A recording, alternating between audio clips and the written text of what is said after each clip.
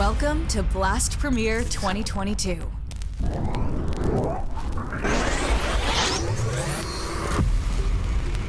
12 Blast Premier teams will begin their quest for victory in a season group stage. Teams seed each other, creating 3 groups of 4. These teams then play out a BO1 rapid-fire round to set their place in a cross-group gauntlet. BO3 Gauntlet will see 6 teams automatically qualify for the season final. The remaining 6 teams will be cast into the showdown, where they must fight to survive in a merciless single elimination format. Whilst there, they will be joined by one top global team by way of exclusive invitation. A further 9 additional teams will enter the fray, thanks to Blast Premier regional qualifiers, making it a truly open tournament, where even amateur teams have a chance to unseat the pros. For the first time, each seasonal showdown will be split across 2 regional tournaments. 8 teams will compete within a European and CIS bracket, whilst the remaining 8 will battle with a North America and rest of the world bracket. Victors of the showdown, 1 team from the European and CIS bracket, and 1 from the North America and rest of the world bracket, will secure their place in the season final to join the 6 teams from the group stage. The 8 finalists will face off in a GSL format, leading into a single elimination playoff bracket with quarters, semi, and grand finals. The champions of both the spring and fall seasons will be joined by exceptionally skilled teams, including winners of the CSGO Major, ESL Pro Leagues, as well as the 2 teams who top the global leaderboard. The global leaderboard is a year-long point-scoring system that takes into account the performance of Counter-Strike teams from leading tournaments from around the world.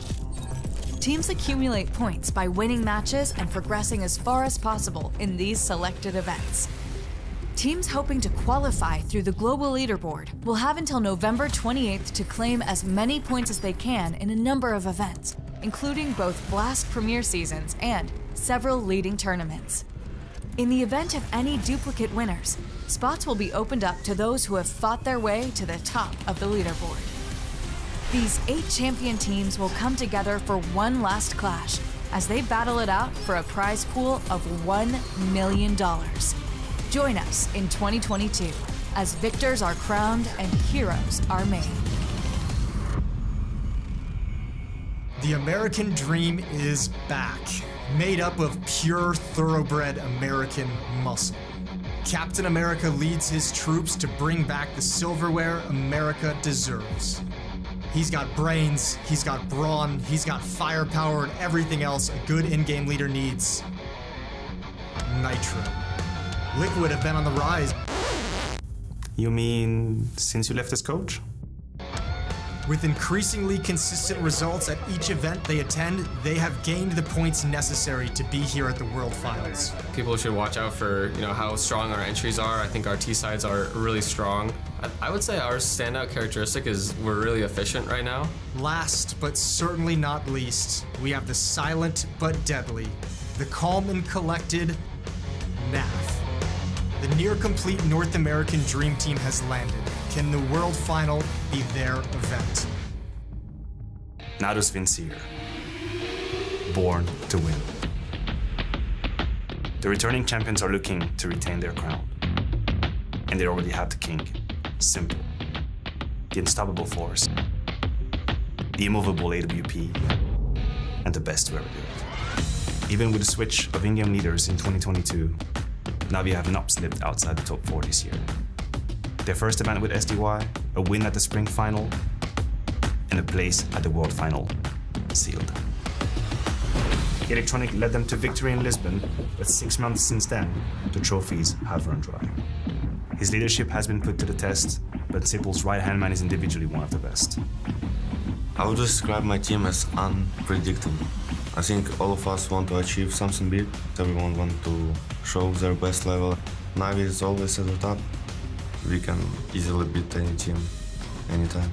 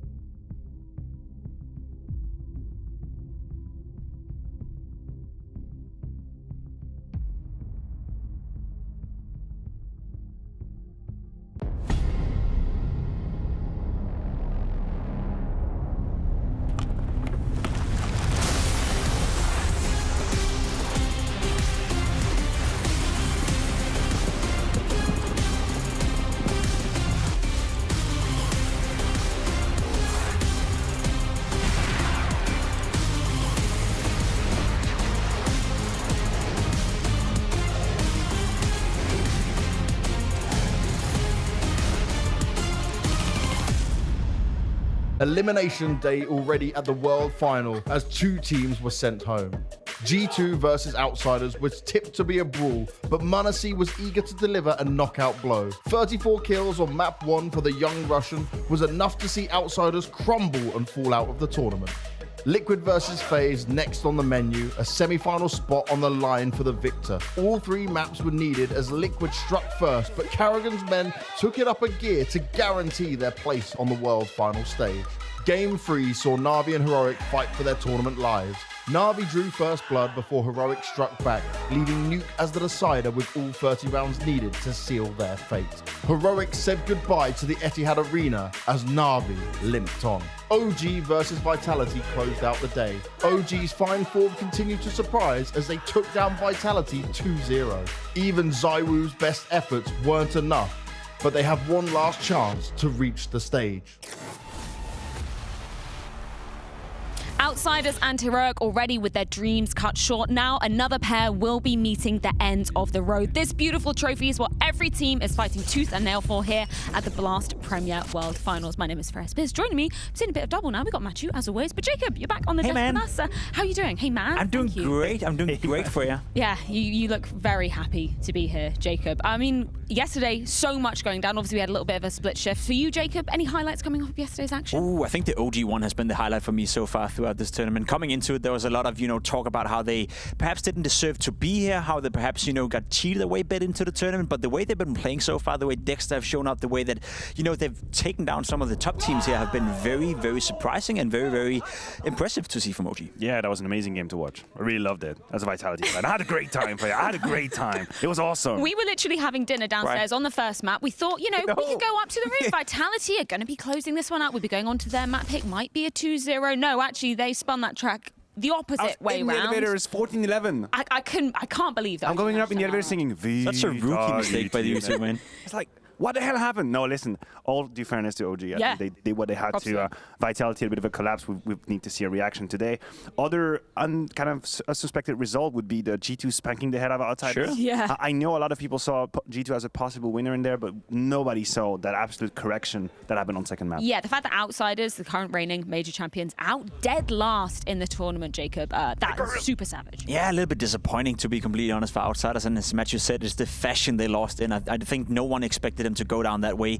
This group you're looking at right here as well, I just want to take the moment to look at how the quality of the teams are in, right? Liquid also showing up, playing some good Counter-Strike. FaZe up there looking sharp as well. G2, as you said, better than expected. So overall, I feel like we are ending the year on a high, and that's good to me. I think the story from FaZe overall was just the fact that if you give them an inch, they will be taking a mile. Even when they lost out to maps in overtime, even when teams were pushing them right to the very edge, they were always the reliable force to be closing a series out. Yeah, listen, you can meme all you want about the major, and there's no way around the fact that this was a catastrophe for FaZe, but I think they're building their terrifying capital once again. I think people are starting to get worried about FaZe, and they have showcased in a couple of these maps here in Abu Dhabi already that they can just smash the head out of you. So this is the good-looking FaZe that we're having right now. It's in their DNA, right? Never, never, ever give them a chance. Never give this man a chance. Don't throw away bananas. Never give him a banana. He was better with the microphone yesterday. I saw that.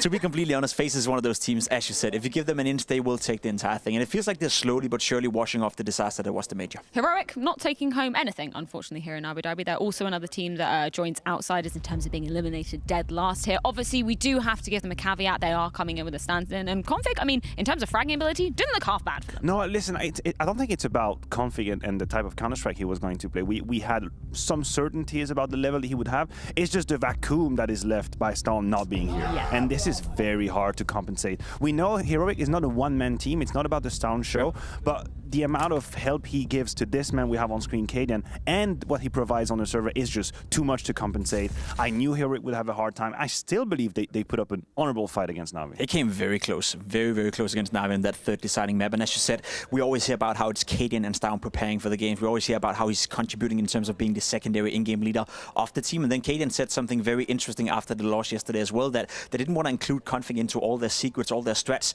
They were actually hiding stuff away from Config in terms of him potentially playing on an opponent's team in 23. So in terms of having the stand-in role, right, he said that, right? So I can understand why it didn't succeed for them. Can you imagine, like, Cajun is like, listen, guys, we're going to do strategy turtle. And Convi's like, what do I do? It's like, don't worry about it. Don't worry about it. Just follow, okay? Code names for strats. I absolutely love that. What I absolutely do also love to see as our CS Money Play of the Day is going down on day number 2. Who have we got coming in as the third best play, Jacob? We got Shush, who almost pulled off a massive comeback with this shotgun right here. 3 kills from top of hot. As you see on the scoreboard right here, 13-7. Heroic were on their way out of the tournament, but the 4th kill actually sealed them a chance. They fought all the way back. It became super competitive. At the end of the day, it wasn't enough for Shush, wasn't enough for Heroic. Straight up ridiculous. Straight up ridiculous, Freya. That's what we have. Second place, none other than Maniac, who had an absolute performance against outsiders. And here, of course, in his antiques, in a clutch, name a more iconic duo with a little bit of a surf movement in the air. I still believe the outsider player played this situation completely wrong. Anywho, Maniac was given a change. He seized it. Easy clutch. Another man you don't want to give a chance is the man on the screen right here, Saivu, with the AWP. Getting the first kill and then getting a bit out of position, throwing up the nade, getting a boost, and then you know exactly what's going to happen when you put Saivu into a position like this. He is not missing. And we have open discussion whether or not Saivu perhaps can still claim the best player of the year. Continue like this while Saivu is struggling a little bit. Maybe Metro, maybe there's a chance. Well, they're definitely going to have to be making it through today if they have any chance of claiming that title that potentially Jacob might be awarding them. I don't know. We can see the playoff brackets here. Of course, we are having the quarterfinals going down today, moving on to the semi-finals inside the arena, and of course the coveted grand final going down on Sunday. These are the games that we've got on the card today. Going to be G2 taking on Vitality later on, but first it is Team Liquid taking on NAVI in a fight for survival here in Abu Dhabi to see who will be making it through to the stage.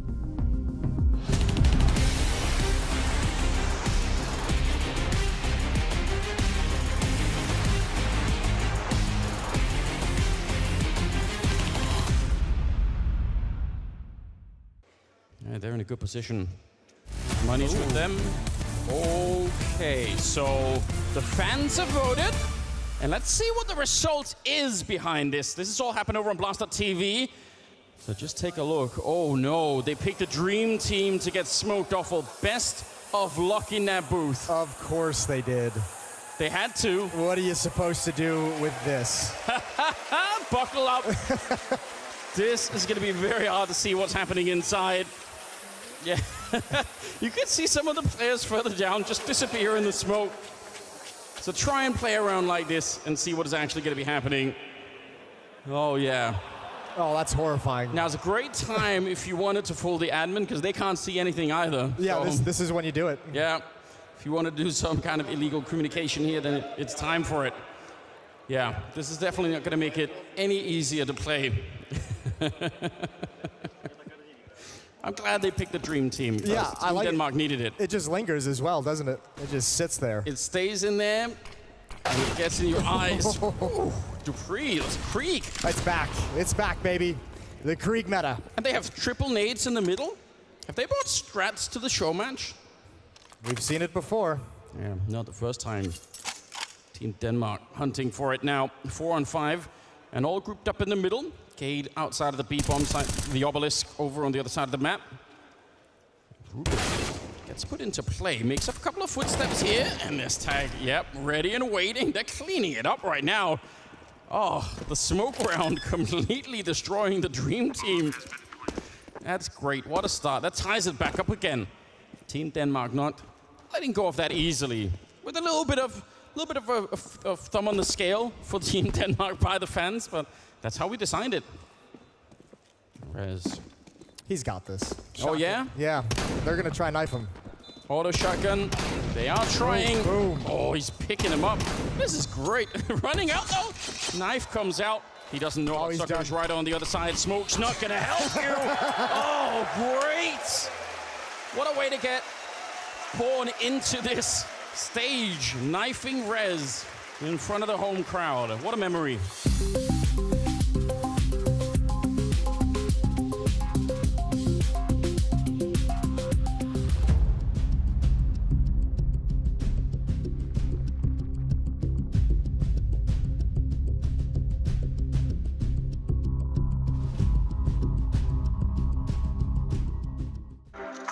Talk about resilience from the side of Team Liquid. Incredible fortitude from the North Americans and Yakinder as well. We're gonna pad those stats. They don't know about Yakinder. Look at this. Kerrigan, no bomb plant. Yakinder makes the difference, and there's no chance to plant.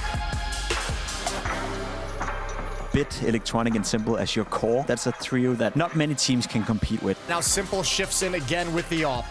Oh! Shush thought he was safe. He thought the walls could save him, but they can't. They're in the walls. Simple with 4. This round puts a smile on his face, because goddamn is it beautiful.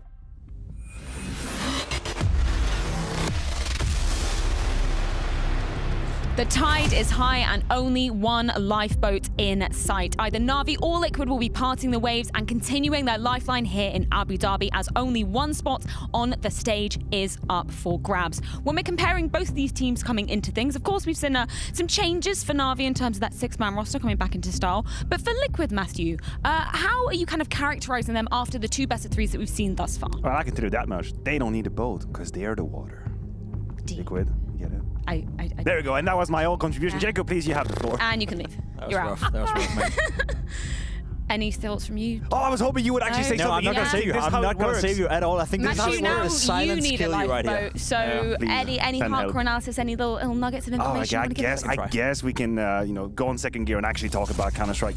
Liquid's been a tough team for me to figure out, because we've had a couple of these highlights here. That 14-12 comeback against FaZe was beautiful, with Yakin there as well. Multiple rounds with impact, and then he had this moment he was shouting like, that's mental, guys, that's what mental is about. And I was like, oh, hell yeah, that's the Liquid I like to see. Problem is, you move on to map 2 and 3, and they were outclassed on pretty much any different metrics you can talk about. So I still haven't chosen on which side of the fence I am, because it's hard to pinpoint Liquid right now. For my money, they're trending upwards. After the major, I was a little bit disappointed. Obviously, losing to Spirit in that deciding game was not necessarily a disaster for Liquid, but we expected more. I think what we saw in Copenhagen was a high-level playing team Liquid. There was some positives to drag away from that one, especially the win against Navi in Copenhagen. We'll talk more about that later. So far, this tournament as well, I think they've been competitive. They're in a good spot right now, and I would also argue that a lot of people have them as favorites against Navi, which speaks volume to the fact that Liquid right now is trending a little bit upwards. Not a lot, but a little. We're going to talk about that right now, Jacob, because we do have the results. You might be feeling a little bit of deja vu coming into the series, and that is correct, because Liquid actually managed to best Na'Vi in Copenhagen just a few weeks ago. Yeah, this was a great result from Liquid, and it really pushed them above certain limitations that they had in the past. The fact that they were able to overcome Navi. What's also interesting, of course, is that Dust 2 was the only map they dropped. We're going to talk about the maps down the line, but that 16-7 victory on Mirage was so one-sided, so clear, so dominant, in a fashion that, froggies in my throat, you're not really used to see Navi being in such trouble as they were against Liquid at that time. Yeah, I think the Dust 2 point is very apt when we're coming in to look at Navi specifically, because they're one of the teams that has been absolutely brutalized, to be fair, by this change-up with Anubis coming in and Dust 2 leaving. And that's how it goes sometimes. It's always a bit random, you'd argue. It's a bit of a gamble, right? You can't predict that Dust 2 will be the next map to go out. No one knows what the next map will be to go out. Fact of the matter is that Navi has always been a team that has always produced great results on Dust 2. So for them, no longer to this map in the active map pool to be replaced by Anubis. It's a rough one. Here's a tidbit. Navi have played Dust 2 3 times against Liquid in 2022, and they beat Liquid 3 times on Dust 2. This used to be their go-to. This was their guaranteed win. It's taken away from them. And when we're looking back at that series that went down in Copenhagen as well, obviously Nitro was a huge win condition for the side of Liquid, and that is something that we were pinpointing. That's not going to be a constant. Jacob, that was one of his best events ever, or one of his best series ever. Right? One of his best series, yeah, because you look at the event rating, and Nitro has been struggling. He's been under a lot of criticism in terms of his individual output.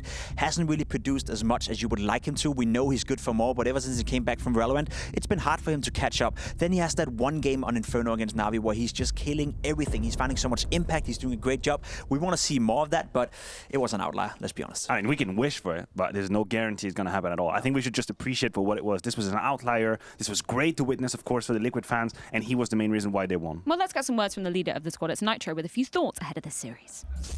Nitro, last time you guys met Navi was at the Blast Fall Finals in Copenhagen about 3 weeks ago, and that was coincidentally also one of your best matches in 2022. Can you replicate it today, going up against them? Yeah, we had like a tradition of yesterday where we threw a bottle in there, and whoever caught it was dropping 30, and it was Yakinder. So I actually caught the bottle today, so yeah, we'll see what happens. I think overall we're pretty confident versus Navi. Obviously, we beat them the last couple times we played, and I think just overall we have a really good map pool versus them, and I think as a team we're just confident when we play versus them. We play against them a lot in practice and stuff, so yeah, overall it's a really good feeling. And speaking about the map pool, Dust 2 is out of it, and Navi are playing with the 6-man NPL who comes in instead of some Dayoung sometimes. What does that mean for you guys? Is it giving you some better chances? Yeah, it's super interesting what they're doing. You know, I don't think we've ever seen this in Counter-Strike, if I'm not mistaken. So basically for prep, we just rewatched their games and see like what they were changing, if they changed any positions with their new player, and just talked about overall game plan just as usual, and just see like I said, if they're doing anything new or changing positions is the main thing. So honestly, nothing's really changed. I think we don't really know much about NPL as a player, but I think he seems like a pretty good player so far, and I'm super excited to play against him today. And let's talk about NPL, because he's kind of, as you say, a little bit of a question mark for you guys. How do you prepare for that? You can't really necessarily like prepare for him individually, you know. So we just kind of just slotted him into like what we think he can do and what we think he'll do tendency-wise, and just kind of wrote down like what we think or how he'll play the game. And other than that, you can't really prepare for like this situation. It's pretty interesting. So yeah, we're just super excited to play today. Apparently, bottle flipping was all that it took for Nitro to pull off star-studded form versus NAVI. And again, apparently he's going to do it today. Mark his words here first. But I do want to talk about that veto because, man, NAVI picking it to overpass him. We've got an ancient pick from Liquid. I like this. This is spicy. Yeah, listen, I share Nitro's opinion about the fact that they have the upper hand when it comes to the veto. Not only as Dust 2 out of the picture now, but with NPL as well, we've seen a lack of certainties on Inferno. So, yes, they did have the upper hand. They're definitely going for some sort of a punish on Ancient. We saw how NAVI struggled against Heroic on that very map. The overpass pick from NAVI, that's the one that left me a little bit head-scratching because I didn't really see it coming. No, I didn't see it coming either, and I think this is a testament to whether NAVI right now feels comfortable in their own map pool. We have praised them for so long, having a strong map pool, being able to play 6 maps at a high level. I don't necessarily think that's the case anymore, given the fact that we are seeing a situation where they're switching in and out players. Yeah, can you talk to us a little bit about what you've seen from NPL so far? What maps have we seen him coming in for? We've seen him play Inferno, right? Again, as we saw with Bit, historically speaking, he was replacing Flamey to begin with on Inferno. They've gone the same route, thinking that Inferno would be the best map for him to come in and do a good job at. What we've seen from NPL so far has been okay without being great. It's been at a level where I feel like he's not making a difference by no means, but he's not necessarily a liability either. And to be completely honest, that's a bit of an issue right now for NAVI because they do have fragging issues elsewhere. Electronic is having a bit of a rough tournament. Simple not up to his best. So the fact that this guy on the screen is not a difference maker or is not contributing enough is a bit of an issue, despite we don't really expect it from him. I think that's the angle that we have to attack on. We don't have to focus on NPL, but we have to think about the ripple effect of what it means for everybody else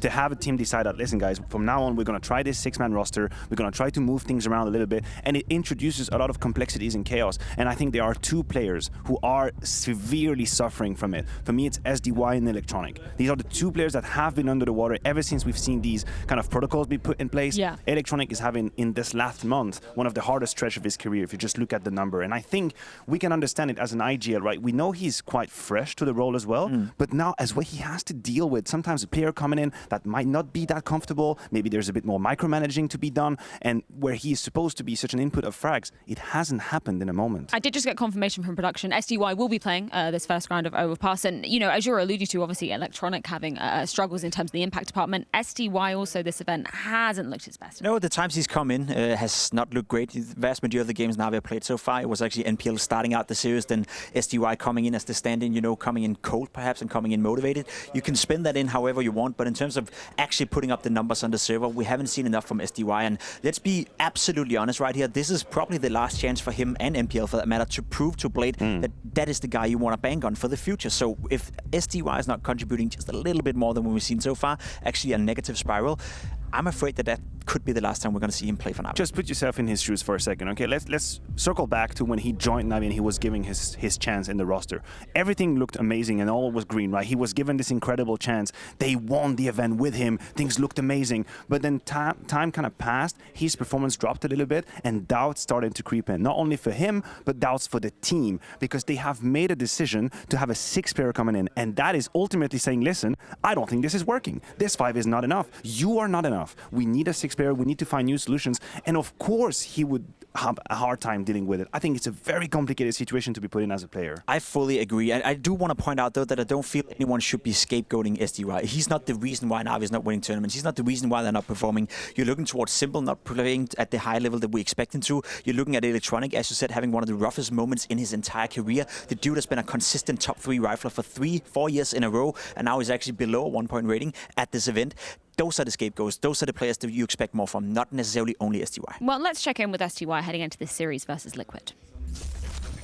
SDY, coming into these quarterfinals right here, you're going up against Team Liquid. What is the team atmosphere like right now? The atmosphere is pretty good, I can say. We're focusing on the right scene and we're working really hard, so it's nice. And having these, what can you say, maybe an edge, having NPL come in and switch with you sometimes on the maps, what does it mean to you? It doesn't mean for me much, but it's mean a lot for him, and it's nice when young players have this opportunity, so that's it. And what's the key to victory going up against Team Liquid? Is it going to be something secret, maybe? It depends on the details on the maps, but on Overpass, it's our game plan. If we stick to it and do it properly, we will win for sure. And can you talk to us about this situation with having a sixth player? Has it affected your personal performances or personally anyway? It affected a bit mine and Nipple, I think, because sometimes it's hard to join the second map without proper rubber map after enemy team already and your teammates already played one. But overall, I don't think it's affected much. And what's the best part and the worst part about having 6 players on your roster right now? The best part is that you can focus on the exact maps that you know that will be your peak, enemy peak, and you don't need to think about all the things that could be when you are playing all the maps. To be fair to STY, some very mature answers coming out of him in a situation that we were talking about in the green room earlier, could be emotionally straining if you're the player being subbed in and out. I believe it is, and something he just referred to during the interview when he's on the money. You are SDY, you are basically still on trial. You don't play the first map of a series, and you come into the second. Yeah. You're not warmed up. And not only do you have less warm-up timeout, but you also have higher expectations and pressure on you, and that is exactly what happened against Heroic. When he subbed in for Ancient, he just disappeared. He had like 5 or 6 kills the entire map, and you just can't have that happen. And I think it requires such a strong mentality to be able to catch a game that is already live. It's a make it or break it thing, to be completely honest, right? We're talking about NAVI, who is supposed to be the best team in the entire world. They were for 21. So if you want a spot within this team, you got to be able to make it even under a lot of pressure. I agree with you.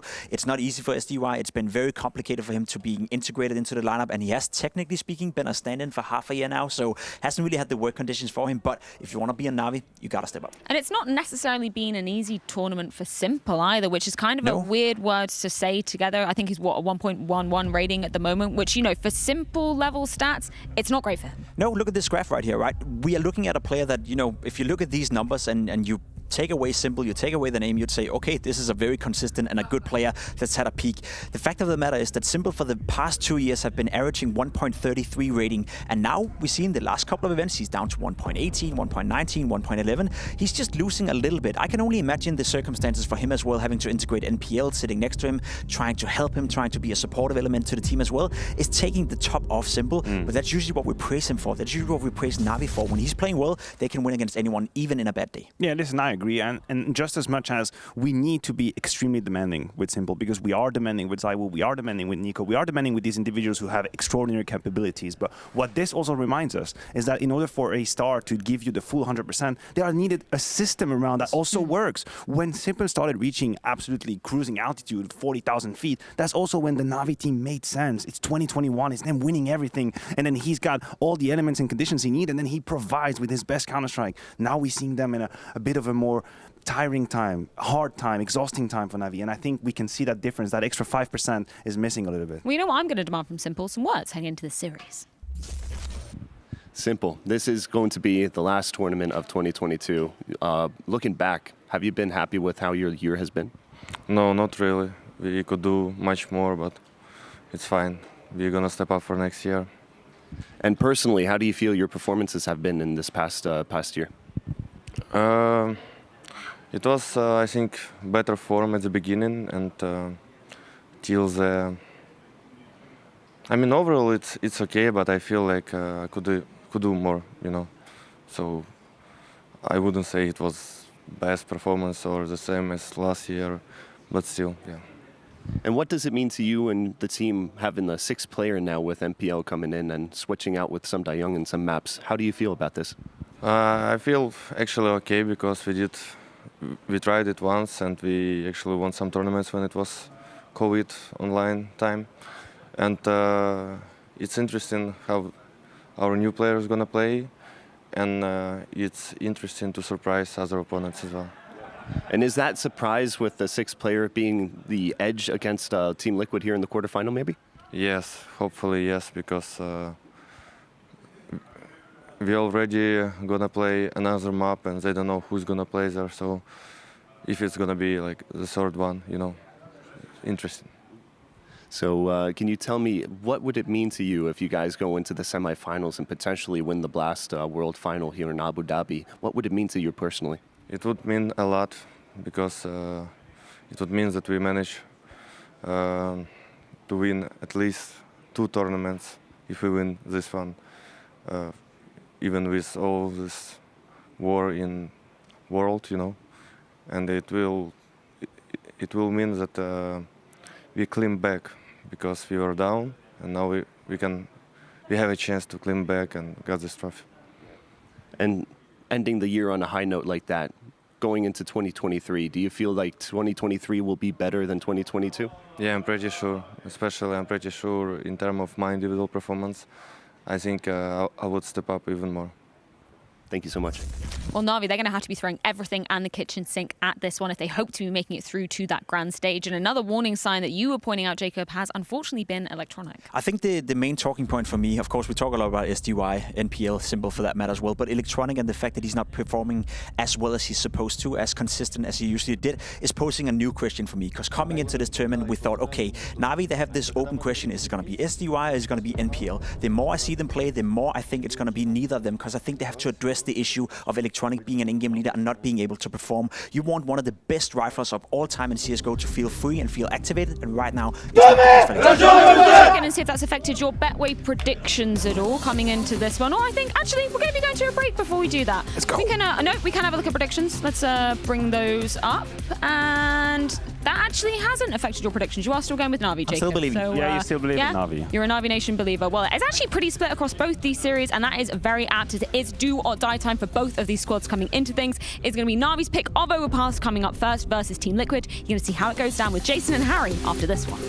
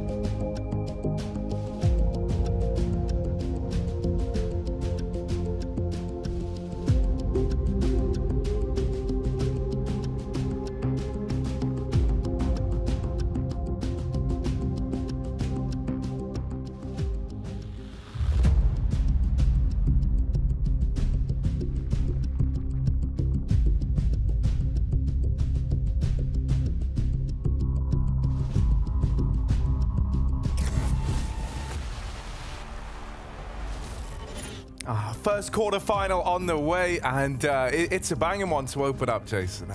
NAVI taking on Team Liquid, right?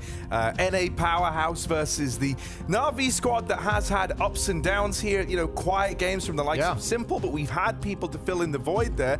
I think that's even kind of reflected in these Betway odds, right? Pretty neck and neck as far as it goes. Yeah, it really is. And I mean, I think it's a reflection. This has been a fun matchup for many, many years. These two teams clashing, going head to head. They've had different like peaks and valleys of this rivalry between them. This is actually a really cool match between both of these teams because across the entire year, both teams have won a single series against each other, and both teams have won a best of one against each other. So they're tied in both senses. And now this gets to be the deciding series, and it's the last series for one of these teams in 2022 before the year's over. This is going to be great. One team goes to the stage in the semifinals, the other team goes home a little bit early, ends their year earlier than they would have liked, and it should be an excellent matchup. Yeah, you know, we're going to start this off over on Overpass, right? Navi's map pick in this one. I do kind of like this, right? We're getting a new map board out at this tournament from Navi. Simple even talked about it in the interview, how that can throw some questions the way of Liquid, right? Because you're not, or at least you weren't, sure who was going to be playing if you're Team Liquid up until just moments ago when you see him log on to the server. Yeah, but equally, I think especially with how new NPL is into the roster, right? Like, I don't think you're gonna, if you're Liquid, like not a whole lot is gonna change between the two in terms of the grand scheme of how Navi is going to play the map, right? Maybe some individual differences between the two of them, but I don't think you're going to be too concerned or too worried about that if you're Team Liquid, despite the fact that, yeah, maybe it catches you a little bit off guard. This is going to be for Liquid, I mean, a little bit of a test as well with this whole year for them has been Yakinder coming in, kind of changing the style, changing the attitude within the team, watching for the growth of OC, and it's all coming to a head right here. Let's see how it can do, because they're actually going up against, you know, a struggling Navi, and in a world where you finally get a Navi where you feel like Simple isn't at his best, like you've always been able to rely on the fact that Simple was going to wreck you regardless. Like whatever's going to happen, Simple's going to hit hard. And here at this event, he's been a little bit quiet. So finally you have this weakened Navi that you've got a sense that you can actually take this series and actually move on to the semifinals and not be super concerned about just getting straight up deleted by the GOAT.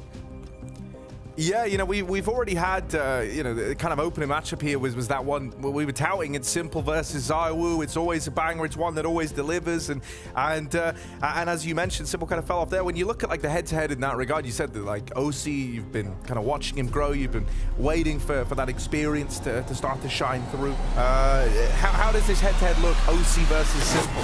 Oh, I mean, I don't even think you can necessarily even compare the head-to-head matchup in that sense. I mean, Simple's just far and away a little bit better. OC's still got some time to work with, but before we get into the game, we got a little bit of a delay coming in. Let's just check in with Yakinder. He gave an interview earlier today. Yakindar, you were the fall final best performer for Team Liquid. Do you feel any added pressure coming into the World Finals to perform on the same level? I mean, the teams are stronger here, but that's not necessarily pressure. I enjoy playing against stronger teams. That's just normal. We had couple different things coming into this event. Everybody understands that it's the last event of the year, and we are going to play strong teams, and we played Outsiders. That was a pretty good game, but with some problems in it. And then we played FaZe, and in FaZe there were a lot more mistakes and a lot harder to hold mental composure. And I wouldn't necessarily say that it's pressure. I think it's just timing. And looking back at this 2022, with your time in Liquid and especially, how do you feel you've been performing? How has it been? How has the atmosphere been in total for you? Individually or overall? Individually, I think Liquid obviously is a step forward for me. Even though people are going to say that Outsiders won the major and everything like that, it's a step forward for me as a character, as a personality, and as a player. I learned a lot of new things and met a lot of different new ways of thinking and different approaches and face different problems. So I'm really happy about how this half a year turned out, and I hope the next year is going to be even better. And looking especially at Outsiders winning the major, how do you feel? Just let's dig into that just a little bit. Do you feel that you missed out on something, or? Yeah, I already told this in a couple interviews that At first, I was obviously I had mixed emotions because the team I played on after I left, they won the major, right? So you kind of have to have mixed emotions at that point. But then I came to a conclusion that everybody has their own path, and if I didn't leave the team, then maybe we wouldn't win the major. So then I just understood that I'm actually really happy for my previous teammates. They deserve it, and that's the only good emotions there. Yeah, kind words from Kinder there, especially about his former teammates and the emotions that go along with watching them win the Rio Major. We are dealing with a little bit of a small tech issue on one of the PCs, so we want to get that solved before the game goes live, which is this kind of extended delay before we get into the action, but we're going to bring it to you as soon as all the players are comfortable, happy, and ready to go. Yeah. Dude, I really like that interview with Kinder. I think it kind of shows, the maturity that this guy possesses. He's got a very level head on his shoulders. He's someone who talks, very worldly. He seems like he really likes to... yeah, especially for such a young guy as well. Yeah, right, exactly. And you're I feel wait, you're not 40? Yeah, that kind of very much is the vibe with Kinder. And in my mind, that's kind of, one of the things that was so excited when he originally stood in for this team and had such a good time, and then there was this idea that there were talks happening. It was super exciting because just knowing Kinder, what he's like behind the scenes, what he's like in the server, right. It kind of felt like, a missing piece that Liquid have definitely been looking for, because, the mental side of the game is something that has let down this team in times gone by. Yeah, definitely, and it's one of the big pieces that Stewie brought to the team when he was in there, was kind of being that emotional center point. So having a player come in like Kinder who could kind of take over some of that responsibility, and it's gonna be a shared responsibility in all fronts, but someone who could be that kind of rock to keep the mentality and keep the focus pointed in the same direction is obviously super important for Team Liquid with all the struggles they've had in that facet over the years. And yeah, he's done a very good job with his team, and his impact was noticed immediately. I don't think they've reached the peaks that I kind of expected him to, in terms of consistently being there after some of the initial glimpses of them with him in the roster. But still working towards it and still have a ways to go and still have that potential for sure. This guy on your screen right here, Naf. Nasty ass Naf. He's having a fantastic event for Team Liquid. He's had a fantastic year for Team Liquid, but extremely consistent. Yeah, and it's great to see that he can kind of, keep that up in spite of all the various, rosters that he's kind of sat through, the changes, the players who have come and gone over his tenure here. He has been someone who has been very consistent, and I also just love watching this guy. Little grime lord, not afraid to get memey with it. No, not at all. He's really starting to work with the camera these days, isn't he? Yeah, which is kind of wild because it used to be. Back in the day, just kind of very neutral all over, right?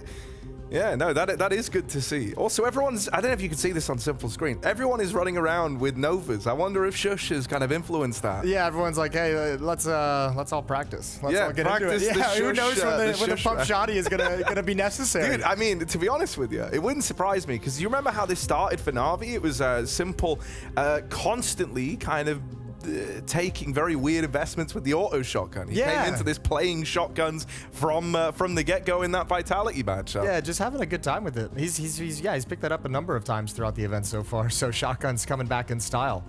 The other guy you got to mention, obviously, on the Navi side of things that we haven't talked about, that was a huge reason why Navi's even here today fighting in this quarterfinals, is Bit. One of the big things we talked about yesterday in that Heroic series was, man, the resurgent game out of Bit just in hard carry mode, especially on the opening map.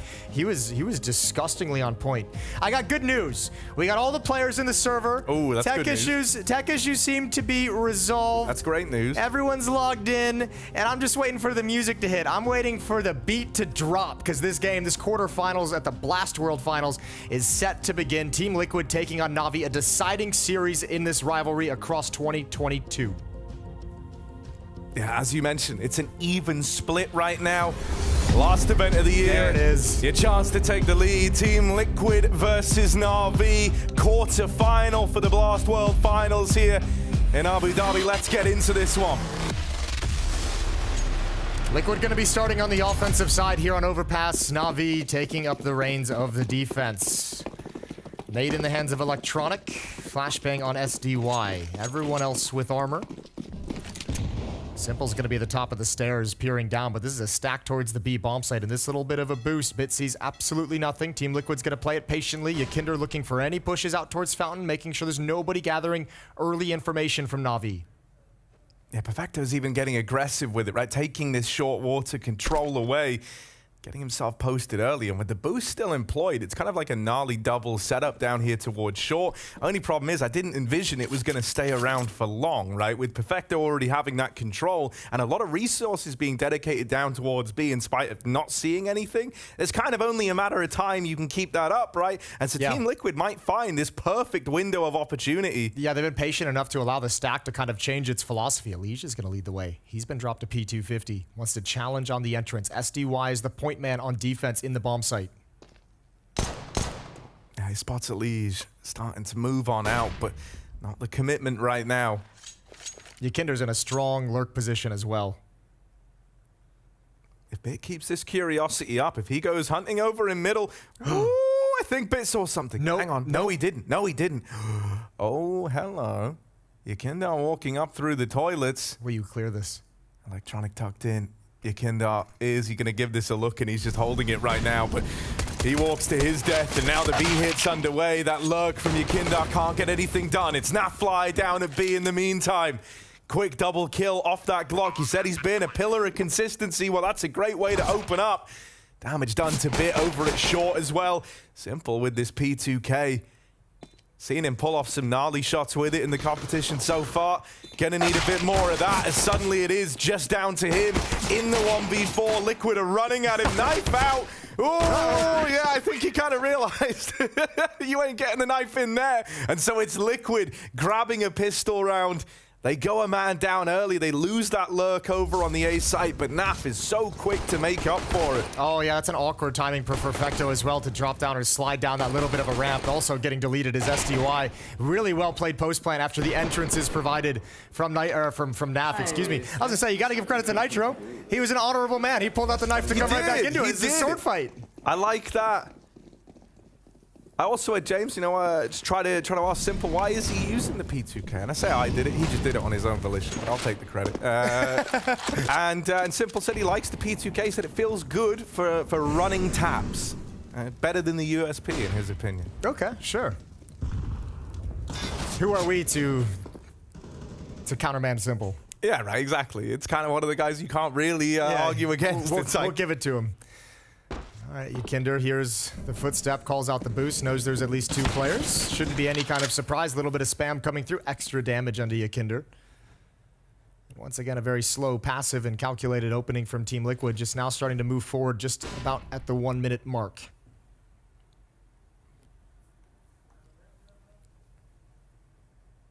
Yeah, Bit represents a pretty tantalizing fight for Team Liquid. There's no one here to help him.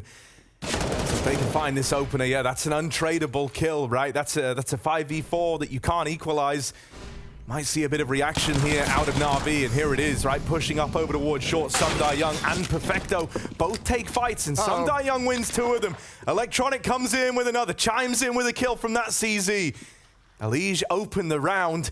Now he's going to have to open this B site. He's gone. Sundar Young's 5-7 is doing Team Liquid in. Nitro all alone now, and the rotate's already here from Simple. Gonna be a rough one trying to get around this corner. Baits the shot, but the 5-7 delivers 4 in the round out of Sundar Young. And a lovely way to steal that little force buy away from Team Liquid. Yeah, great job from SDY. Nice little peek in towards water here. Just a good sequence put together all together. That's a nice shot onto OC. This is a nasty little one. He saw the shadow of Elige before he could even turn the corner. That was well done. Nice. Disgustingly good round from SDY. Gonna flip the script early on. Back and forth affair as NAVI steal round number 2. It's Team Liquid with pistols, Tech 9s and P250s themselves.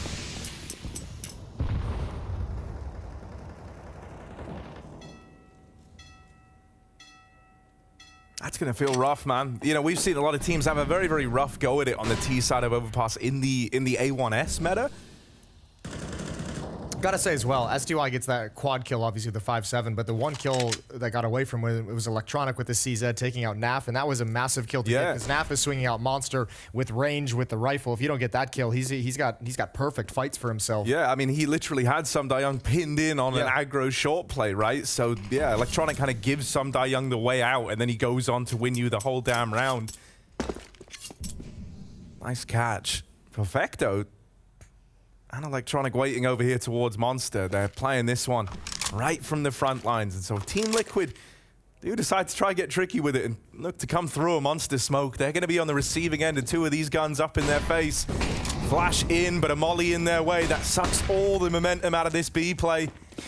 Ooh, actually, I was going to say it also sucks Simple over towards the B bomb site. It lures him to kind of start the rotation. He hesitated for a moment, but now he's got the right read. All they need is kill, but Electronic's going to get away, and he's got information as well with the jump. And now I think Liquid, they might want to reconsider. Back to Monster we go. They don't have time to rotate all the way back around towards A.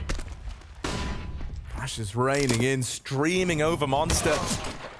Fly with one, Sundai Young and Perfecto trying to play this crossfire, but Elige taps them out. Simple here from earlier, and Bit rotating through the heavens. Keep that contained, keep it under control. But it is a nice damage dealing round out of Liquid still.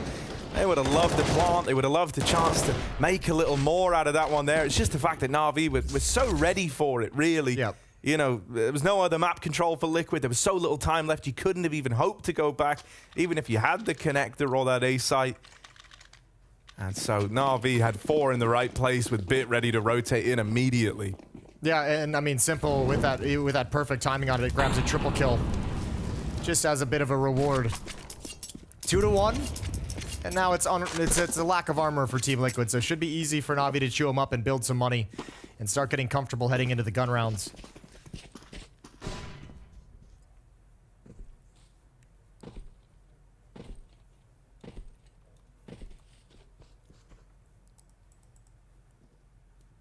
Yeah, so all we got is these 2 P250s to try and make this one interesting. For NAVI, you know, you could maybe lose one guy here, but you want to take these chances to build up that CT economy fast as you can, really.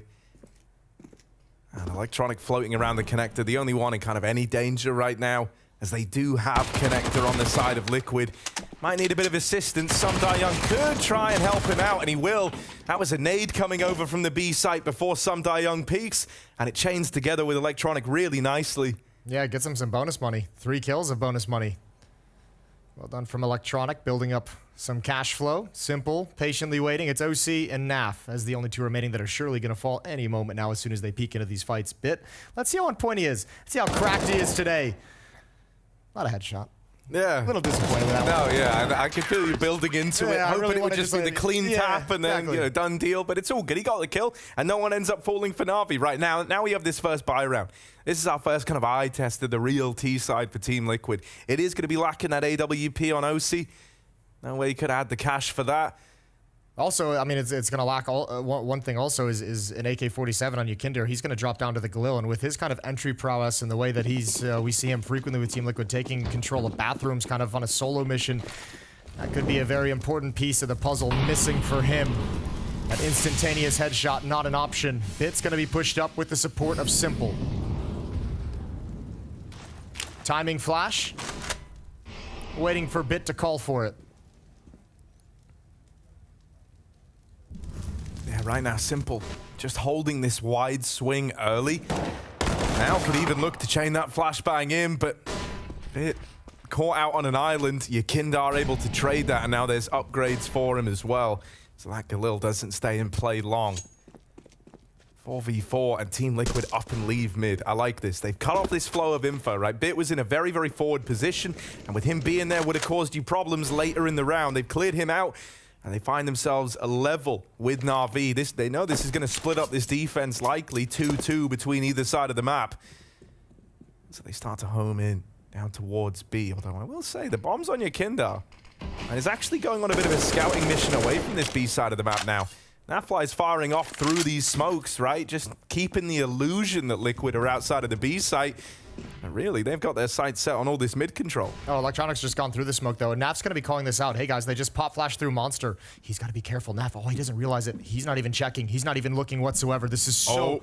Oh. Does he turn? Oh, 3B. That's huge. But everyone's already rotated. Back to the B bomb site, and Liquid have free access. Nobody's home for NAVI. Perfecto's got to tuck down. And there's going to be a bomb plant as OC streams in. 15 seconds on the clock. Oh, that's a rough dink, but Simple will reply. Moving in to help out Perfecto. They're starting to find a way back in. The bomb cut loose from Team Liquid, and they can't get it back in time. This one's stolen away from them. You thought that Nafly did enough, Right, that was a lovely little lurk into B that opened up that route into an empty side of the map. The Molotov kept OC from planting default and forced him into the open, forced Liquid to actually have to take that fight in towards heaven. That's so brutal. What seemed like a free bomb site and a free plant was denied. Once again, just at the perfect moment. OC can't get comfortable. He can't shift to the other side of the bomb site, and NAF is stuck trying to support and clear things out. Well done from NAVI. Another perfect timing on the shift.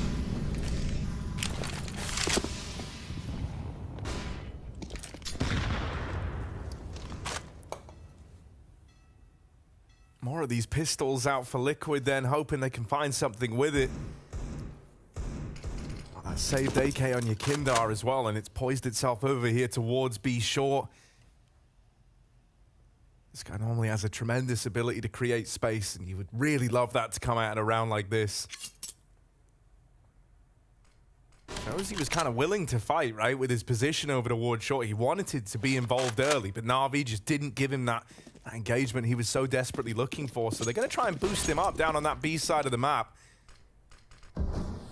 I think in a round like this, too, if you're Navi and you know one AK-47 was saved, you're very... Oh. You saw it. Yes! There's the little tap. I was going to say, you're going to be cognizant and avoid getting punished by some kind of cheese play like this, but it's not to be. Perfecto goes down. 5-on-4 for Liquid. But still going to be a tough round to win overall. And the defense isn't shifting. Navi's calling a bluff. Yeah, it feels like they're expecting that AK to get mobile, right? Liquid to try to manipulate these rotates again with a bit of a fake, but this time they're just going to stick to their guns, follow through with this B play. Smoking Monster, but Liquid are already ahead of it, and it's Yakindar with another kill in the round. This hero AK doing a good job of keeping Liquid in this one. He drops that bomb over. Damage to Elige, who doesn't need to repeat this now. Bomb planted for him. Yakindar still keeping up this aggression on the AK. From the get-go of this round, he wanted to be involved in fights. But that's his last one. Simple with the return, with the response. And now he's moving in, closing the net on these site players. Elige brought down even lower, and OC getting wrapped. He desperately needs help, but Elige can't offer anything. So low on health, and one chance to land this shot. Out with the swing.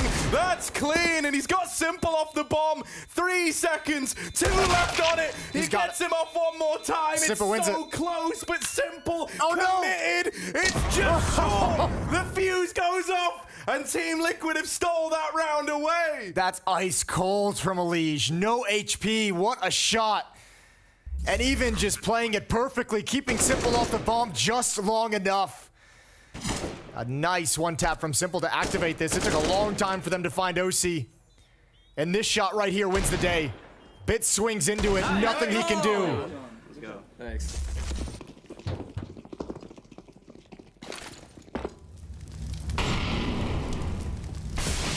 I mean, this could be your way back in. I thought Simple had that when he got the kill. I thought he was going to be able to spin back and get that defuse. Ooh.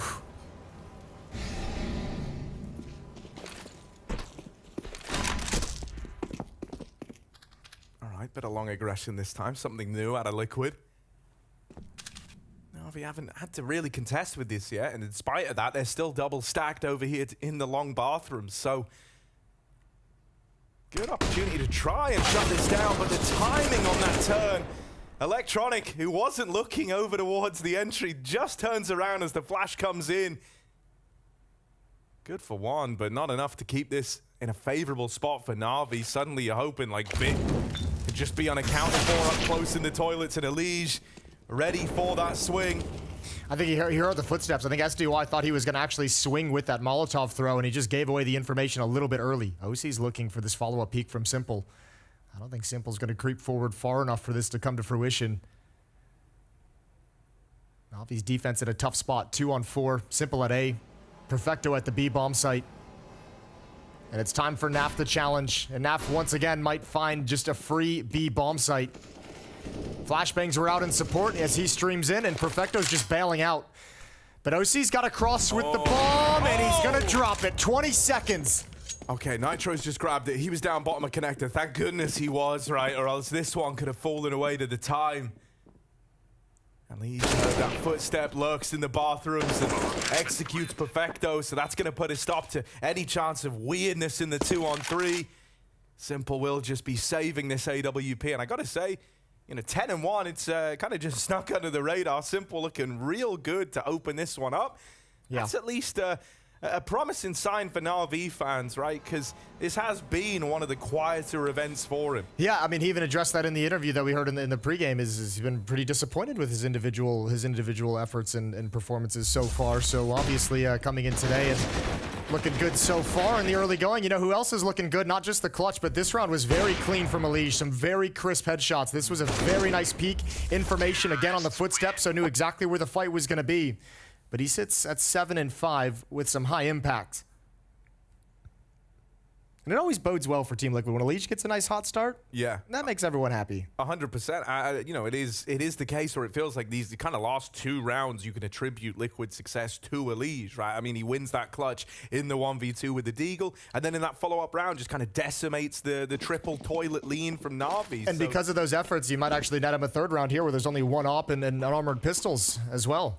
It's not count our chickens too soon though, because it's Simple with the op, so we know it can change quickly. Thankfully, they're coming through this bad boy. Thankfully, he's not here. He's nowhere to be found. So unless the USPs get up to some weirdness, oh god. Okay, Elige trying to keep this one clean and even. Trying. Ooh, and he will succeed with a bit of help from his friends. Yakindar comes in, keeps that under control. I was really nervous with how that starts, but they're quick to regain that control of the B site. Bit of composure. Yeah, Naf extremely blind that whole time. OC's gonna just peek, give it a little jiggle. He sees the op, doesn't go down. Gonna try and close the gap, but it's Simple. He's not gonna miss 2, but the dink is there. Can they catch him in the feet? No. Yakinder was close by. It's gonna fall. They want this op, and Nitro is coming from the other side. This is a big hunt. This is the only way that Na'Vi have this AWP in the next round. It'd also be the free AWP for Team Liquid. It's so Simple. He's getting hunted right now. Nitro super close in the bank. About to come through, and he will finish the job that OC started. Getting that free AWP upgrade, and perhaps more importantly, removing it from the arsenal of Na'Vi in this coming up round. Yeah, I think you're exactly right. That's the important side. Not necessarily passing it over, but just taking it away. Huge. So off the back of an Elige 1v2 and an Elige triple kill in the following round, Liquid have gone on a 3-round streak. Tied things up at 4. Navi's feeling the pain of a low economy. No kits. A little light on nades.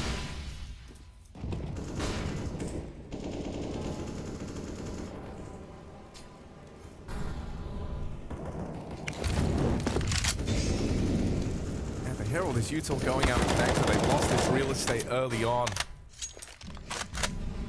Gonna have to be pretty conservative with the nade usage here for Na'Vi. I think Naf missed the cross of Perfecto. If he tries to challenge through Monster again in this round, it might be a little bit of a tough fight. That's what we're hoping that success can be found for Liquid over here towards this A side of the map, right? Maybe force a bit of a reaction out of Na'Vi, and actually about to come through now. It's another clash of Simple and OC, and it's another one that Simple is able to win out. A tag goes his way, but not the killing blow, and now him and Bit. Okay, you found Bit, so you know that Simple's still here. Yakindar and Elige as this little tag team taking a lot of space up the long side. And Nafly holds down the connector. These lurks out of him, still finding a lot of impact for Team Liquid. Perfecto very far removed from this round in the 1v3, and even though Naf's got quite the jog to bring this bomb into the site, there's no danger. Perfecto's already committed to the save. Yakinder Elige is a very tough tag team pairing to deal with for anybody. And a great protocol rotation from Naf as his teammates fall, shifts away from the B bomb site, drops down the ladder, looks for the fast flank through blue door, able to shut that down as well. Perfecto's got no standing. He's having a quiet game himself to start, 1-7.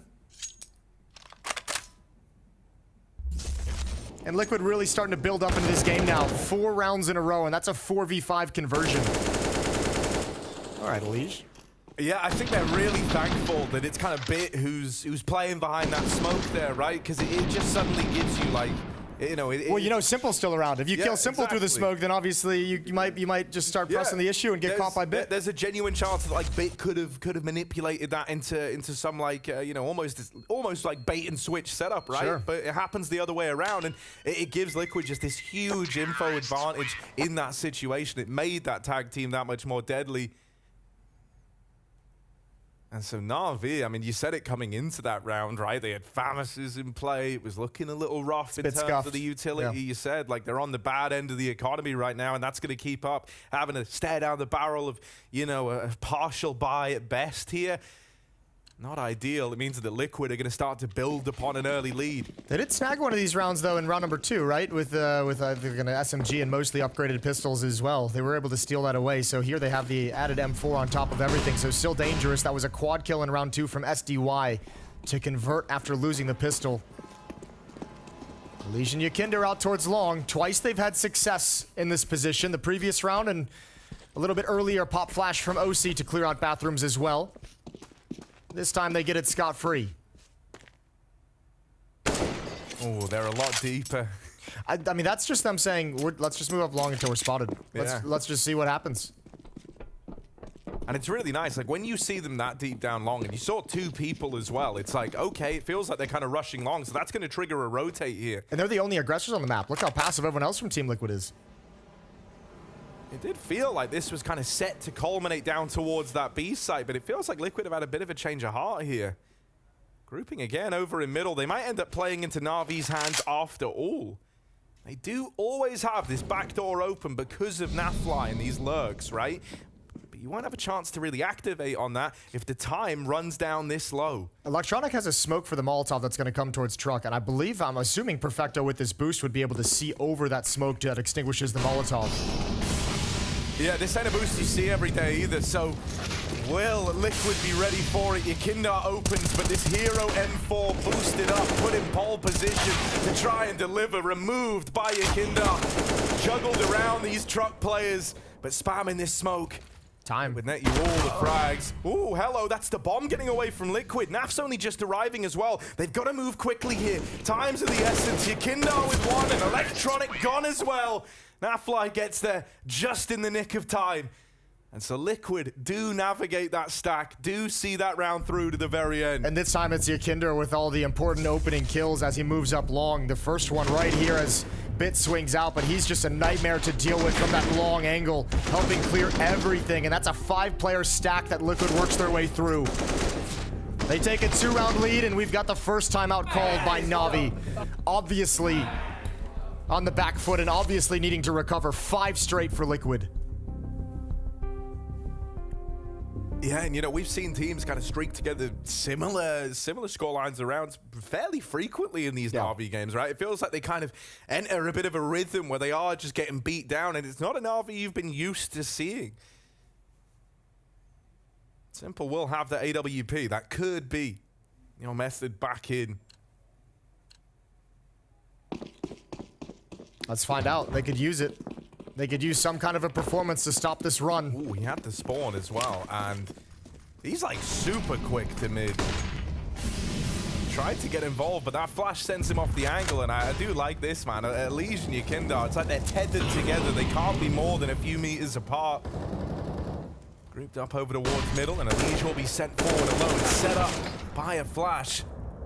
All short. There's this conflank starting to arrive out of Nitro, and that'll pressure Bit out of the round.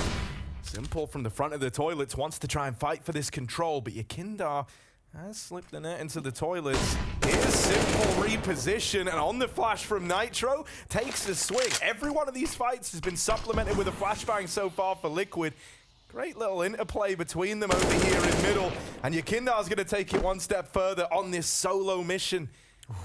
Naf looking for the flank, and he's got it. Good transfer up. Good find on a Perfecto.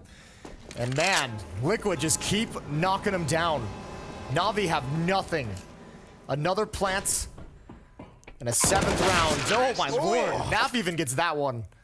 Okay. That's a cool keyboard. Dude, I really like what NAVI's bringing to the table right now. These lurks have been super impactful, and you know, it might kind of feel tempting if you're NAVI to try and single him out, to try and, you know, take some sort of 2v1 on him. You know, he's kind of lurking around Monster in the short tunnel in a lot of these rounds, but I don't think it's that simple, right? One of the problems is you're never certain if it is just NAVI there, and to top that off, it's like, if he ends up winning that, and with the game he's having right now, I wouldn't put it past him. You know, that opens up plays into the B site, and we've seen these last-minute rotates out of Team Liquid in this game already. So he's just exerting a tremendous amount of pressure, considering he's left solely to his own devices in these rounds where he's lurking B. Well, you got to give some credit over as well to your kind of aggressive riflers of Yakinder and Elish making the plays that they are. This is kind of exactly how this Team Liquid roster with Yakinder coming in is designed to be. And I feel like so infrequently do we see Yakinder having a great game and Elish having a great game at the same time. It always feels like it's one or the other. But right now, they've both had huge rounds of impact. And when you have your aggressive riflers doing that, that's what's forcing those rotations that allows NAV to be patient. That's what's forcing those rotations that allowing NAV to read the game and put himself in the perfect position. Flashbang out, Elish a little bit blind, takes superficial damage as OC steps up to the plate.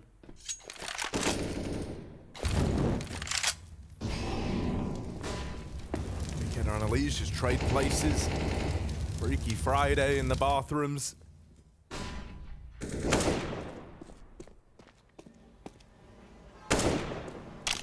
I wouldn't have put it past him hitting that. Thankfully for Na'Vi, they're allowed to keep this stack in tow. One man down on the B site, and he's called. Yeah, there's a lot of noise. There's a lot of util raining over. It feels like they're already in. And they are. Liquid with the plant, a 5v5 retake on the Pistol's armor for Na'Vi. You got to say at this point, too, the amount of times that Liquid's been able to rotate over and find like a free B bomb site. Here, obviously, just some Pistols that they're going up against, so a little bit of a stack from Na'Vi and risk-taking.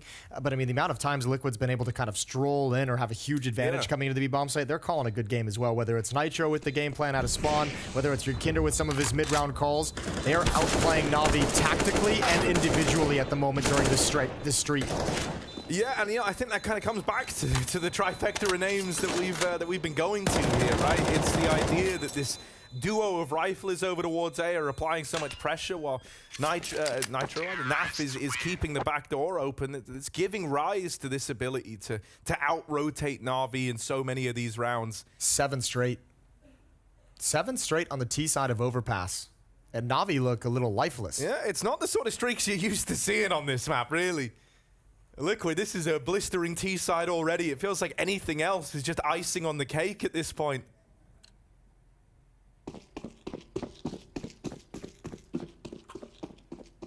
And you know, it's kind of wild. We always say you kind of hit that like 2-for-1 point on CT sides where the money just bottoms out. And it's insane that Liquid have been able to keep the streak up this long. Like, normally you hit a point of like freedom if you're Na'Vi. You hit that one round where you do well, you keep like 4 alive, and you kind of get out of that hole. They've just not had chances. These rounds have not been super close. Vecto flashed off the angle. Yakinder leads the charge, traded after the first by Electronic. He's in hot water. Trying to reposition over onto the short side. There is this com flank as well. Going to complement it quite nicely with Electronic's aggression. They can pincer this short man together. Nitro, a short man indeed as he ducks under those bullets, but Bit will come in with the trade. I still don't think Na'Vi really know where Liquid is on the map. I don't think they really have a great feel for it. SDY shifting over towards A. Bit and simple. Controlling short, and Liquid is patient. They're waiting for the information play. They're waiting for the movement from Navi's defense. They're waiting for an indication. 45 seconds left. Yeah, I think at this point, Liquid know they've done such a good job of getting in Navi's head early with these rotates that to slow it down and just, you know, remove this flow of info is brilliant. And both players are looking at Con. Both players looking into the connector.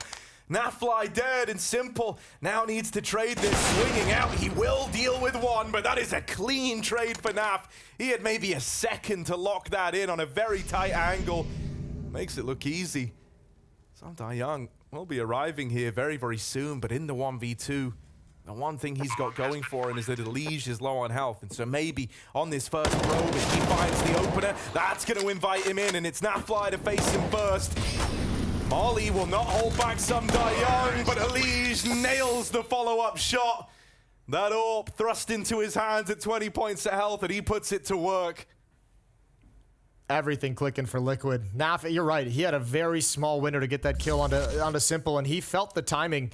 He just started shifting his gaze over, and you're right. I don't know. Both of them staring up the stairs. I mean, Bit's obviously trying to cover Simple with the AWP looking up the stairs, but just took too long. Previously, he was shifting between the two angles. He was checking both once in a while, and for whatever reason, he just never came back to check the short tunnel. This has really gotten away from NAVI in a bad way. Yeah, and like simultaneously to that, it feels like everything's clicked into place for Liquid, doesn't it? Ooh, all right. Clean dig for Perfecta to open up this round. Spam damage from NAF and response. Simple. Didn't even get to play this time round. He's down at 4 HP. Hadn't even seen anyone yet. All right, let's see what Alicia's got out towards long. OC's going to come join up with him. Bomb still dropped, but centralized.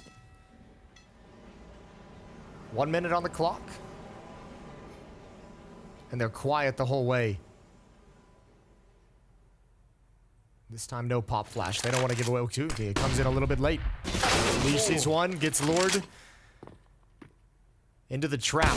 OC, good shot. Is he going to get another one? Bit missed an opportunity, and there it is, the second. OC having a chance for impact, and he's delivered with 2. Yeah, and he's had a kind of strugglesome start, right? A lot of leg shots on this AWP, and those just hurt. Feels like he's so close to being on the mark. Well, he nails both of them when it really matters. I don't know if there's time for OC and NAF to actually run all the way back to the A bomb site. Nitro's going to push forward and clear it, so Nitro has to turn this into a flank. Oh, he's trying to turn it into a fake. He's hoping that lobbing in this working. forces the rotate, but no, NAVI are sticking to their guns. Sumda Young with the mag 7. Oh, no! Oh, dear! Oh, but don't worry, Simple should have saved it with that kill there. Nitro going to arrive, but just seconds too late, maybe. 3, 2, 1, and Simple is away. Just wins it by hiding. Just falling short of that one. The flank a couple of seconds too late. And a stack that didn't budge for NAVI. And Simple had that 4 HP the whole round. He got spammed out right at the beginning. That's crazy to think, right? Yeah, imagine if NAV had just converted that kill. It's a whole different story. Oh, that's just Team Liquid running out of time. Yeah, SDY a little frustrated the Mag 7 didn't connect with the second shot, with the second salvo. Even NAF was surprised. Yeah, I've always said it. Mag 7 is like simultaneously the best and worst gun in the game. It's just a dice roll which one it is in that bullet. Oh, here we go. All right. AWP aggro, and they're both going to meet over here on short. Simple and OC are both poised to take this, but it's Electronic to break the silence. Moving in, he will get traded after one. Simple hangs around the back of the smoke, but Elige punishes in a very big way. It's him and Yakinda on his tag team again, trying to rise above it all, but Sumda Young puts him in the dirt. Dancing around, Flash finds him, Bits got him from the heavens. Lovely little interplay between these two. It's left to Nitro. Trying to get double digits for Liquid, but he can't get it done. Sumda Young locks in a 6-round half for NAVI.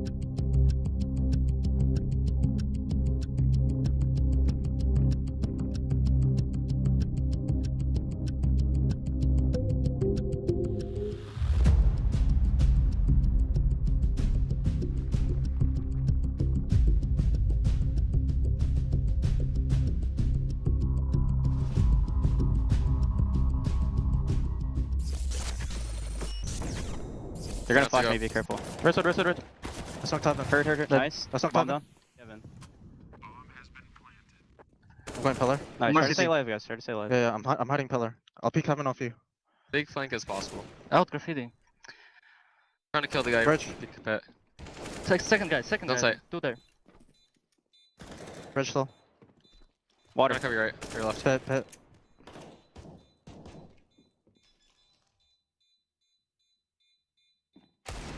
Nice.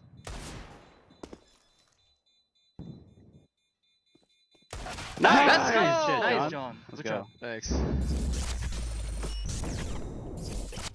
Well, getting to watch that one back was interesting. That was kind of the beginning of this huge old streak for Liquid that saw them go 9-6 on the half here. On Navi's map pick as well. Team Liquid now moving over towards this CT side of things. Yeah, that was the first of an 8-round streak that Liquid went on in the middle portion of that opening half. Absolutely devastating. Navi's going to try and replicate things. Perfecto goes 1 for 1. Dooley's on a leash as well. Over at the stairs, SDY and Electronic. Dooley's can't get the job done. And Yakinder can't get the job done. SDY continues to step up. Yeah, it was him in round 15 who really put on a show down in that B site to find Navi a 6th. He's kickstarted this second half in a big way. That's a double Glock kill in the connector. Serves Navi really well in this round. They've got the B site. They know the Nitro's over here in middle. It would almost be impressive to find a way to lose this one. And so they simply won't. Navi arrive on this T side with a pistol round already under their belt.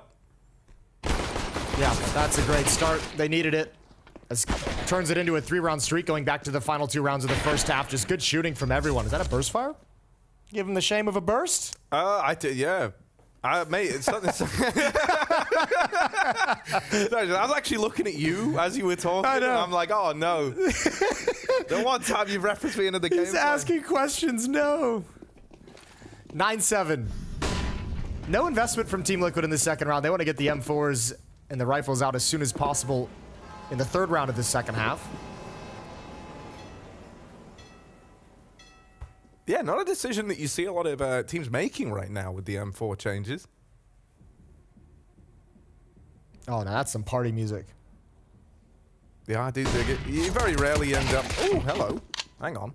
That's a good flash to open this round up. Some Die Young. Yeah, he kind of wants these kills, but also he's responsible for the bomb. Yeah, so he exactly. just decides, like, okay, maybe I don't need the money that bad. I'll get out of here with the bomb in tow. Still, if you're Liquid, you just heard him legging it all the way through spawn. So this one almost becomes quite easy to figure out what Navi are going to try and do here. It moving down through the long side, but there's a lot of bodies inside of this site already for Team Liquid. Kindar with that Galil, first man to fall, and now the USPs run into the open and try get their hands on it. Osi with a clean couple of taps off that USP, and Elige has retrieved that gun from Truck. They lose OC, and Elige is sure to follow. Even tagging that fly, they know he's in the bank, and they just run him down. Another tag, another dink out of these USPs. They're deceptively lethal in this round. Still, Navi get out of it with 3 in tow. Yeah, it got interesting, but just overwhelming firepower for Navi. Here we go. This is what Liquid saved that round for. 5 rifles, 3 M4s, and 2 FAMAS for Team Liquid is the loadout for this first gun round in the second half. 9-8, 1-round lead. Let's see what they can do with it. Elige using the A4 as we... Well, social media had the interview of him mentioning exactly why. Just felt it was more comfortable for the range of fights that he typically takes in his positions on the maps. Feels the multi-kill potential is a little bit better with it.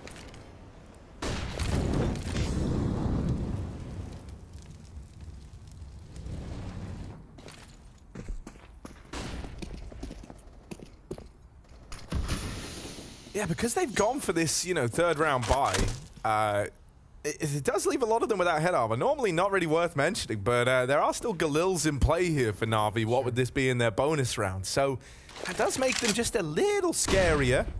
Does leave them without kits also, so keep an eye on that when the post-plant comes in. If the post-plant comes in, it's going to have to be a quick retake. Defensive utility being deployed.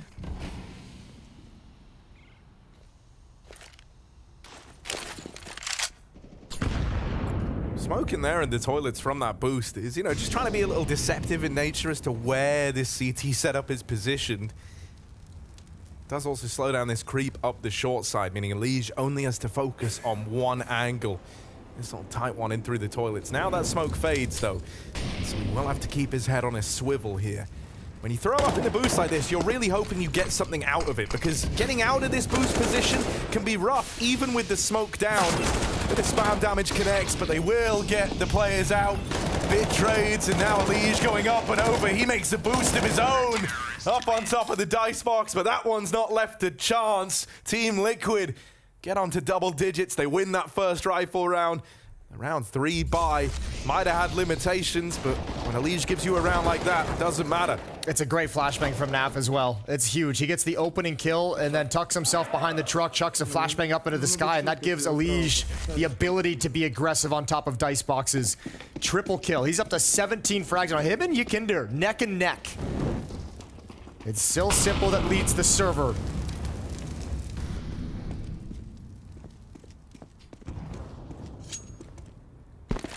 Yeah, I haven't been very impressed with the util usage out of Liquid thus far. I feel like so many of these fights that they're in, the guys they're against are just like blind. At bare minimum, it's like, even in like these bait and switch rounds in that first half over towards toilets, they were kind of knocking out the bait and switch component of it by blinding the bait player. Nitro getting aggro. Alongside him is Ykinder, and this time won't have the flashbang to get them in, but they do have one later from NAF if needed. It's never needed, though. They mop up everyone over towards the monster side of things. Even a TK in the midst.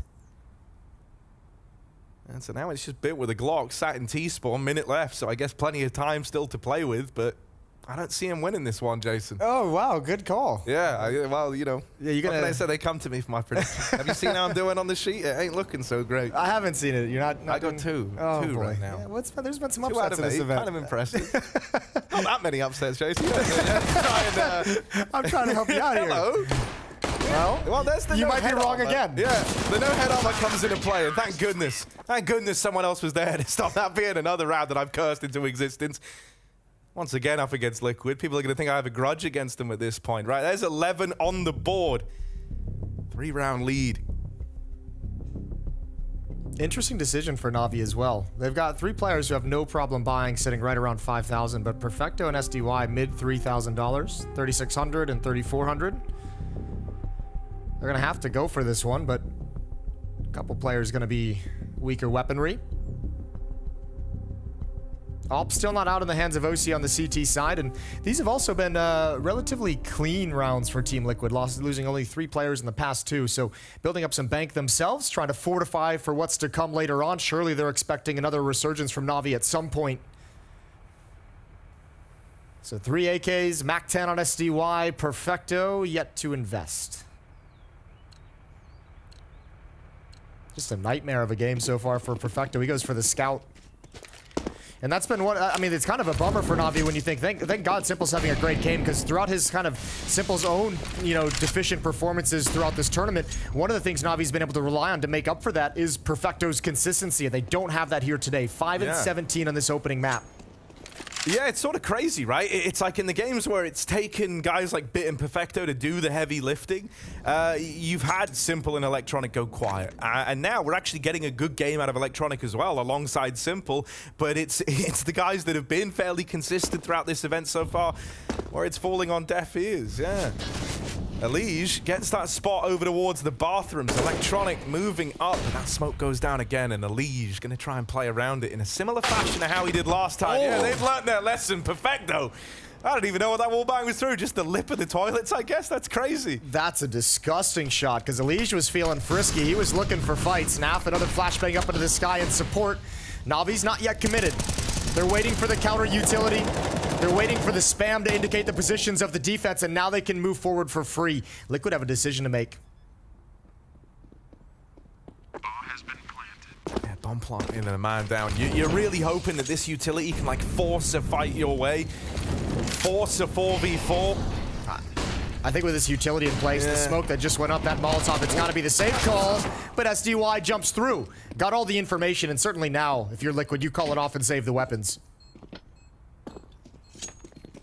Yeah, that one gets a little bit awkward, right? You back out to play retake there after losing a Liege like that, and then you have the volley of util coming in. You're dead on, right? It felt like really nice from Na'Vi to kind of hold on to those smokes. Once that retake utility came in from Liquid, they were so quick to just fully negate it by smoking off the top of Dumpster. It's like, oh, well, you aren't going to come through that, are you? And we don't have to fight you either. It was quite a nice feeling, really, just getting to play the numbers game and forcing a save out of Liquid. It helps when the opening kill is so clean, right? Because like you don't use all your utility. Let's see it right here. Ooh, he's looking for it. Yeah, right through the edge of the firewall. It's even crazier than I thought. That ain't bad at all. Nice little SWAT team from SDY through the smoke. 2-round lead for Team Liquid. Now we have the op in the hands of OC, but money's an issue for the CT side.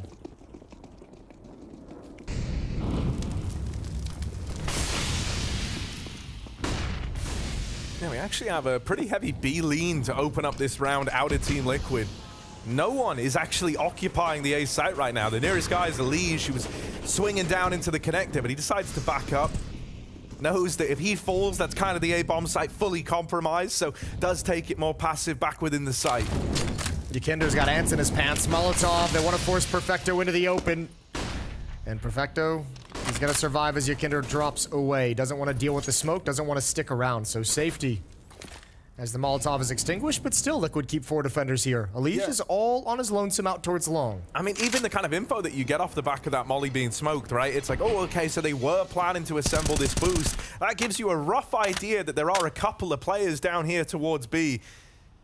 They start to dismantle this stack now after it goes quiet for a moment. Liquid might be given a taste of their own medicine here if they're not careful. They were doing this to Na'Vi all T-side long. Just going quiet, these lulls in the action, forcing a rotate in the CT setup. It's gonna leave this B site that much less defended. OC is here on the AWP, playing around the pillar. They line up for him over at short. Does miss the flick back, but a 2-for-1. It ain't bad. He skewers the short play. Perfecto with a trade onto Nitro, but a man's already dropped in. Yukinder fast to arrive. Leaves it all on bit in the 1 versus 3. He's got 20 seconds. Bomb at his feet, but he's moved past it. Instead, he's hunting down this trade. However, Nafly repositions nicely around that util combo at CT and was ready to trade. Great double from OC. Well, obviously a little bit fortunate as they line up, streaming up, but a good shot to hit. Oof. That sucks. Flashbang was popping in front of the pillar. Nice! Up pillar. It's rough as well, because like you actually end up losing 2 of your big firepower pieces in that round in 1 instant if you're Na'Vi. You know, Sumda Young is kind of the reason that Na'Vi even embarked on getting a few rounds to end that first half in the first place. And despite the fact that Liquid started, oh, missed shot, Dink, OC's in trouble, gotta back away. Yeah, good Molotov to cover the retreat. Alicia's gonna help him out with the kill on towards Bit, make sure he can fall back safely. Yeah, I was going to say, they just shifted away from that B bomb set, but Yukinder was close enough to be there quickly. Yeah, he could drop down, right, and immediately play that heaven rotate. Nice little detail. Gave them a lot of presence over towards A and still kept that third man feeling present over towards B. And Yukinder's doing what we know he likes to do, just starting to push and get information and make the map feel a little bit smaller for Team Liquid as he's saying, hey, there's no one outside B. There's no one outside B. So Nitro, you shift over to the A-bomb side. I'm going to wait. I'm here in case they try and fall back. But for the moment, we don't need you here. So defense gets shored up. An already strong defense gets even stronger. And it's just a scout and pistols, not even armor. And there's the scout that hits the deck. Yeah, last time you went for this A play, right, you kind of forced Liquid into a retake setup. That's not happening with all this info that you talk about. They wanted to fight that every step of the way. Some die young. 1v5. Go and grab Is he winning it? I don't fancy his art. I think he probably just dies to this AWP. Hey! Nice. OC nails him. Well done. And that's 3 in the round from the AWP. OC starting to find his footing in this second half. Yeah, well, I mean, he didn't have a whole lot of kills in the first half, but you had Yukinder and Alij opening everything up, right? And when your riflers are having that much success, the Omper is just kind of like, oh, well, I don't have to do much. This is cool. No, the only thing that was like worrying is just like if it was like his first 3 fights versus Simple were all like leg shots, and it's like, oh, that's just not a good eye test. But then it's like, yeah, like you say, everyone else was kind of making up for it, and now on this CT side, when he's able to just hold these long sight lines, he's more than comfortable there. Yeah, he's chilling. Dude, third tac pause used for Na'Vi. Not a stranger to see them get through them, but they have been getting through them very, very quickly throughout this entire event. I don't think Liquid's used a timeout yet. They've had a great time. They've had no concerns. Everything on the T side worked. Here on the CT side, they've recovered. They're not letting Na'Vi build up any kind of momentum. Just a single gun round victory for Na'Vi. 4 of the last 5 in the favor of Team Liquid, and they're 3 rounds away from stealing away Na'Vi's map pick.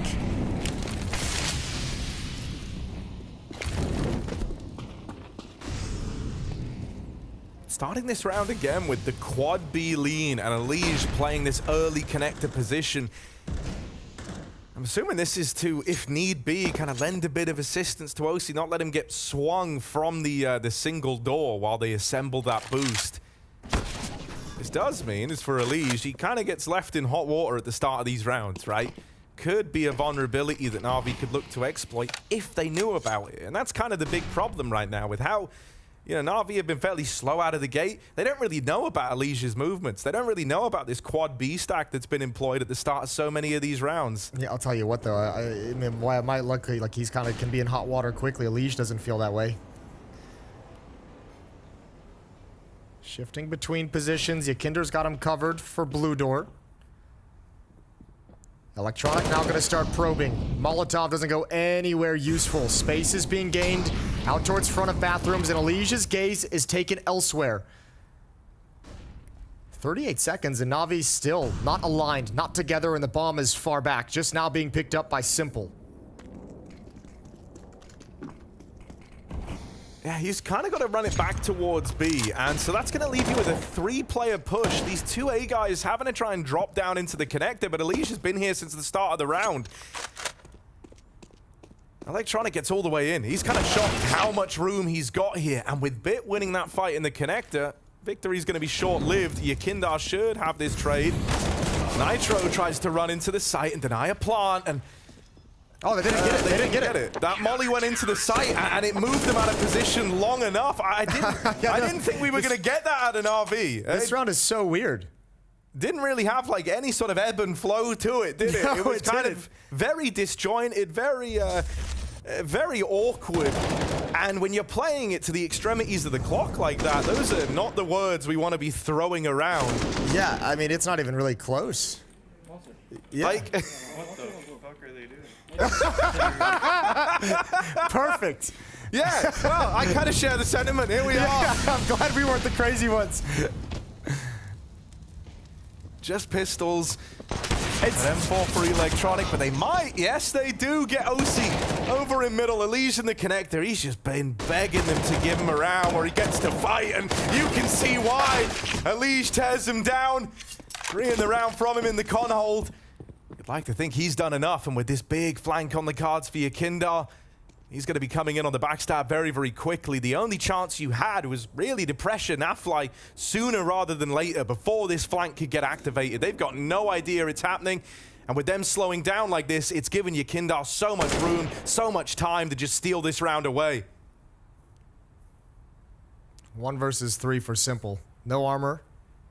At least he's got the bomb. That might be the only thing. Maybe if you want to give him a second thing, it'd be the clock, but Naf's pushing. 15-9, Liquid have 6 chances. I'll tell you what, one of the worrying signs for Na'Vi, I feel like it's been a while since we've seen a round that disjointed that ends by them timing out and not being able to plant the bomb. That used to be a symptom of Na'Vi on their rise up when they hadn't even really figured out exactly how they wanted to play and become one of the best teams in the world. Identity. Yeah. That was one of the constant criticisms, and it's been a while since we've seen it creep back into their gameplay, but here it punishes them harshly.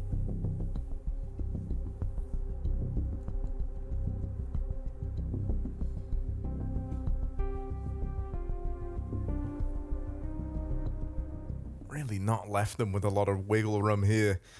And, you know, you already kind of had that feeling after the first half that Liquid had done the legwork, that they'd kind of done what they had to do to open this up. Yeah. Then we had Na'Vi winning the pistol. That was the return to being hopeful. But it's kind of continued in a similar fashion of that first half, really. It's like Na'Vi very present in the opening stages of the game, but as it drags on, as we kind of have this back and forth continue, Liquid have looked far better. Na'Vi just don't have solutions to this.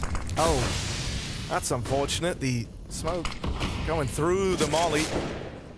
Yeah, everything that can go wrong is going wrong for Na'Vi.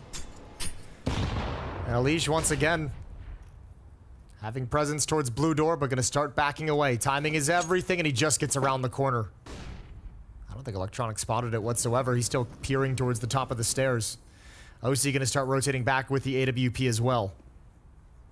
Nikindar with this aggression outside of B. Perfecto wasn't ready for it. Ooh, Simple, this should be an easy trade.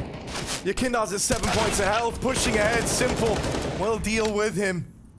That's a huge win. Oh, I don't know if OC spotted that. He's going to fall back. Yeah, he did. Takes the angle. Electronic's still going to creep his way in. Alicia's starting to come back from long, and Electronic has no idea. He is dead meat. Easy kill and no access. These lurks aren't working. And Navi, a man down. And Liquid on the verge of taking the opening map. Might be NAVI to steal it away. They've boosted him up, put him on a pedestal inside of this inside of this B site. Yeah, playing it safe for the man advantage. Playing for the retake, playing to just grab one additional kill on their entrance and a miss smoke. That is brutal, and that's not the kind of mistakes you want to be making at this scoreline. Still, Sumda Young could remedy it, and the molly is even going to burn out Nitro. Okay. All right. They miss some util, they land the others. OC in the 1 versus 3. This is a round he doesn't even really want to attempt anymore. I feel like that round just came out of nowhere for Navi. Triple kill for Simple in the round. But OC is going to be able to save the AWP. He'll be able to drop weapons as well. Probably needed on Elige, who's got 24 kills. Him and Yakinder have just been right there together this entire map. 25 and 24 for each of them. Yeah, one of the things that's still really concerning to me is it feels like, you know, you're going to hit this point where like a pace change maybe feels like an inevitability, right? Like, and I don't know, it just concerns me that because we have Elige playing this like connector spot early and then like playing A solo at the start of so many of these rounds, it's like Navi still don't actually know about that quad B lean that we've been getting. So if they do, you know, run one of these faster B rounds, try to be a little more up-tempo, they're going to encounter something that they haven't seen yet, something that they might not be prepared to deal with down at that B site. The vulnerability, if you do want to change the pace, is found over towards A right now. Yeah, let's find out. Navi, all 5 players towards the B site. This time a little bit more manpower to start over at A. Alicia's going to come down the stairs again, but OC's off is out towards long, and here's that pace change, but here's a double kill from Nitro. Once again, a huge deficit for Navi. Perfecto claws it back. At 3-on-2 with a minute and a half remaining in the round.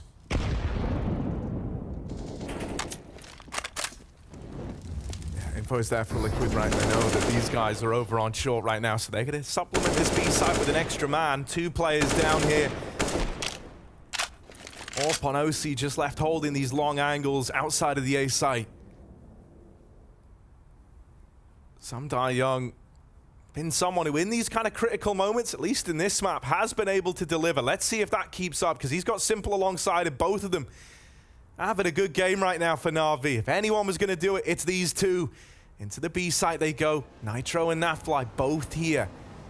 Playing for this trade at bare minimum. Sumda Young, that was a chance, that was the opportunity, and it sails right by, and they don't know about Nitro. They still haven't cleared this, and so that's a freebie. Simple's now going to do it alone. At least has the info on this close player. It's a good flash to leave Simple blind. Bit of room given to OC as a result, but he's missed this timing. Simple creeps underneath the heavens and wins that fight. A 1v1. OC, he's landed so many leg shots on Simple throughout this series. Well, finally needs to convert one of them, and he will. Liquid steal away Navi's map pick to open up this quarterfinal.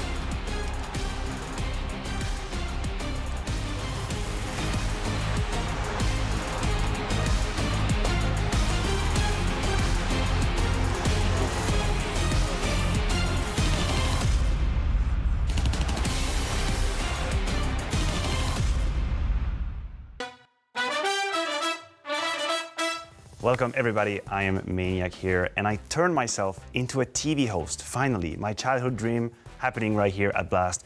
We're playing The Right Price, presented by CS Money, and I have in my company Nico, Twist, and OC.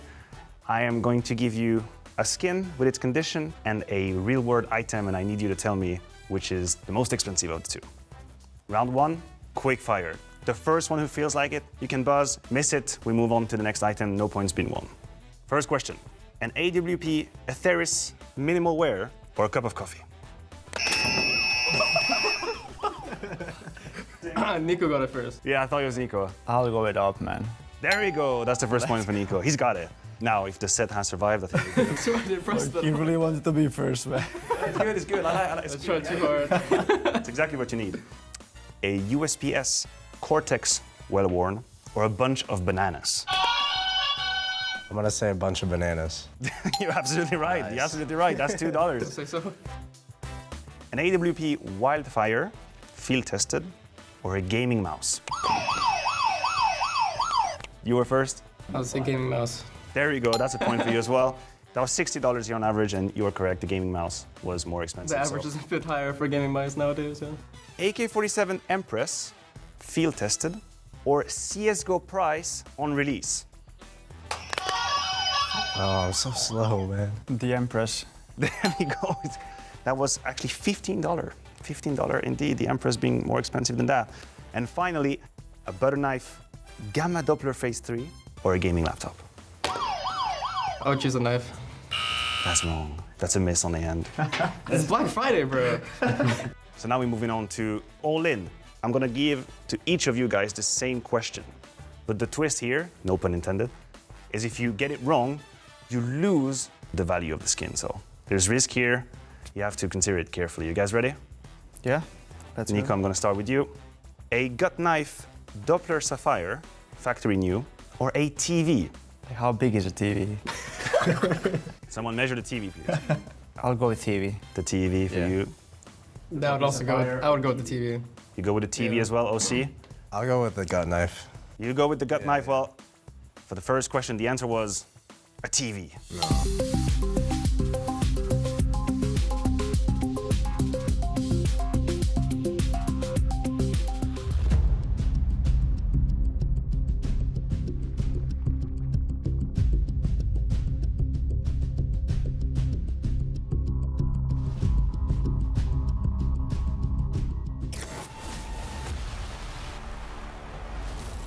Daps, you guys just beat NAVI on their own map pick on Overpass. Let's take it first half first here, because you guys were on fire on the T side. What was the secret right there?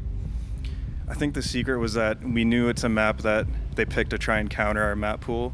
It's not a map that they're particularly good at. They're just trying to make us uncomfortable. We know how they play. We scrimmed them before this event on it, so we just have a good knowledge of how they play the map and that they're not that comfortable on it. And now in the second half, you know, you guys on the CT side just closed down everything. We saw at the end here, Simple trying his best to claw themselves back, but you closed them down. What is going to be the secret for you guys going into the second map? Just keep doing what we're doing, honestly. Just stay focused. You know, we have a game plan for every map and just follow it. And how did you guys prepare before you guys went into this match against NAVI? Well, we played them recently at a previous event, so we honestly had a lot of prep done already on them, and they have their new player now where they kind of swap them in and out. So we just did our prep as normal and just same stuff as always. I'm not going to go into details. Zimzalabim, it is Liquid to absolutely drown out NAVI on their own map pick, no less. Some great words from Daps coming off that map victory as well, because it really was the T side that was a huge difference maker. 8 rounds on the trot in that first half, Jacob. I think he's right on the money, because he's highlighting a problem we didn't get to address that much during the pregame as well. The fact that NAVI right now, we talked about their weak map pool, how Liquid potentially have the upper hand. I think he's spot on when he's saying that NAVI tried to counter Liquid by picking a map that themselves not necessarily too comfortable on, but they thought Liquid would be weaker. And how many times have we said that about NAVI? In the dominant period, in the beginning of 2022, we argued that NAVI had the most complete map pool in the entire world, whereas of now, with the removal of Dust 2, with the stand-ins coming in and out, with the drop in level, feels like NAVI's map pool is completely gone. Yeah, they had a few issues, honestly, on that CT side of Overpass when it comes to NAVI, and I think this is where they lost the first map, very definitely on the first half, sorry. You start with Bit, who was relatively invisible on the A side. I think Yakinder and Elise did a stellar job by shutting him down whenever he tried to play aggressive. He was found almost immediately, which left Simple on an island. And the other issue are NAF lurks on the B side, which they somehow couldn't handle at all, couldn't manage at all. Sometimes Electronic was being too curious, immediately punished by NAF. Timing being found, Perfecto goes down. You had so many troubles. You were playing, was the game when you're playing, you know, when you're trying to tap? Whack-a-mole. Whack-a-mole, thank you. Whack-a-mole. It was whack-a-mole for NAVI, and they never really caught them all. Yeah, that's very painful for them indeed. But when we're flipping things on over to the Liquid side of the equation, 2 names that you threw into the ring, obviously Elige and Yakinder, just lights out from the very beginning of this series. Yeah, definitely. I mean, on the T side, they were pairing up, and it's something that Moses brought out of the cast, pairing up to take the space on the A side and found a whole lot of success, a whole lot of very offensive trades. Here we have a couple of examples, of course, and I think on the CD side, Elise did a stellar job on A. We had a plethora of multi-kills. Yeah, for sure. We can't forget the fact that NAVI actually were up 4-1 on that CT side, while you thought, this could be a rough one for Team Liquid starting on the very weak T side on the overpass. But as you said, Yekindar Elise in particular, I was surprised by his impact on the T side. We know him to be more comfortable, I would argue, on the CT side. Yeah. That's when he finds his best level of play, whereas Yekindar, of course, for whatever tournament in a row, is he the highest rated in the opening kills, and he will probably continue to do that for the rest of his life. But the fact that you had those two combining on a T side like a overpass, it gave so many rounds, gave so many favorable situations to Team Liquid that it was enough, even though they got off a little bit slow to the second half. Yeah, 8 multi-kill rounds in total for Elise to be ending out this one. 6 for Yekindar as well, which is just so deadly. And this is what makes me so excited when we're kind of rolling back to the prospect of, Yekindar joining Liquid. We were talking about these two kind of being a two-pronged attack. That was exactly what happens on this map. Yeah, and I have to be honest, in the last few months, it's been relatively rare to see these two pop off at the same time. Remember, this happened in Cologne, and this is where sort of everybody bought out to the proof of concept that this lineup was. You said, oh my god, Yekindar is Elise together. Jeez, that's absolutely blistering. And then one of the two was always a little bit missing. I think Yekindar obviously is having the main spot, and he's having the most attention on him in Liquid. But in this tournament, prior to this series, he was the one who had the biggest deficit compared to his last 3 months. So it's great to see him pop off, and Elise, that's the deadly potion. I do want to highlight OC as well, just a little bit in this one, because we talk about Yekindar, we talk about Elise being fantastic. You have an AWP role within Team Liquid that is yet to be completely fulfilled. And let's be completely honest, OC didn't find that much impact in this game. It wasn't needed though, right? They were still in full control. They were still nowhere near losing to NAVI. So there's still even more potential to be decided within Team Liquid. Yeah, and of course, moving on to their pick, which is going to be Ancient. This is an interesting one, particularly when we're rolling back in the history books as well, because they faced NAVI on this particular map before. And it looked like NAVI were going to be the ones closing out when we saw that first half, but Liquid actually managed to get 13 CT rounds the last time they faced. That was impressive. Down 12-3, right? On a map like Ancient, it's a massive comeback to come in for Team Liquid in that one. I remember seeing the game and I thought after that first half, sure, it's Ancient, sure, you can make a comeback, but Liquid didn't have a lot to offer on that T side, and all of a sudden, that CT side, we just saw them again, Elise, Yekindar, all the players contributing and shutting down NAVI, and that's something we've seen, and that's a problem for NAVI as well. The T sides, and I would almost argue the creativity coming in from NAVI, if their plan A is not working, seems like plan B is pretty weak, and plan C doesn't exist with Electronic right now. That's an issue. Now, that being said, though, NAVI gets to start on the CT side. I think that's a massive win right here. Yeah, that's where I was going to go. I think the pressure on NAVI for this first half is immense. I think they have to post one of the strongest CT side we've seen, because I'm with Jacob on that one. The usual ability from NAVI to figure out solutions, to either slow down or quick up the pace if they have to, I haven't seen that on Overpass. Yeah. And now on Ancient, the defense has to be strong. Well, let's check in with Danny to look at some of the finer details coming into the grounds of Ancient. Yeah, last time we saw these two teams play at the Major, it was a battle of the CT sides, and Liquid came on top. And I want to actually break down one of the retakes that we saw from Liquid. A lot of times we talk about the site defenses, but it's actually the retakes that can also make a difference as well. So here's one round. You'll see this 13-14. NAVI are coming into this B site. Simple finds his kill, makes it a 3-on-3 situation. And this is where the retake comes in from Liquid. Now pay attention to the utility that you see here. So you see that OC comes in here towards the CT side, first throws a smoke towards that ramp position, and what the smoke basically does, it blocks out anybody who could be playing behind this ramp side, so it's hard for them to kind of defend the site in a post plant here. It's hard for him to help his teammate who might be over here in this area right there. And as well, he's going to couple that with a Molotov towards default. Now, this is a good Molotov because typically when you throw this Molotov, somebody obviously has to plant the bomb, but usually the smokes that are here and here are faded by then. So he's basically out in the open, and that's what this Molotov is designed to do. Nitro, he peeks off of it, using that Molotov to force out that player. Next, you'll see OC tosses a flash in to allow both sides, both the player from this right side and the left side, to basically come in towards the site. Now pay attention right here, you'll see that Nitro, as he comes out, he's going to throw a smoke towards this cave position. Now the smoke obviously to block off one of the common entrances, but look at the way he throws it. It's done a little bit deep. It's flushed with the entrance here. It doesn't bleed out, making it so that it's not possible for Simple to kind of lurk out of the smoke when they try to pull off this retake. Next thing you want to pay attention to as well is here. Look at Elite. Look at the way he crosses the smoke. He jumps across. And the reason why he does that is to avoid the pre-fire of Simple, who's going to be expecting that cross to come in. So Elite jumps across, avoids that pre-fire. And once they're in the site, now it's a 3v2 situation. They fake the bomb. They've now got NAVI in a situation where both these players, they have to make a move on the defuse. You see, that's exactly what happens. Eligi's able to find Electronic trying to fight through the smoke, and then Simple, he's trying to spam the bombs through the wall. OC basically goes through that smoke they threw at Cave to find him on the side. So although Ancient is a lot about the site holds, it's also about the retakes as well. But I think this one really comes down to who starts on the CT side first.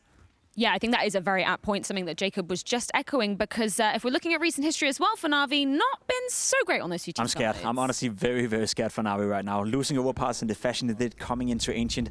We talk about the CT side being super, super important for them. We saw them play at this tournament against Heroic. It didn't look good whatsoever. Simple, I think he had 18 or 19 kills in that CT side, yet they were still only managing to get 5 or 6 rounds. So right now, I am afraid that Na'Vi have played their last game at this tournament, unless something we haven't seen at the tournament so far happens. Look, I'm confident in 2-0 for Liquid at this point. I picked them. I thought it would be more competitive. I thought we'd go to 3 maps, but they've done the job in Overpass. They have the keys to the castle now on Ancient. Yeah, and of course it is their map pick coming into the grounds of Ancient. Last time around we saw these two teams face. It was an absolute mega comeback on that CT side, and that is exactly what we're going to be fixating on coming into this one. A spot at the semi-finals on the line. Let's see if Liquid can do this one 2-0.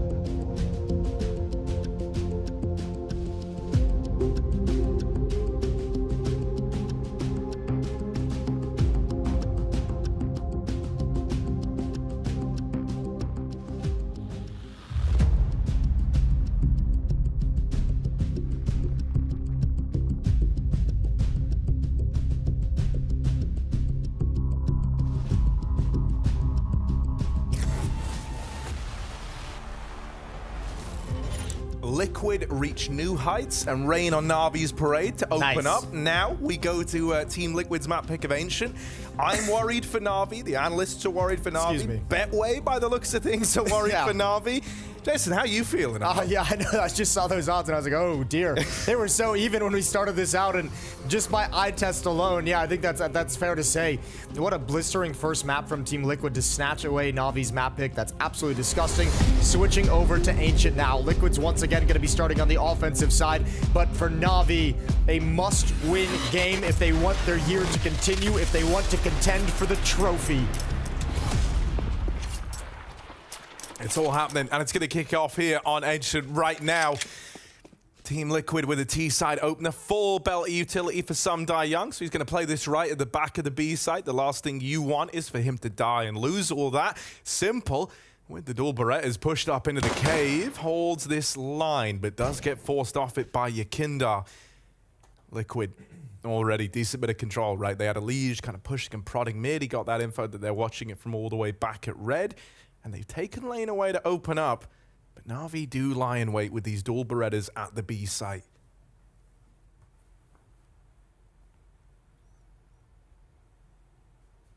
Patient. Same thing that Liquid did on Overpass. They just waited.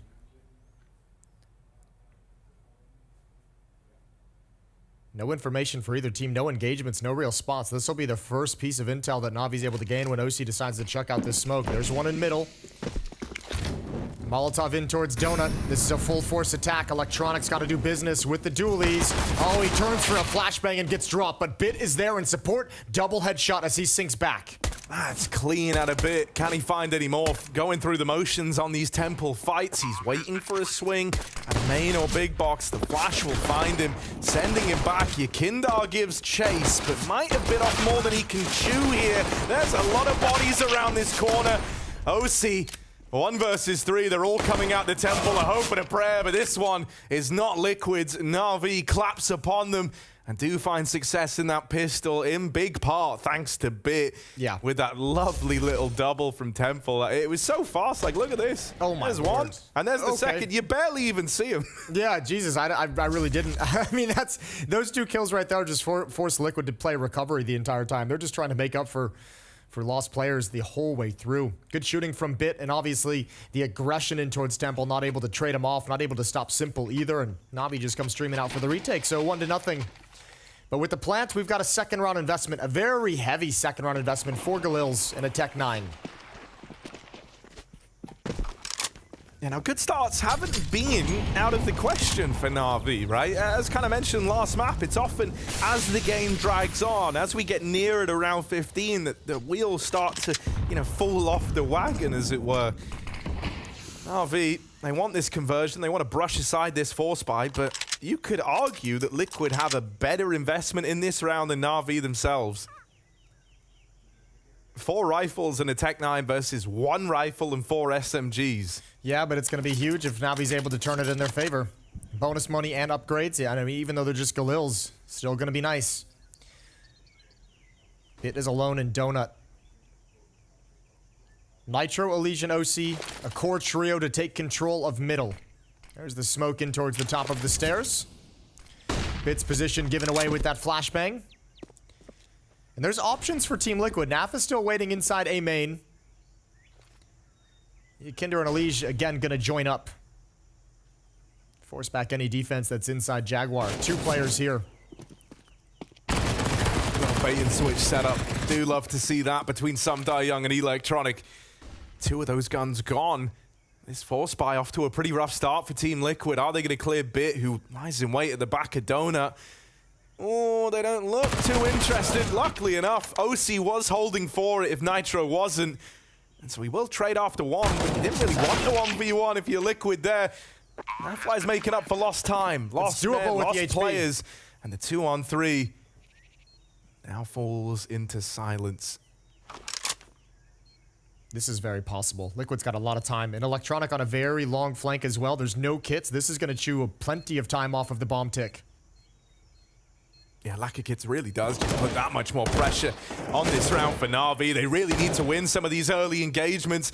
Nav swinging back, will get caught from the main peak, but OC, now if he just tries to play around this bomb, play the time, it's really rough for Electronic, and that's going to decide it. He knows that OC can fully just play the timing game on that one. Doesn't need to give him a fight. He can just be reactive to those bomb taps, and With no kit in play, as you mentioned earlier, that was a done deal. Liquid able to recover the most dire of starts, but they come out with the win. Yeah, I mean, OC opens up the door with that trade and Donut to allow them into the bomb site. Bit was the only real defender there.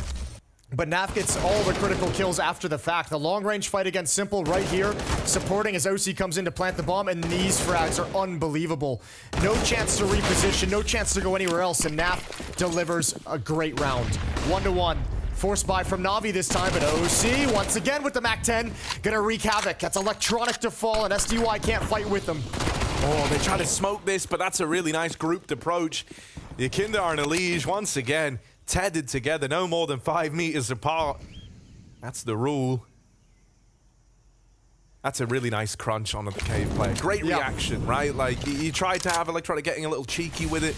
And those two obviously did phenomenal on Overpass, with the way that they kind of paired together to take out players at long and in bathrooms. If that duo can get going again on here on Ancient, it might just be all she wrote for Navi. 5-on-3 in the favor of Liquid, but Yakinder and OC very, very low. They might have to either play passive or just kind of be cannon fodder jumping in. This is recoverable for Navi. And this Sumdayong 5-7 is fairly blessed. We learned that in their 4 spies on Overpass. And this round, it doesn't serve him well, so Perfecto is going to give it a go.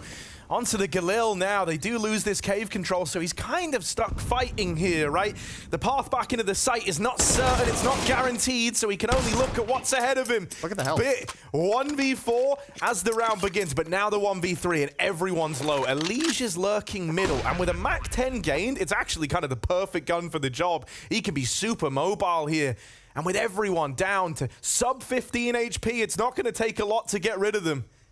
It's just whether or not Bit knows that, and he doesn't. I think he did. I think it had to have been called out by a few players. Dinks or massive damage being done, which is why I went to go investigate. But in a 1v3, without knowing the position really of Elige all that well, if no one's given you a fight, there's really no purpose to go for it. He's going to save his armor, save the MAC-10. Second round for Team Liquid as I string them together. 3 players are going to survive. Money is going to be built up. So Liquid convert out of a win. And can start building momentum. Smiles all across the aisle. Yeah, I mean, they're looking very very switched on today, and everyone's having a good time, you know? There's been some laughter, there's been some kind of shared funny moments, some sick clutches thrown in there that have had, like, the big reactions. Some incredible sequences and incredible clutches from Liquid that gets everyone feeling good. I think it's just that kind of feeling, you know, I think they can recognize it too. They're feeling a bit like, you know, a well-oiled machine right now. It's all just clicking into place. Doing wonders for the confidence. That's been a good talking point for Team Liquid as well. Like in recent times, is a lot of focus in some of these interviews has been on a lot of the mentalities that they just don't give up, don't quit. Obviously today they haven't really been put in a position where they'd be forced to quit. They've been playing from the front. Yeah, yeah.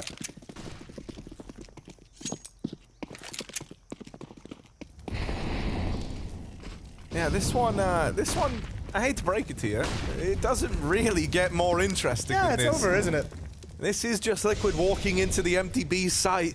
NAVI taking a gamble. They had everyone at B early. You don't hear or see anything. There's no hints that there was going to be a B play, so they went in group, gambled for A instead, and they do get this exit on an AF. So honestly, that's a great save that AK. You're more than happy with it. Yeah, you're going to be very, very happy with that. Even a smoke picked up, small but important. Now the last time these two teams played this map was at the IEM Rio Major. That was a 16-14 victory for Team Liquid. Close as you like.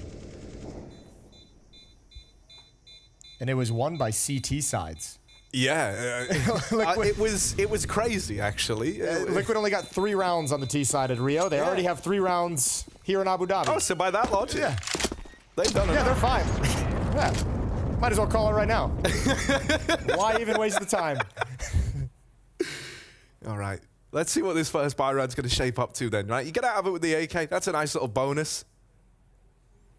Is it going to feature that AWP? Does the AK save allow it? I think it will. Yeah, it has. That's dropped over into place. So we get that AWP out from the get-go for NAVI.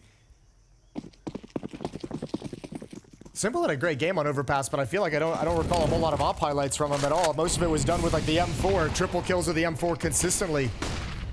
Yeah, you know, we kind of had it at the start of the game, and then they entered that horrible time period with the money where they just couldn't really look to bring it back out either. Electronic fighting on an island in middle, and Nitro, he swallowed that island up. Bit and Electronic both dead. Here's a chance. The tides are rising, the tides are turning. Simple with this AWP has got to be the man to do it. From behind the big box, focused on Donut. Flash goes in, but does not find him blind. Tries to get out of there, but can't escape with more than one. Sights lost. Rounds lost. NAVI looking like they're going to have to save. Well, SDY, he can go for this. I feel like he should at least see if he can get one kill in towards Donut and see if you can make this retake happen. But Perfecto looks like he's already called the save. He's in the same line of thinking. SDY is close by to try and thin this out. He could have turned it into 2v2, but I think it's the lack of kits. I think it's having no kits that Perfecto just says it ain't worth. Man, Nitro's going to get the glory for the double kill in middle, but you got to give credit over to Yakinder. That's the second time we've seen him walk through that smoke past Jaguar, and he occupies Electronic's complete attention. For so long, Electronic has to be focused behind him. And Utility's being streamed out. Electronic support gets Molotov, gets blinded. That's perfect coordination from Team Liquid off the back of Yakinder, taking attention away. Yeah, it's really good. It feels like there's kind of always like another layer to the cool out of Liquid, right? They really like kind of obfuscate the original intention of the round, you know? It's like in this moment here. Look how blind Bit is. Yeah, exactly. Oh. So you're highlighting, and it's like when that's happening, you know that those players in mid, fixated on your kid now, are going to be vulnerable to a flash and a smoke push. It's little realizations like that that are coming together very, very quickly, very, very cleanly for Team Liquid, and we've not really seen anything close to that for NAVI so far. And still, as we just kind of mentioned the last round as well, keeping the AWP of Simple relatively quiet. He goes 1 for 1. Good kill from OC as Simple tries to fall back in towards Temple. Gets it just right at the last second before he disappears into cover. So 2 AK-47s brought into this round from NAVI, picked up on SDY and Perfecto. And if you're NAVI, you got to just be like this. It can't be the way that Overpass was. That 8-round streak for Team Liquid was just NAVI trying to climb out of a hole the entire game. It cannot start that way on Ancient, or you're going to get buried.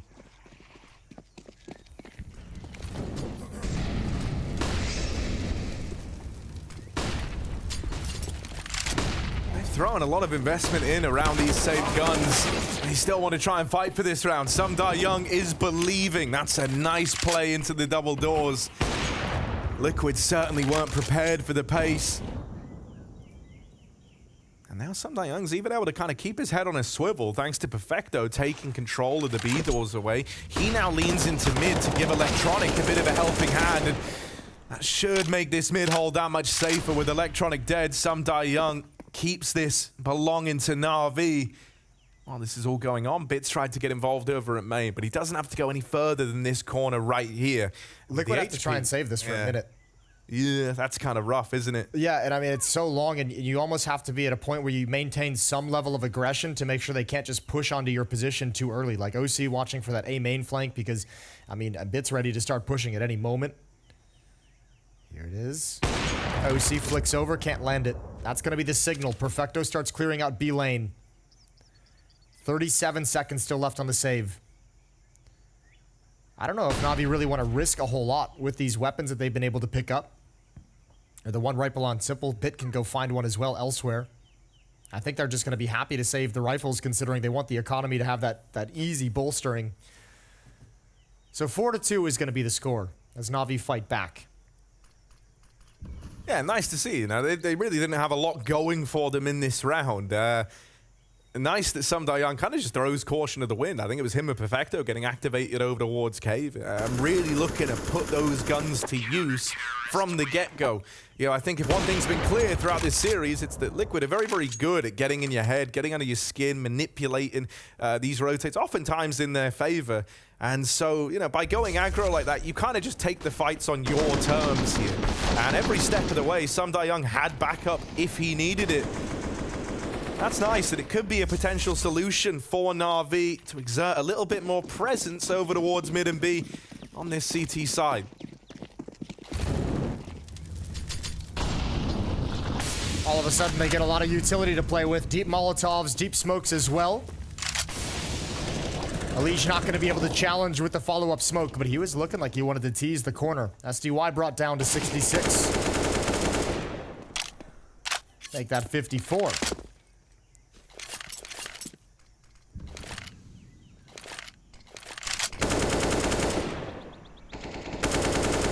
Oh, Sum Da Young is really playing with fire here. I feel like you really rarely see it come out that way around as well, where it's like the CT player on the receiving end of that spam damage. Liquid's like just having the correct blind call. They've just shifted everyone towards A main. So Yakinder and Elige gonna work together to put some pressure in middle. But it's not fooling anyone. Electronic and Bit are coming back towards A. Oh, they're gonna walk right into the stack.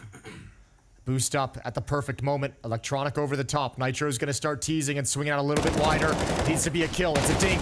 Not completed. 1 for 1. And now they know the position of Bit as well. Molotov's gonna come in and he's pinned down by the AWP. And great shot from OC. 2 kills for him so far. And now Liquid can start streaming for... Navi's calling a save already. They want nothing to do with it.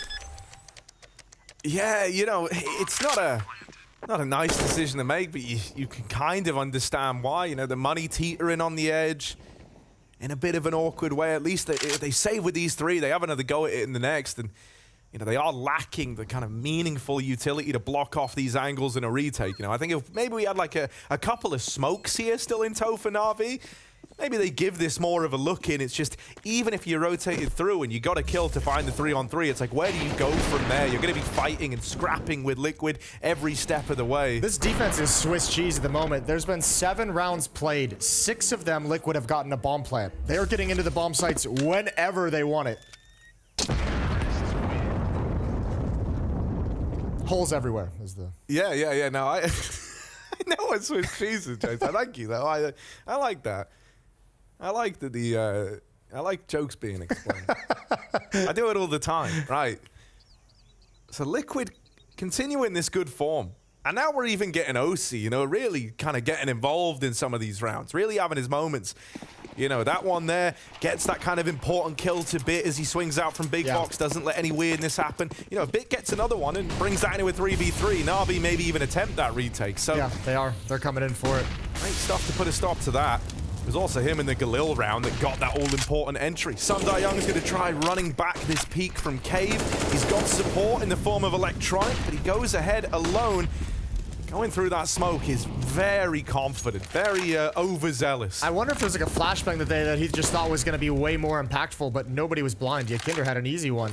This is all down to timing. Which one of the offers takes the angle? Simple now knows what's up. Flashbang is going to give the indication that OC's grabbed it. There's the shot as he gets blind. And Yakinder's up next. Electronic actually challenging this angle, and Yakinder is pre-aimed, but it doesn't matter. It's Perfecto to cut down 2. Lovely little sequence. From someone who struggled back on overpass, little moments like that, where you do turn the tide, they can make all the difference to bring you back into the game. Perfecto now entrusted with this B hold. Simple looked like he was going to go back and take up mid there for a moment, recognizing this gap, but Perfecto said, don't worry, I'll give it a go, I'll get involved, pushes down ramp, and gets the info that Liquid were looking middle. There's a mid smoke as well, but Bit is in donut, so he can call out that it's clear. Na'Vi at the moment just have to be paranoid that someone from Liquid is moving up the stairs at the moment. So Simple alone at the B bomb site with an AWP. Perfecto holding on towards the mid stairs, making sure nobody can lurk and flank. And Bit still over and Donut at the A bomb site. So a split defense completely, and it's all on the shoulders of Simple. Yeah, Molly's going to force him back, and tagged on the cross. He just makes it by. Plant going down for Liquid. Na'Vi 3v3. This is one of the best chances at a retake they've had. Still pretty far removed on Bit as he starts to make his way over. All that util out for Liquid now. That last smoke used on short, but it's going to waste a lot of time. Na'Vi can't really wait for that short smoke to fade. Someone might have to come through it. They're really hoping that someone oversteps. That flash sets them up. And now they look to move in. Nitro back at the site, takes the head off of Perfecto. Has these last 2 just boxed in, and everyone from Liquid. One moment you're not seeing anyone, you're not getting any fights, and the next you're getting 3. That's really well played in the post plant for Team Liquid, and Nitro just kind of hunkering down at the bomb site. That smoke down helps him so much. You can see as soon as the utility's being spent, as soon as OC gets blind, he's able to shift to the left side of the default boxes to find safety as they stream out. And finds his moment to pounce. Yeah, cool yourself off. You got the hot hand, OC. 6-2, 4-round lead, and Navi's back to pistols. Change of pace. Yeah, straight up B-ramp. Navi have not had to contest with this yet. They haven't had to contend with it, and now the B site belongs to Team Liquid. It's run over.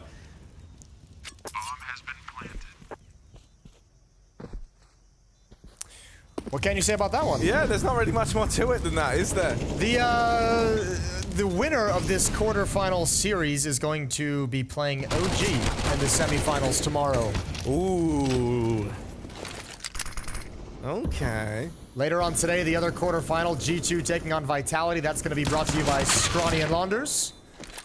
A good couple of days of Counter-Strike are ahead of us all. I think that semi-final, the OG one's pretty interesting, right? Because I think on paper, everyone's looking at that and going like, yeah, you're definitely on the more favorable side. Of the two teams. Yeah, right? Yeah. Out of FaZe and OG, you'd rather be playing OG. You'll take OG every day. But I'll say this, it's like OG have defo been playing like above the level a lot of folks expected of them coming into this. So I don't think that that's going to be, they're playing very well. Some freebie by any margin. There's a reason they got to that semi-final. They grinded their way through the upper bracket, winning their 2 BO3s, and they went straight there.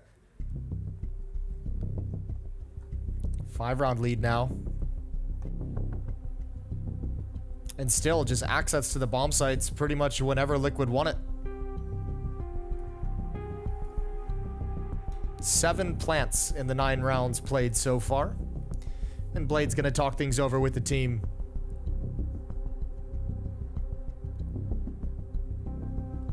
It's hard to call. We've seen Navi even like try and get aggressive. It's not like they're just relinquishing free space to Team Liquid. We've seen Electronic and Bit push down mid and try and play aggressively behind the smokes. We've seen SDY try and challenge down that B lane. We've even seen Simple with the op trying to peek down that B ramp. It just nothing's working at the moment.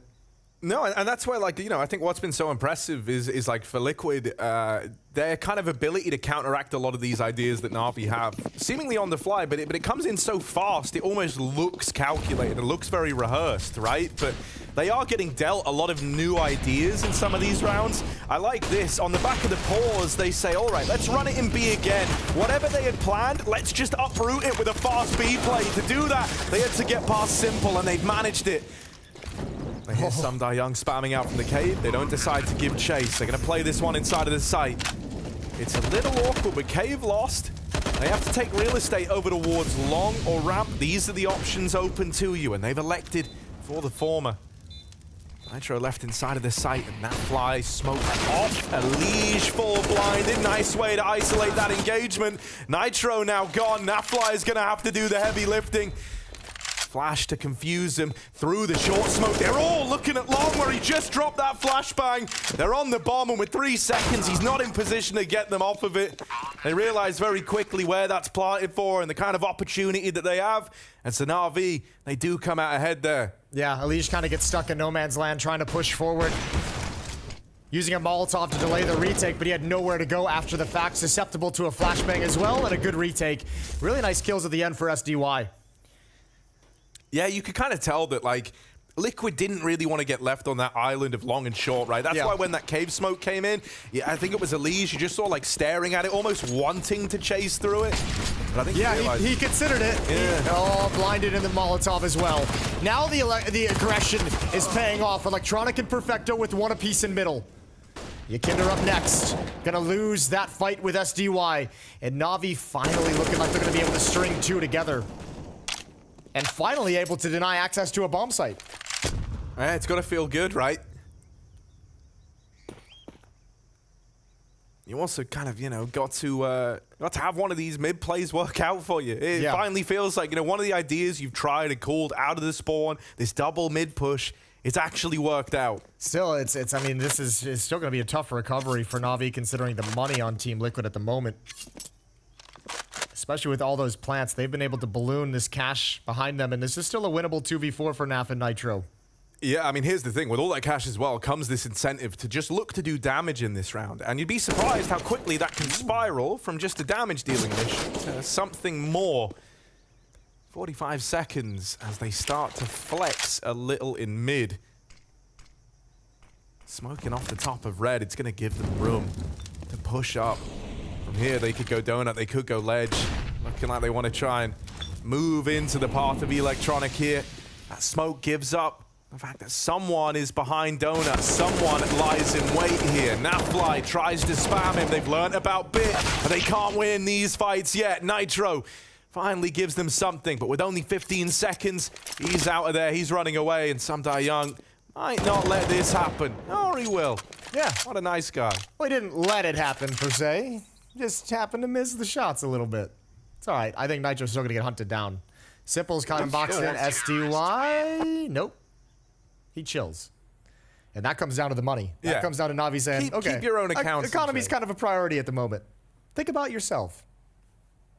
A little bit of them time. 2 in a row for Navi. For the first time on Ancient.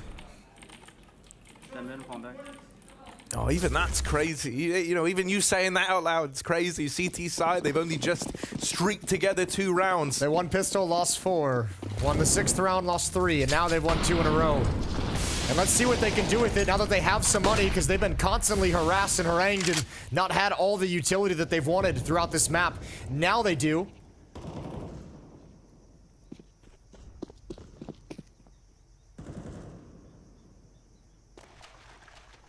This tactic worked perfectly for Team Liquid earlier on.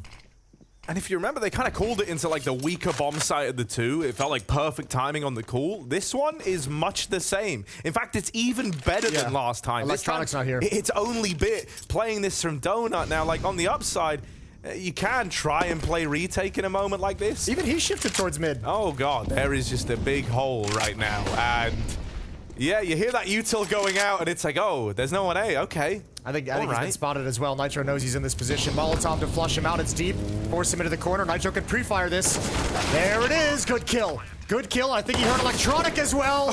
He's got another. And Liquid are going to force Navi into a save again.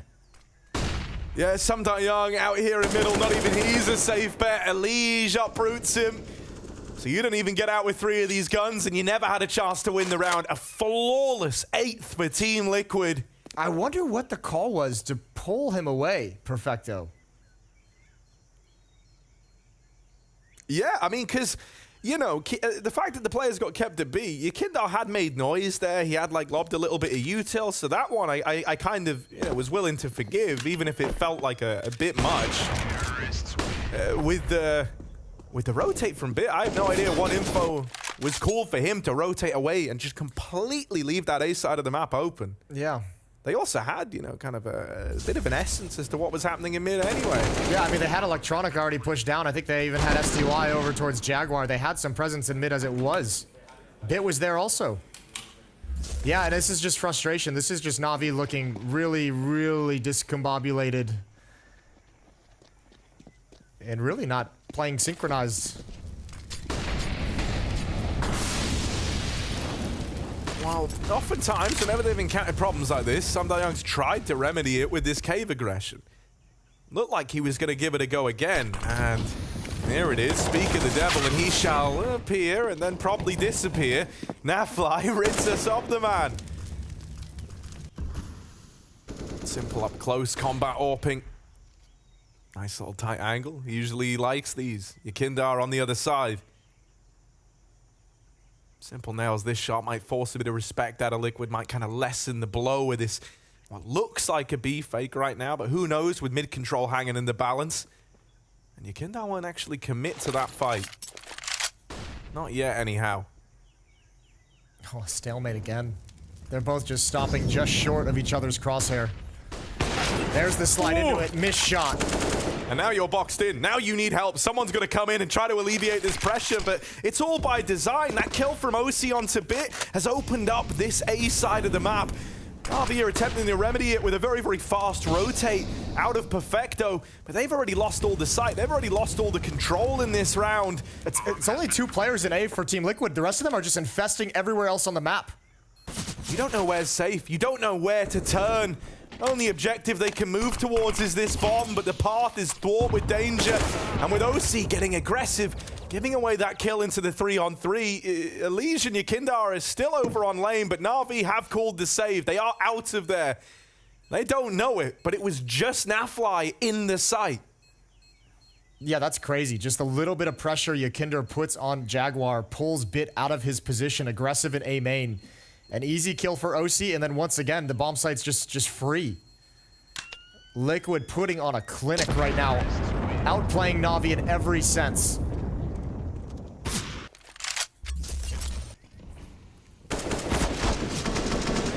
Yeah, it's a bit awkward. Good timing, though, and here it is. Just, oh, that's a quick snap over from OC as well. Fair play. Bit never even had a chance. But that's also feeling the pressure of losing the bomb site so frequently and so much that you feel like you have to make that play.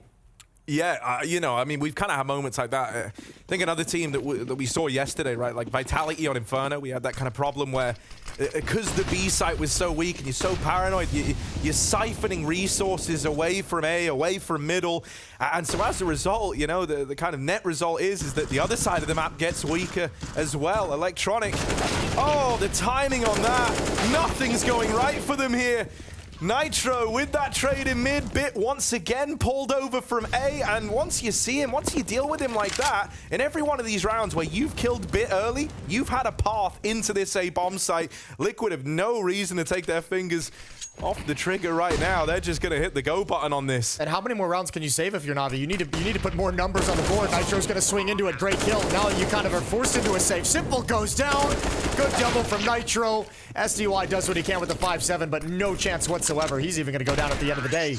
OC with his Tech 9 grabs another. Nitro's had some great double kills so far in this map, but I'll tell you what, the real power of this T side has been this mid crunch. Two players coming from the mid choke point, and Yakinder coming through this smoke right here. And Electronic and SDY have been punished by this crunch a number of times that they're not even sure the timing of which side to look first.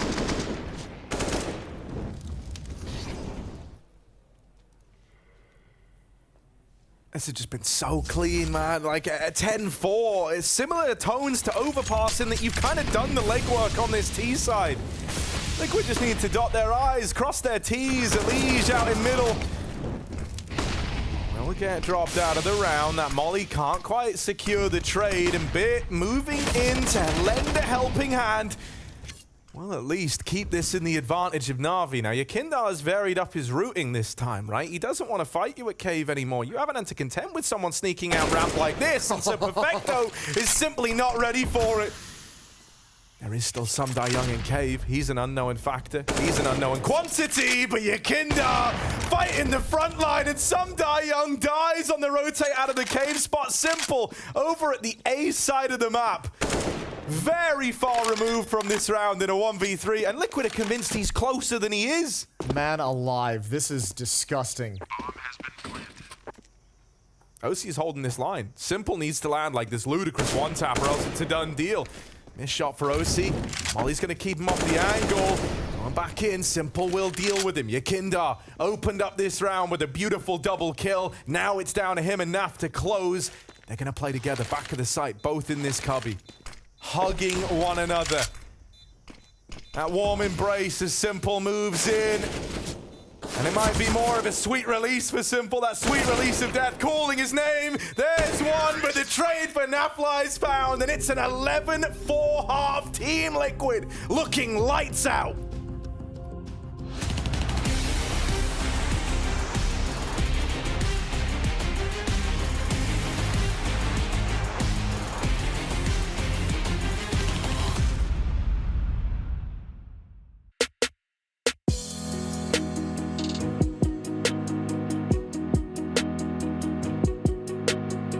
Welcome everybody to The Greatest Innovators, brought to you by Coinbase. My name is Freya Spears, and joining me, 4 icons of the CSGO scene. We've got Alexi B, Elige, Cadian, and Phelps. And today we're essentially going to be discussing who paved the path in Counter-Strike, who was kind of the greatest innovator. So Cadian, I'm going to start off with you. I think I'll go with GetRight.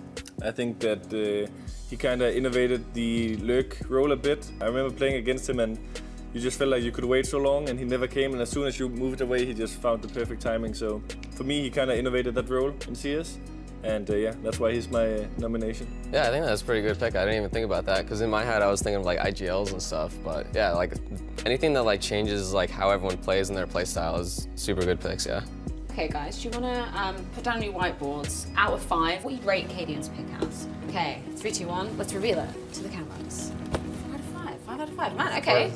You've started off with a very good one, Cadian. Elish, I'm gonna come to you next. Yeah, so I was like trying to think of like what type of player like really changed. So I was like thinking about like the different eras and stuff, and I'm gonna go with Fallen because you know but like that lineup just like completely like changed how people play CS, like that style of like defaulting and having all the, like, these different like things that you could do off like the default and conditioning people. Like people didn't really do that before LG, SK. So I think that was like the go-to for me. I mean, I think I was inspired by the fact that he was leading his nation in like a way that he can be really proud of. He's that kind of dad figure where I just feel like whenever I watch him or see him talk or when they're playing with their teams, I just feel like he's super calm. And just the fact that like, yeah, he has that role of being like the boys and yeah, I mean, having the nickname Professor and everything. It's just... So let's rate that pick. Okay, if you guys are ready, we can reveal the scores.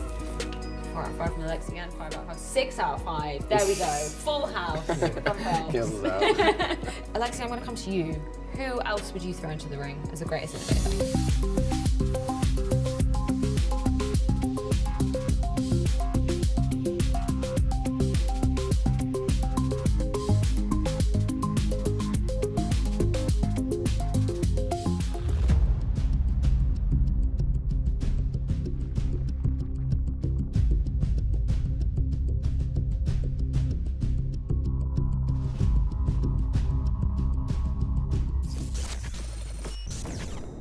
Maybe Anna?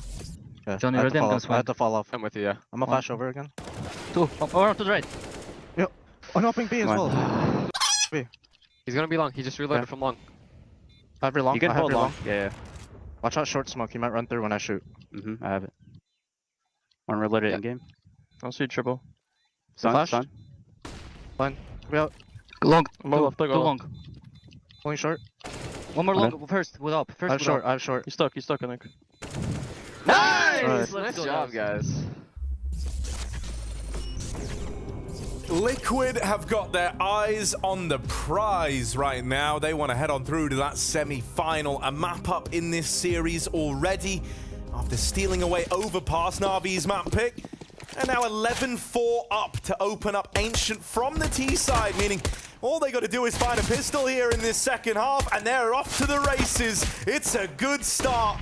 A couple of kills taking place over here in middle. Finally, Na'Vi get one going their way, but it might be a victory that's short-lived. Some die young and simple, trying to reroute fast in towards this A side of the map, but Liquid are one step ahead. Yeah, OC's already shifting into Donut. Yukinder's already coming in towards Temple as well. It's going to be even harder just to get a plant. Now he knows the position of Simple as well. That's a great kill from Yukinder. Simple can't turn the corner, and OC's got the final one. 12-4, and Team Liquid just continued to march on. I'll tell you what, I know Navi's had a rough year, and this is kind of a shadow of the Navi that was dominant in the previous year and in earlier stages of this year. But it's been a while since we've seen a team outclass Navi to this extent. Yeah, you know, I think it's even just like when you watch these games, even some of the closer ones, you know, things just look very uncomfortable, and the results haven't been there, as you say, for Navi, especially towards like the tail end of this year. But yeah, this is something else. This is a real ugly one. I mean, it's a combination, right? It's Liquid playing extremely well together, and this is obviously nowhere even close to the top level of Navi. Not even close to like a mid-tier level of Navi.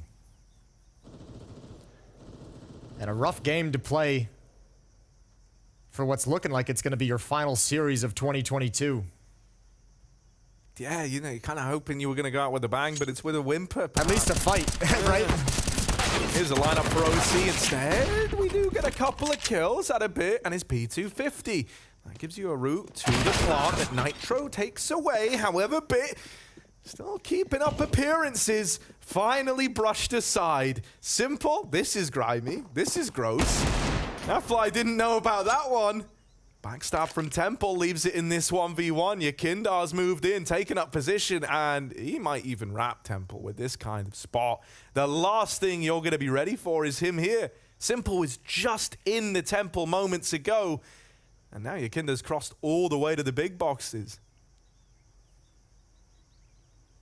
Simple looking for him, but so many angles to clear. M4 retrieved, and there's that swing out from Yakindar. I think that was just a really nice way to kind of play the 1v1. I can assure you that's like the last place Simple's thinking he's going to be. Yeah. So it felt like just a real safe way to play, a real safe pair of hands there from Yakindar. Yeah, he's probably assuming Donut, you'd imagine. Donut or A main, some kind of a flank from the other side of the map. Good job from Bit. Trades all the way through, but Liquid just kept throwing bodies at it to stop that plant.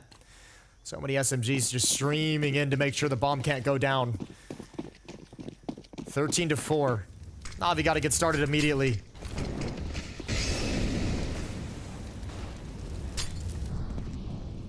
Yeah, this can't afford to be like some of the non-starter T-side rounds on Overpass. That's really what it can't. I like this little smoke in mid, just a one-way. Really makes life kind of hellish for Na'Vi and taking this mid control early, and as a result, it's allowed Liquid to take lane. They've showed aggression, and now they've disappeared behind that smoke. Simple brought down through the smoke to 24. Electronic brought down from an earlier engagement through smoke again to 16. And Na'Vi have no access to the B side of the map, and because of that, you've seen Yakindar completely rotate over. They say, we've done enough, we've done enough. We've established presence, we've delayed them as long as possible. They're gonna have to go elsewhere. And with mid presence, 3 players in it, Nav can just confidently jiggle out of Jaguar.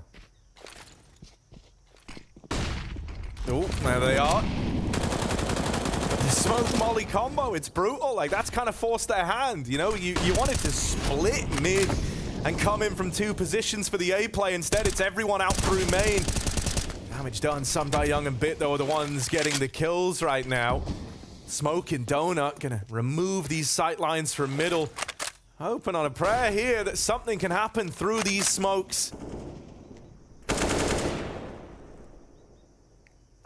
No love to be found. Great job from Navi to even get yourself in this position when everything had been taken away elsewhere and so much damage had been done. Great shooting from Bit and SDY on the entries. If Team Liquid can get a kill quickly, they can go for it, but they are already calling to back off. With this kind of a lead, they want to play conservative with the money for now. So Navi get a 5th round on the board. It's not clean, it's not pretty, but it gets the job done. Liquid just 3 rounds away from the semifinals. This is going to have to be a massive comeback on the offensive side of Ancient.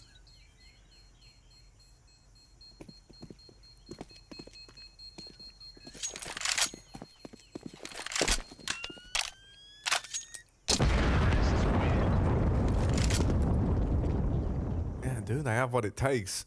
Going to be a hard one for Electronic to, you know, try and keep offering up the kind of ideas and ideals to get them through this. I think especially with the kind of style that Liquid have elected to play in this game, right? When you think about like the Counter-Strike theory, I'll say, behind a lot of their ideas. Sure. It feels like it's kind of all about trickery and deception right now in a very big way. Like even that round, you highlighted it at the start, they take that lane control and they kind of really make that presence known, and then they immediately up and leave. When you think about the kind of major motions in that round, it's like Liquid felt so oppressive. It felt like everywhere you go, you were running into like 3 players, with the exception of that fast play through A. That was like the one route in that Na'Vi were able to find. But that's one of the first examples, really, of Electronic getting ahead of the kind of theory behind those rounds, right? If he can keep that up, Na'Vi, you know, they can pull games like this back, but it's going to take a tremendous effort. Still took a bunch of banger shots as well on the entries. 13-5, 2 from us for Team Liquid, 2 M4s and a 5-7 on Nitro. Quick, deep smoke to the double doors. This time fast lane control and in towards Jaguar.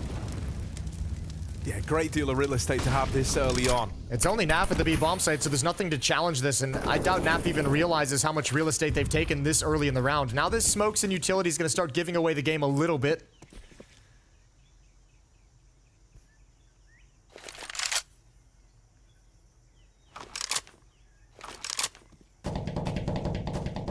Oh, look at Liquid taking a pretty heavy gamble. They've pulled OC away from A. They've told him just to watch red, be responsible for this middle area.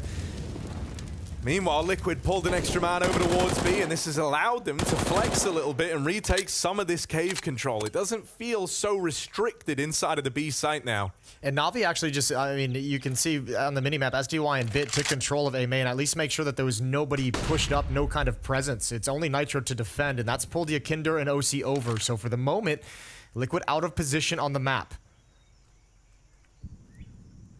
And as it's kind of fallen quiet again at B, in this lull in the action, Liquid have actually overcompensated, moving players back over to A. NAF responsible for a hell of a lot right now, and he just decides to concede control of this site. I think Liquid's just going to decide to concede the round. 5-man save. Yeah. Out of position, just straight up beaten, and there's no reason to risk the weapons that you have.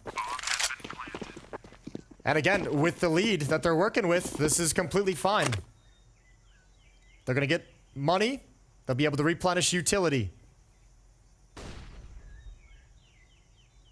Ben wants to try and take something out of this. Just the P2 drop there, so not the end of the world, and Yakindar actually gets the upgrade. Everyone else from NAVI coming hunting as well, and you understand the temptation, you know? You kind of don't want to allow the 5 guns to get out of the round, and they've at least removed one of them, but at the same time, you need to really be thinking about your own money if you're NAVI, and that's why you don't see them dedicate any more resources to this. And the early save call from Liquid, you're just going to know it's going to be a very secure positions. They've had plenty of time to get into solid spots, so the hunt would be extremely difficult. 13-6. I like that, you know, with this lead, a lot of teams kind of lean more into like gambles as plays of desperation, right? But it's more like right now, Liquid feeling kind of free to take these quick movements all around the map because of the scoreline difference that they've got under their belts, right? They're very, very confident in just leaning into these gamble stacks, trying to read, and fair play to Nitro because it feels like a lot of the time he's been dead on. The Molotov's down, not this time. He's just dead. Good shot from Bit, swinging through the smoke. Yakinder can't get the trade. He saw 2 in middle, but takes plenty of damage for the information. And it's Liquid playing with the man deficit.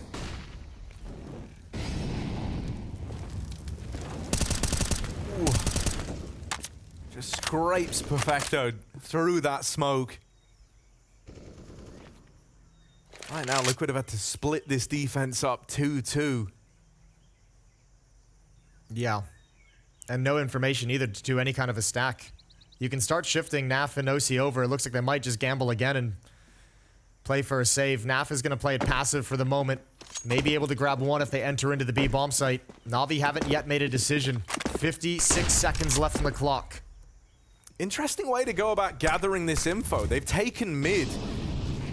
Tried to retake it at least, but here's Navi pop flashing themselves in a little later. Bit open the round in middle, and then he sets up Simple to do the save. Through the donut, Alige lies in wait. Nafly brought down low on his rotate from B.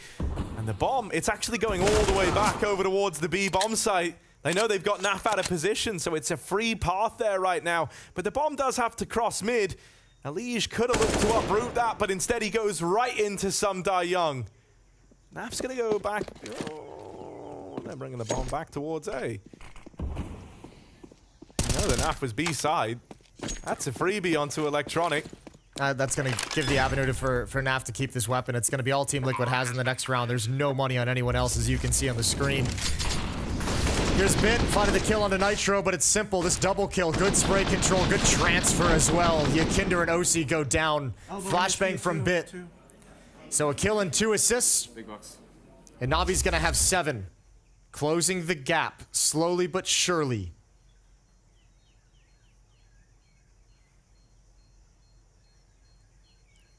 Yeah, it feels like Bit started to get a much better handle on this this kind of mid layout that Liquid have been throwing in, right? Last round, we saw him drop that same smoke, but he hidden it this time. You know, he's kind of sussed out like the molly placement that they're lining up where Nitro's going for these aggro mid peaks, and whenever he's got the spawn, I imagine we're going to see him look to go for those same sort of engagements. He had it in that last round there. It is just the one M4 for Nafly now. Yeah, maybe some pistols around it, but not a lot for Liquid to work with here. They've already kind of been more than willing to take gambles, to take risks, so if there ever was a time to bring one out from spawn, Might be now. Instead, they keep it reasonably standard. Naf did have a good spawn for an A main peek, and it looks like he wants to take that. Yeah, I mean, do you go for the peek, or do you just kind of wait here? Oh, flashbangs in. Bit's going to find another opening. Perfect from Bit and SDY. M4 gets nothing done. 2 kills, and now you can see Navi just full confidence swinging in. They know OC was saving. They know Liquid have low economy, and they're really leaning on that advantage. Elige puts a stop to 1, but it's not going to matter. It's not going to be enough.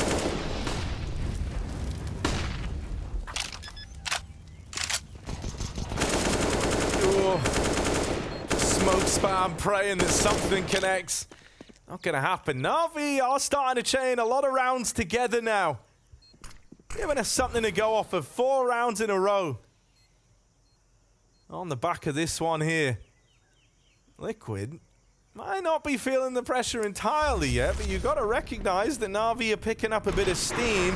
You don't want to let them build back into this, because I think the one thing you had going for you was there wasn't, you know, a lot of faith in the kind of reads that Electronic was offering out. It felt like Nitro was out calling. You felt like you were getting out-dueled in a lot of moments as well. Couldn't even rely on those individuals to step up, and now we're getting a late-game activation out of Bit. Simple's just kind of keeping up appearances.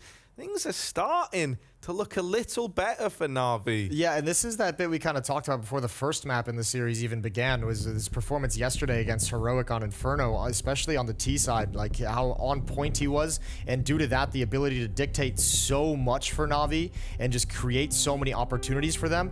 If that's the bit we're going to start heating up into this game, this comeback is very, very doable. Still 5 rounds back, up in the hands of OC for the first time in this second half.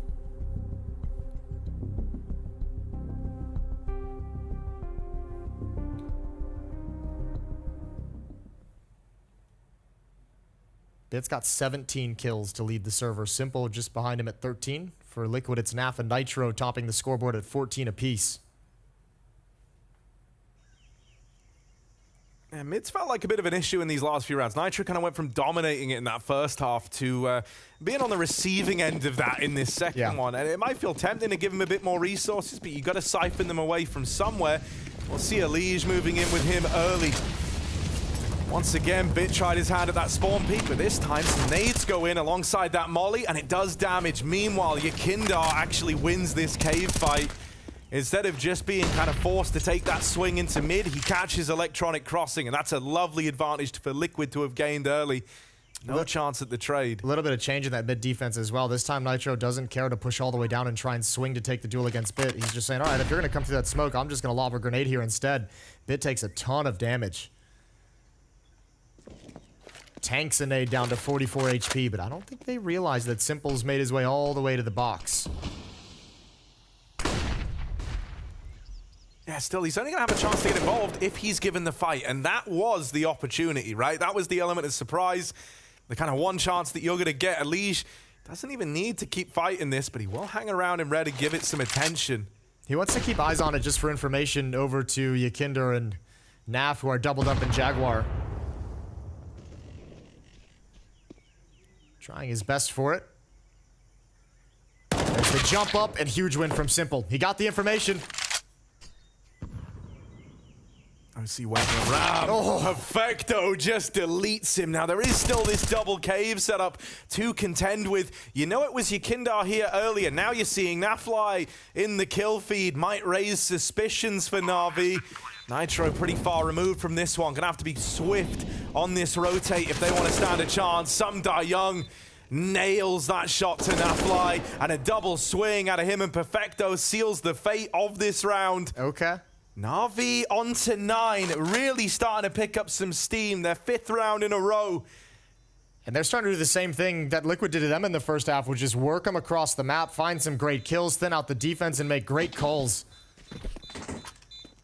It's what a contrast to what we talked about. The last matchup on this map at Rio, at the Major, was a CT-sided affair. It was 12-3 for Navi on their CT side, and then 13-2 for Liquid on their CT side. Now the defenses are just getting pounded. 5 rounds straight for Navi, 5 bomb plants. And the individuals are coming alive. That's a beauty from Perfecto. That's against the AWP. SDY with a nice double kill as well. One ramp. Oof. Yeah. Some real frustration. It's not fun being on the other side. The smiles have gone, you know, they were laughing, having a great time. What felt like just moments ago. And suddenly, Liquid's future doesn't look so certain. At what point do we bring up Liquid's tendency and historical tendency and trends? Guess right now. So, yeah, I guess that's a good point. That's fair play. I walked myself right into that one. To lose big leads. This one would be tough to deal with in a quarterfinal series. Nitro gonna challenge from the entrance to Donut, blinded, and he's got it back behind the smoke. No chance to defend, no chance to fight. Oh. And it might be over. Yeah. That one kill could very well seal the deal. If Yakindar can't make a hero play through this smoke, then it certainly would have. But that double entices you. That double has given you a reason to believe. And it's allowed the smokes to clear as well.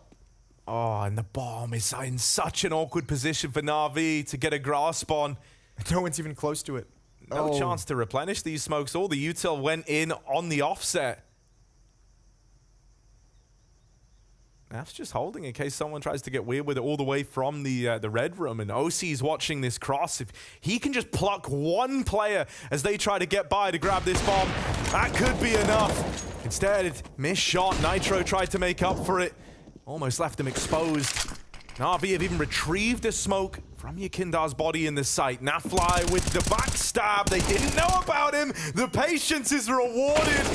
Some die young with a trade. 2 in the round. He's going to need 4 in this 1v3 to make it happen. Plant tries to come in. It's attempted, but Nitro won't let him plug in those digits.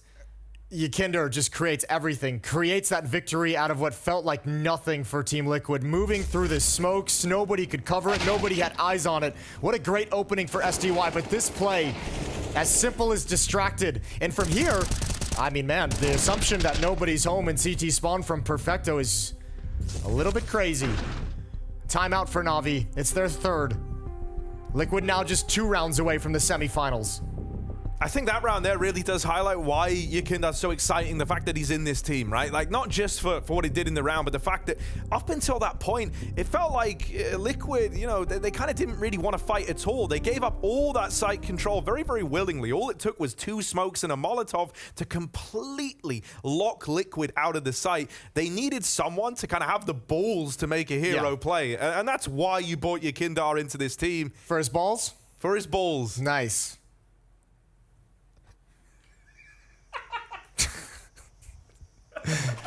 14-9. Here we go. 4 players starting towards the B-bomb site for NAVI. They're going to be blocked off by smoke, but they're going to ignore it. They're going to come right through with the Molotov as well. Electronic and Simple taking control of lane. It's Yakindar and Jaguar. It's Naf deep at the B-bomb site.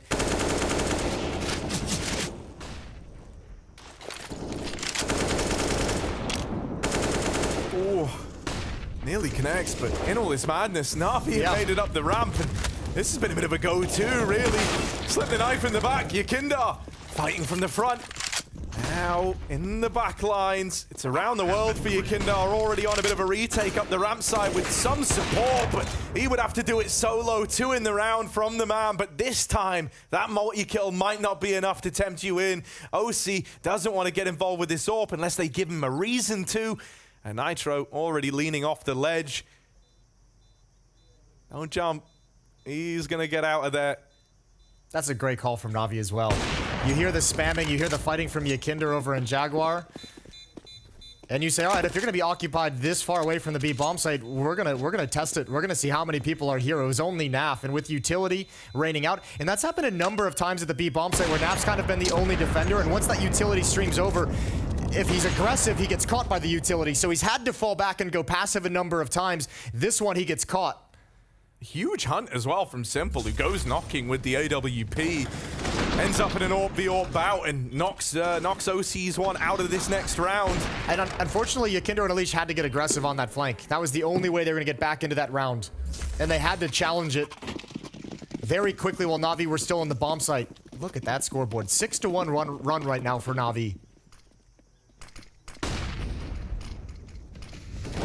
Hero M4 tries to make a play in mid, but this has just been his domain, hasn't it? 3 from the get-go. And all this space taken. Tries to keep pushing the envelope and does. Get dispatched by Nafly's 5-7, but it's nothing to worry about yet. Man, Bit's performance yesterday delivered them into the quarterfinals. His performance today on this map might allow them to fight for the semifinals in a third. Yakinder able to grab one. Needs another, but he can't get it. Low on HP. Now Naf is going to start moving forward. He's got an AK-47, but he can't get it out in time for a clean fight. 3 rounds away, NAVI. All that frustration that we saw on their faces, it's turned into resilience at halftime. And they are clawing back slowly.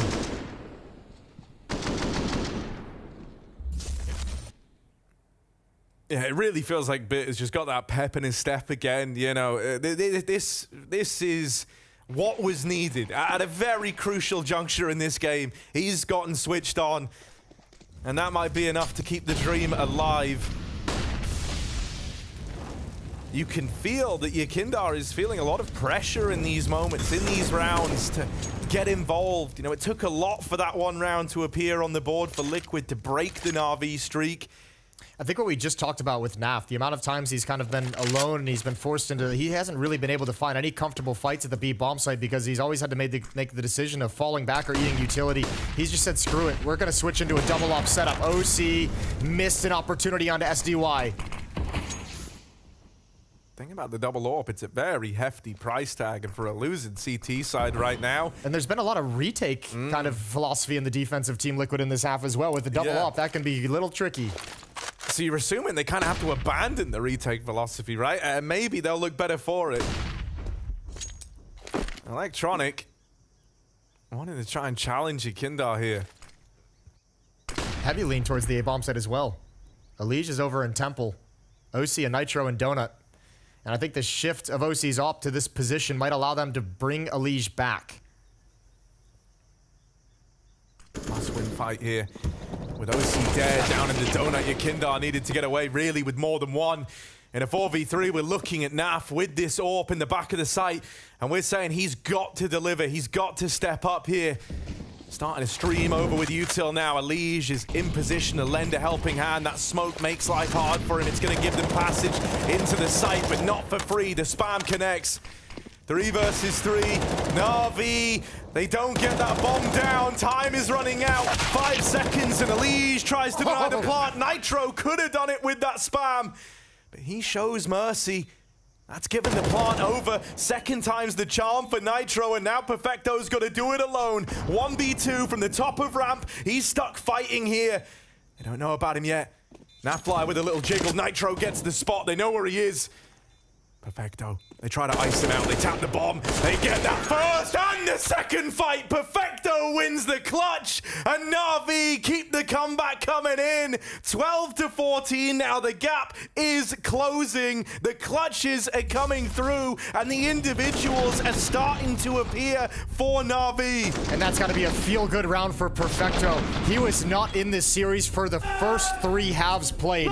Nowhere on Overpass. Nowhere in the first half. But here, delivered some stunning impact kills, that kill onto OC at the B bomb site, and now a 1v2 clutch.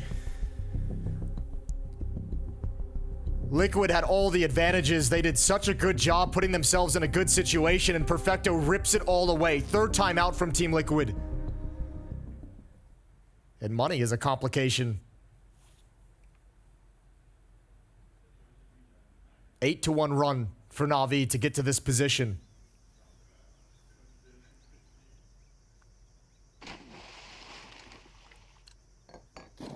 And at what point, do Liquid ever change their kind of philosophy on these bomb sites? Do they start putting more manpower inside that B bomb site at some point?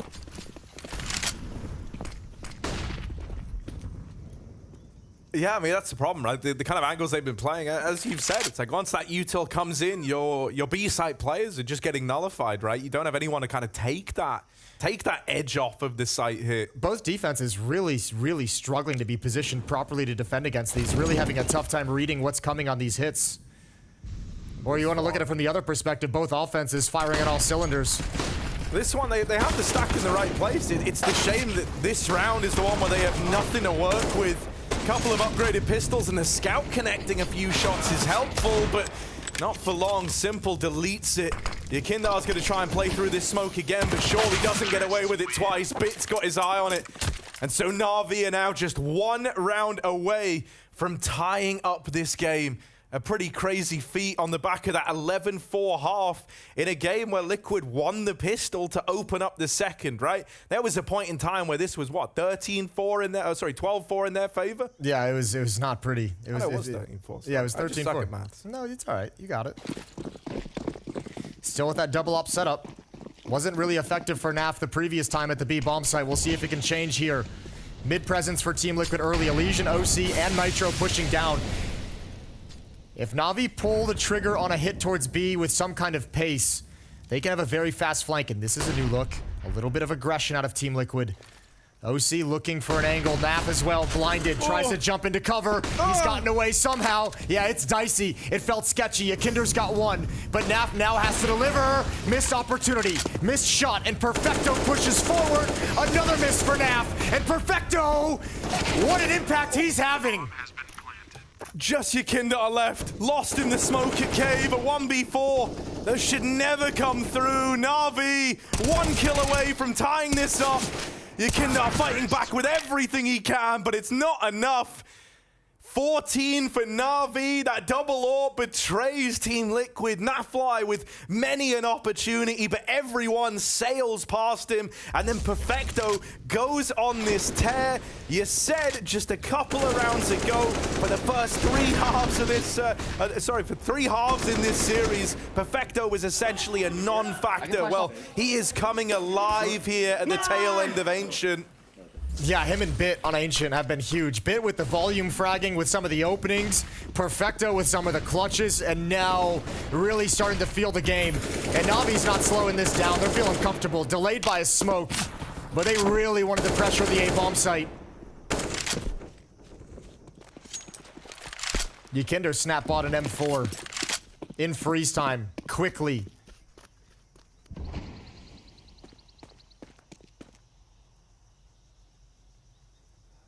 I mean, the stars for NAVI stepped up. Bit and Perfecto stepped up to get them to this situation. Now it's up to Team Liquid. Someone's going to have to do the same thing to help get them over the finish line. They might even be fighting for overtime, which just seemed such a crazy idea.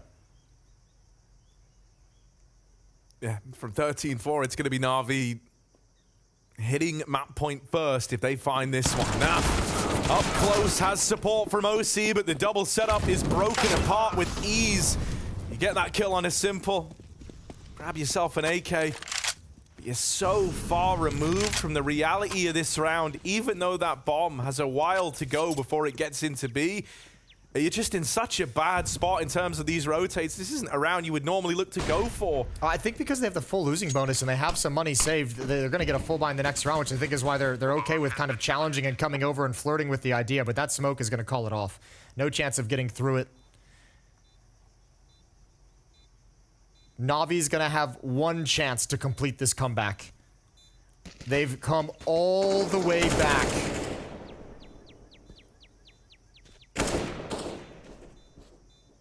And it has to be said, you know, this NAVI squad has not really demonstrated a great deal of resilience throughout the tournament so far. For it to be happening now in the quarterfinal, it is just such a big deal. Elige wants to get out with something, but Subda Young, his spidey senses were tingling. He went back in.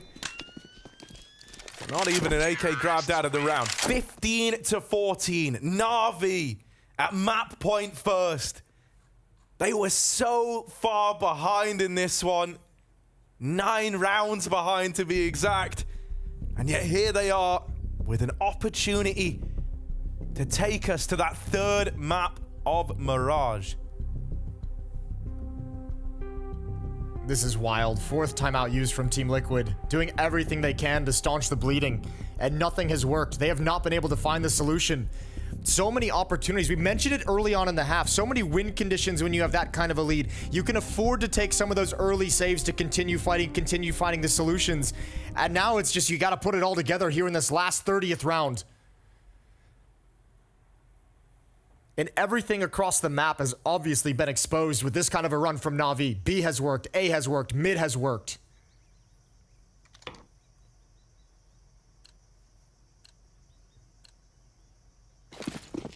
Here we go. Really feels like NAVI just cannot set a foot wrong. Liquid. We need someone else to step up, right? Yakinar's been doing all he can.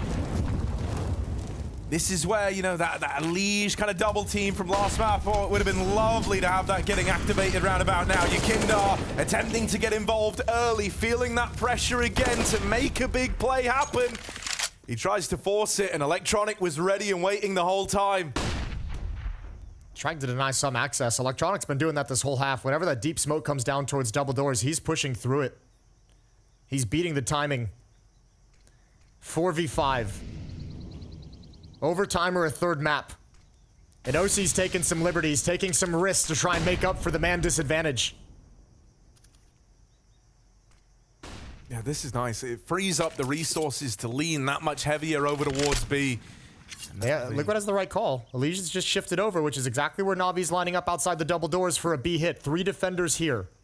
And unlike in times gone by, there's no reason to be antsy, right? There's no reason to kind of get in your head on this one because of the info that OC has. It's going to allow you to maintain this stack at B and actually dig your heels in a little bit. And a really passive gaze from Elige towards middle just because Navi haven't really exploited it that deep. They've never come up those stairs. This is it. This is for all the marbles. Overtime on a third map. Nafly gone after one. Elige is deleted. Nitro just turns away. They're up the ramp. They're next to him. And he's only good for one. OC, worlds apart from his team, was holding on to main. Gets here in a pretty timely fashion, but a 1v3 Navi have done all this work on the comeback, and they're about to complete it. 1 kill away, and Bit will seal the deal. The score's settled on Mirage.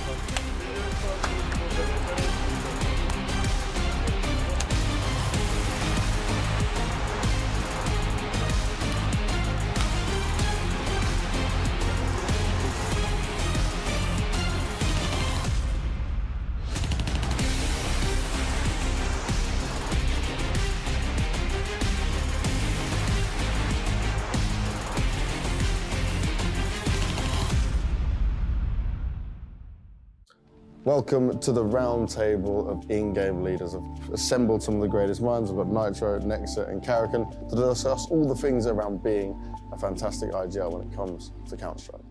This kind of discussion I want to start off with is becoming an IGL. Now, I know for you, Nitro, as an example, you just kind of fell into it. You know, you went from being one of the star players into this. But how does it come into it? How do you just start becoming an IGL? How did it work for you, for example, Karrakin? I think already in a young age, when I played 1.6, I kind of was always a secondary caller in that sense. Okay.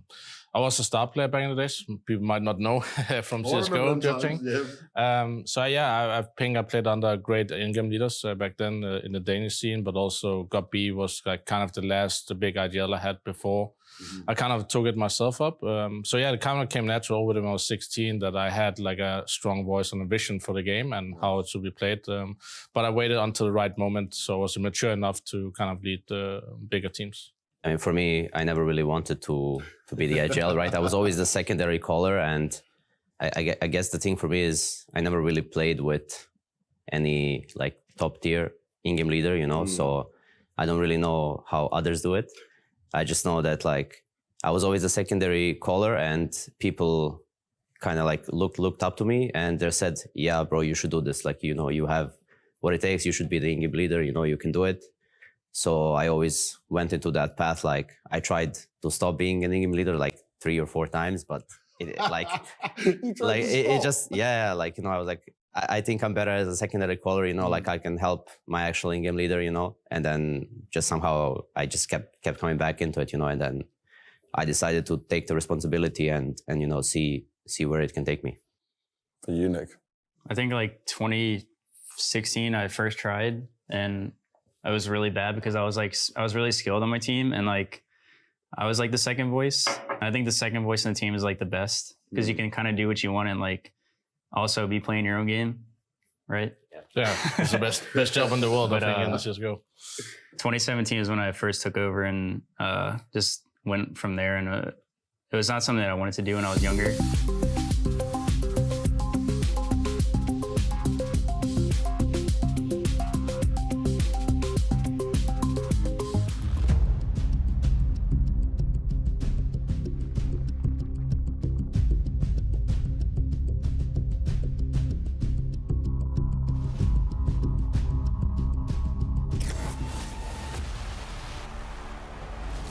Blade, coming in from a first map loss, coming into the Ancient right here, it's, I'd say, maybe a little bit surprising that both T sides, Team Liquid's and yours, was the deciding factor here. How did you actually come back from being so far down? I think we were lacking a lot of this like fire inside of us, and I think if we would play like this on Overpass, I think we would win. We lack this like extremely like high focus. Everyone is trying to do the best to make the best decision. A lot of devices, and I think this is the most important thing. And also, when we play with Liquid on Ancient, there's always like comeback. On Major, we're at 12-3, and certain twos they come back versus us, and now we like do like a mirror thing, you know, 11-4 and 12-3, but another side. And then just looking, you mentioned it yourself, they're fired up, and I can tell the viewers that are watching at home, we could hear it across the whole area here. How fired up are you guys going into map 3? I hope we will keep this fire, of course. Momentum, we must use this momentum. But now we have we'll play with a new player, like Nipple will play the third map. Ooh, confirmation there. NPL coming in for the third and final deciding map. And we said the Grounds of Ancient, that was going to be the story of the CT sides, and I guess it was in a way, but maybe for the inverse reason that we suspected, because Liquid coming out with such a strong round advantage, particularly coming into that second half, Navi managing to pull off an absolutely momentous comeback. What an incredible turnaround. We had absolutely no idea this would happen, but I think Blade is on the money. He said they caught on fire. They started being extremely into it, and we could hear it. We were here in the concourse watching them play, and we could hear the level of communication just go higher and higher, and every single round they were winning, suddenly more people started believing it, and when it's 15-14, you almost feel like there is no way Liquid will win it. They have built such a momentum, such a huge snowball, that this was unstoppable. It was a fantastic comeback coming in from Navi. I will argue, you know, Team Liquid, we've seen them be in this position before. You know, they seem like one of the weaker teams, or one of the teams that is a little bit more exposed to losing these kind of games, you know, in a way. Yeah. On that note, you know, take nothing away from Navi. It was a very, very horrible second half by Team Liquid, but it was facilitated by Navi playing some stellar Counter-Strike on that T side. And we kind of saw the inverse, and just in terms of the communications as well, obviously, as you said, Navi getting fired up, but for Liquid, it was real struggle city. We heard them just going dead silent, no more fun and games, just in terms of the emotions that they were portraying on cam. Yeah, look, that's an extremely hurtful loss for Liquid. There is no way around it. I'm sure somewhere in their minds, once they moved from the T side to the CT side, they might have thought, that's it, we've done it. They were such a brilliant first half where they had full control over the game. But unfortunately, what they liked that Navi had is no one really stepped up to save them from that pit that they were falling in. It was only Yekindar that had this cross-smoke double kill onto the A side, who kind of stole around away from Navi. But for the rest, it seemed like they were just, you know, in the car, and the engine is dead, there's no more brakes, and they're just like, well, I guess we'll just go, and that's it. You know, we're just giving up. No one really stepped up to try and change the course. That's what they did. Yeah, I guess they were just falling off the cliff with that one. And that's particularly painful when we're looking back to that first half, because Navi, they managed to get the pistol. Liquid stopped them from converting, which was a huge amount of momentum boost for Liquid on that first half. It was a massive turnaround for Team Liquid in that first half, right? Navi needed a great start. We talked about it coming into it. CT side, very important for them to get off to a good start. They win the pistol round, and as you said, they couldn't convert the second round. That was an issue for Navi this time around. Liquid doing it and making it happen kind of changed the course of that first half. In terms of the economy, in terms of the belief, in terms of, as you said, you know, they started to believe in that second half. They started to control the game. They were outplaying Navi for the vast majority in the first half, and unfortunately for Navi, they couldn't stop it, but I guess at the end, it didn't matter. Yeah, let's bring up that particular round as an eco play, because we do want to run that one more time, just to show, you know, exactly the fire that actually Liquid was starting this map off with. Yeah, we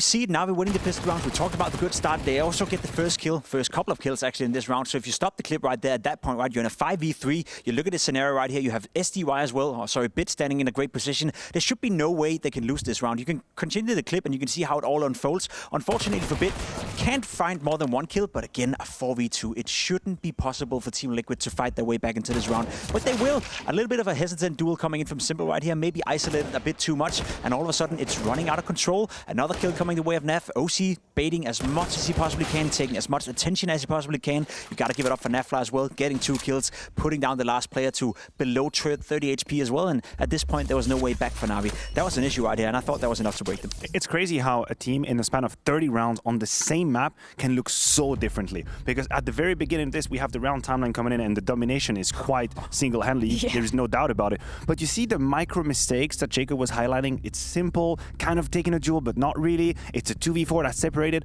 If we move to the end of the game, these mistakes have disappeared. They are so on one, they're so activated, and it's Liquid who started to do them. And that's what we talk about when you say a 5-10% difference from a team to the other. The level is so high, that's what makes a difference. I want to give up to some of the individuals for NAVI coming into that second half as well, because Jason put it quite aptly. We saw Perfecto being all but absent for basically the first half of this series. Then he has a beautiful clutch in that second half to really, put the gas on the pedal for NAVI. When you have a comeback like this, you need individuals saving you in tons of situations, and that was no different here for Perfecto, who is, it is true, missed the mark on most of this game. 75% of it, he said 3 halves was gone. We have this situation right here. The trades are coming in, still favoring NAVI. It's a 4 versus 3, but we see the damage that's being done through the smoke is quite crazy, honestly. There was even a nade at the same time with the spray. Little bit of a mistake here. Electronic, we heard them screaming around because they weren't aware of that smoke position. And I'm gonna be honest, once we get to that point, once the kill comes through here for Liquid, I thought this was it. Perfecto was such in a complicated situation, no utility to play with, but he still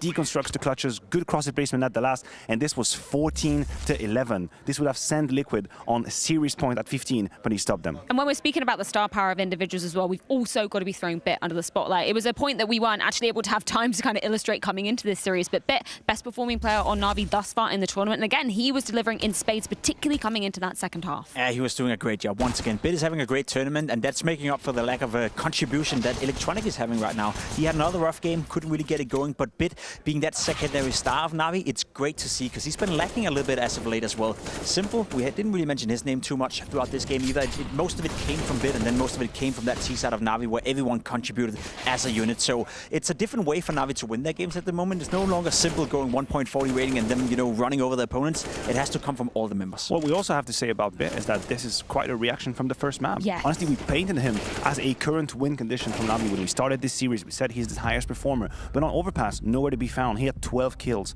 in the entirety of the map, but this is a reaction that needed to happen, and this is why NAVI is now standing at third map. Yeah, way more than doubling it coming into the grounds of Ancient. And now we move on to the third and final decider, and that will be Mirage. And as Blade just said in that interview between maps, NPL will be coming in. This is going to be the first time that actually we've been on a desk to actually discuss him. But Jacob, what were your takeaways from seeing NPL enter the server earlier on in the tournament? Yeah, I said it before, right? He hasn't made the difference for NAVI at all, but he hasn't been a liability either. He's just been there and he's been doing a decent job, and that's okay for NPL. It is curious to me that Mirage is one of the maps they're trying to integrate it into, because some Young have been struggling a little bit, especially playing that A anchor. I'm curious to see if NPL is going to play that position and how well he is, and whether or not Liquid will try to take advantage of that. Remember what SDI said in an interview. It takes a whole lot of energy to just plug into a game and immediately play your best Counter-Strike. NPL is now fighting for live tournament in the third map, and this is when he plugs his mouse and keyboard. So now we have a luxurious occasion to test his mental. Yeah, pressure's certainly going to be on for him coming into this one, and the whole squad of NAVI if they want to be making it to that grand stage. But if you guys aren't watching already on Blast TV for all the other perks it offers, make sure you head on over right now,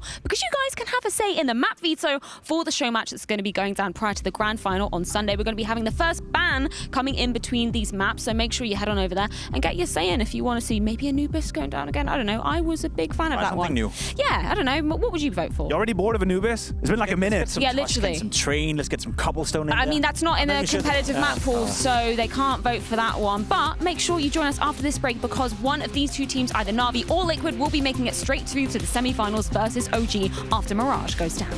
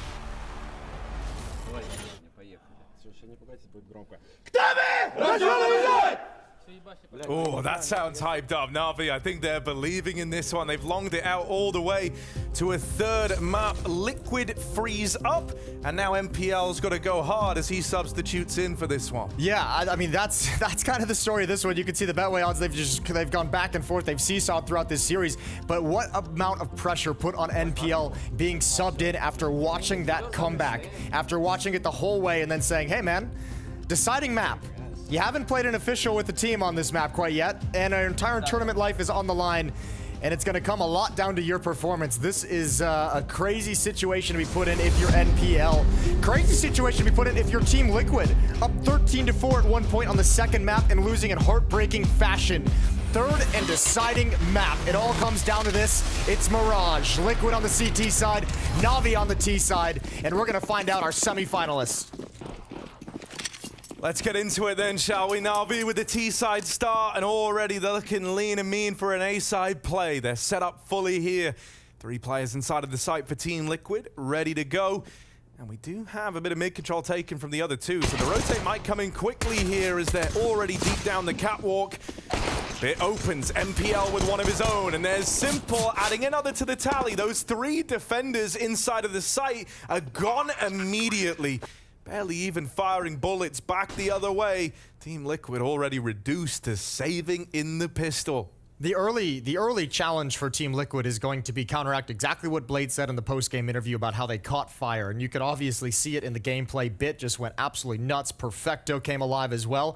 Liquid's gonna have to slow that down really, really early on and give themselves a feeling like they can actually be back into this series. Yeah, I think, you know, if it isn't clear already, it's like, you know, you're almost playing against a different team now, right? Like, and not just because you kind of are in the sense that MPL subbed in, but more so than that, it's like the mentality of Na'Vi has entirely shifted, you know? It's no longer kind of desperate plays, lack of synergy, nothing working out, stars not showing up. It's like Electronic has so much more in his arsenal to work with now to cool around, so much more faith in the cooling as well. Yeah. And that's all reflected in the gameplay. Double P250 pistol on for Navi as well. One of those on Simple and Palace, one of those on Bit coming up a ramp. So using those powerful pistols to help supplement the Glocks moving forward and taking space. Rinse and repeat, 1 player in towards middle. That's going to be Bit. 4 players towards the A bomb site. NPL and Simple at ramp, Perfecto, Electronic, and Palace. Full investment for Team Liquid in this second round, but they're all at the B bomb site. Only OC. This would have to be a god tier scout round.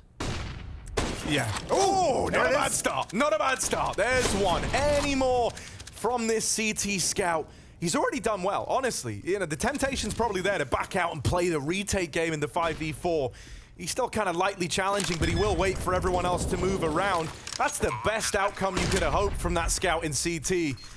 Elige up and over this smoke at CT. Did have a moment of vision on a Simple, but he's going to elude capture for the time being. They need to kill quick if they're actually going to pull the trigger on the retake. Otherwise, they might just set up to try and punish anyone evacuating the bomb site. Bomb's about halfway ticked. Liquid still not moving forward. They've given a lot of time to this flank from Yakindar, but eventually they do just have to hit the go button. So Yakindar's flank is a non-factor till later in the round, but maybe it's how late it is that catches them by surprise on the bomb. Bit's gonna get them off it. The tag lands, and he will kill the diffuser. Nitro dead. A Liquid, they get all the kills, but none of the glory. Na'Vi get that second round as Bit clutches his way to a win for the squad. Close, though. Close. That Liquid even got it to that situation is pretty darn impressive. This shot is, special. And obviously, Bit just realizing, good drop down as well on the stairs with that second player jumping over. If he didn't drop down, he might not have actually gotten that. So, well done to fall down and isolate away from that second player. 2-0 for Na'Vi. Back-to-back A bomb site hits.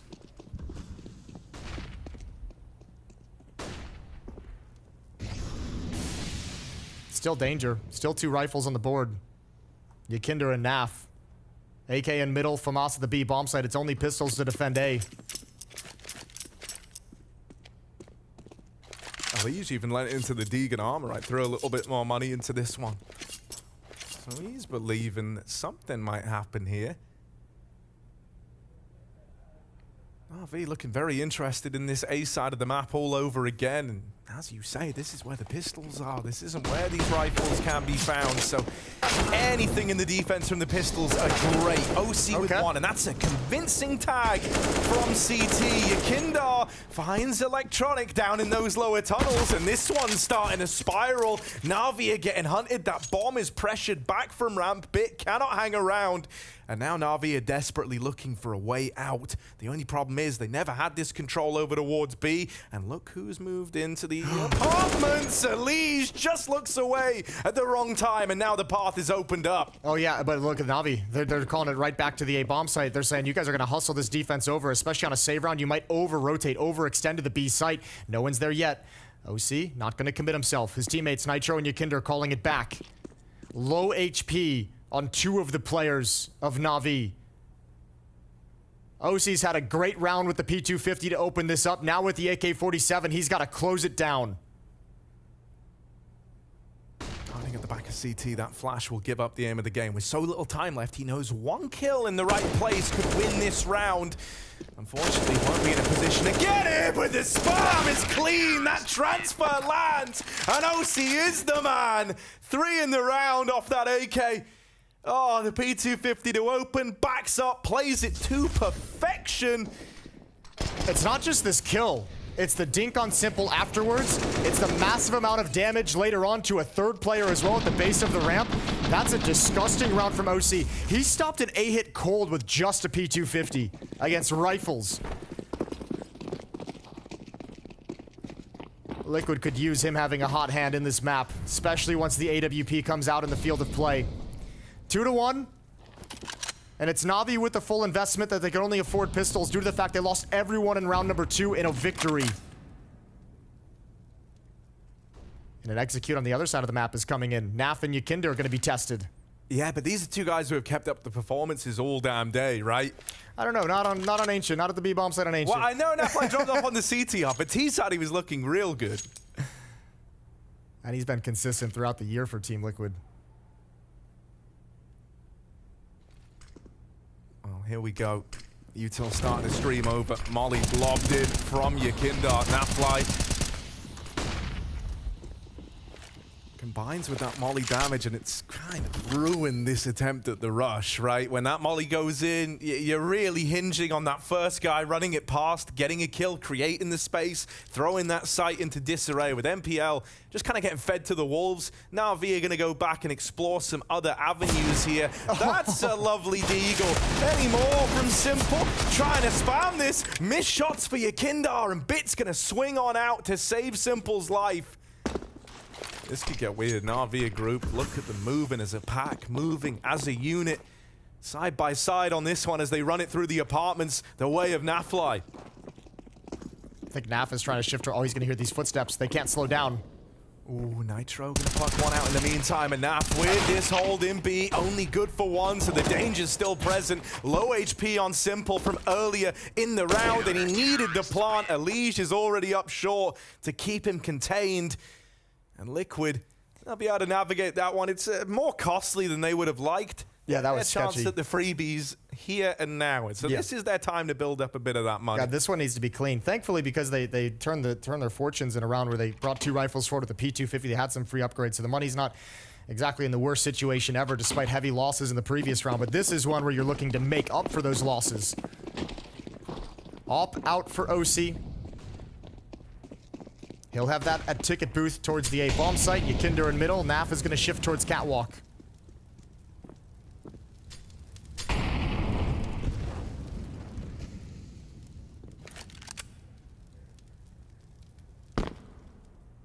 One Deagle and 2 P250s, a single flashbang on Electronic. One piece of utility to try and take someone off an angle or activate the attack. But you're really leaning on this Deagle from Simple to provide you an opening.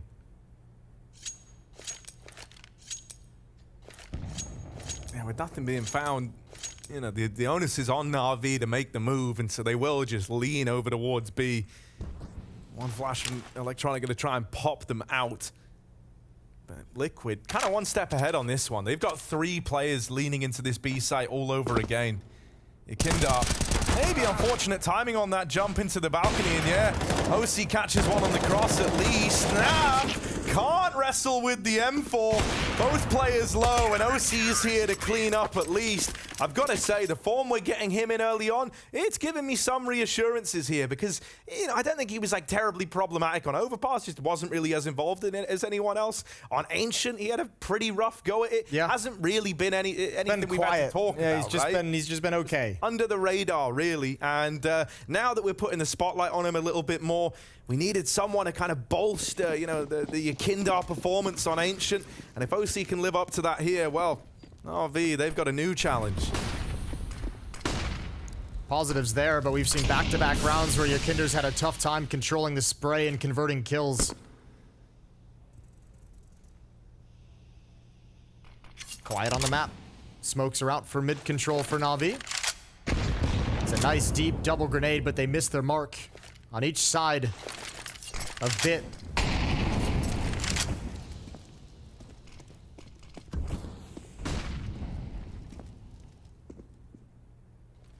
And all this utility being spent in mid is really causing a shift in Team Liquid. And Nitro are gonna try and get that info. Little jiggle, spots a man over on the catwalk, but it's MPL that's the unknown factor here. Oh, never mind, not needed. He's now gonna have that much more room out through the connector. They don't know about him, but still, Elige rids us of him. Electronic from Palace dead as well. Simple in this one, all alone. Off at CT and a man dead in jungle. Not out of the round yet is Simple, but is in a rough spot. No denying it, second kill. OC knocked out, and Simple goes back. The one thing he had on his side here was time. 35 seconds still to play with. Gonna go quiet, gonna clear the flank, eliminate the possibility of a wrap round. So as this round ticks on, Simple's building up a better and better picture of where these Liquid players are. Over in the connector, Elige is low. Not facing.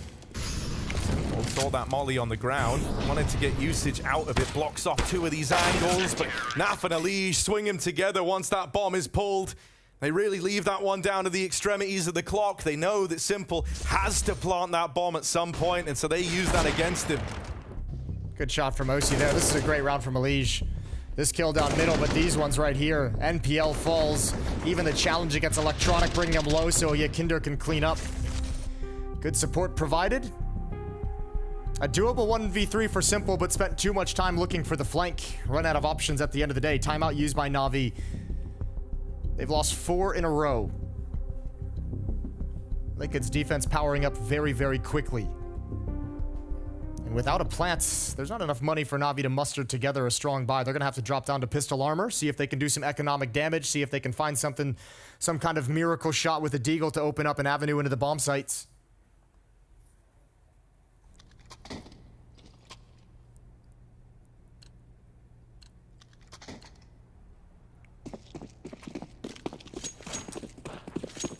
They kind of have the bare minimum util to launch an A play here.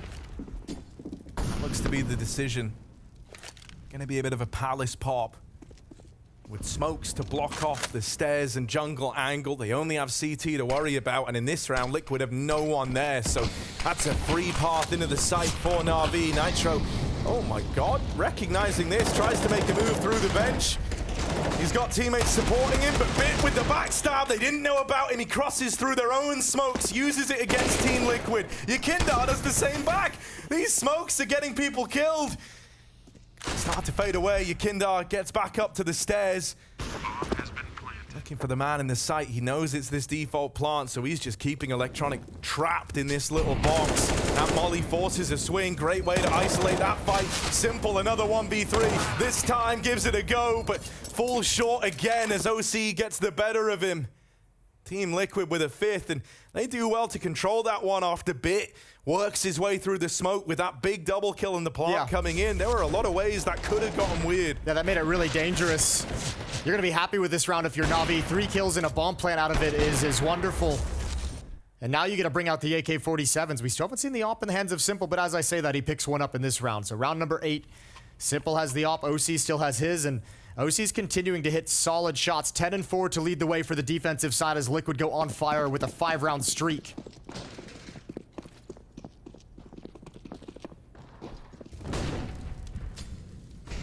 Once again, more attention at this A side of the map. NPL out in mid, knife out on the cross. He's very lucky to still be alive here. Yeah, but I don't think Liquid is even... I don't think they... I mean, Navi's just hitting this over and over again. I don't think Liquid's expecting this many, like, A executes, this many just set pieces. Elise could just get shot in the back. That smoking con from Navi actually saves his life. He was just deady to mid. They didn't even know that A was lost to this extent. That's going to leave you in a bit of a weird spot here if you're Liquid. So much of this retake is weighted on this first gunfight because of how this round's gone down. Plenty of utility for Team Liquid. Navi used all theirs on the execute. Opening kill to Yakinder. Headshot. A follow-up, and Perfecto's going to start activating, but now he's got to move forward into the arms of OC. Simple. Over towards Tetris, missed opportunity, missed chance, and now they're on the bomb, getting closer. NPL can't do a thing, and Yakinder comes up big. 2 kills to propel them into that retake. When that first fight is so important in the 5v5, him immediately shooting them up to a 5v3, even briefly, is just endless good news for Team Liquid. That's a round that could be so frustrating for Navi because you get into the bomb site in a 5-on-5 and you have the manpower, but it's just a lack of utility, and it's the nade advantage as well for Team Liquid. All the Molotovs and the various choke points to make sure that your setup cannot actually work together. The crossfires and the traps cannot be sprung, and obviously some banger shots from Yakinder. 6 in a row now for Team Liquid. And a double op setup.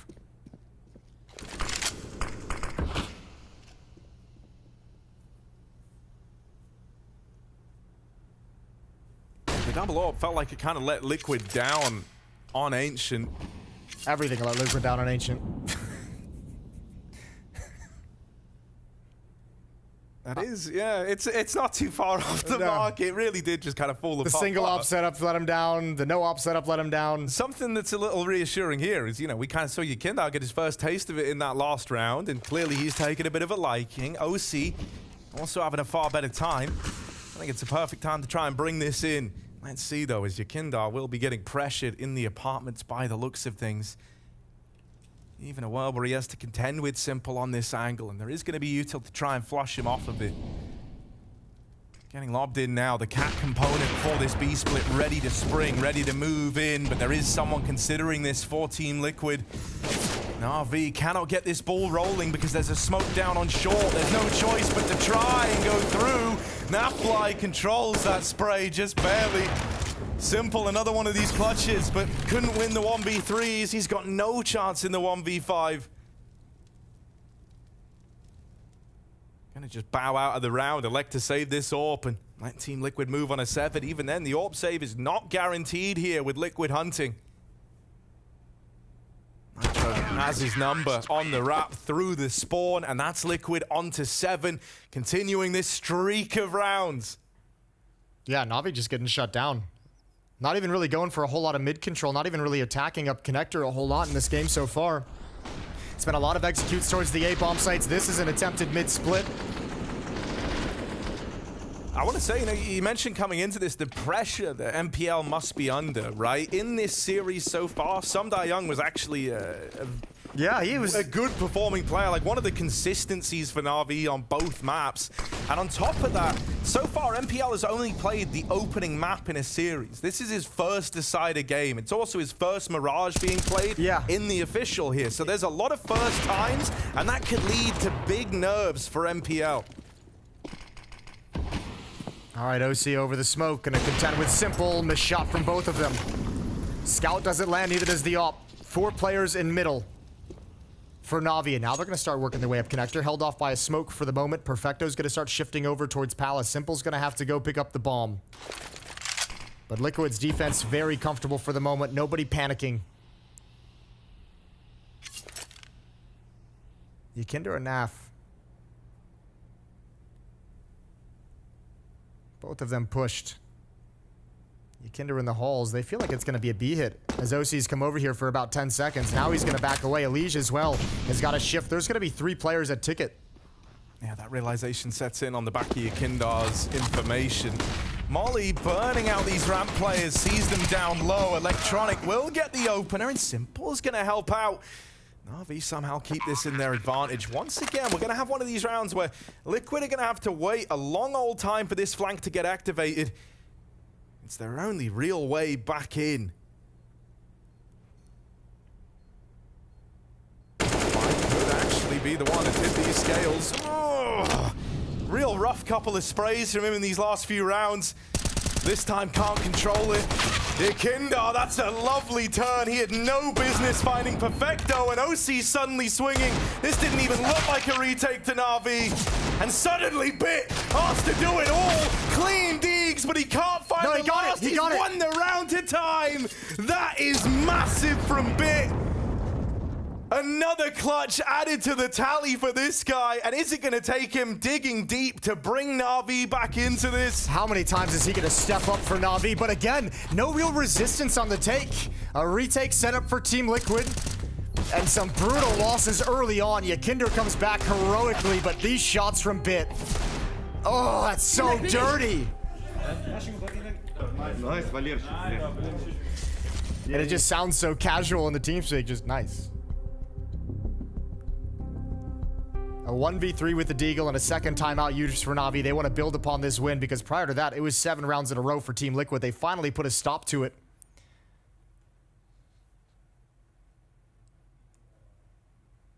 It's just insane how, you know, morale breaking a lot of these Bit rounds are, you know? It's like, it's the fashion in which he wins them that gets in his opponent's head, that hypes up his team. It feels like, you know, the moment you get one of those Bit rounds coming through, NAVI instantly look all the better for it, or at least that's been the trend. Let's see if we get that here. Out into mid. Liquid do not want to let this one start to spiral, but here we go, man. Like, he finds his confidence once, and there's just no stopping him. Bit opens the round, and now Simple joins him. Yeah, and forces another defender to make a decision. Right into the arms and crosshair of Simple. 5-on-3 for NAVI, and this is a round that can decimate the economy of Team Liquid. They might want to make the decision to just kind of stack into a bomb site if they can. Although, unfortunately for Nitro, it's a tough decision to make, because this is one of the few rounds they've been aggressive on A ramp. Yeah, this one's just going to hurt. If you go walking into MPL holding this... Oh, yeah, that's the easiest kill he's going to get in this one. They're still holding. I mean, they don't want to get ahead of themselves, right? Like, but... They will win this round if they follow through on the A play. The only danger is this bomb crossing in mid. However, the boost in window, getting that spot, should alleviate it. However, Ikinder trying to make a case. Will get backed up upon Bit. Takes that long angle to find him. And the molly on Catwalk, that seals the deal. The bomb can cross up connector and get into the A site. NAVI, any danger that window play represented has been dealt with. And now Electronic, even trying to get a little cheeky with it. Oh, not that cheeky though. No, he won't pull it off. No cheeks. Smoke down and market. Forcing the save. Yeah, I mean, this was always going to be a tough round for Liquid to get back into after this opening kills at middle. That's just an incredible headshot from Bit. Again, just the level he's playing at the moment. Even turning from the flashbang and just coming back before it pops. Simple's looking for that exact play from Elige. Read like a book. And Bit even adding a second kill into the round for good measure. So NAF will be allowed to save the M4, but this might be all that Liquid have. They might want to take a time out here and talk this over. Elige using that A4 now. Can't get utility if it goes for the buy with full armor. And NAVI fighting back once again. 2 rounds in a row for them.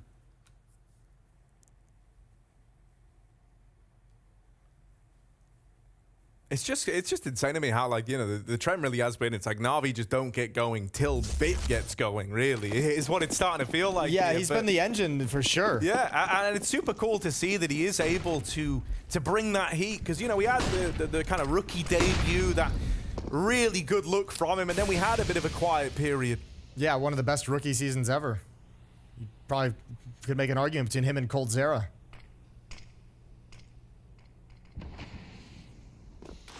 This year's been a little bit different, obviously. Connector control utility for NPL. Eats a nade. Doesn't commit through the smoke. NAF's M4 is at the A bomb site. might find itself in the right place. Will it be able to give the results? Nav's had a couple of ugly spray attempts so far. But with the A1S, controlling that recoil should be a damn sight easier. Yakinda with the deagle opens up to one. However, it's Bit again, whose head's on a swivel.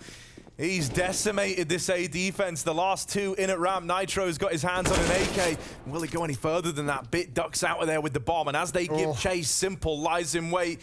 Not gonna catch the timing. Oh, they got him. Oh, that's so grimy. Oh, that's a ring around the rosy if I've ever seen it. They've traded places. Liquid won't even know till they hear that bomb go down, and now it's gonna dawn on them. Surely they can't believe this has just happened to them. They still think it's B, I think. Oh, now they've got it. Do they? Dude, they are so confused, and I can't say I blame them. That is a crazy call to have made. They just got absolutely juked. I'm assuming Simple is the one making that call. As the pivot point, as he shifts over to stairs, he's saying they're both rotating through CT spawn. You can't make it. Go through the murder hole. Come on back. I got you covered. They're both spawned. They can't come back. And man, do they get schooled. That's actually such a sick way to win a 2v2. Yeah. You love rounds like that. Because it's a crazy play in the absence of gunfights. You know, it's all just calling a Look at that smooth rotation. Just maybe a half second behind. Nice win from NAVI, 7-5.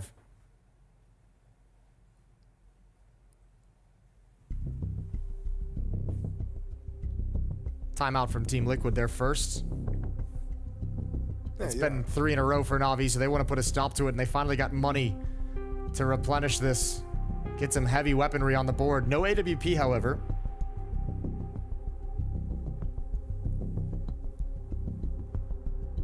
Yeah, that kind of sucks for OC. You know, he's been putting in some serious work with the AWP to open up Mirage. Yeah, he was having a very good start with it.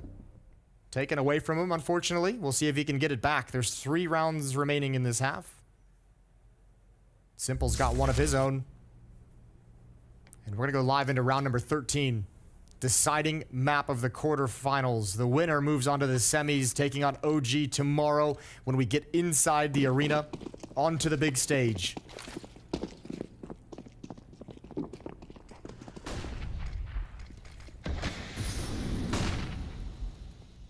Once more, Navi lean pretty heavily over towards A to open up. It feels like they really have this idea there's something exploitable there. You kind of, you know, even seeing that and how these rounds are playing out, you touched upon it a couple of rounds ago, Jason. You said, like, you know, there isn't a lot of fighting for this actual A control. They get a lot of respect in terms of, you know, taking this space and being allowed to work around their utility. Right now, it is just one man over towards A for Team Liquid. It's Nitro waiting back in CT spawn. What's Bit looking for? There it is. There it is. He's found it. Looking for a smoke. He's like, okay, everyone wait.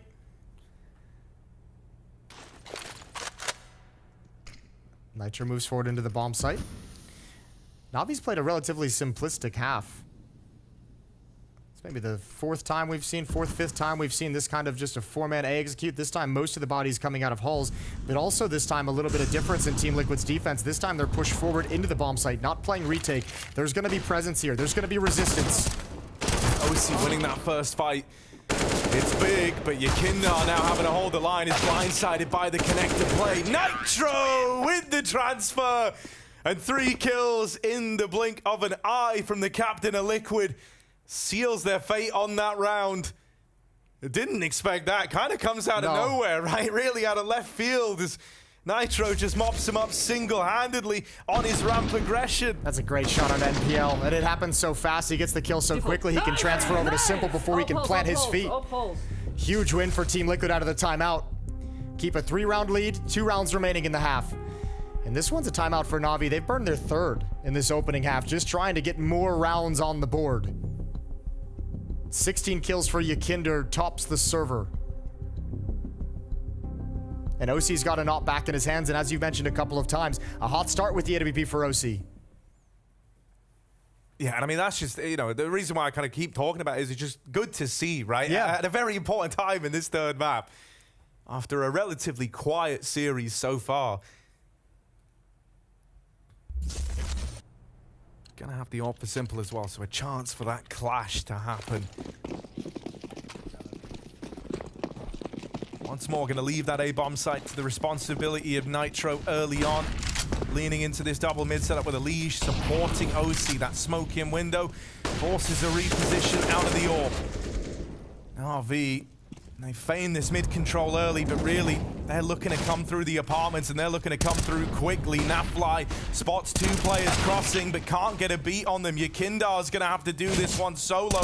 They've crossed into the site, they've got the info. OC did dispatch of 1 man, and that's kept Liquid in this with a liege. Fast cat rotate from the connector. He's able to play into this round after all. Simple caught as Nitro gets aggressive. Perfecto's gonna have to win this one in the clutch. Yeah, Simple thought it was gonna be OC with the AWP in market. He didn't think he was gonna slide out. Never knew that Nitro had a perfect timing for it, and OC's got the read. OC's got the read, he's got the shot, he's got a double kill. And Liquid have 9. And out of that loss, NAVI have got no money to play with. They really needed a plant if they wanted to get rifles out in this round. They can either shuffle some guns over, some Galils or AK-47s if they want rifles in this round, or they fall down to the pistols and armor. And that's actually a really good recovery because NAVI did a phenomenal job going 1 for 1. And I mean, finding Naf essentially without him getting a kill. And then after that, I mean, it was a pretty labored defense for Team Liquid. For them to come out on top of it is very impressive. Again, just a hit at the A-bomb site and execute coming in. Yeah, but it feels like to Liquid this one, maybe even obvious, right? With how much NAVI have had success here. They've actually lent a little heavier into defending it. OC even scoped up down the ramp from top stairs. If he could take one out of the picture early. Are they gonna swing? So much easier. Util going in. Oh, but OC catches them before that smoke blooms. There's the early 5v4. Liquid now, if they want to lean into these retake setups, this is, how you want to do it. But Electronic decides to throw a bit of spice into the mix. Gets aggressive, but caught after 1. It's just Perfecto again. His teammates gone around him, and surely no hope here. 1 shot left in the Deagle. It's not enough. A 10-5 half as OC roars to life on Mirage.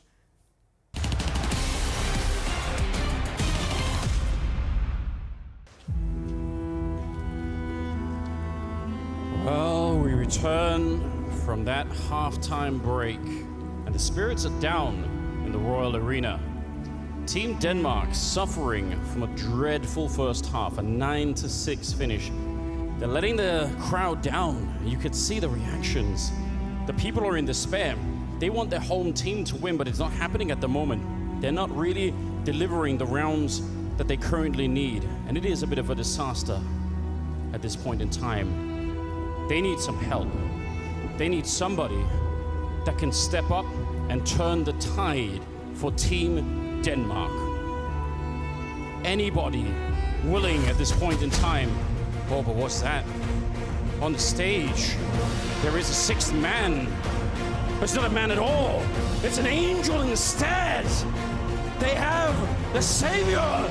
It's Niklas Bentner of Danish national team fame, of Arsenal, of football legend here. And he is suiting up to save Team Denmark. What a fantastic time. Jason, will this do it? 6 versus 5, is it enough? Listen, this is a crazy turn of events. He started playing CS during COVID times. He owns his own CS team. He says, he claims, and we put to the test that he plays at a Face-It level 10. 30 goals in 81 games for the national team, and he's popularly referred to as Lord Bentner. Who else could do it? Yeah, they need a Lord on stage to get the job done. 6 versus 5, it's never been done before. Is it enough to take down the dream team? We're about to find out. I mean, we're going to put it to the test. We've heard rumors. We've heard legend of his skills. Here we go. Second half is coming up. We've got Team Denmark versus the dream team. And Niklas Bentner suited up. Julies are out. Oh, he's hunting for it. And the team are with him. All 6 of them charging and looking for the kill. They're going to find Simple. It's not a bad pick off. Probably a little bit confusing to the Dream Team. Rez here, and these 6 people coming. What is the Glock going to do? Oh, they checked the corner. Oh, S-Tag ruined everything with that turn. Rez wanted more. Yakinder's up next. Eagle in hand. He's got a lot of targets to pick from. There's the first.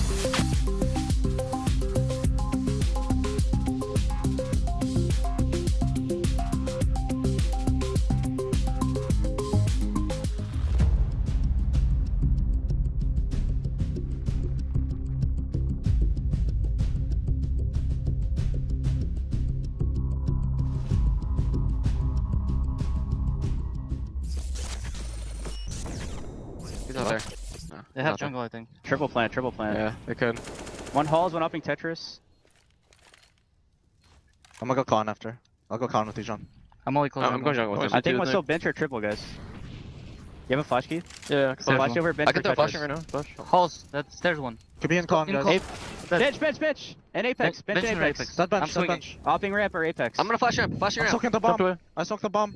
Get on it, get on it, get on it. Tetris. I'm trying to stick. Tetris dead. Nice. Ramp. Nice. Oh my god, I'm insane, bro. I saw that. I didn't see it, but it sounded cool. Have the tides turned for Liquid? Or will this T-side dry up like back on ancient NAVI? It's going to be a big comeback required. Another They've one. done it once in this series already. Yeah, well, let's see how the pistol round goes. Team Liquid spread. Their pistol rounds have been slow on their T-side. They've enjoyed just chilling for 20, 30 seconds before making any kind of decision. This is looking very, very similar as well. Naf watching for pushes in Palace. Nitro at a ramp. Yakinder at top mid, and he's eventually going to work in conjunction with Elysian OC from the underpass. Similar pistol round to what we saw in RV run, but with less attention for Ramp and Palace out of Liquid.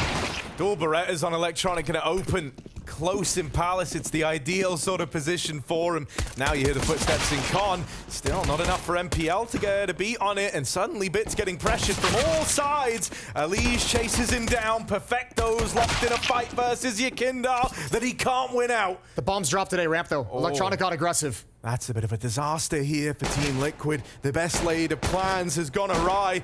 With that bomb taken away from them, this is now a rescue and recovery mission. You might have to win this one on the back of the gunfights. Simple. Left just holding this cross, can watch it for Electronic, can play this in down, and the dualies are clean, and Simple makes that one come through. Yakinder's gonna have to do this in the clutch. 1 versus 2 on his plate. And only 30 seconds, Electronic walking in with the dualies. It's the last thing that he expects. And so that's NAVI with a pistol under their belt and a big 4K from their captain. A lot of Counter-Strike going on this weekend as well. We've got the quarterfinals now. We've got the semifinals tomorrow. On Sunday, we've got the show match.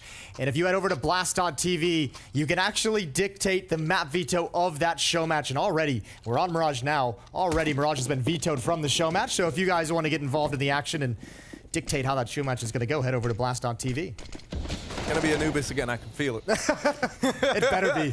If you pick anything but Anubis, we're all gonna be upset with you. I don't want to say you're wrong because it's like a democracy and your choice, but also you're wrong. Here we are, NAVI looking to convert versus just the pistols. Now's the time for a nice clean round to really inspire a bit of faith in this NAVI CT side. No investment from Team Liquid without that bomb plant. Man, Electronic with the quad kill just had a fantastic pistol, and he was quiet relatively before that. He was stuck on 5 kills. 10-6, a 4-round lead for Liquid. This one likely going to go against them as well. NPL at top con. Simple's going to be there for support. You've got Electronic with the SMG underneath the balcony. But they're walking in slowly and surely. There's the spot, and they can't get the trade fast enough. And that pulls the attention of Simple, who will not let them cross. Yeah, relatively clean, right? Electronic challenged by 5 players out through ramp. Kind of does all he can, makes a bit of cash on the MP9, but that double jungle setup is, you know, really the thing that locks it in. Just fighting at long ranges, fighting together with the rifles. Keeps it nice and safe for NAVI. Here's the investment for Liquid. Here's the eye test of this T side. Are they going to hit the ground running? Or are we going to have, you know, their biggest fears realize this idea, you Now, have we kind of woken the beast by letting them come back on Ancient? OC opens the round, and what a player to find. With Bit knocked out, that's a problem for NAVI. Yeah, finds it blind as well. Nicely done from OC. 5 on 4, that means Liquid get to slow things down. Pump the brakes, hit the pause button, however you want to phrase it. They get to chill on the map and wait and see if Navi's going to have any kind of a reaction. There's 2 SMGs in play for NAVI. And there's the reaction as well. Electronic and NPL pushing towards top ramp. Nitro and Yakinder are pushing right into the position as well. Yeah, I'm walking into this double setup, but it's like a delayed bait and switch almost, right? Electronic was just peering into the apartments. Now he's come back, but is on a bit of an island here. Just flicks back down in time.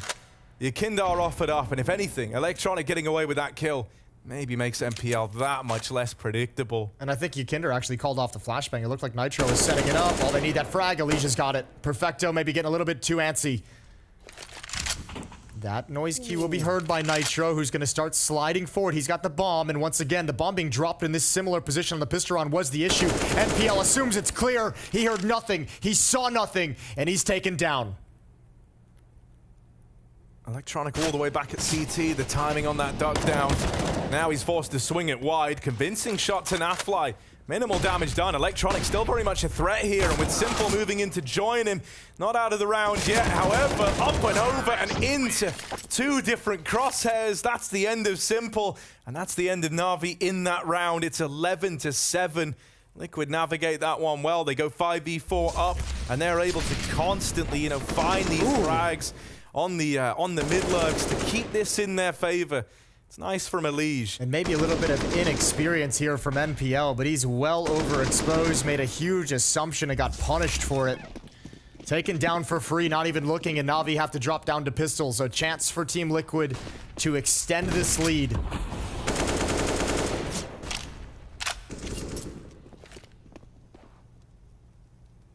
First man to fall in this round as well. And this was the big worry, right? As mentioned for MPL. Not had a lot of exposure to officials, right? Not since this event have we seen him donning that main team Na'Vi jersey. And it's a very different ball game to his time in the Academy League. Then factor in on top of that, as mentioned, he's only played in the opening matches. He hasn't been coming in for deciders. This is a huge ask of a very inexperienced player. And it was going to make or break it. Well, MPL looking like that pressure might be getting to him.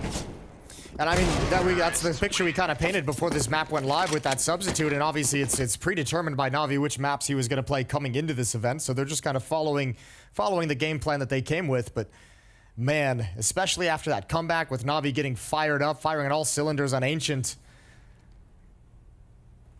you just put NPL in a very difficult scenario, an elimination game. AWP in the hands of Simple.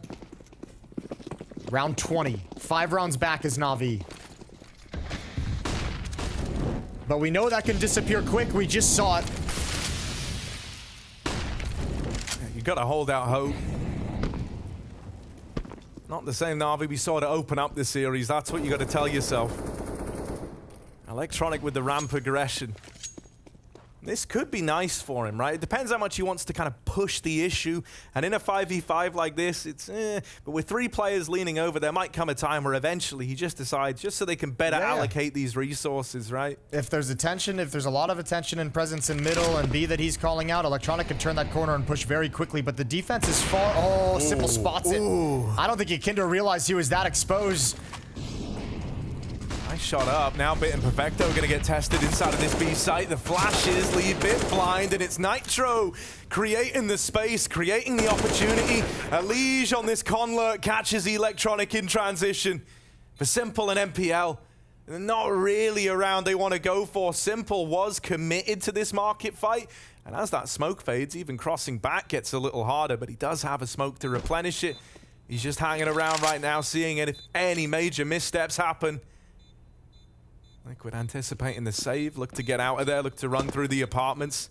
Throughout this series, I feel like Nitro on the T sides has had some very timely double kills, some very impactful double kills that just come in here and there, just grinds him away, nothing jaw-dropping, nothing too crazy. Yeah, I mean, if we're being real, I think that was like kind of the turning point on Ancient was when Bit figured out the mid-fight and how to get ahead of Nitro there, right? Because it felt like Nitro was getting away with so much in some of these early mid engagements and in the CT half especially. And I mean, for this Liquid, oh yeah, I just spotted the leg. Kinder hadn't made it all the way into the smoke. Shot. And for this Liquid roster as well, Nitro was one of the big question marks coming back from Valorant, right? Was how long is it going to take? Are we ever going to see Nitro get back to that level he's capable of playing at? And I mean, he's delivering some very, very good stuff in this important series today. 6-round lead for Team Liquid.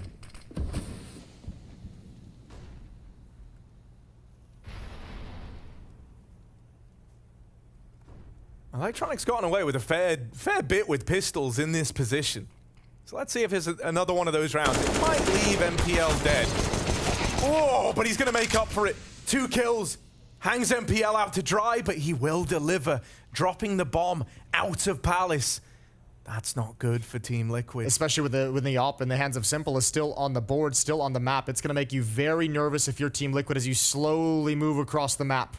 OC really can't afford to die, because like if things get really dire, you can smoke this and look to grab that bomb, but he's the only guy with utility, so very important that he stays up in the grand scheme. They spot Simple Zorp all the way back at CT. Electronic still playing around this Palace position. There we go. Molotov out. He kind of forced the swing, but he takes him to the grave. It's Nitro in this one alone. You said he's good at the timely multi-kills. Well, this is the time. This is the place. Can he run it back again? Up through the connector. Little jump peaks happening from CT. Needs to be cognizant about this jungle position. Will look to check it. Oh, the timing on that. Bit's getting whittled down. Knocked out of the round. It's a USP and the AWP. Simple is the one who's going to have to do this. That molly will force a swing out, but the USP survives. Just one more man to make his life hell. Good grab from Nitro. Nice movement to get it. 7 bullets. 7 bullets has to make every single one of them count. Ooh, first man in is Simple. It's a lot of damage, but Perfecto's wrapping him, and they'll take that one over the line. Electronic, man, that's kind of wild. It's a really crazy round from him. And these are the painful rounds if you're Team Liquid trying to close out this map. You essentially lose it to a P250, and you know in the back of your head it was an AWP on Simple, and it was 4 pistols. And dropping that round, that's one that should have gotten you a little bit closer. Should have gotten you just 2 rounds away from those semifinals. And now it's just pain. Timeout called. This runs from Team Liquid. Navi's going to try and hold on to their timeout. They only have 1 remaining. They used 3 in the first half to keep it as close as possible. So that's a very valuable final timeout in the back pocket of Blade. Liquid have plenty of money as well. Nitro's at 10K. Alicia just dropped plenty of guns over. It dug deep into the bank, but they've still got to buy behind this if needed.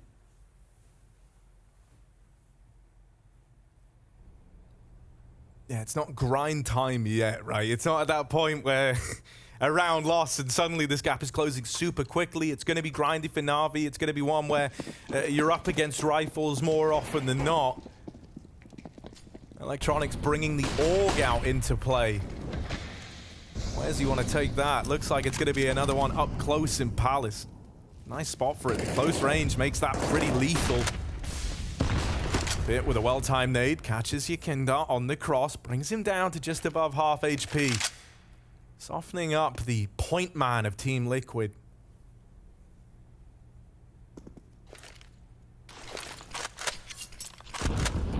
What's interesting to me is how much Electronic is going to put the fear in Team Liquid over this A side of the map. He's been able to get away with a hell of a lot here, largely alone. Last round with the help of MPL. Just kind of using him as bait. Yeah, it all counts. It all counts. Electronic is shifting back to play retake. How aggressive does Elige want to be on the lurk through underpass? Paired up once again, as we've seen plenty with Yakinder. Molotov to cover their push-up connector. It's NPL as the point of contact. Cannot make noise here. Oh, just gonna spam MPL, never even gets the chance to play. So now Electronic, I said he's done a lot here alone. He needs to do it again. This time out of necessity, not just a flare. Bit dead. Oh, Simple collateral. Elige responds, but Simple starting to feel it, takes one of the leg. But you took a swing at the King and you missed the chance. He's still in the round, still in with the opportunity. Perfecto, quick flick to Elige, and now OC gotta do it alone. He can't find a thing. NAVI pull up with the victory. Stealing that one from the clutches of Team Liquid. It looked like they'd done enough. It's this shot that completely changes the course of that round. It gave Perfecto the chance for a follow-up stunning headshot in the 2v2. And this is the danger, much like Ancient. Once Liquid got close, all of a sudden these rounds started turning in the favor of NAVI. The individuals caught fire. Perfecto stepped up, Bit stepped up. That's what you don't want to let happen. And now all of a sudden Liquid, they invest everything into this. They have this one last buy out of a loss. After this, they must save.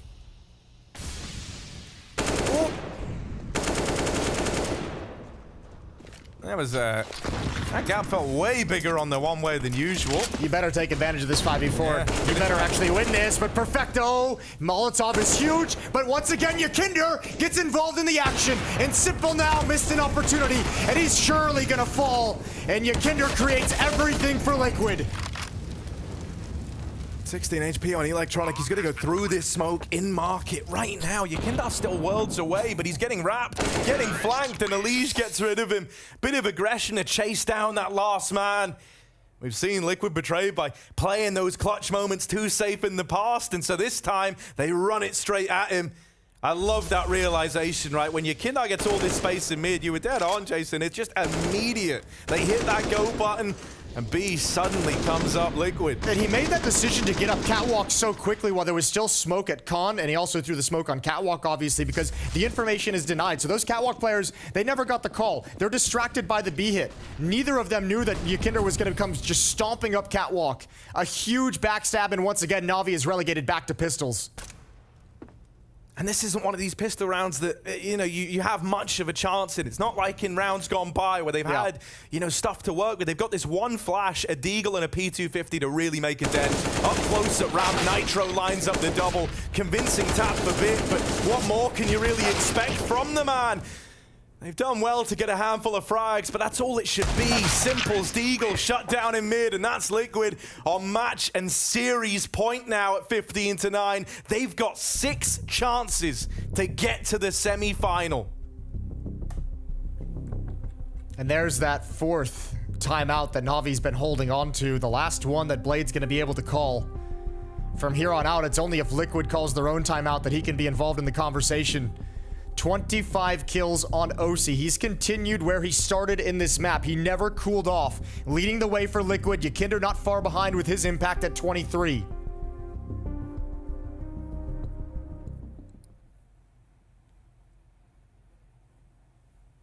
But this CT side can go lockdown mode.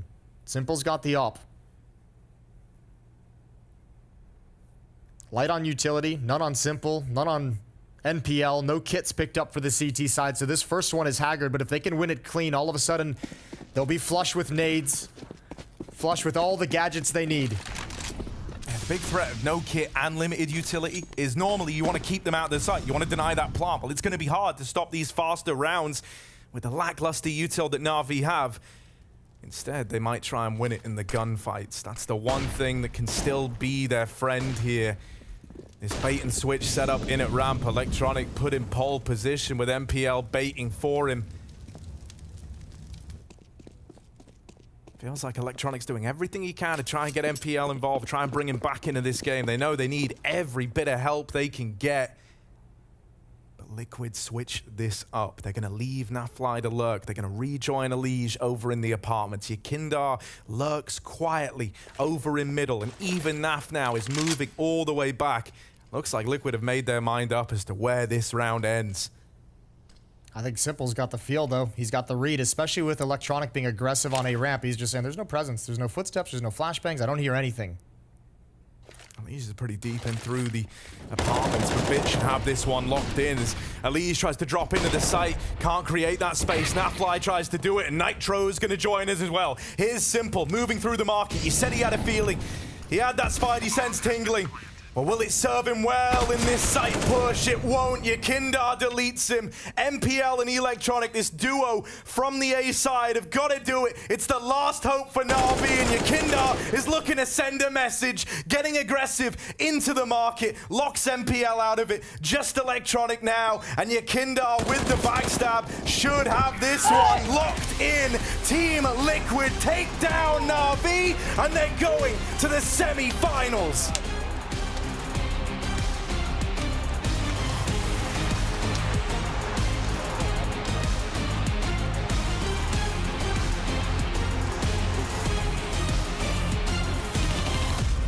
Despite Navi pushing this one the full distance, Liquid are the ones to seal out this series and also seal themselves a spot in the semi-finals versus none other than OG. A great team performance all round from the side of Liquid coming onto the grounds of Mirage. 16-9 to close this one out, but unfortunately for Navi, this marks the end of the line here for 2022. Yes, indeed. Very reminiscent of their actually last series that they played. This was the same kind of pattern with Liquid winning the first map, then the second went to hell, but then a good reaction once again on Mirage. Miles head and shoulders above Navi. They could see we were in control towards the very end. They knew they would eventually close that round. Very dominant, I would say. I was happy to see the mental fortitude coming out of Liquid because we've seen it play out before, right? You have a second map like Ancient, you're leading 13-4, you're supposed to win. Somehow, some way, Navi fight their way back into the game, and then you never know what can happen on the third deciding map. But it felt like Liquid were in control from start to finish. Felt like they had the players and the mental fortitude to get it done, and it was a good game by Liquid as well. Yeah, when we're looking at basically any of the players in that particular moment, you know, they were standing up to the occasion when needed. OC as well, we sort of were fixated on him for the first couple of maps, saying we needed to see more from him, and he definitely delivered on this one. The criticism are valid and they are rightful when it comes to OC, but he did step up in that third map. He did have a ton of impact, also specifically because of that focus from Navi on the A side. I guarantee you the highlights we're about to see, a bunch of them kills are coming from the A side because there was a lot of pressure being put by Navi, but OC did step up to the challenge. Only had 9 kills, I believe, out of 25 out of the AWP, not a whole lot. But if you can do it with the rifle, I don't care how you do it, just get them kills. This is the problem, right? This is why we expect more from OC. This is why we are critiquing him, because we know he can play at this level. We saw it during Pro League as well. He was one of the worst rated players in the entirety of the group stage at Pro League, and he was the highest rated player in the playoff for Team Liquid. So he has the ability to turn it around. He has the ability to play at a high level. We unfortunately just don't see it enough, but when it happens, it is worth its own gold for Team Liquid, right? You have 3 players in this game, Nitro, and then of course OC as well, and Yakindar is always playing well, and that's enough to take down a team like Liquid. Well, let's get to hear from the Orpa himself, so we do have a few words from OC after winning that series. OC, coming out of this third map against Navi, it was a tight affair and you barely just made it, you know, work on a Nightchin, and now you come out on top in the end. How does it feel? It feels great after that second map. Of course, we all felt like we should have closed that out, but yeah, it was props to my team for keeping the mental good, and yeah, we came back on the third map and we did our job, so yeah, I'm happy.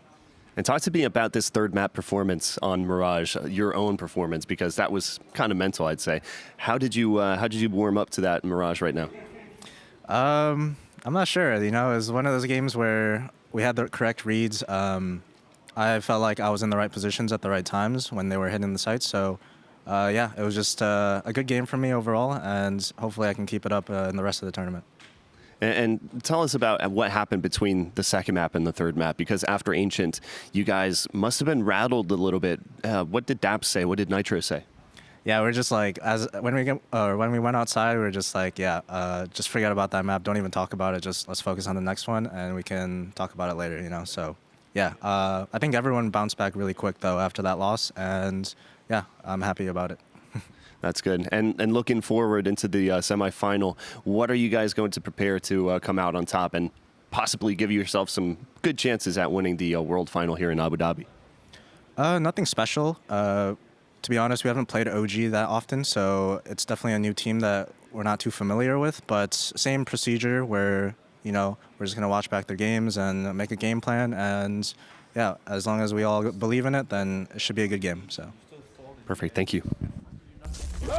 And I love that we get to hear about the bounce back coming off of obviously their pick of Ancient. It was unexpected to see Na'Vi actually managing to seal that one out in the end. And for Liquid, coming to that first half of this ground of Mirage, great CT looks from them through and through. Yeah, they absolutely did. And what was impressive for me is that it's actually Na'Vi that went on the punch first. They threw the first punches. They've had a good start, very much. But Liquid managed to stabilize. They understood what the hell was going on. I think they made a couple of adjustments that they had to. And the A players really stepped up. Yeah, you picked up round number 8 as stylistically some very nice looking CS if you're a bit of a Counter-Strike nerd. In control. I think is what I would like to say. They were in control. Please have a look at this execute coming out of Na'Vi. You will notice absolutely no fight, no skirmishes whatsoever. Liquid have decided to play the retake, but then they strike. Then they use their own utility. Molotov from jungle to liberate a little bit of space. Yekindar gets double kill. Perfecto is a little bit naive on the fate of the smoke. We'll see a miss, rare miss from Simple with the AWP, and that's all that Liquid needed. So there's really two stories, two sides of the story in that clip. First of all is the staying in control for Liquid and knowing when they're going to retake, and a couple of approximations, couple of mistakes being made by Na'Vi in that post-plan situation. It's also great to not see Liquid crumbling after fumbling on their grounds of Ancient as well, because we talk about them, you know, as potentially being an emotionally charged team. Sometimes we've seen them in series have the ability to kind of bomb out after somebody has absolutely wrecked them in terms of a comeback. Great to see that mental fortitude coming in from them. One may argue that they've tried what happened on Ancient so many times before that they actually learned from it, right? And they've been able to soak in the disappointment, move on and go into Mirage with a fresh mindset. I also do want to highlight, and without taking anything away from Team Liquid, I think this is one of the weakest Na'Vi we've seen perform in a very long time. There's a lot of question marks, there's a lot of worrisome stories you can distract from this tournament. NPL coming in as well, you posed the question, could he withstand the pressure? Was he a little bit cold coming into Mirage? Unfortunately for him, it's not like I want to point to him and say it's his fault. It was a team decision right here, but NPL didn't step up. He didn't contribute with anything whatsoever. And overall, it's just been a very shaky and uncomfortable tournament for Na'Vi. It's so tough. I think we are put in a very tough position when it comes to NPL, because I want to take you all back to the first few times we've seen Bit play Counter-Strike with Na'Vi, and this was an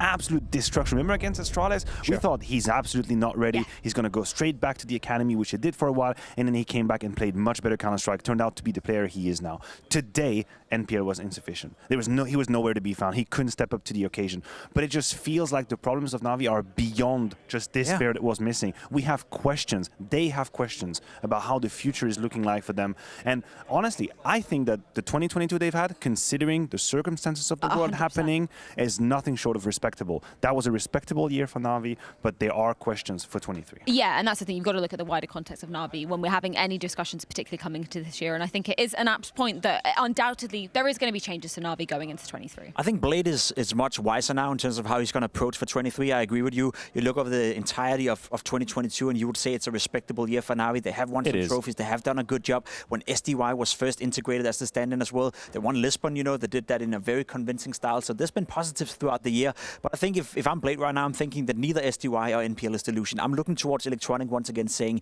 is he the guy that's going to lead my team for 23? Or do I need to look elsewhere to find another in-game leader so I once again can set him free and we can get a top 3 rifler in the entire world for the past 5 years back at his best? Because Electronic just had his worst showing in many, many, many years at this tournament. It is so frustrating. Listen, I can understand. I understand on very short notice when they had to find someone stepping up and doing that role. I can understand Electronic had to do it 100%. because he had the vision for it. We heard it from multiple teammates that he was extremely clever for the game. Blade even said it. But Jacob is right. You have a player that is one of the most exceptional rifles we've had in our game. The man has been in the top 6 or 7 of HLTV for 4 years in a row. He's definitely up there. You cannot hinder him. You cannot put that on his shoulders. You're just missing out on way too much power, and we know that matters. And that's an equation that Navi have to solve. Yeah, I totally agree that he kind of needs to find that freedom again, be relinquished a little bit of that control. But moving on to take a look at the bracket as well. Of course, Liquid, they're going to be facing OG, undoubtedly the surprise of the entire tournament, actually in that semi-final tomorrow, Matthew. That's going to be interesting. I don't know who would have actually called Liquid OG to be a semi-final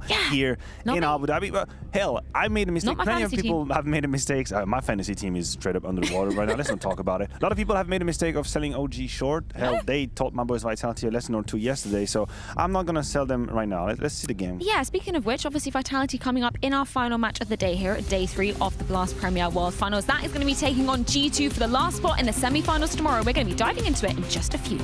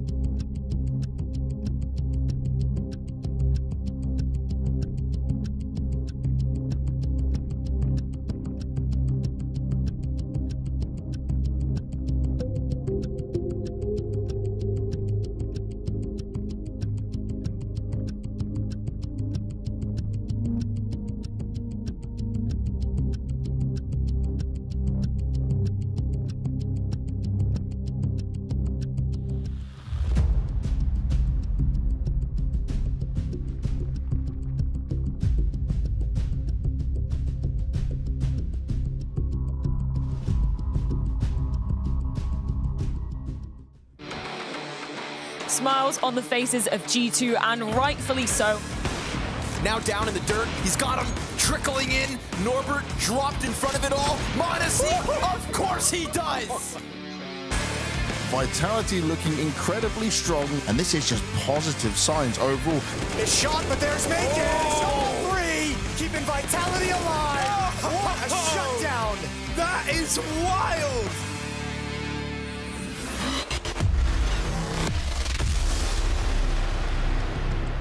The clash of G2 and Vitality to determine who will be going through to the last spot in the semi-finals here at the Blast Premier World Finals. For the side of G2, obviously managing to take down the Outsiders just yesterday. For Vitality, though, a bit of a fumble versus OG. Two squads coming into things, hoping to make it in front of the big crowds here in Abu Dhabi. But for G2, I'm wondering, gentlemen, how are you framing the year for them, considering it's been tumultuous, to say the least, for G2? I think that's a good way to phrase it. It's been a little bit shaky. It's been a little bit up and down for G2. Started off the year okay by doing well in Katowice.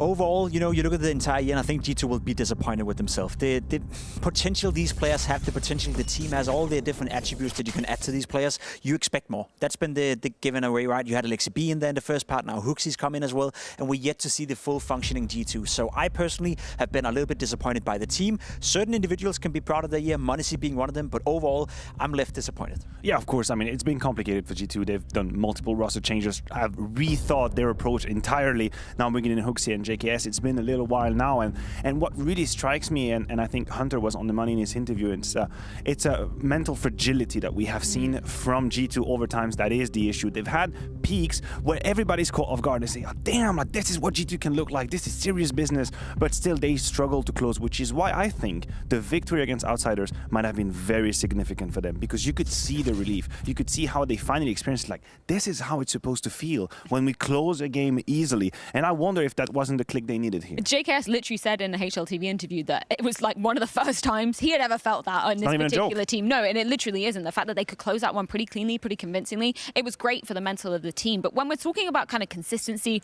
rock solid pieces for G2, I really want to give some praise to Monesi, because I remember the conversations we were having at the spring groups way back in January of 2022.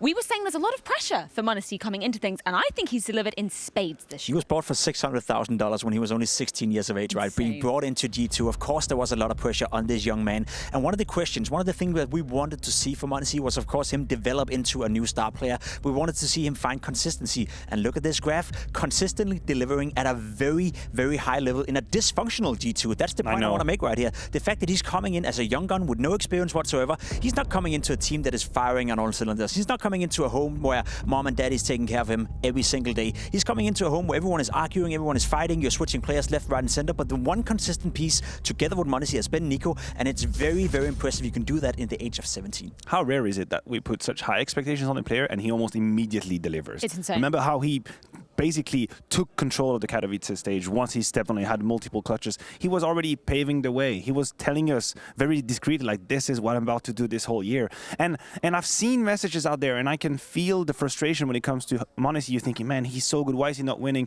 Well, take it as a learning experience. It's gonna build character for you. He already has the level. He's gonna lift trophies. He's gonna get MVP medals. Yeah. I guarantee you it's gonna happen in the next few years. Took Simple 3 years as well. Exactly. It took Simple so long to actually succeed. And that's also when you build your mental resilience. So yes, I'm frustrated on short term, but Monesi has years and years to come. Yeah, let's get a few words from the Rookie of the Year before turning to face Vitality. All right, Monesi, 2022 has been your first full year as a G2 player. How has it been, and how does it feel? It feels good. It feels really good. And what I can say is, like, I don't know, this year is like a learning year for me, and I don't know, I learned a lot from this year, and potentially, I mean, not potentially, it's our last tournament for this year, and I think we can win it. You know what I mean? So yeah, everything is good. And speaking about learning stuff, you are under the leadership of Huxi. How do you feel you've been developing under his leadership? I know, I like Huxi very much, and I don't know, under his calling, like, I learned a lot as well, and I got a lot of freedom to do what I want with op, and maybe you notice it. I play more like calm, you know, like chill. I don't know, not chill, but calm. This is the right word to say, because I'm confident, and I'm confident with my team, and confident about him. So I don't know. That's it. Just like him. And you've been putting up a lot of solid performances for G2, even outperforming Nico, which is the team's superstar veteran. Do you feel any extra pressure because of these performances, or how do you feel about it? No, I don't feel pressure. Like, I think when I feel pressure, I play worse than when I play calm. You know what I mean? So if I feel pressure, like I will miss my shots, I will do something else. I will not react as I usually do. And no, I think if like everyone is performing good in our team, we'll win. You know what I mean? So yeah. And looking at your opponent today, it's going to be Vitality. What does it take to take them down and get you guys into the semifinals? What is it? What, sorry? Your opponent today are Vitality. What will you be doing personally to make sure that you take down Vitality and get into the semifinals? I can say that we played against them maybe 7-8 times this year, and I don't know, every time we play against them, I don't know how. On each tournament we play against them. It's crazy. But I don't know, I think like every time when I play against them, I know what they do. Just need to be yourself, like, you know, in some point, and just play your game. Because like we know what they do, they know what we do, because we played against them a lot, against each other.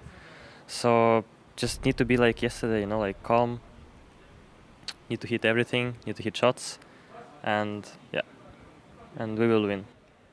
The only way diamonds are built are by being under pressure, and man, Maniac has proved that time and time again. But as Maniac was also aptly saying, Vitality is not too of a disfamiliar opponent throughout 2022. What is it, 7-8 times they've actually faced up against the Frenchman in the Danish mix? There's obviously a grudge, you know, as I said, 7 series, and also very poetically, G2 was the actual team that pushed Vitality away from Royal Arena and sent them to the showdown. So there's a whole lot on the line here. This time it's going to be the Etihad Arena. We'll see if G2 put the stop to them again. I mean, thoughts on that OG game yesterday, Jacob? Because we were watching back at the hotel. We actually got in the lift when we thought, oh yeah, Vitality going to be seeing that first map. Boy, were we wrong on that analogy. Take nothing away from OG. They played a stellar game of Counter-Strike yesterday, but Vitality were supposed to win the first map. They're not supposed to lose a game like that against OG in the fashion they did, especially on the second map where they fell flat. It felt like Vitality weren't even competitive in a game against OG, and that cannot be accepted. And that's an issue for me, because we spoke about it after the first game, me and James. Vitality looks so good, right? Coming in after a break, Apex was talking about the fact that, yeah, it's so good that we actually had a month off to practice. Then they look good in the first map, they look horrible in the second. Where does that leave us? We don't know. Well, let's continue upon the train of the in-game leader. Asani has some thoughts about Apex heading into this one. Yeah, I want to share some insight on Apex, and obviously he's under a little bit of criticism after that performance yesterday, but it's really just his bravery that actually either benefits him or costs him. So I have 2 examples to kind of show you that really demonstrates this. So first, we'll see him entering towards his B site. He has flashes from his teammates. Now this is an example where it's actually going to work out for him. Here you'll see that as he comes in, he passes in towards his left side wall. The smoke is going to come in towards CT. Now typically, whenever you have the smoke towards CT, you want to fight towards the site, but Apex, he does the more unconventional thing and actually pushes into spawn. And by pushing into spawn, it allows him to kind of catch the CT completely off guard, and that's what allows him to find this kill. And it opens up space for his teammates now where they don't have to worry about CT spawn. They can simply focus on the player towards site without having to worry about all this potential danger. And with him also being in this ruins area allows him to kind of cut off the rotations and basically prevent the CTs from really coming in. This is an example of where Apex's willingness to kind of do the unconventional pays off. But here is a counter example. Here we're going to see him come in towards the A site. He's going to entry with Dupree, and as he comes in, Dupree ends up dying, and you'll see that when he comes in, he basically dies for free. He doesn't even have a chance to take any fight at all, and the main reason for this is that as he's coming in, normally when you scale up towards the A site, you want to take this right side and try to get into the site with the flashes from your teammates, but with him not doing that, he just decides to go straight. And by going straight, he puts himself in a spot where he's basically out in the open. He's facing the triangle of doom here. One player here, another player coming through Moto, and even people coming from the site. There's just no way at all for him to win any of these fights. And you even see this from his POV as he comes in. Like I said, he has so many angles to check, he has a chance at none of them. And because he takes the unconventional path here, he ends up dying for free. The rest of his teammates are in a spot where they're not really out of the area because they've already used the flashes. So this is another example here where just Apex is kind of that duality of man where sometimes the unconventionalness works, sometimes it really doesn't.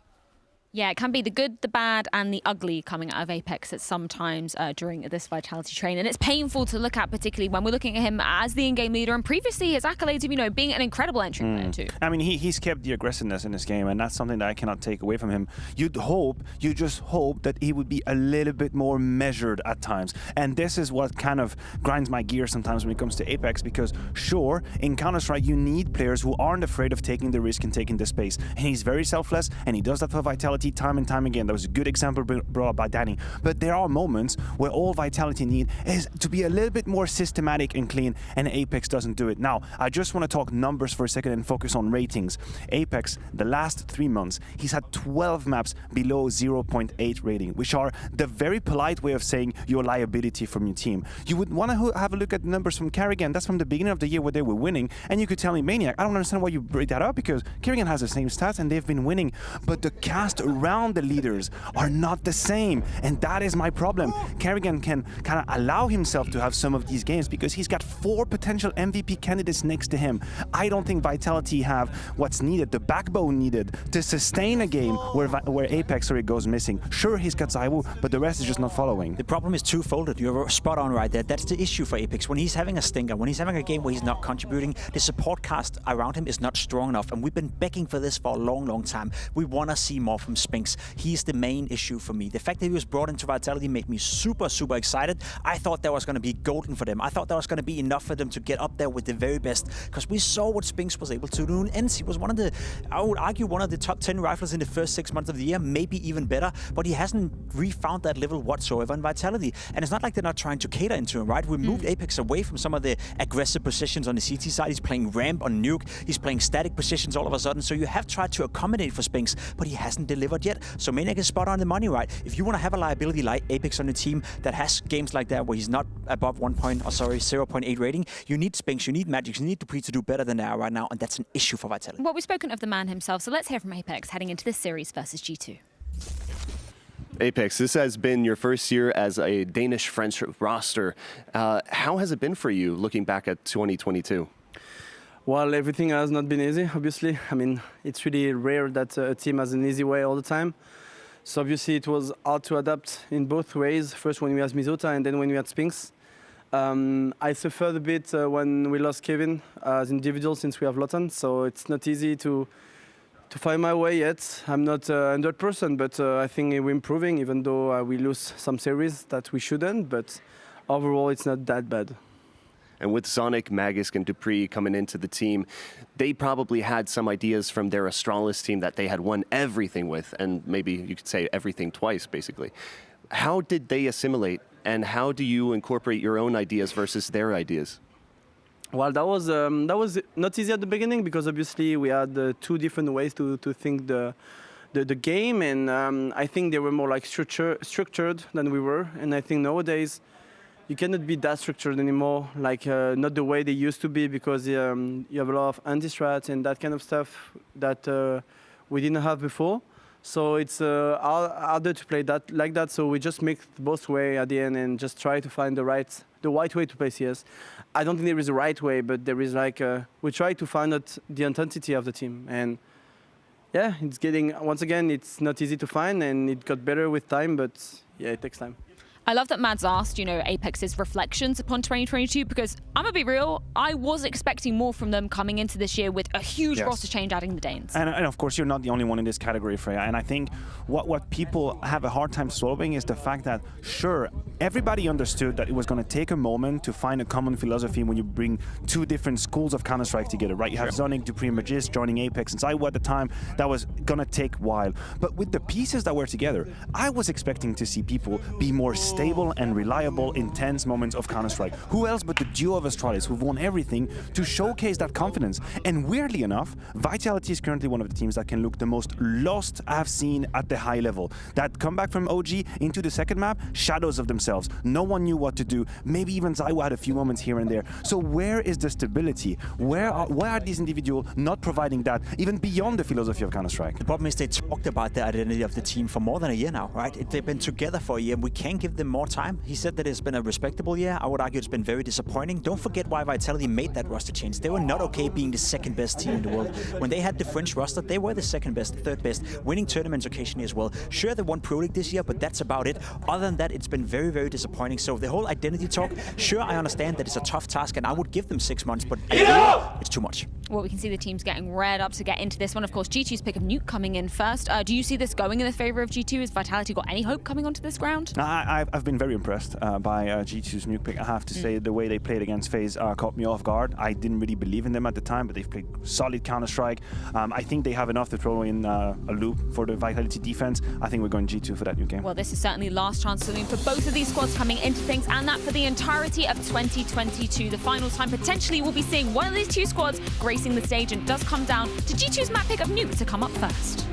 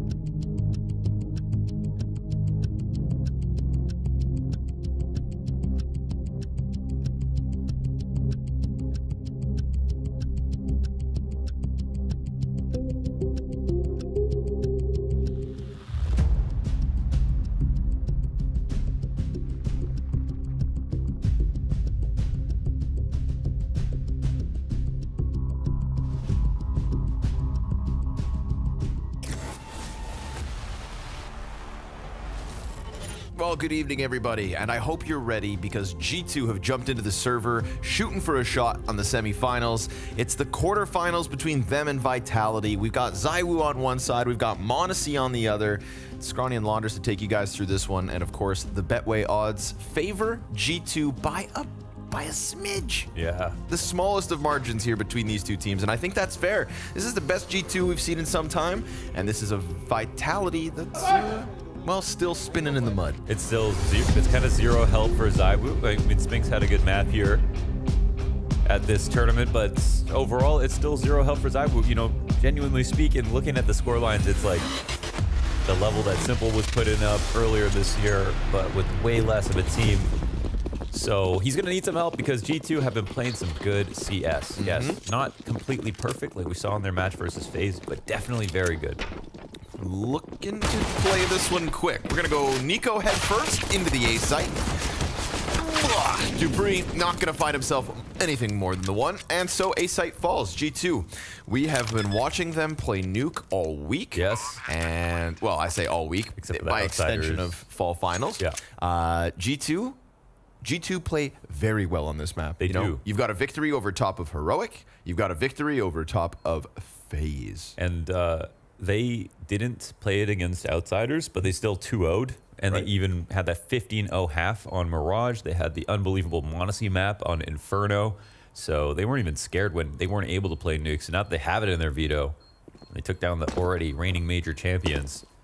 You got to feel like they're in the right place mentally to kind of take some big wins. I think, you know, considering the circumstances coming into the event, you know, of course, Hooksy has every excuse to, you know, have an off event, but he has showed that he is ready to be very active, very loud as a caller, take control of the situation. His teammates are playing well right now. They are simply focused on the win, and it shows. An assertive Hooksy is what we've gotten, even through the trials and tribulations of that ancient loss versus FaZe, you know, but hey, you lost to FaZe. So do so many other teams. No big deal with that one. And then you absolutely destroyed Outsiders, so now we're watching the G2 comeback arc here in Abu Dhabi. Again, began the year in Katowice with a grand finals. Everything looked so promising. And despite the, again, disappointing year, every single player on this team would say disappointing year, we are now watching them rack up a positive end. Yeah, it's two rosters that both feel like their year was bad coming from their players' mouths. And, you know, Vitality's is definitely a little bit better than G2's. But still, you know, there was a couple of playoffs that they missed that they shouldn't have, you know. A couple of Antwerp, majors for they example. missed. Oh, sorry. Yep. Oh, talking about Vitality, yeah. Like, even though Vitality made it to Antwerp, like, they didn't get to play. They weren't even in the top 8, you know. And they have one of the biggest, you know, fan sections, basically. What are they called? The bees? The Bumbles. The Bumbles. No, the Golden Hornets. The bumbling. The babbling Bumbles. Bubble Boys. No, Golden Hornets. And the Roaring Bears. That's the big. There's a big, yeah, those are big gang. Apex has had a very rough day yesterday. But he's already got a Deagle kill today. So 1 kill on the scoreboard. And a Galil picked up for his efforts, but nobody's going to stop this B plant. So G2, nice and smooth, down secret into B. G2 are such a fun team to watch, and they've been moving like a machine, and Nuke is their best map right now. And their T-side's been flying. I feel like they've actually rushed upper site on the pistol round like 3 times in a row now. And they won. Again. Can't stop it. Keep on going. Yep. Of course, we talk about Monacy's cerebral ability to win rounds of Counter-Strike. His clutch has been so good versus multiple opponents so far. And then Nico, right? To start this event, we can't underplay how important I think Nico was in those first 2 maps versus FaZe. And again, a match they lost because of Ancient, but Nico was putting up big numbers, as he kind of does, you know. But him and Monacy together, it was really this raising of the floor between Hunter and JKS that turned my head at the start of the week. And I hope tonight we get more of that because, again, you're going to get the consistent Monacy and Nico show. That is now kind of undoubtable. All of those things looked right. The scoreboard looked perfect. Monacy on top, which clearly has been a focus on him. Nico right behind. So many X-Factor kills. Hunter kind of under the radar, but really good stats. And then Hooksy, not 3 kills, you know, like 11 to 15. That's just kind of the range you want him in. And then JKS, the story we're waiting for all year. Coming through at one of the biggest finals that he could possibly be in. Got a finals that now all of a sudden, you know, it's cool to see. It's cool to see last chance of the year. We've got a good Liquid, we got a good OG, we got a good G2. And then the major finalists fall flat right out of the gate. Major finalists, excuse me, major champions. You know, the door seems ajar. G2 not going to waste this opportunity. Not versus pistols anyways. Magisk about to be burned off of the staircase. So 3 players still up on that A site, preoccupado.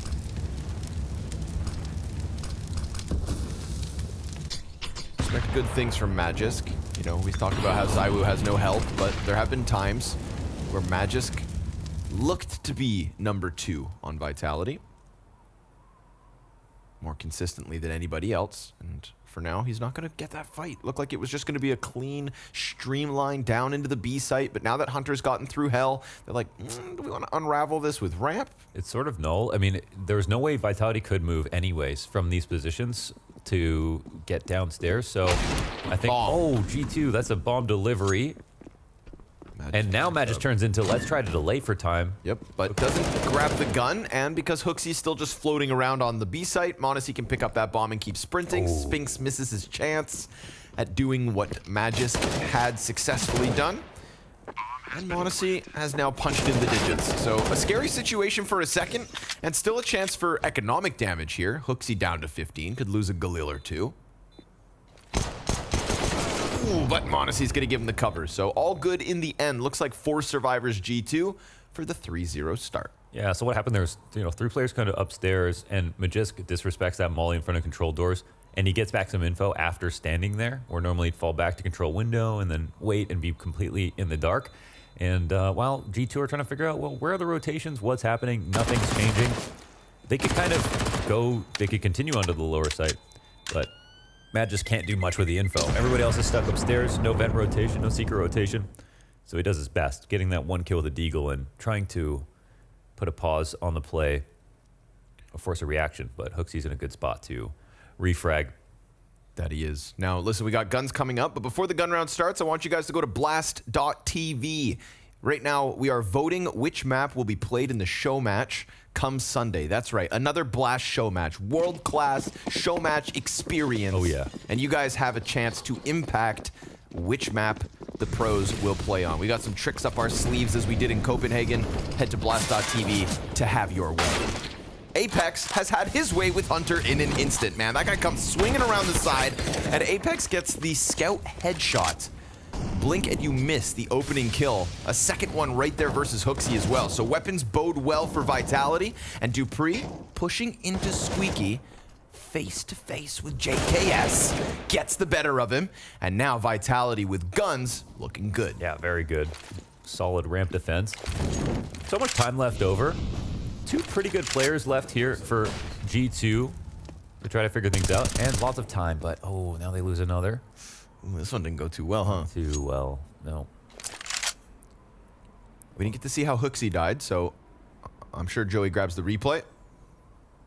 I want to figure out how it all unraveled, because this was a hot G2 that had really no resistance in those pistol rounds, nor the following 2, right? Able to get down secret. The only thing that goes wrong is Magisk catching Nico with the bomb. Everything else was fantastic. So here's a nice clean shot from Apex. Again, absolutely struggled yesterday. I believe 14 kills across the series versus OG. Yeah, he's sitting on 54 ADR for the tournament so far.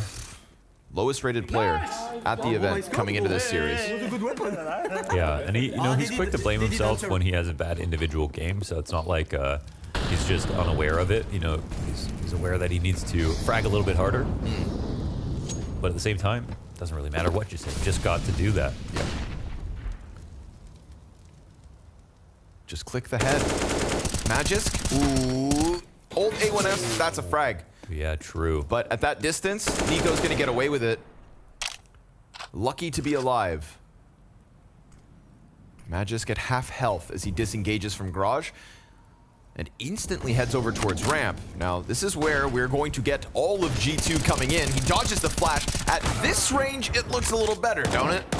Hooksy, team flash assists versus the 2, and ZywOo cleans up with a double of his own. So the ramp push goes south for G2. To be honest, even at that range, it should be nerfed a little bit, but it was a really good spray. Right. Just high percentage of his bullets right there. And, wow, that was definitely the play for G2. That made a lot of sense. They just saw him outside and wanted to punish ramp. Got there in time, only 1 rifle available, and he had to fully dodge that flash when he was sitting on the far end of Turnpike. Could not even escape, so... Looks super uncomfortable. Yeah. I think it was... Done. There it is, Apex, ending rounds from behind every single time. He's vibing. Feeling better today already. I'm sure Apex isn't gunning to be a top fragger every day, but yesterday's performance, I'm sure he'd be a little embarrassed with something like that. Sure. You know? You don't need to be the best, but you also don't want to be the worst. Log on to Twitter, look at the notifications for a second. Oof. So here we go. Nice strong start from G2, converting those rounds down at the B site with majority alive, and now back down into the pistols off of the back-to-back Vitality round wins. Nicely done by Magisk. You know, low HP, uncomfortable position, flash dodge, still picks up big impact. So a little reward for Vitality early. And again, can't forget, right? G2 have been winning versus big opponents on Nuke. If Vitality can stop them, I would be a little surprised by that. Yeah, because of form. Of course, Vitality, historically, amazing Nuke team and have had some of their biggest wins themselves on it. But recently, it's just been a good map for them. Not like outstanding, and their individual level has not really been there. So definitely expecting more rounds here from G2. Ooh, that's a huge find. There's still a minute left on the clock. Okay, they don't get the gun back. ZywOo refrags. That's a reset. Clean 1-2.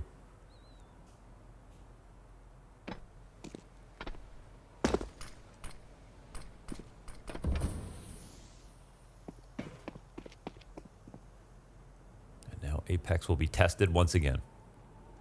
Is Nade destined for greatness? He feels it. Yeah.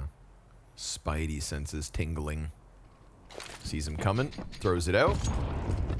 Not really substantial damage, We're going fast. ZywOo's got a nade of his own, and he's gonna get that bomb dropped in hell. So all of a sudden, G2's hopes have come crumbling down around them.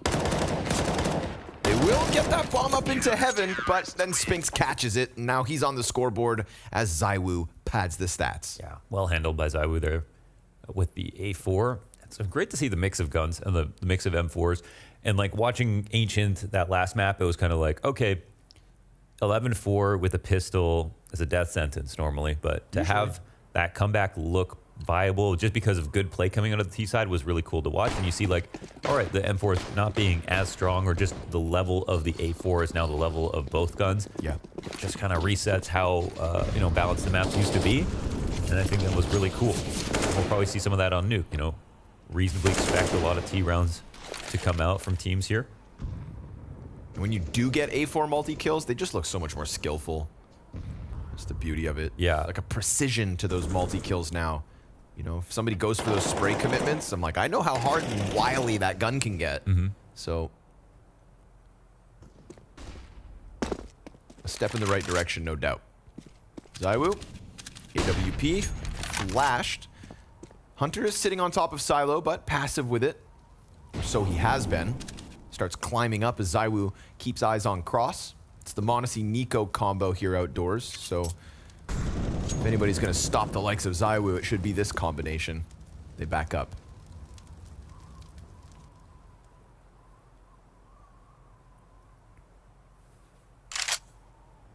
I wonder what the idea is here for the T side, because we got no late smokes outside. They're not actually stirring any rotations. And ZywOo's getting, at 40 seconds, is not going to be worried about any kind of outside hit. So this is not a great setup here for G2. No, comfortable three-man A-hold so far for Vitality. Util comes out ahead of time. Preemptive on the smoke. Spinks in the pocket. Hooksy looking to drop down through Mini. Hunter's got the trade. It's gonna be all about Magisk, unless, sure enough, they circumvent that threat of the A stack, get down into B, and now Apex is looking to stop this. Sprays into the smoke, damages both, but Monacy gives the cover to get that bomb down, and ZywOo's gonna back up for a second, leaving JKS tucked behind, and Dupree also passive. No rush so far to get down to that B site. Wow, that might have actually been thought through. It slipped through their fingertips. I didn't even see vent as an option, but if that was the plan, that maybe makes sense. That's why they didn't put any outside pressure on in the first place. And I was like looking at ZywOo leaving, and I'm like, if they're hitting upstairs right now, I mean, all they're doing is feeding into a setup that has been unchanged from Vitality. And by that token, since they made it look like an upper exec and got down the vent, well, yeah, there wouldn't be any reason for the rotations to go in that direction. So with a kill, gonna just chalk that up to a strong call. Actually, it didn't like that seemed uncharacteristic for G2 based on their T sides so far, based on their nuke so far, that it would make a mistake like that. And it turns out, well, it doesn't seem like it was at all. And this is also a very common punish if you're going to try to spam the smoke. And Apex was very close to dropping the bomb, so it's not like it was a really incorrect play or anything like that, but doesn't get the kill. And once Monacy gets that frag, smoke comes out on ramp, no rotations can come in. No chance, right? So Vitality call it quits. Accept their losses. Save with 3. Economy will be nice and strong still, but it's G2 back with a 1-round lead, and an instant wall of smokes gives Nico safe passage. Pressure on this B site's been quite the consistency out of G2 so far, 7 rounds deep. And Spinks puts himself on a platter for Nico, but a nade out of Apex is gonna get that trade frag. ZywOo fixates towards Trophy, and with JKS down, G2, everybody else has managed that cross, but met by more utility. I like seeing ZywOo being kind of this pervasive across the map, I think. Ooh, that's... Oh, that could have been a big old hefty nade out of Apex. No, again, kind of off the mark. Og up above the door. Didn't react to Hooksy. Oh, now they're the same nade problem once again in the side again. Even though it's 3v3, hard to get in here. Molly's on both sides. Gonna be tough. Oh, an additional smoke as well. Yeah. There's a lot of utility left, actually. Well, now just flashes, but still, Vitality gonna be staring at the smoke screen for some more time. They throw one out of their own, so clearly they're looking to play into it. Hooksy, ooh, almost reacts into Dupree. It's gonna be Monacy and Hunter.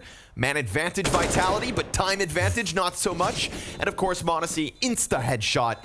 So the hopes of Vitality have just disappeared. Hunter comes off with a double door and another B-site success story for G2. yeah, a couple of questionable moves right there. Of course, it's been G2 have got in front of Apex's nades to the point that it's, you know, been scary. If he used his nade to slow them down by throwing it really shallow, then he creates a timing for himself, getting into Xanteras, you know, and he almost did that in time, but then there must have been too much communication or something, had no idea they could be running out of door. Maybe he was looking at radar for whatever reason, but nearly right place, right time to stop that. But once again, technically the liability and lower. If he had gotten a kill, rotation could come in, but there was no shift in momentum, and Monacy finds another opening through Squeaky. There must have been a B-hop paired with that. Right, he tends to. Not the first time we've seen it this event. Oh, another ramp kill. Simultaneous as Magisk catches Nico. JKS finds the opening on Apex. Yeah, these Apex openings to get lower control are huge, but, you know, a real fast overreaction from the CT side, I think, makes a lot of sense. We'll see how... Oh, no, there was a spotted both of them here. Smokes on both sides. CTs will just lose control if this... Oh, damn. Spinks just got slaughtered by Monacy, who's worried about the ramp. They know about Dupree, and, well, now they figured out where Magisk was up to. So, all of a sudden, despite that consistency in the buy from Vitality, this one was all in, essentially. We'll have still some cash on Dupree, a couple grand on Apex, but G2, man, B-site hit, B-site hit, it's one after another. It's the speed at which they're acting on their frag that they're just winning these rounds. And a 6-3 T-side start is their reward. Just like that.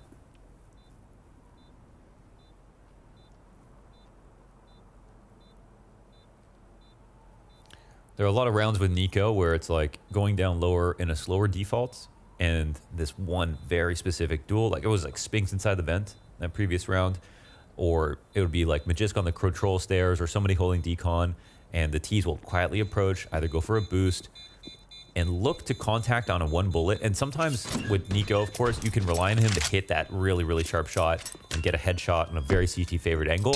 And that wins you the round if there was not enough info on the cross and everybody can hit lower. Yeah, of course there's B-hop involved. So good at beating those timings. And that was, well, it's Apex using an AUG, right? So if he's using a silenced gun, there's an advantage there. I think he has it equipped still as well. I believe so. Yeah. I believe so. Yeah. Yeah, to go back to that Monacy play, you know, as we were being shuttled to the desert this morning, the two of us, Harry and Moses, we just kind of found ourselves talking about Counter-Strike as we do, and we were all just sat there like enamored by the fact that Monacy, like nobody else, right, just has all these little internal timings, the gimmicks, the movement. It's like off the door frame too. Right? Wow. It's just, it almost feels like he has such an incredible grasp for all the mechanics, the engine of this game. Like, has he spent more time outdoors or in a Counter-Strike server? On Mirage. He spent more time on Mirage than in the park in real life. It's just, oh. somehow has kept his sanity. We all learned something from Monacy. Like, look how effortless that was. While throwing a flash up. It's smooth, man. It's buttery. He's extremely well-rounded. He hits the hard shots. He's as fast as anybody. Yeah, in terms of movement. No one's executing on movement like he is right now. And there's such a difference between knowing what to do and being able to execute it. Right. He's got both. And it's like, sometimes it seems elaborate, right? Because it's all these little details, but it just seems so natural for him. So 10-3 off of that opening pick. And again, right, this was a buy. The little bits of money that were left over from Vitality got them this. Limitations, of course, but still would have wanted more than a 4 versus 5 in the opening 10 seconds. Yeah, these openings, particularly if it's Magisk, if it's Apex, this is what's opening up lower and causing problems later on. Vitality here are actually, they're somewhat gambling. They're really hoping that it's going to be an upstairs play. They're just hoping that G2 are going to assume they'll over-rotate. And it's actually possible they'll be right. So we'll see as Nico searches down below. But with decon doors closed, which Vitality sometimes they'll blow open control side if that's closed as well, there'll be a limit to what Nico can get. But then JKS gets another kill. And they get info on ZywOo. Even though ZywOo gets this frag, they get info on him still up here at the ramp. And look how the speed comes out now. Oh, great Spinks shot. Almost gets that one. But those little 9mm bullets not enough. Hunter will get cleaned up by Dupree, so we've got a chance for the save. Again, you've lost your B site. Bomb is planted. Just go ahead, tuck tail. But how many times are you going to limp away with guns only to lose rounds? Like JKS dies, but with info that Vitality cannot afford to give up. Because of Nico, how he was already downstairs and they took advantage of that secret space after killing Magisk. He just decided to get right through the site and can throw those establishing grenades on the right and left side of ramp. And there's no way for ZywOo to get into that round. And he's too smart to go down there. He knows that that was a big gap in the map. And he has to hope that G2 are going to make a mistake, but they don't. A little freebie for Dupree. M4 and AWP saved.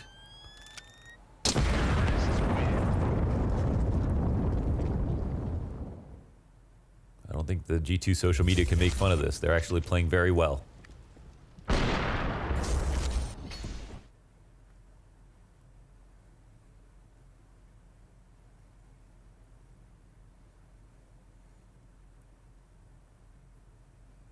G2 really making a name for themselves on Nuke now. Collecting all the scalps they have to. Finally, Vitality are not able to afford anything around what was saved. So let's maybe unleash ZywOo a little here. See if he can take down the monster that is Monacy. We're going to get this op duel queued up. ZywOo's on the other end, and Monacy, ooh, thinking about Mini. No, Dupree presses into Hut instead. So again, right, there's that second rifle. They're flirting with the idea of getting in that lodged inside of Squeaky and Hut as well. But I think since that pistol, maybe one rifle, we haven't really seen a severe push. Dupree searches out some info, goes for a dual, wins hit straight on. Hunter's waiting for it. This is a big find. Justifies the pistols to go downstairs, right? Knowing that Outer is now being pressured by smoke. But that did also peel away all the eyes that were in lobby, right? We saw all that concentrated effort out of Vitality to get eyes in lobby. And then G2 by Hunter's death. Yeah. Figuring out that Vitality would try to move elsewhere, thinking that, you know, lobby was secured. It's the only part they'd win. And G2, I love that. Just work back through a gap that was given by Vitality. They could see right through them, man. Read like a book. Excellent call here from Hooksy, I'd presume. And of course, Vitality can still try to flex man advantage for the retake, but they don't have a kit. Oh no, they do. Dupree saved one. And so there's a chance, but I mean, desperation as they try to force their way out from heaven, and every single player dies barring ZywOo. Yeah. Sick call from G2 at a man disadvantage. Yeah, just come right back through Hut. The two guns are useless. Vitality hoping it was something else. And ironically, I think rounds where there are just pistols, those ones you want to throw like a lot of your utility, not necessarily for the site you're hitting, but to throw for fakes, because the CTs or whoever is saving going to be rotating way more often. They're going to be responding to utility way more freely, willing to take risks all the time. So you're trying to constantly feed them reasons to move around the map instead of just keeping it quiet. And that's all it took. They pulled ZywOo out of heaven for 1 second, then immediately got out of hut, started flashing him, didn't give him an opening. Hard to say that Vitality should have even committed with all those players. At least they saved the op. Yeah. No, not even. Oh, they didn't? Nope. Oh. Got cleared right at the end. Pricey. No silver lining this time around.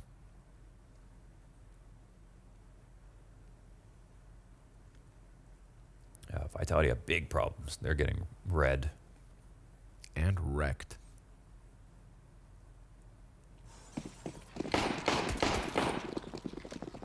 G2 ain't messing around here. Yeah, I love how like easily they're getting secrets. It feels like they're getting into lower without like almost any resistance on some of these rounds.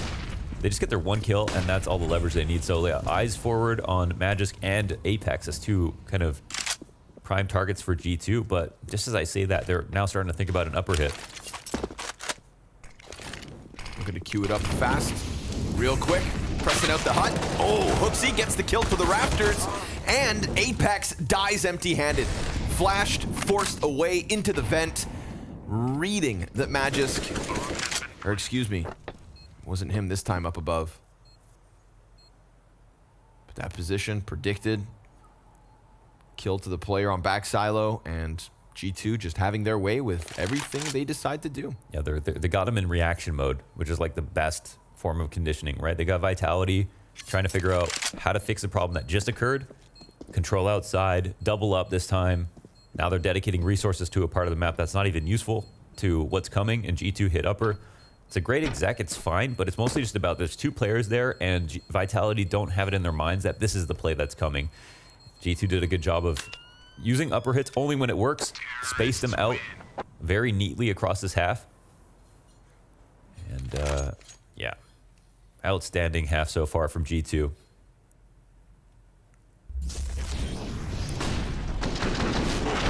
It was Spinks this time. Yeah, perfectly flashed. Yeah. Spinks dies with nothing. Apex dies with nothing. Dupree gets, 180 damage or so. Maybe if he gets the second, he can tuck back sight and go hero mode, but I don't know. Individual levels here from G2. Can't be stopped at the moment. ZywOo gonna get a bit of a challenge here on ramp. Oh, ZywOo making mistakes. Jumps back around the corner. We've already got 3 players from G2 extending out because they are wasting no time. Not an extra second. Dupree and Spinks will pick up a kill apiece. Monacy on the response. And so G2 kind of stunned for a second. JKS can trickle down the stairs. Great flash. Excellent oh flash my from god, Monacy. it's shallow with to pair with the molly. It's beautiful to clean the stairs. Oh, so good. We could talk about his individual level. We can talk about his aim. We can talk about his movement. Monacy's also got disgusting utility. Yeah, seriously. And that's like, he's freehanding that, right? He's not lining up the shallow flash, and it lands so well that, if it hard bounced and that it was dodged, that duel could have been won versus JKS and just changed the round. 2v2 instead. And now 3v0. G2 hit 10. They do it fast. Man. Fact is, sometimes you're not organized in a way that you can respond to 1 kill and go forward with a very clean exec. So sometimes you pause and you work the map.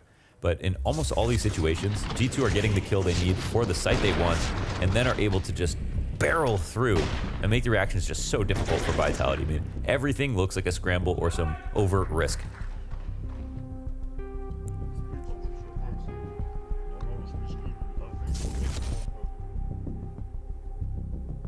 Second timeout called from Vitality. 3 rounds of a CT side on nuke. They got to figure out how to get this opening kill, and they're just shooting blanks right now.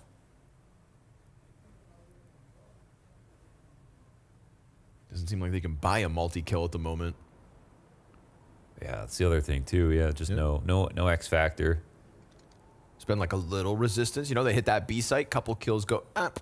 Instantly just, a flash and a difference maker from Monacy. The shot through smoke to Decon, the assist off of the flashbang. No magical moments for Vitality throughout this half. But yes, this half is nearly done. 2 rounds left to play.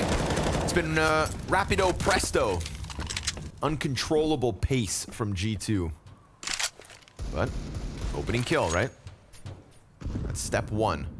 Problem is, they got the opening kill last time with Dupree. Another round where they only had 2 guns available, so they might need to do a little bit more. 1 step forward, 2 steps back. Hooksy holds on Hut. We got 3 bodies here for Vitality. 3 for G2 as well, but the others are looking at that squeaky door, and I wonder if, these numbers get confirmed, whether they try to press out, wrap around. But Hooksy better not get distracted, because the bomb's... He's got the bomb on his back. When he wins his duel. Kill. They see the bomb. ZywOo tries to go back around towards Squeaky, where sure enough they push. And while he does get damage, they don't get kills. Hooksy survives, Hunter survives, Nico survives. Yes, they're all half health or less, but it's again just enough of a difference to keep this G2 train full speed ahead. I liked making fun of G2. Yeah, but it's like the, it's like the bullied kid redemption arc right now. Yeah. That's true. I do like an underdog story as well. I like that. Yeah, reframe. Yeah, G2 came back from summer break, buff as hell. Tanned, yep. Tall. Said, who's laughing now? Yeah. Billionaire G2 now. That could have been problematic, right? AK offered over, bomb dropped in Hut.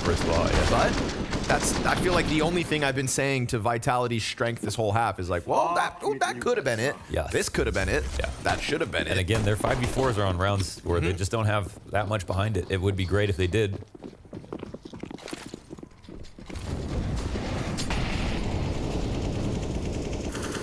He wants that opening pick again. Apex getting aggressive. We'll find Hooksy with hands busy, but it's in these moments where there's sudden pressure that m0NESY doesn't seem to choke. So sure enough, gets the trade right back. Molotov at the feet of the additional ramp push. ZywOo does have backs turned to him, but JKS is also watching it. JKS loses his head, and ZywOo starts to creep back, but G2 see that as an invitation to go B. Quietly too. And guess what? It's open for the taking. So go ahead. This is brutal. If they made any noise or anything, then, the rotation would come in. It would still be unlikely, but now it's just so hard. ZywOo's heart sinks as he knows he's in the exact same position, not where he wants to be to stop the B site. Can't get involved until later on. And Nico's trying to press the advantage even further here, so no, there's a chance for ZywOo to catch this. Nope. Oh, okay, but that's pretty much it right there. Sees a little knee. Last round of the half, though.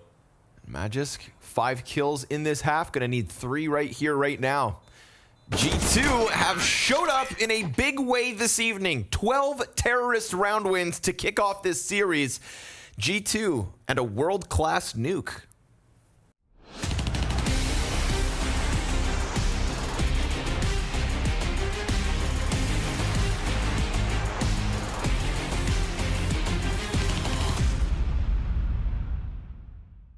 Hello everybody, this is the EPOS experiment, and things are about to get a little wild around here. We've got 2 players coming in, and we're going to be testing out gaming environments. 2 laboratories, let's say.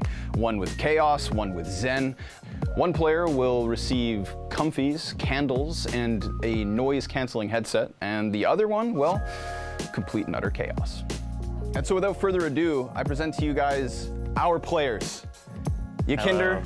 Good to see you, brother. Nice to see you, man. Always a pleasure. I'm gonna switch it up. You guys are gonna be playing a 1 versus 1 in separate rooms. Things are gonna get very different for each of you, and that's where we're gonna kind of leave it. I think it's about time we let the games begin. The first experiment's underway. The first experiment, it's not much of an experiment. We want to let these guys size each other up. We want things to be even. We got to figure out, before things get crazy, who's actually coming out on top when it becomes Yakinder versus Stown. Let's go! Clearly, it seems like Yakinder's got the hot start, but what Yakinder doesn't know is what's to come. So we'll let him enjoy his moment. We'll let things go as they do. At the end of this, though, things get interesting. This was the easy round, okay? This was when things were the most normal. Warm round. So, Stan, we're gonna send you back to your room. Some things stay the same, some things are about to get very different. We got the bathrobe here, some candles. That's pretty nice. I'm down to play some CS. In your Kinder's room, we're gonna start to crank the dial, so to say. Let's hit it. So, what is... If you think it's gonna distract me, it's not gonna work. Okay, maybe it does work. Chill out, I'm losing!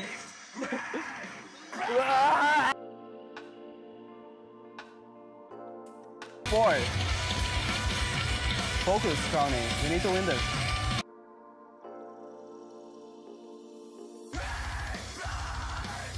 Oh my god!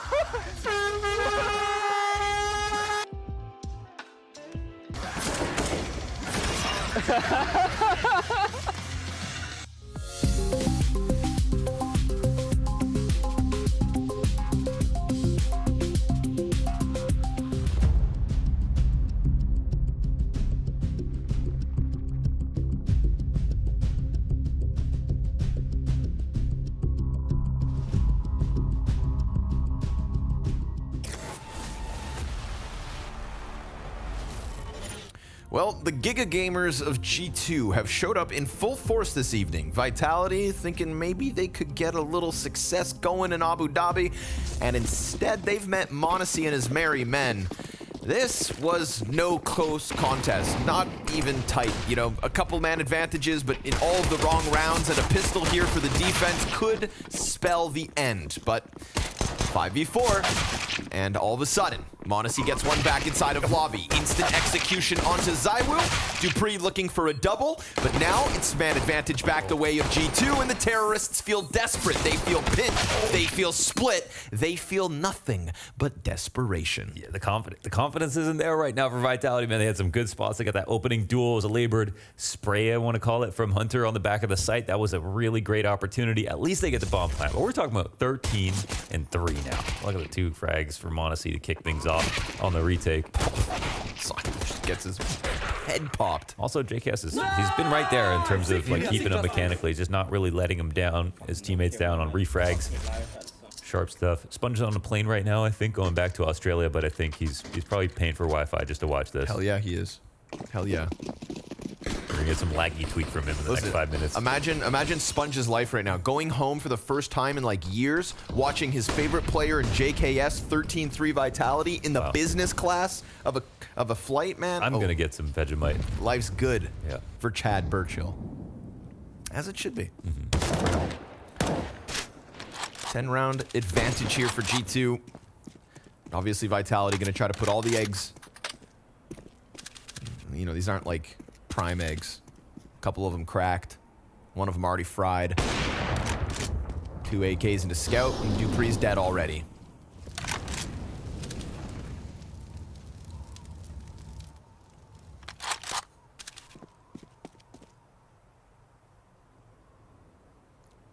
So Vertigo's up next. Who picks Vertigo in 2022 at the end of 2022? Yeah, I don't know. Who picks Vertigo in a post-Anubis era? Come on, boys. Come on. We don't need to see that map anymore. We don't want to see that map anymore. Spinks tries to slide out. It's not even finished. Got a player right behind him. Ooh. Oh, Monacy from heaven. Gonna stop the shenanigans, but there is still a little life left on this round from Vitality. They don't know about Hooksy. He's just gonna sit on top of Hut as Nico does the heavy lifting. Magisk lets his guard down, and Hooksy should have just made the difference. Apex's Scout will get nothing, and G2 are now 2 rounds away, 14-3. And you know they're gonna keep trying. Hardest part here for Vitality. I don't think they're just gonna pug it out. They've been playing fast by design and doing it really well. And I think that's, you know, really cool from Hooksy, showing his range, playing with the Copenhagen Flames and playing a really Danish style of CS, but really optimized, full of little tricks and obvious like new gen stuff that really kind of helped a team that didn't have that many star players become stars under him. But now playing with G2, a team that has historically been really good at playing very fast strategies and stuff like that, and kind of adapting and bringing that style in and working.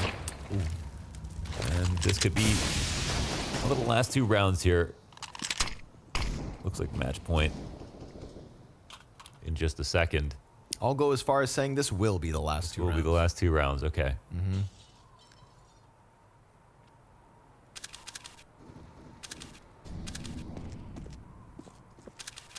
Honestly, I don't know. Just unstoppable at the moment, finding his groove. 19-5. Yeah, G2's nuke stats right now are crazy. They're really building a story for themselves here. And say what you want about Vitality, but they definitely like this map. They know it. A lot of people have learned to play nuke from them. They were a team to take down NAVI on it when they were kind of at their prime as well. G2 just keep getting better and better. Big wins. Vitality 16-5 already at the Blast Fall groups. Then FaZe 16-12, Heroic 16-6, and then FaZe again 16-10 in their last 4 maps. It's nice because it felt like G2, all the losses, all the struggles. Now there's something that nobody else can seem to take away from them, and that's 1 map in a series every time. So going into next year,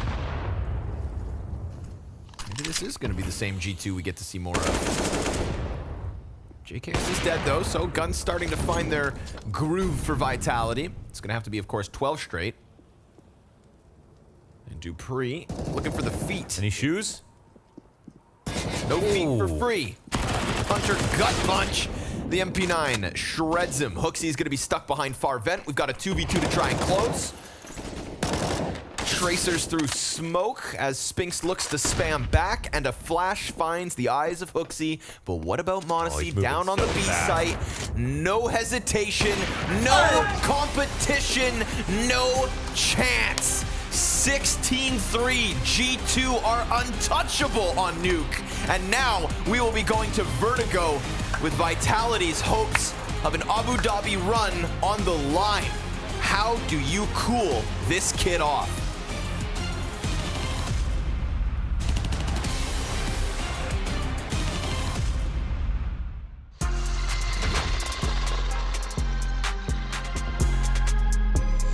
It's me, Launders, you know me, the aim god, top 10 player usually in the year, versus Nico, actually my biggest rival, okay? And we're gonna be playing Betway 1v1 versus each other for all the pride.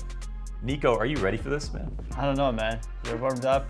Yeah. Your solution is here, so I don't know. We'll see. I do have a res advantage, yes. I also have a brains advantage. That's true. Game sense, like everything, like all the advantages that you can. No one's watched more Redline demos than me, okay? So, all right, let's get into it. All right, good luck, brother. Good luck, man. All right. Oh, look at him jump.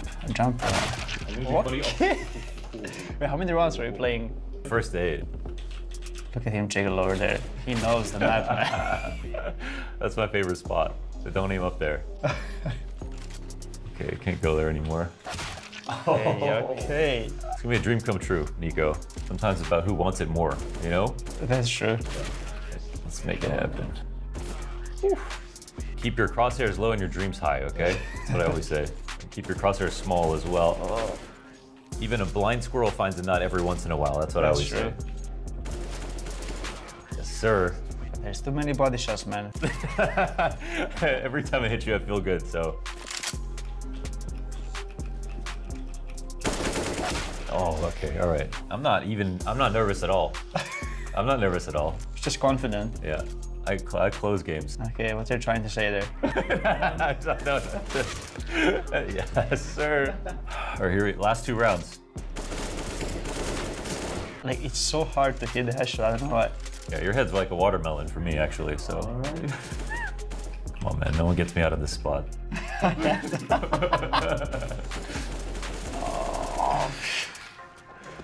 Yeah. Even if it was the 16, best of 3 to 16, it wouldn't matter. Let's go. Let's go. All right. Oh, there it is, baby. Okay, we've done it. Nico, good game, man. Yeah. What'd you think of my performance? I guess it went as expected, yeah. Yeah. That's it. I'm the better player. You are. That's what we just proved. That's it. Proven. Guys, thank you. I just want to say, I always knew it was going to happen. Thank you, and that was Whoa, well actually, it's not gonna be me who's playing. It's gonna be this guy right here, okay, to play against Nico. You gonna bring the pain? I'm gonna break him. We're gonna break him, let's go. Oh, okay. Oh, really? Teamwork, baby. Teamwork. All right. Holy shit, okay, you guys got me.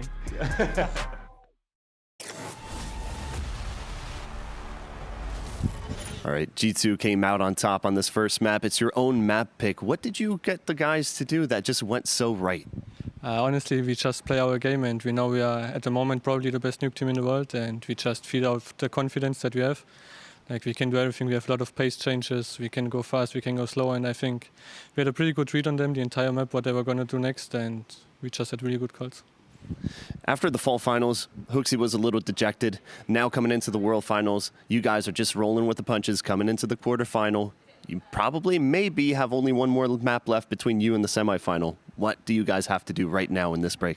We just have to stay focused and do not get overhyped. Obviously, we won really high, but we cannot get too emotional and too happy about it. Still one more map to finish the job, and I hope we can do it now. Thank you.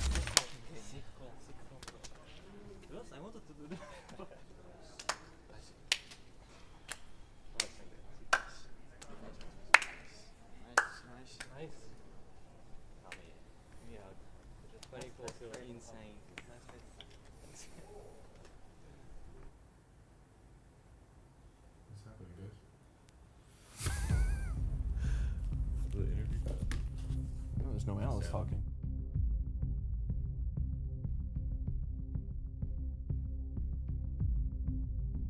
Doing it. We saw it against Outsiders as well. They were able to. We're back. They were able to absolutely destroy Outsiders 16-1, and we talked about that game being not competitive whatsoever. I would argue this was just as convincing. Yeah. You're starting T-side on Nuke, and you're winning 16-3 against Vitality.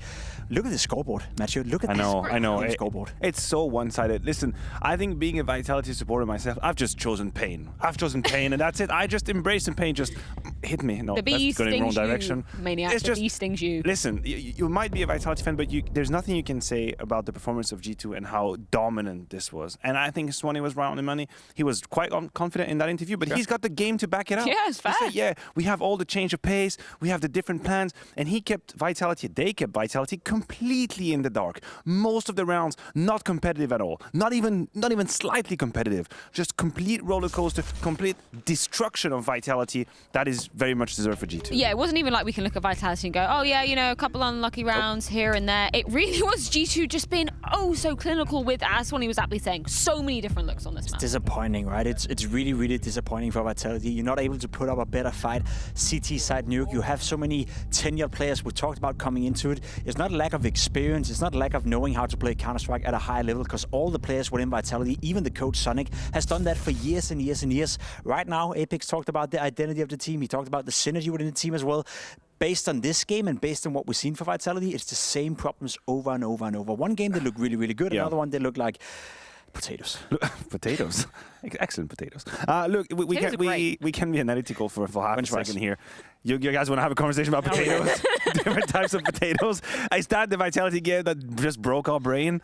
Yeah, no, I actually don't want to do analysis. No, that's fine. We can talk about, I mean, mash is great. French fries are also great. Surely Vitality should love French fries, considering they are from France, or some of them. Yeah, I mean, we can talk about the sort of woes from Vitality till the cows come home, but I want to turn and look at some positives as well, because we talk about the skill and experience. Obviously, a lack of experience on the side of Maniac in terms of him coming into 2022 on his first Tier 1 team, but the skill backs him up so much. He's continuing, right? He's continuing to do it all. We saw it in this game. We've seen it in the tournament so far as well.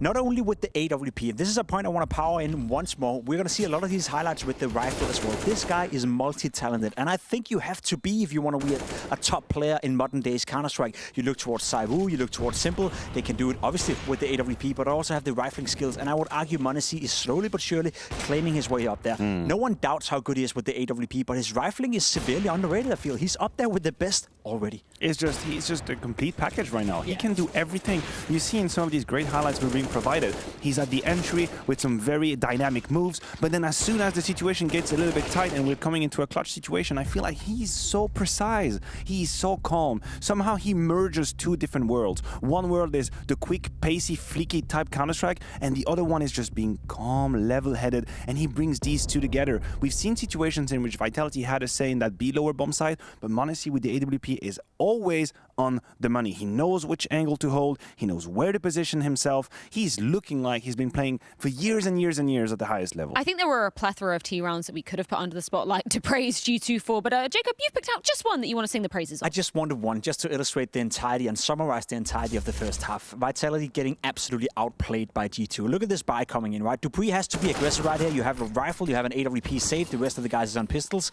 Well done to Dupree by finding the first kill. At this point, you'd argue that it's still Vitality's favor to win this round, but the right call is being made by G2 without hesitating whatsoever.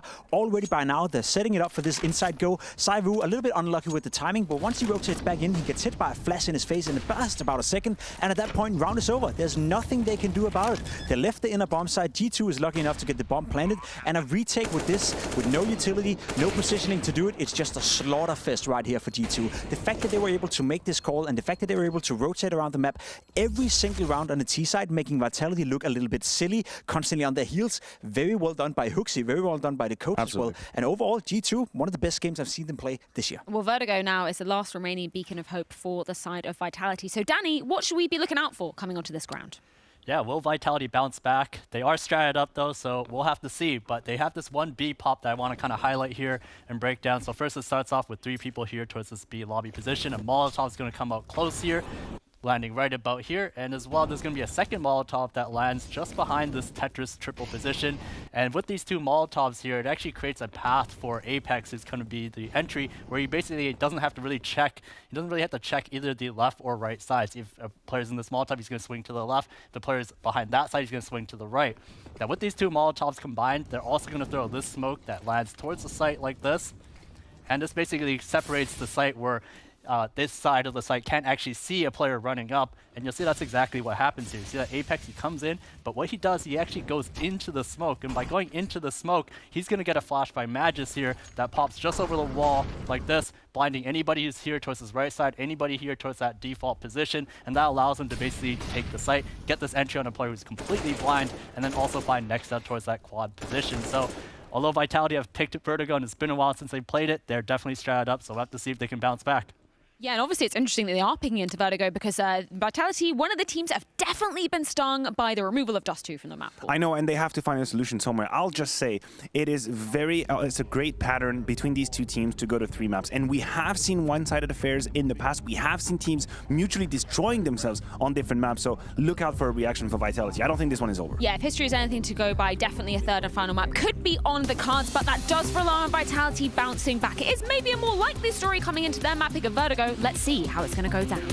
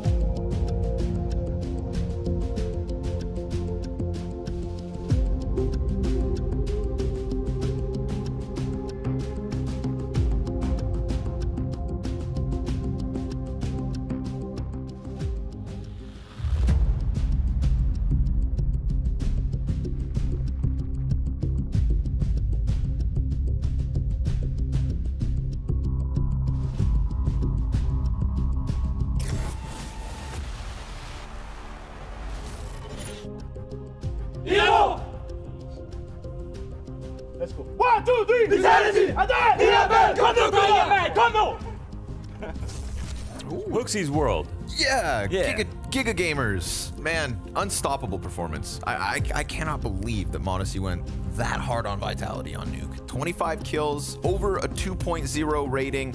The Betway odds skewed the way of G2 now. And honestly, you know, even if this is the map pick of Vitality, with that level of, you know, individual prowess coming out of the G2 members, you look at the, you know, few games G2 have played on this map. 10 rounds versus Liquid, 12 rounds versus Heroic.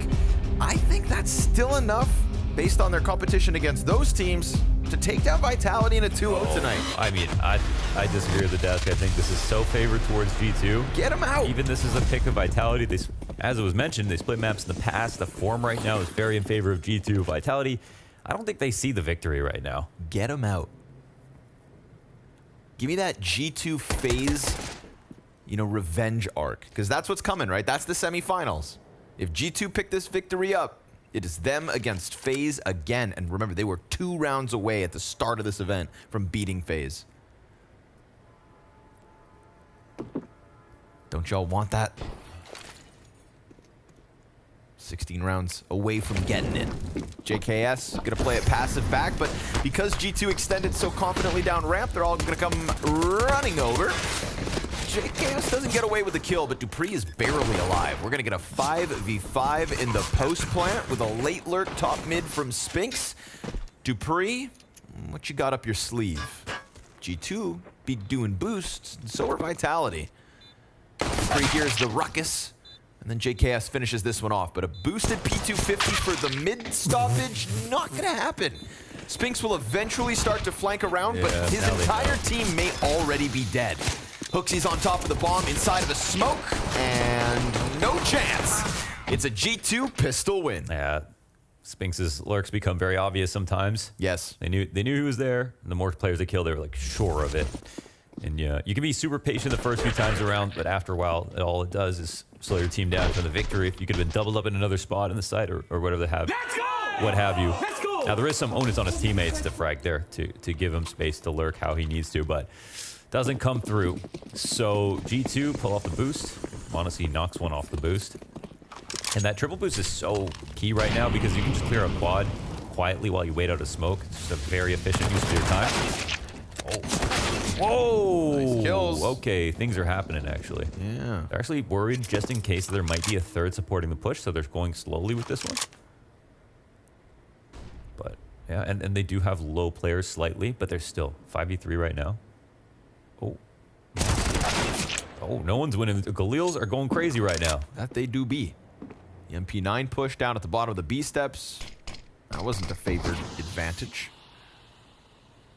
So, I'm going to trudge along up to the A site. Nico and Hunter. See if they can recover this. Pistol round doesn't mean much. Not if Vitality Galil their way to victory.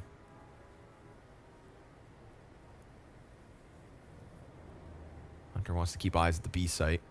There's little bits of HP left for Dupree, Magisk, and even... Oh, I think... Oh, he didn't see him. Weird timing there. Nico's still sitting at A. Yeah, he's still sitting at A. Could very much catch them off guard as they run up short side. Yes, that one's clean. And now ZywOo and Apex low. Let's see if Hunter can pull off a wonderful little clutch. No, sir. ZywOo's going to keep that one nice and tidy. And Vitality, by way of Galil, bounce right back. Yeah. I respect that they went slowly, and they did have the HP bars to worry about, so they could throw that away that round. But I think that the timidness in that situation, when it was so favored, and not just kind of just moving into the site right away, just doesn't feel. They don't still feel fearsome is what I'm getting at right now. But yeah, and G2, the fact that they could reasonably expect to win that round and get mad about losing it speaks volumes as well. But strong duels won, and that was a problem on map 1 as well, just individual duels. Like you said, they couldn't buy a multi-frag.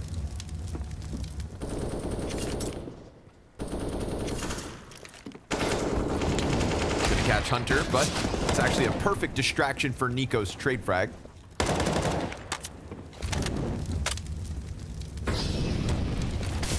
Ramp contained. Oof, ouch. Hot tamales. ZywOo with a double M4 headshot.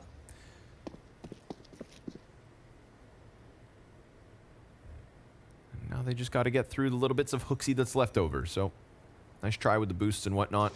Not this time, folks. He said he's good with deagles, though. Remember that? I did say that. I do believe in the Hooksy pistol prowess. See this crosshair placement then. Next one. Oh, no chance. Next, gonna follow through. Too much utility right there. Plant goes down. So JKS with his bump in form here at the World Final, I think one of the spots where it's been problematic for G2 is actually on Vertigo when he's playing the B site.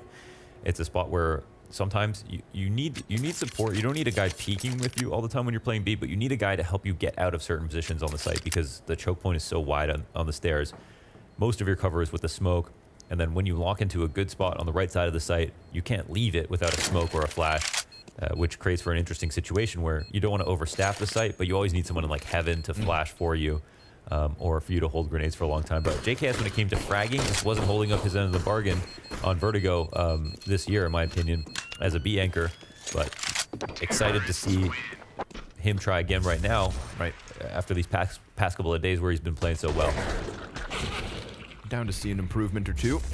And he'll be on the A4. Yes, sir. Right, he'll be on the A4. That's been a huge buff for him. JKS on the A4, man. It's a whole different world. It is. And it's also a different world over at blast.tv/live. Again, last map, I asked you guys to head on over so that you could vote for our show match map on Sunday. Y'all removed Vertigo. Great choice. Good job. Head back to the blast.tv vote right now at this moment, and we're going to whittle it down to only one more map. Okay. Come Sunday, the Blast shenanigans continue.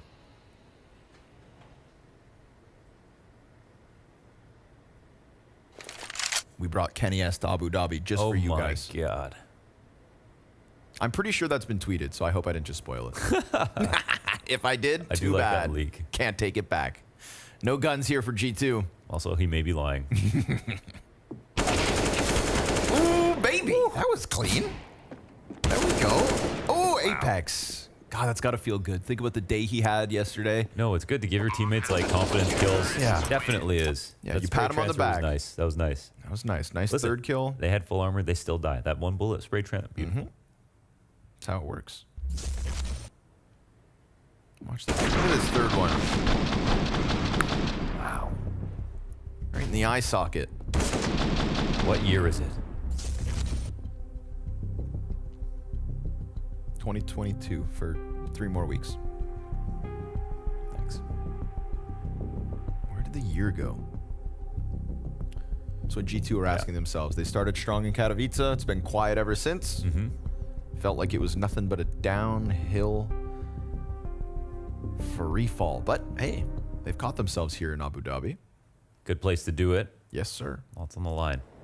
You know, and this is shaping up to be Monacy's maybe best tournament of the year. I mean, literally his stats right now are unreal. So if it is, it'll be versus only the elite competition. I mean, the Outsiders win is the weakest team technically, and they're the reigning major champs that he's taken out. A lot of it comes down, of course, to this match as well, and their tournament life.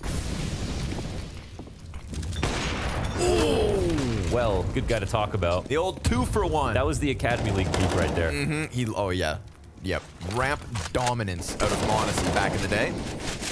So to take the wind out of the Vitality sails with a single op shot probably feels real good.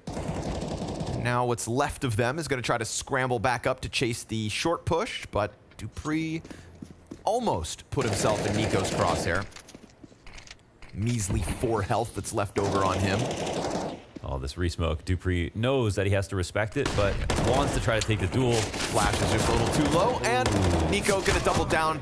They're going to get a flank as well here on Spinks, so Hooksy. Oh my. Yes. No. Yes. No. Yes. No. No. God, damn walls. Yeah. Can't knife through him. What about knife bangable? Watch this shot. See ya.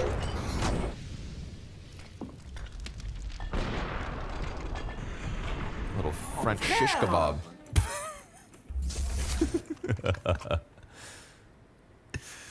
Yeah, the highs and lows of Apex. From multi-kill mowdown to a single Monacy shot.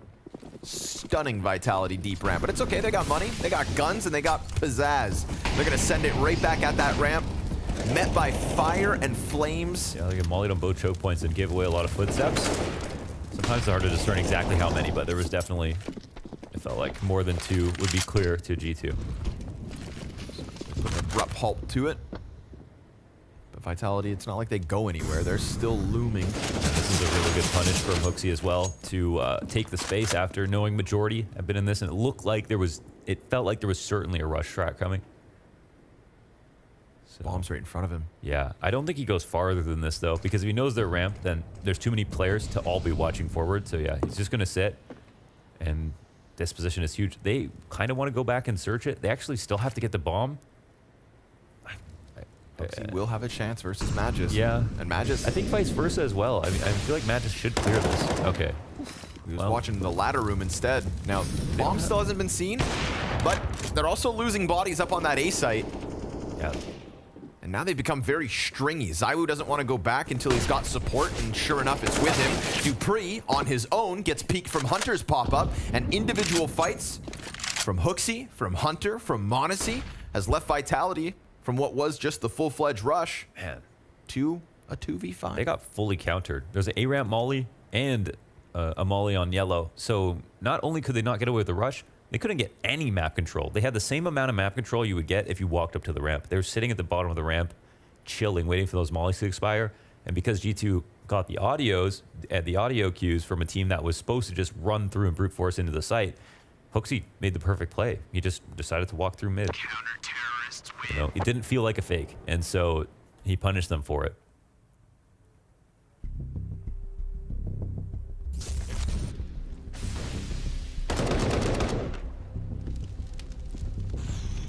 Individual kills each and every time. No trade potential on any of these 3 opening kills.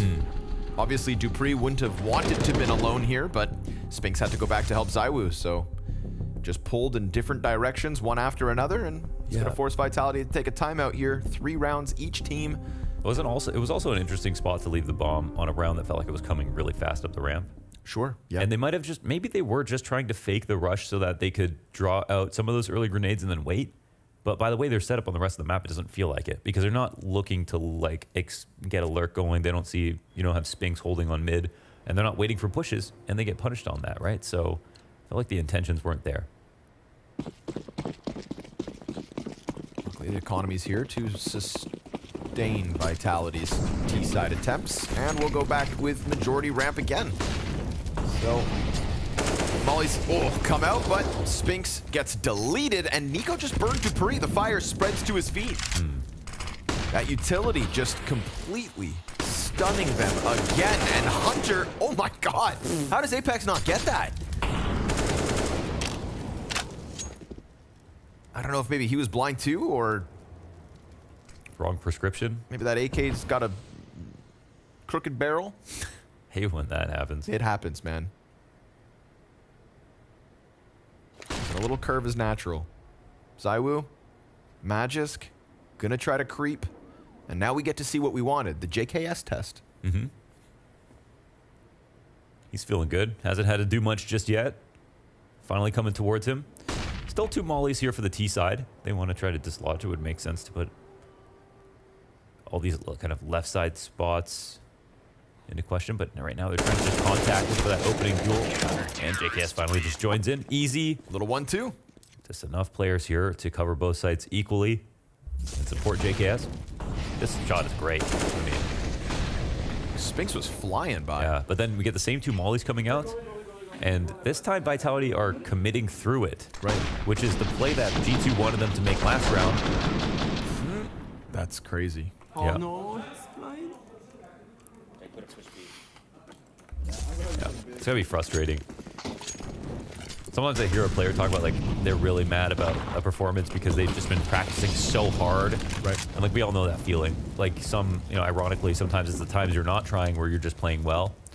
And times where you're putting so much effort and emphasis on it that it just doesn't happen. And it's obviously a bit of a mystery how to be consistent, of course, for most players to ever touch the game.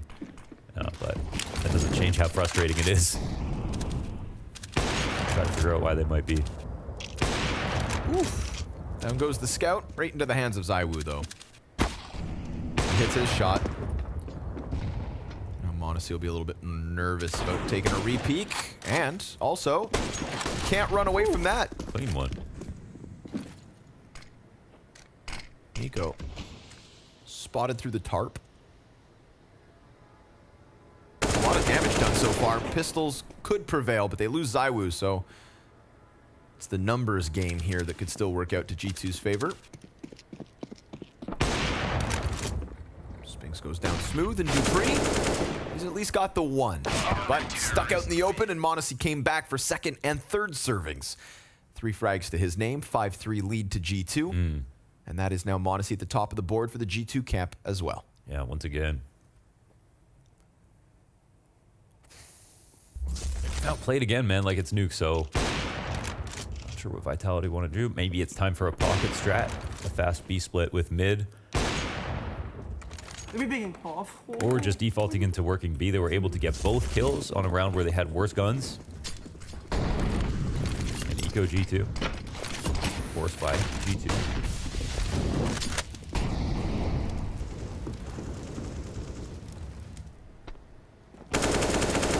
Smokes this time around.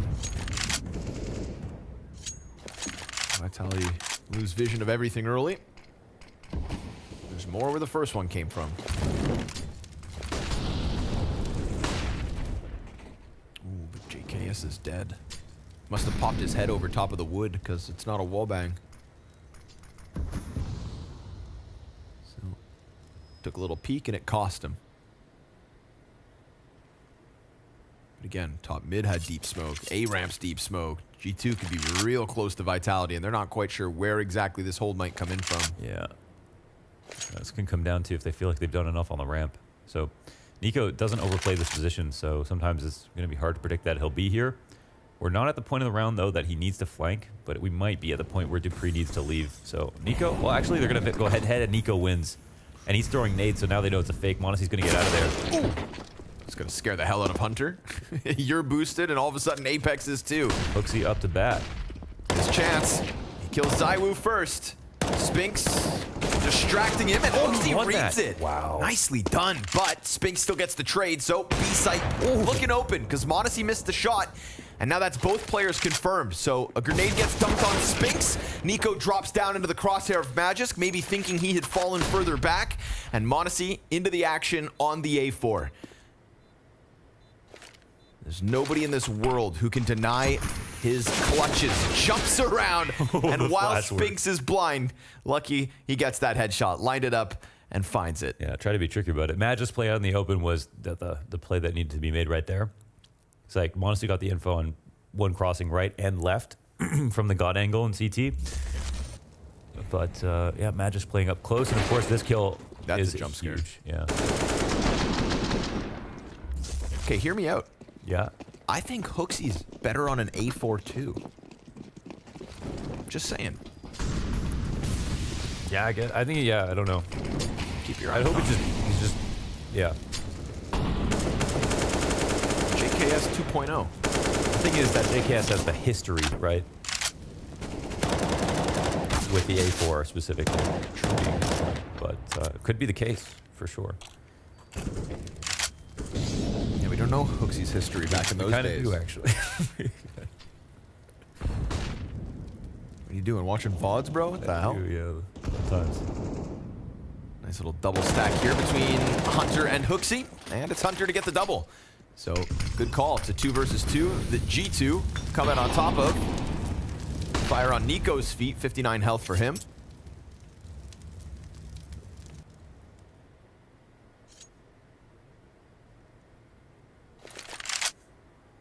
Okay, well, hear me out. What if Hooksy's just improving? That's what I think is happening. Oh, okay. It's taken his individual level to a degree of importance that we haven't seen, probably, and recognizing how important it actually is. Go. He's got the timing here. JKS doesn't put the smoke down, dies, but bomb gets stopped. Dupree into the 1v3. He's got Monacy nice and low and knows where NiKo's at, but it's going to be a tough job here. He's doubling back. Nade finds him. Oh, Oh, but the headshot from Dupree. And now Monacy, where has he gotten off to? That's the question Dupree has to ask. He prioritizes plant, and he nails it. Comes back up, finds all three. Beauty of a clutch from Dupree to tie this game at 5. I think Monacy also switched up to that angle as well to try to read it, but a really nice clutch from Dupree. That nade landed square on him from Nico, and he still got the kill. Finds the headshot through the railing. This was a 4v3 for a second. So the round for Vitality pulled back. And a little bit of that X factor.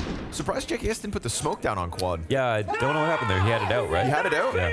Oh yeah. All right, boys. Yeah, had it in his hand and then took out the M4 and went for a swing instead. Maybe thinking like just do damage. I don't know. But either way, it left him with little impact. Wow. The 1v2 resulting in a really, really rough buy here for G2. An opportunity for Vitality to take a lead. And JKS alone now on the B site with a Falmus. Not ideal. Spinks comes over top, but he'll go down the hands of JKS. Deep play from Magisk, and I think that's going to catch them off guard if Dupree doesn't just stop all this rotation on his own. It's ZywOo. I don't know how he did that without it being a smoke shot. But it's ZywOo, so. It's like the counter god angle. He just got a kill in CT from the bomb site. Yeah, JKS just like right-clicked the smoke, lobbed it a bit, so maybe there could have been a gap right there on the right side. That makes sense, I guess. Must have been. Would make sense as to why ZywOo's then watching it and gets that kill deep. But it is ZywOo, so it could just be magic. You know, it's always just a really reasonable option as well. It is. Well, yeah, here's a lead. So 1v2 from Dupree turned into a rough buy for G2 into losing the next round. Now Vitality can potentially go up against Pistols. Terrorists win. Making something of this half. Clean Dupree kill. Here it is. Oh yeah, great gap. All right. Wasn't magic this time. But next time. 9 out of 10 times, though. You never know. So Nico M4. Monacy Scout. See if Vitality hit an unexpected speed bump. But right now they've got momentum, right? 6th gear. 6th round win. And Spinks right back at it into middle. Monacy falls away. Scout will not find its early impact.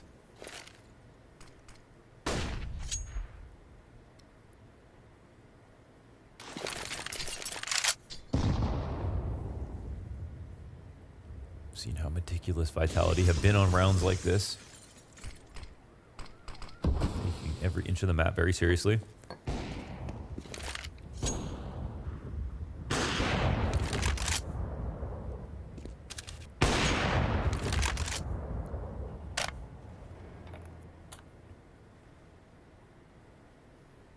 Gotta be careful with this Monacy Scout, man.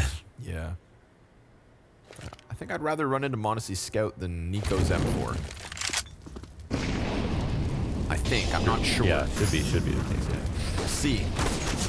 Monacy finds the shot. Comes back. He got it. With a no scope. Oh my god. Oh my. Well, they survived it. It's cute, but it's over. Vitality score a plant. They avoid the bigger gun.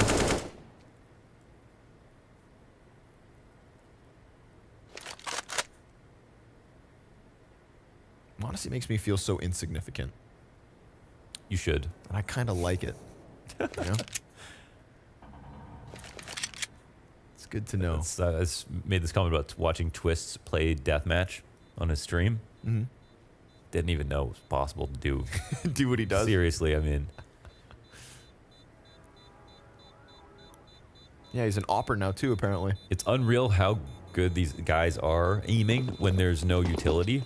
Right. And you see how good it is with utility, and it's astounding. You watch them play, just playing like a aim trainer or deathmatch in CS, and it's like, wow. Wonder how they could ever lose a duel. Sure. If you say so. Why is it that the scout no scope is 100% accurate, but the op no scope isn't 100% accurate? I don't know. Used to be. Back in my day.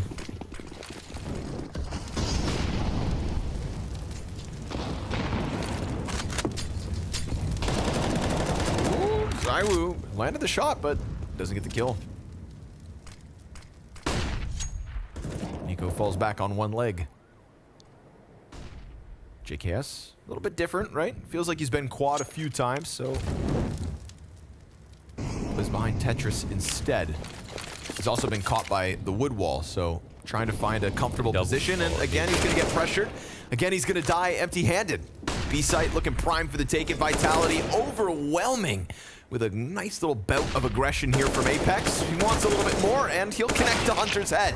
m0NESY stops him, the only CT to get a kill this round. Vitality definitely slotting into their groove now. Yeah. I remember Zonic had this funny interview with Hooksy when like he had his first, it was like fall groups, and he just had those 2 really, really rough games, like probably super nervous. Team hadn't sorted anything out. And then Zonic said, he's our favorite player right now. When they're going up against him. But the reason I bring that up is because JKS, as I talked about in this map, he's been in kind of an issue playing B-site on Vertigo, but his recent form has been really good. So I want to know today, right, you know, if they were going to go. And then in these early rounds, in this half, Vitality were going A over and over again. But they got one of their biggest rounds just killing JKS on that push down the ramp. And now they've gone there a few times. They're actually really taking advantage of him. And it's working really well. So, you know, that could continue to be a story, of course. Only 2 rounds left in this half, and not a good buy on the 14th. A pre-existing liability that has come through again. So, JKS unleashed. No longer muzzled over on that B-bomb site. So, a 5-7 to kick it off. We haven't had an upset round with lesser weapons like this. And dupreeh will stave off NiKo, but m0NESY's right here. Oh, nicely done from dupreeh. Presses into the corner, catches the op. That's one of the big guns down. If JKS hadn't succeeded in stealing the AK, then G2 would be left with nearly nothing. JKS shuffles over, dupreeh crosses. That timing, oh, he just got seen. And so the headshot comes out from the Aussie. Hooksy, unfortunately left on his own, so as JKS doubles back into CT spawn, he's gonna be caught by oh! What? He's shooting up on construction, reacts to Apex and CT, and that gives a gun over to Hunter. So we've got a 2 versus 2 and low health on Magisk as well. How does JKS snap that shot? Cool. And can they follow through with the retake as well? It's no kit, it's no util. Just gonna have to be raw firepower with the double AK retake coming in. Magisk on the op, Bogdan's Law. Oh, and run boosting. Bomb's pretty far gone, so it's one chance right here, right now. Magisk catches JKS in the back, and we've got Vitality with 9. Okay, yeah, this didn't have time. You didn't see him at all. Well, run boost was really good, at least. I'd save that one for later. If he landed on the sandbag, probably would have been a good spot. Oh, that's clean. So maybe JKS, you know, maybe he likes Vertigo, but he doesn't like the B side. Like, maybe he doesn't like the angles. Oh, he sees the shadow. And then he had full trust in the coverage. All right, much better Vitality than we saw last map now. It was looking scary there for a second. They've really got a good half going. But so much early damage, right? You wait up for your gun round, you think, okay, boys, let's get that 6th. And now Hooksy and JKS already on the brink of death. If that nade had banked back, JKS, oh, he lines him up. Oh, double kill. Oh, ZywOo team kill, in fact. Yikes. Either way, JKS set all of that up, so let's give him the double. We'll give him the credit. Half points at least. Feels like for the first time, JKS gets a multi-kill on that B site. Yep. What, you're just like really giving him that for real? Yep. Okay. Cosign. He at least got the assist. Yeah. You know?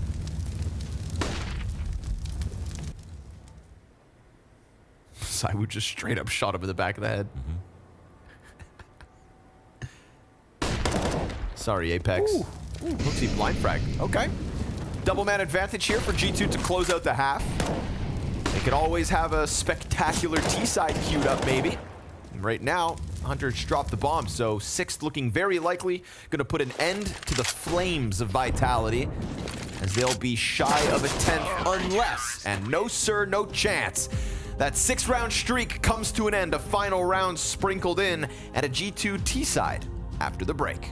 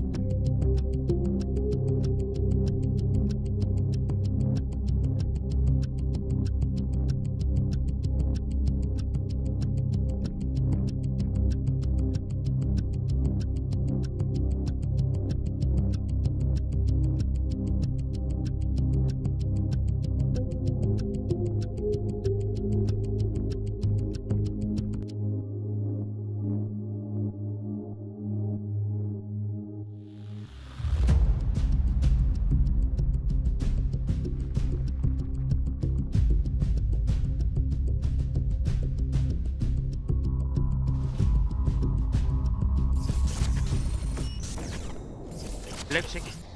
No one electric. Electric. Have a speed. Behind. Heaven. Du er alene, Peter. Du er alene. Peter. 25 sekunder. Behind. One behind and... Han nede duppe. Nice. One is fast low. Cool. Du så ham. L. Hvorhen? L.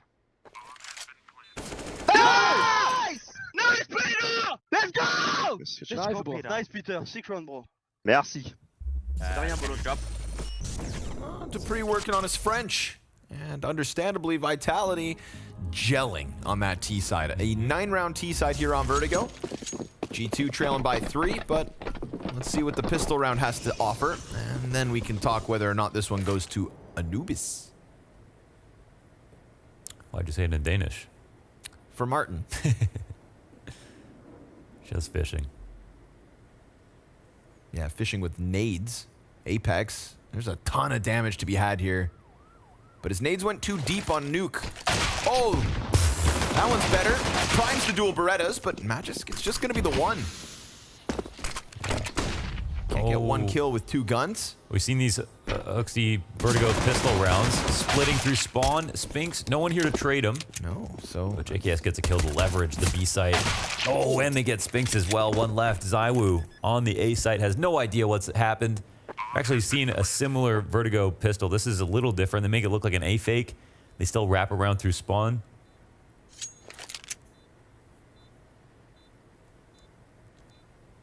Very good pistols. They were 86% on their 3 maps, something like that so far, and then now it only gets better. Which is nice. Oof, Nico, another one. Down on only 5 HP. That's 3 kills for him in this pistol. Takes him to the top of the board for the G2 camp. And gives them a good chance to even out this score nice and early. Oh my god, that's almost like a jump scare. Yeah. Nade to the forehead. And that's the JKS kill. Could be heaven. Yeah, it's such a big one to lose. Obviously, if Dupree knows he could be solo and there was 3 in mid, then he could take those stairs, fight towards the site, stop the plant zone. But not today. Tough. A couple flashbangs out of Vitality already, so G2 were sizing up this ramp, but utility understandably makes you nervous. What, who, and how many are behind that smoke? He gets refreshed. Oof. And Dupree doesn't pull the trigger, but likes him too much. Hooksy will not hesitate. More nades coming out of the defense, and the frag finds a home on Hooksy. Again, right, you don't want to be running through smoke grenades versus pistols, so they'll just stop and redirect because they got plenty of time. Yeah, looking to lean back into... I don't know if they're going to go up to mid or to A, and this looks like they're trailing back just because Nico peeled back so far, but Vitality are looking to think maybe they're going to set up their B exec nades from the stairs, but they need to find a time to re-aggress to get the info back, otherwise it's just going to be an open site on A. And right now, Vitality are not making any moves. The correct call has been made from G2. Avoiding all jeopardy here. A little nervous about those sandbags, but there's nothing here, boys. Just go. Go ahead. Free for the taking. It's like on Halloween when you have those houses that just leave out an entire bowl of candy. Yes. It's too good to be true. Oh, you don't reach in those? No, man.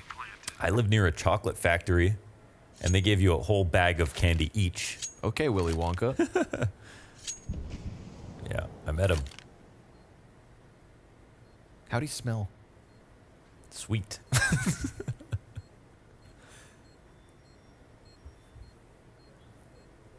But yeah, that was always a dream. Lineup was 2 hours, though.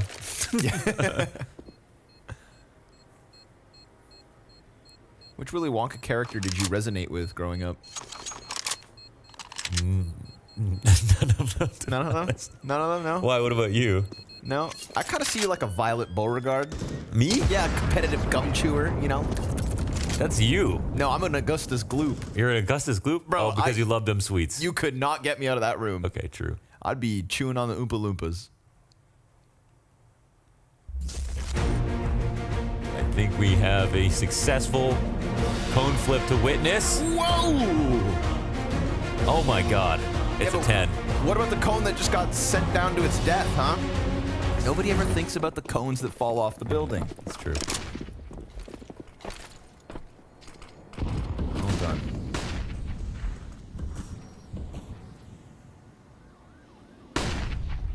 So Spinks MP9 pistols all around it. That lead looking like it's about to disappear.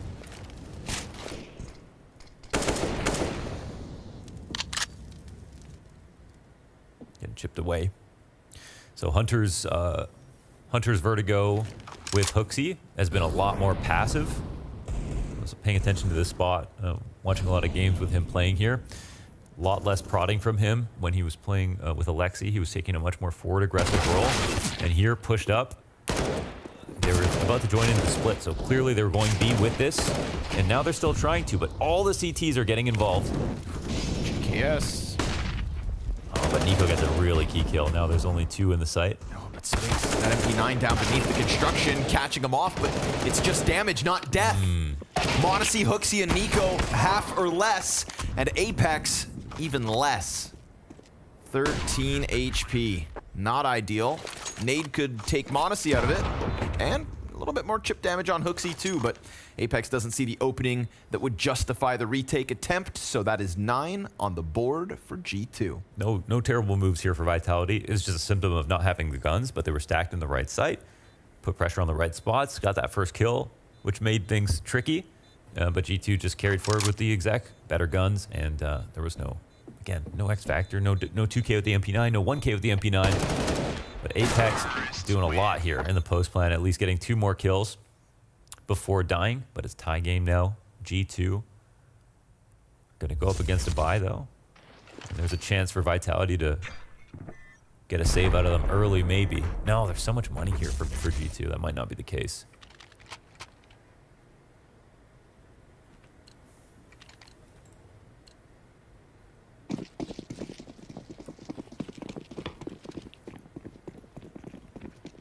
Spinks up. Okay. Sit the solo op on mid. That's interesting. Nico trying to press an advantage through the smoke gaps, but another smoke comes down from Apex. Oh, Hooksy, you. Through the smoke. Apex thought he could just underhand that bad boy, but it invites Hooksy to line him up, knock him down, and now the rest of G2 looking to hit this A site, and Spinks has worked over fast enough. Bank nade will find half of Monacy. Excellent damage there. And now they try to round the top of the ramp. A missed shot twice from Spinks. That could have been kills. Instead, it's going to fall on the shoulders of ZywOo, and he lines them up, but Hunter gets the headshot. And again, it's damage, but not death. Yeah, that's seriously mechanical failures right there, right? That's Spinks set up really nicely with a teammate to bait for him, who gets a kill, and he misses both shots. That's a whole round right there. That was a really good position. That's tough. You know, Hooksy gets a kill. That helps out a ton with the spray through the smoke. And you said it was because Apex right-handed a smoke? Yeah, he underhanded a smoke back into it. So he invited the spray. Maybe, yeah, see, that's just not completely luck with that audible. Sometimes people, if they throw their close smoke, they'll aim really high up in the air, so it takes just a little bit extra time for the smoke to hit the ground first. You can still hear the smoke leaving your hand, but if you don't have that first audio cue, you have time to get into a slightly deeper position as your smoke hits the ground. That's not a spot where you would expect to do it, but you shouldn't really be right-clicking smokes for yourself whenever possible. Ooh, and then he dies again. That's a free catch. And I really want to see how Hunter, how aggressively Hunter plays. Some teams, I noticed, they'll peel back, give up B main control entirely with Hooksy calling, and then come back later for the re-aggro. Here, it looks like they're fine leaving him to play in his usual style. Take a more forward aggressive role. That could be big. Nice nade out of Dupree. Seeing as they're already reeling back from 4v5 and you've got Deagles and MP9s, that nade could have some impact down the line, but for now it's just Hooksy dead. Magis up next. Nothing. Hunter also now low, so ZywOo, this would be unthinkable, unlikely. And also not attempted. Just gonna let this one slip through. And so that's an 11-9 lead G2. And then Nico, like, he plays on Nuke on T side outside by himself. Unique to him, really, like how often he goes for the lurks. And it's not really a lurk when Nico does it. He makes it look like there's a full default. He's just playing around his smokes, looking for duels constantly, not really scared if it's an Opera or a Rifler.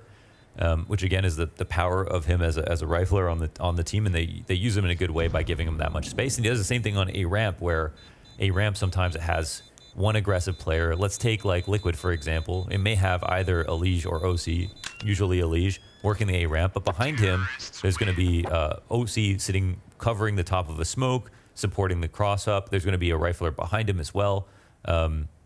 Just suppressing fire as the lurk comes out. But a lot of the times when Nico does it, he's completely alone.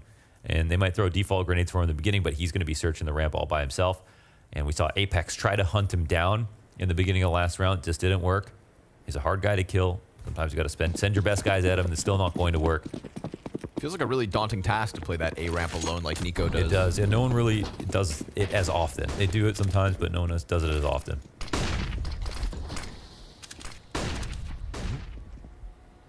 Again on that short side. Oh, Monacy through it. That's 3 rounds in a row. Apex dying as the opening kill on short side A. Yeah. And that is also Monacy keeping his flawless opening kill matrix at the moment. 4-0 in opening duels. Nico also same deal, 3-0 in opening duels. Spinks has no support as he smoked this, so ZywOo, big pick die. Yeah. But I mean, Hooksy knows exactly where you are. You can't hide at that point. And this one is just flat as hell. At the beginning of the game, I talked about playing these spots from the T perspective on the left side of the site, the quad pillar and the closer position, and how you can't get out of there without support. And there, he doesn't even extend his position with his smoke, but he, most importantly, doesn't have a teammate in heaven to flash for him out of that spot. So he's really hoping G2 either forget to molly this or don't have the grenades to molly it. But with how easily the first kill is found, you know, you could, and the fact that G2 are coming off round wins, you know they have a lot. So Spinks takes quite a big risk here in playing that spot the way he does and expects G2 to make a big mistake. But right now, G2 are playing a little bit too sharp to let something like that go. So that's kind of a free kill.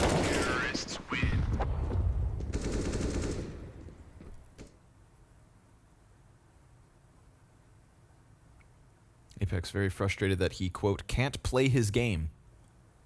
What point do you adapt? Or Well, is it two really, out of, you know, 2 times that he died through a smoke, it was because he gave him audio cue to shoot back. So you need to, you can do the same play. Like we saw G2 take advantage of A ramp space consistently, but you got to dress it up differently every time and not allow timings. If he wants to get tucked into that corner, maybe he doesn't want to give him audio by spamming earlier on. Or he can take really safe spams, try to bait some shots out, see if there's presence in response, and then go later. And you also need to have attention drawn to the other side of the ramp. Otherwise, you are just going to get shot. And so, you know, he can't just put it all on himself to be like, I'm going to go search the ramp. Sometimes you can, not every round. And now it's 3 times in a row he's done the exact same thing. And I think if you ask G2, like, they'd be kind of like, you know, this is a little too easy. Yep. Feels like exactly what Vitality were doing versus JKS at that B site in the first half, right? They found something they can isolate, something a little repetitive. Now this time it's Magisk at the helm. Apex already starting to run back through elevator. Oh. Well, I guess it's not just Apex. And honestly, Magisk, I didn't see him do anything. I didn't see him shoot that time. No. That's just trying to play against the smokes, and obviously G2 sitting back there with enough numbers to feel comfortable that somebody can just take those random shots. Yeah, it's also the nature of Vertigo that you sit behind a smoke, the CT's throw, it demands respect, you can't run through it, but what you do is you poke all these different positions, the middle of the ramp, the right side, the crane peak, the yellow peak. Sometimes you get lucky. In that case, of course, like you said, Magisk, no cues whatsoever, but still the smoke there and nothing else to do, I think, is the most important part.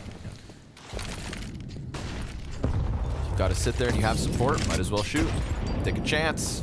Nade down onto ZywOo, so the scout will be on 20. You know, we've had multiple instances where Vitality are doing damage, but G2 players are still getting away alive.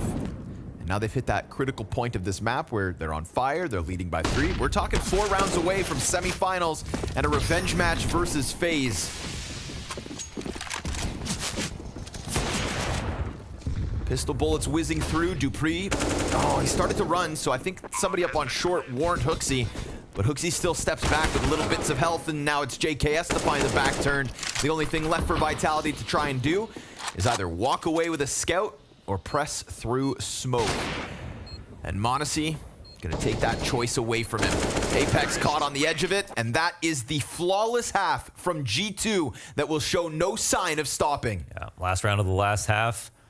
And that 6-9 point, then got the pistol, clean conversions, solid, dominant T rounds here, full control of the rounds, lots of 5v4s. Oh, there were some shots back.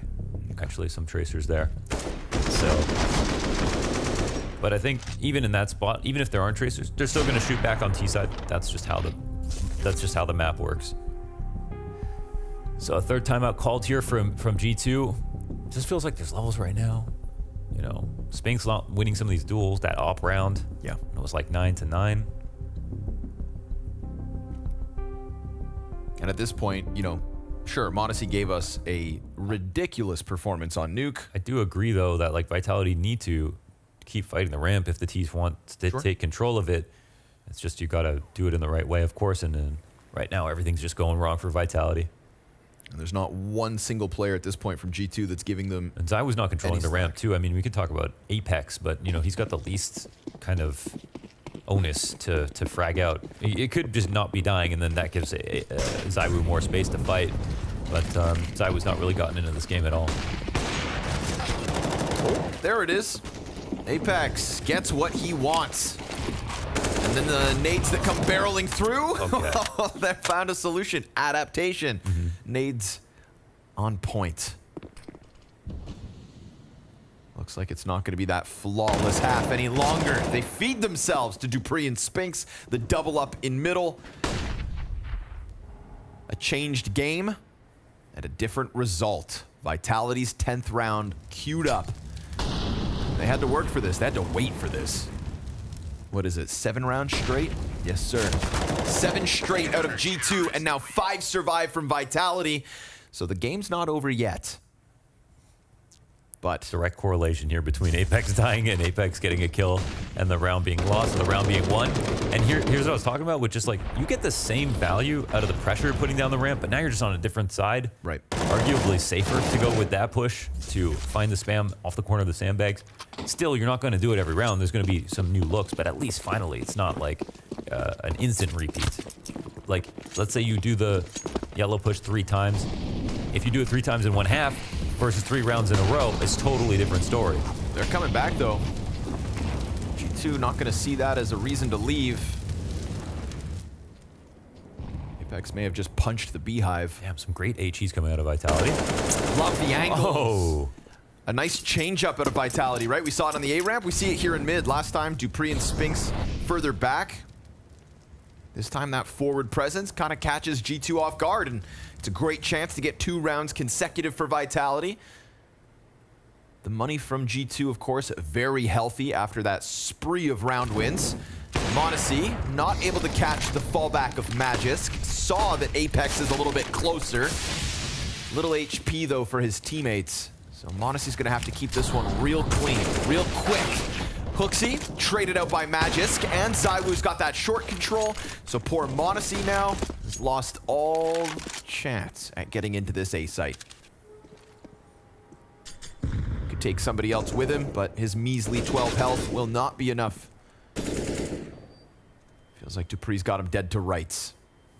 There we have it. 11 queued up, so the CT side not gonna go down with just 1. It's crazy. They won 2 rounds in a row. JKS still has 10 grand in his back pocket. m0NESY with 9, so there's still some buys to get through. Potentially 4 rifle rounds straight up in a row because of how dominant that streak was from G2. So this will still be very tough for Vitality, but at least now, like, the opening kill tactics are great. Apex literally just not dying on the ramp. And those 2 things, they've still got a CT side to show. See how far they can take it. Cool how they use the vertical stack boost on that kind of piece of drywall, and then they move forward into just a more aggressive position, but same vertical stack, and that is a huge advantage at any time. Better than the crossfire sometimes, you know, to just be vertically stacked. Sometimes it feels like there's like limited options in middle as CT on Vertigo, but those are some of the better setups. Just the fact that it takes that second player. Magisk is still going to keep floating around on mid. Nico boosted. There it is. Yeah. And remember, correlation, right? Apex death tends to lean to the G2 T-side round win. They started to find a little bit of success, but it gets taken away here in round 25. I don't want to be hypercritical, but like, you know, he's like so much more in the middle of the ramp, and he's also shooting back as well. So yeah, it's a boost to get him, and they're trying to goad him into like making that play, but I feel like it just has to be more careful there. See if his teammates can recover the round. ZywOo's starting to lean into the B site, and there hasn't really been a tell, but it's the right call.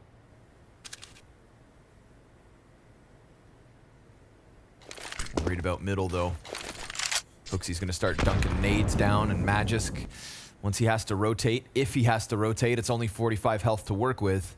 And he Sandbags gets let him away. get by, yeah. Nice move from Hooksy here. Magiska's coming to clear out the ramp, actually. So now there's going to be a mismatch in information. Hooksy thinks the A site is clear. Magic could catch him on the fallback, though. They kind of want to wait for Hooksy now because he's going to make a lot of space.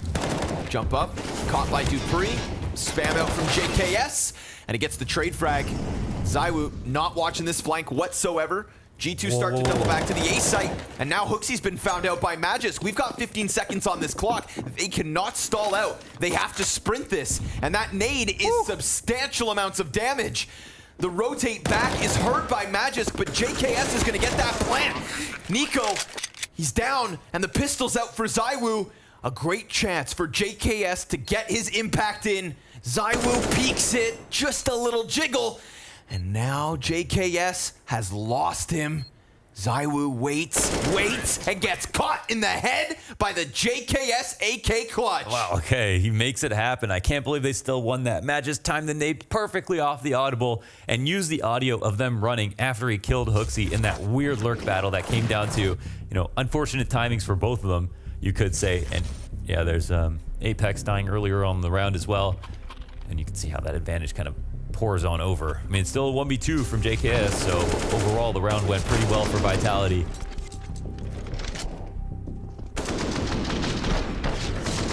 But there's a world where Hooksy doesn't get found, and then they split the B site and they crunch, and it looks even worse. Nice delay there from JKS as well, right? You see ZywOo waiting for that short peek. The moment ZywOo considers the fallback on the other side, JKS slides in. Ice cold too, right? Yeah. Ice cold. JKS didn't have the greatest first half, but now he's right up there with the pack. Nice to see this second half recovery. And in fact, least deaths on the side of G2 as well, so. Yeah, T-sides are another thing that he's been called into question for, just by the numbers. Struggle with that, so gonna see a good T half here. See if Apex is a casualty on A early. Remember, that is how 5v4 was found last round. This time it's Spinks Deep versus Hunter. G2 will have to reel back in a 4v5.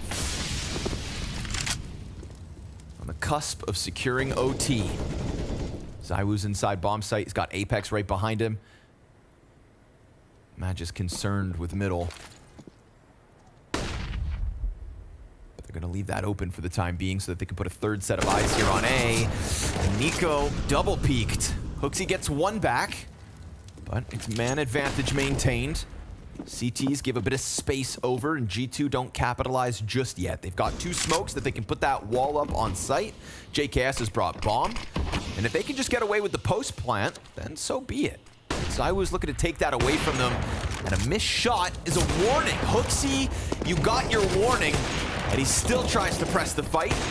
JKS goes for the bomb plant. Nade's gonna find him, drop to 60, but empty op. Only 5 shots there for ZywOo. USP will do the trick though. No problem for the French star. Vitality take 12. It's one of the first official times we've seen that actually potentially cause an issue. That's also funny because you clearly see him go for the 6th shot. Yeah, he is looking for it. It's like, no. Good search back here. Yeah. Nice round. You can see that Vitality didn't really want to play that far back, knowing there's still 3 up, and that the wall of smokes come down, and that can still be tricky if the bomb gets planted. Almost does so safely. But they keep their wits about them. ZywOo just plays it patient, goes to the high ground. And Vitality leveling up right before our eyes. 3 out of the last 4 rounds. Finally have gotten themselves an eco. Right, a reward. Oh. Or is it? Tough. Well, at least there's no Monacy Scout. That's fair. That's always a small victory. Just when Vitality thought they could breathe easy. Nico, ooh, chance at a second, but Apex will pick up that kill, and Dupree can just lean back. Spinks is coming over. They should know now. Yeah, Dupree's making that rotation. Pace is pretty good here from G2, but good rifles. And they're going to swarm, but the rifles prevail. Spinks, ooh, 4 kills against the pistol players as G2 tried to pop that B site. Nope, not on Spinks's watch. Yeah, that's a very messy situation. It's a 1-round game now, so you know that streak felt like it was never going to end for G2. And they had a very good start to the first half as well, countered by a very good end from Vitality. They're starting to put the puzzle pieces together. Better late than never, but still dangerously close to a G2 Map 2 win.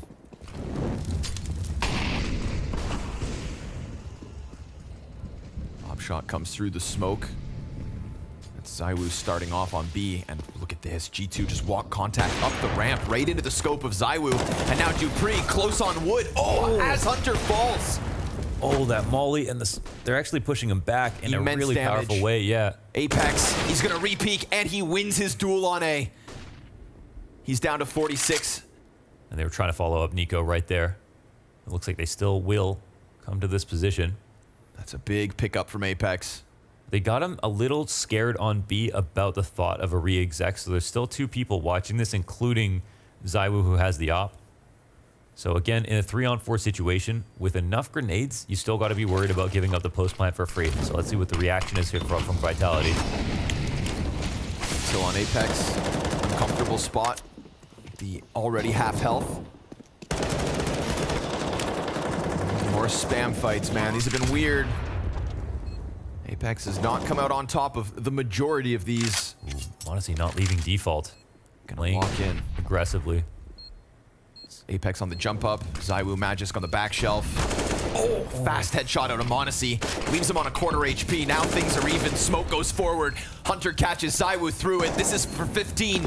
This is for OT guaranteed. Spinks on the defuse. Down to a second. Cleared off by Monacy. And G2 have done it. They've stopped that little bout of a comeback from Vitality, sprinkling in round wins, and giving themselves 2 attempts at match point. Yeah, it seemed like it was going to be a meaningful moment there, right there for Apex to get the kill on Nico. They still come back from the re-aggro. We've seen this in the past where it doesn't work, that one lurk, but they still follow through behind it. In this situation, 3-on-4, they get the wall smokes down, the bomb plant for free, and they could secure the post plant because they have a lot more advantages than the CTs coming into the site. So, and they drew out a lot of grenades early as well by scaring them over on B, which made that a touch harder.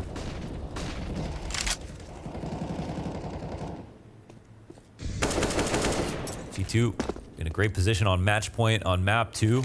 Pressure slightly alleviated. Vitality, though, still a solid buy. Early frag grenade chipped away at Hooksy, but now again, G2 are just going to press in with the walk. dupreeh falls back, and you know, his rotators have been far away, and in this case, it's the same problem. That double setup from Spinks and Magisk in middle took dupreeh's assistance away. Monacy's already around Tetris. They're gonna swing from multiple spots, fire at their feet, and Monacy, well, he's the first dead. dupreeh able to hold it, but they bounce right back. G2 off of Hunter's double, but a nade destined for JKS, the only player who could survive that impact. Apex and ZywOo, separate sides of the site. G2 on the brink of semifinals. And Apex is gonna just try and creep this in to catch them off. Held by JKS, he gets his single kill. ZywOo to the 1v2, finds Nico with his head turned and has a health advantage over Hunter in dividends. But that smoke ahead of it creates ambiguity. Hunter dodges shots, a USP is out, and desperation starts to sink in. Oh, ZywOo, the kill's right there, the kit's on his back, but it comes down to time, and time on his side. ZywOo gets 14. Wow, almost felt so bad for him that he missed that spray into the smoke. He knew what Hunter was trying to do. Low HP, getting back into the fight, and nearly finds it, spraying the whole entire perimeter at the 1v2 from the full flank. And Jesus, it comes very close. And at this point, that was the last thing he could try to do, but he realized where Hunter must be. Somewhere in there. It comes so damn close. Literally his only hope, because he needed that kit that moment. Yeah. But hey, he could have got that kill even sooner.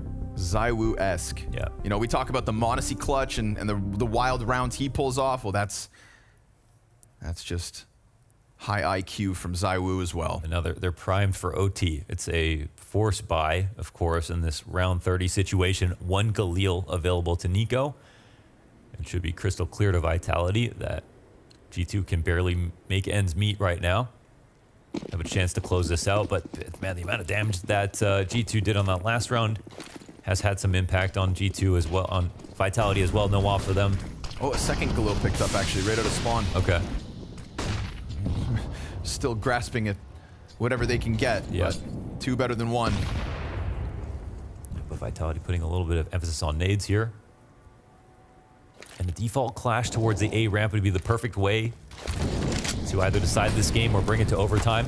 Nico's got to press through fire. Oh, Apex goes down. Nico comes running through, and it's ZywOo up next. He's going to peek out, gets his headshot nice and clean. But G2 have been magnetized to this bomb site off of that opening Nico kill. Magisk off angle, but also very exposed. Starts to walk out. He's got support. Mac 10 at a distance down. Magisk with the double kill. T-side continues to fight, but Vitality, they push it the distance. Okay, they made it happen. We're in OT. Vitality. It felt like this wasn't going to happen with the start in both halves. The recovery from G2, what, a 7-round T-side streak? Yes.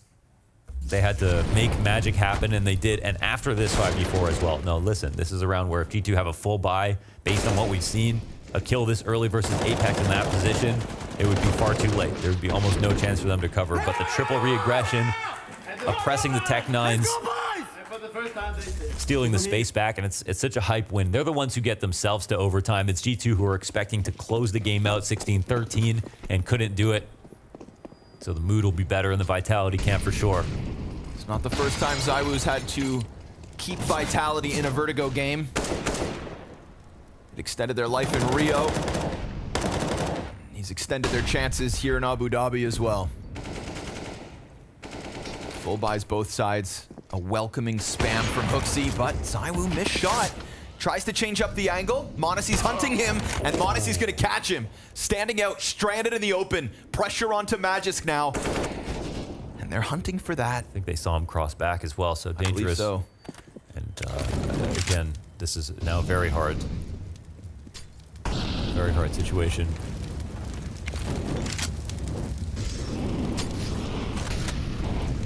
This is like the last round, but much better guns.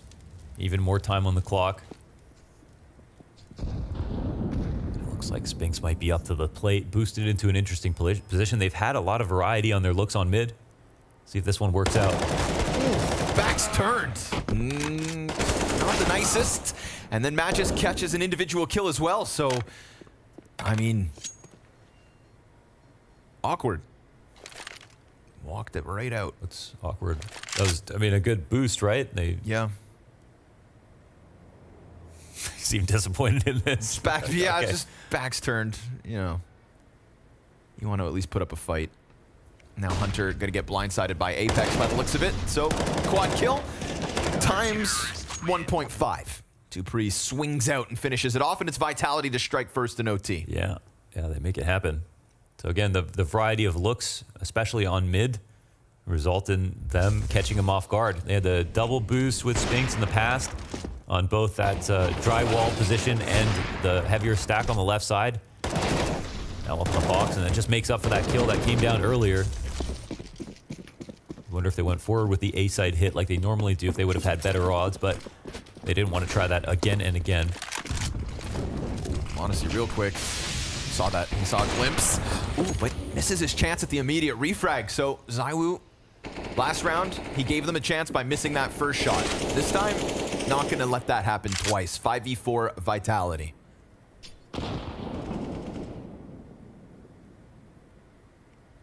Well, that ZywOo just doesn't leave either. Honestly, looking for the revenge, but Ops posturing. Smoke prevalent, flash through, and what's Apex's move?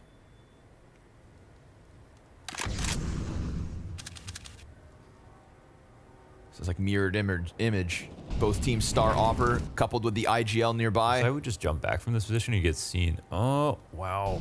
Oh my God. This is such they want each other right now. Such a drawn out duel, but nobody picking it up. And all the while, we're now at the 45-second mark. Apex is just comfortably tucked into short. Honestly, so concerned that ZywOo's still posted, but he's actually over here above Apex. So now it's going to take all the attention. Monacy's going to come through with the first, but then ZywOo, because of the reposition, able to effectively trade. JKS, unfortunately, dinked. So the odds of this 1v4, not going to happen. Magisk keeps the OT flawless so far for Vitality. Yeah, another great round here for Vitality, again, winning the majority of these later rounds.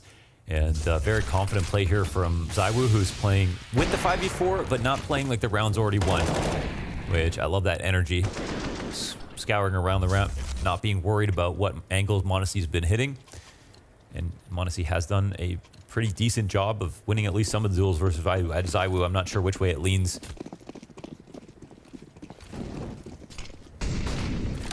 Apex survives that whole time, finds a new spot. Even gets involved with a frag towards the end. Jumping through, and Apex. Probably a sigh of relief as he gets one, but it's Magisk to have to trade that out. Looks he comes through, gets him, keeps things 4v3. We're gonna get the G2 walk back to the B site. This overtime not going well for them. Yeah, now they're just winning. It's Apex getting opening kills here.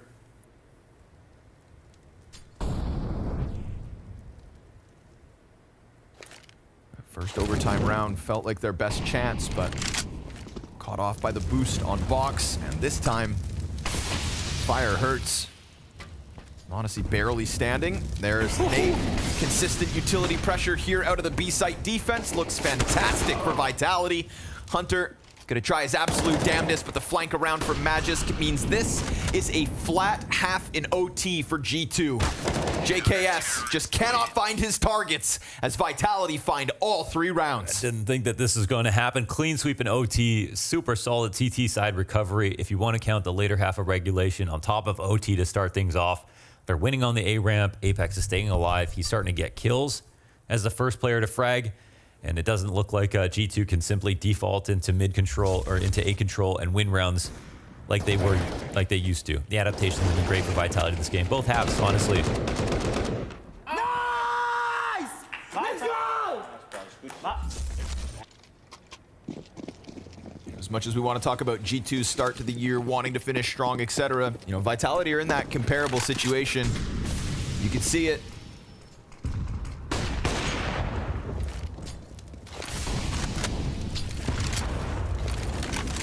Wouldn't be the first team to lose Nuke versus G2 and bounce back in the series. Nico looking to tuck in along the wall. He's got Hunter here to help him. The Kovac A defense.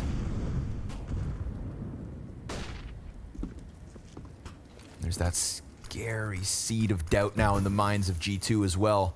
When they lost a close map versus FaZe on Inferno, we went to Ancient and they got blown out of the water. They will have to prove their ability on Anubis unless they get to a second OT. JKS trying to hone in on Magisk here as he throws grenades, and sure enough, finds it. Nicely done. Can hear Magisk with hands busy, so he pounces at the perfect moment. Nico sliding back to short, will not get his kill. And Monacy, only the one. Apex right there to trade frag, gets things evened out. Hunter takes the place and finds his timing, dropping bomb with support nearby. An individual duel over on the opposite end of the map leaves ZywOo in a temporary 1v2. And Spinks is trying to come over quick. Nice shot from ZywOo to catch Hooksy. And they know that Hunter was here already, and his options in position are so limited that this should be near the top of the list. ZywOo waits for Spinks. Yeah, bomb in an interesting spot. With the amount of time left over, Hunter can watch it without exposing himself to sandbags or the ramp. But they should know, and they should think about this. Spinks is going to take to the top rope, and that top rope is exactly where he drops the elbow. G2, close but no cigar. And Anubis, the proving grounds to try and keep this dream run going. It's a tough loss for G2, but it's also one more chance. A chance at semifinals.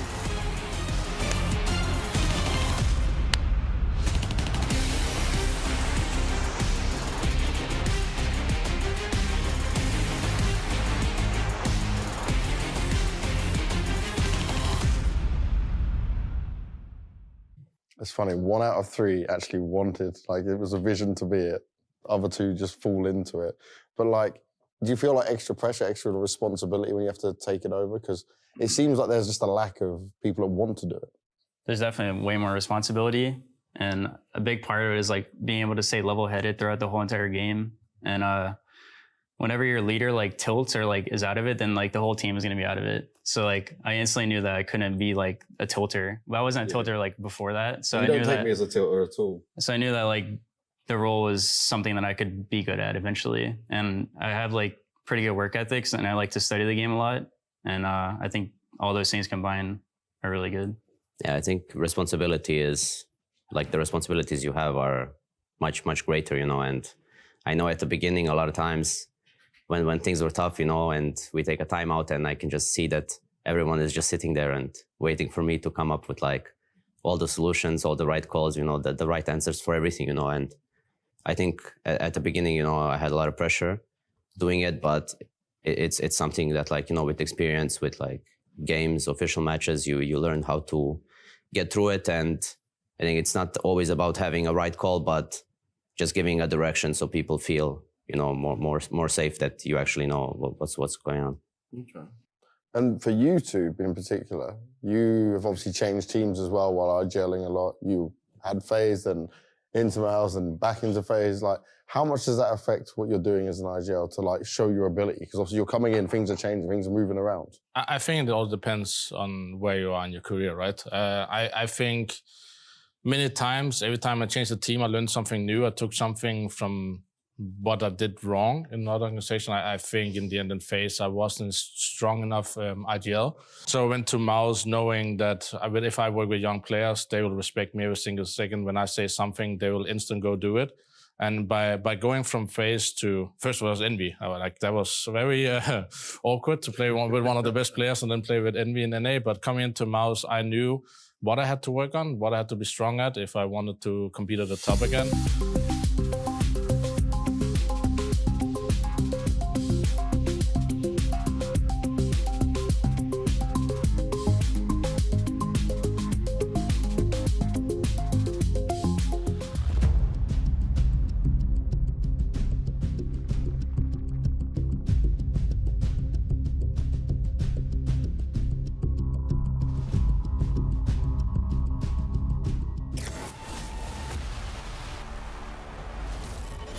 Zonic, you just came out on top after a nail-biter of a match right here. You were looking like you were getting knocked out, but somehow clawed yourselves back. How did that happen?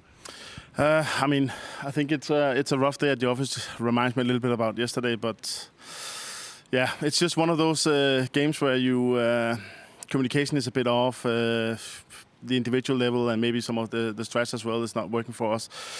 Gambling the wrong sides, and yeah, these kind of things are. It's a weird match, and yeah, it could have gone both ways. Also, especially on the second map. So I think it took some individual. I think we are playing better and better, but still not there yet. And yeah, now it's Anubis, and we have no information about G2 and the other way around. And looking at Monacy in map 1, he absolutely smashed you guys. But you neutralized the threat in map 2. Was he somebody that you focused on actually neutralizing?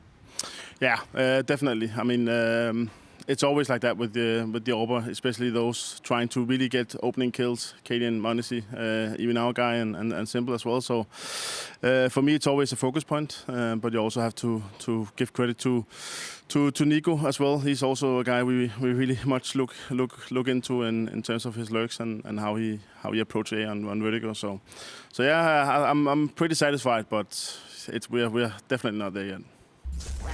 Nice! Nice! Let's go! Anubis, bet! Anubis, clearly a very exciting prospect for Apex. You know what, Dan? I am very excited that we are being pushed rather to a third and final decider. But on the grounds of Vertigo, man, Vitality could not have left it more down to the wire to be closing that one out. A completely different look from what we saw going down on the first map of Nuke. And G2, man, they let that slip through their fingers. You know what? finally some teeth from Vitality. Finally some nerves. Finally some rage into this game. You could see it. I think this is the first time here in Abu Dhabi that we see them approach that flow state, you know, when everyone is communicating on really high pace, high rhythm, they're making sure they're not making mistakes. I thought we were going to see Vitality on the way to the airport without having ever played Counter-Strike in here. I thought this was it, and it requires some heroics to have them coming back alive, and finally we have a game. It took them almost to be knocked out, though. That's the issue, right? It took them almost to be knocked out before they actually woke up. Because you're right, the first game we saw them at the tournament, we were all positive. Apex was talking to me and James saying that, yeah, it feels good. We had a month off. We didn't qualify for the finals. And we spent that month practicing, getting better. And we feel like we're ready for this tournament. We can win this tournament. You see the second game yesterday against OG, you think to yourself, okay, what happened? The first couple of maps here today, or I would argue the first 3 halves today, has been absolutely abysmal for Vitality until you come into Vertigo and you actually pull out that fire you're talking about. You actually fight your way back when your back's against the wall. And it was great to see some of the players that had a rough showing actually stepping up when they were down 15-12. Yeah, we were literally turning to each other, Matthew, and saying, man, Zaiwu's been uncharacteristically quiet. And then he pulls off a miraculous clutch that literally keeps him in the game. Yeah, there are so many layers to that Zaiwu clutch that we have to talk about. First of all, the scoreline. That's the obvious case. They are fighting against the match loss, of course, here. Basically, what Zaiwu did in here is manufacture or deduct the only solution possible to win the clutch.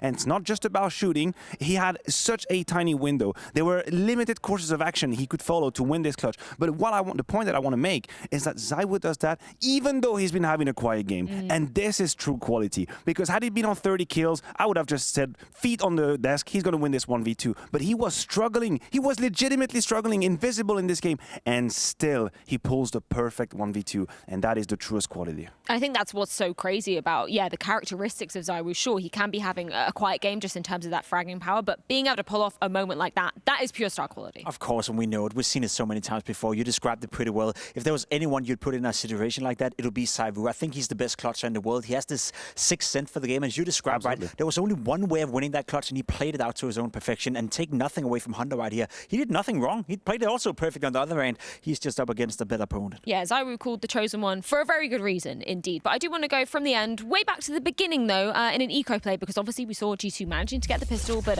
Vitality stopped them from converting. Yeah, and they actually had a good first showing, Vitality, right? They were playing a great first half. Again, this force spy coming in with the Galils, it's very, very strong. Still in modern days Counter-Strike. The Galil armor, you can take the duels and you can win them against the M-Force even.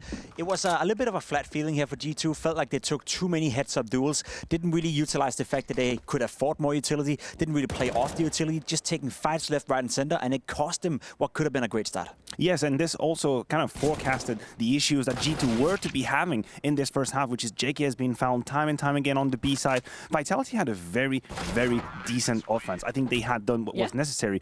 And this is what made the second portion of this game so mind-blowing. Like the fact that G2 was getting away with all these entry kills, that Vitality was out of solution. How can you not build on such a good first half as we have the round timeline here? Yeah, because we can take a look at a Dupree moment from that first half as well. Huge clutch coming out from him, which, kind of sealed, I guess, that momentum when we're looking at these round distributions for that T side. Of course, an impressive 1v3 from Dupree. We can see the scoreline is round number 10 in what is a very complicated situation to navigate with a whole lot of enemies to find, and also here playing it correctly. He knows that he is known that his position is definitely in the G2 rank. So what he does, he moves a lot, singles out the 1v1, and then here he's got a choice to make. You take the risk to white swing, the AWP could be against you. Some people would fake. He goes straight for the plan, and then it's just a matter of off angles, and he plays it absolutely cleanly. But that's my point. Dupree was good on the first half. He was one of the main reasons why Vitality went up, and still we end up absolutely butt-clenching towards the very end. Yeah, what happened in that second half then from your perspective, Jacob, that kind of maybe allowed G2 to get back into things? Was there anything,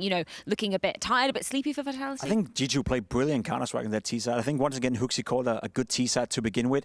They were easy at finding the pickups. They were easy at finding the entries, right? I think Apex 3 or 4 rounds in a row died in the exact same position to Nico. And obviously when they do that over and over again, it becomes easier for Huxi. But it felt like G2 were in control for the vast majority of that second half. And I will argue again, once again, if you're Vitality, it took you to be down to wake up, We were asking for Zaiwu, we were asking for Dupree, we were asking for Spinks as well, who also showed up at that later stage of that game.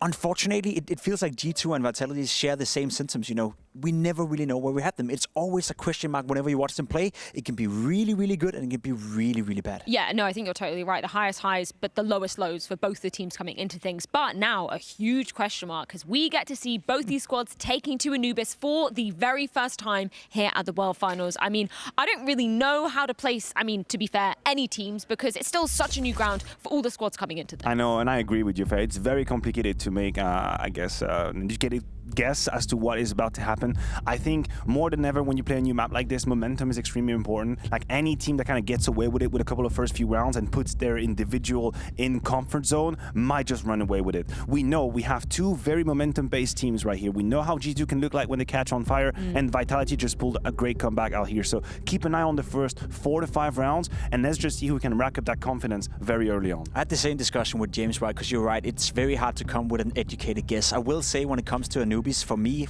probably for the viewers at home and you too as well, let's just sit back and watch. Let's learn about these teams. Let's see how they approach the game. Let's have some fun, yeah. If I could come with one argument that would support G2 perhaps having a bit of an edge, it would be they have more young players, more new players in terms of Hooksy, in terms of Monacy, and usually I would argue when a new map comes out, the creativity from these youngsters, their willingness to grind hard, play FACEIT, play matchmaking, etc., to learn a map like this is probably a little bit better than when you look towards Dupree, Magix, who's been around for such a long time. So that would be like one argument I would put in favor of So the Zoomers G2. are winning over the Boomers. I'm what I'm hearing saying, you say Freya. that, Jacob. Which that, camp are you in, though? Which camp are you, Zoomer or Boomer Energy? I'm in between. I'm in between, yeah. Yeah, I think keep we young. kind of both are in this one. I mean, just in terms of Anubis as a map, if you're going to put one thing down at a match for the viewers to be looking out for in terms of the mechanics, in terms of how this map plays out, what is one of the most important things we should Look, be I was just going to say, I haven't really seen any Alper really take over so far. At least in the very small sample size we've had, it's not like one player, either Simple or whoever has been able to take over. So I think the pressure might just be on the rifles this time around because, again, teams don't really have perfect executes quite yet. Multi-kills galore is going to happen. So,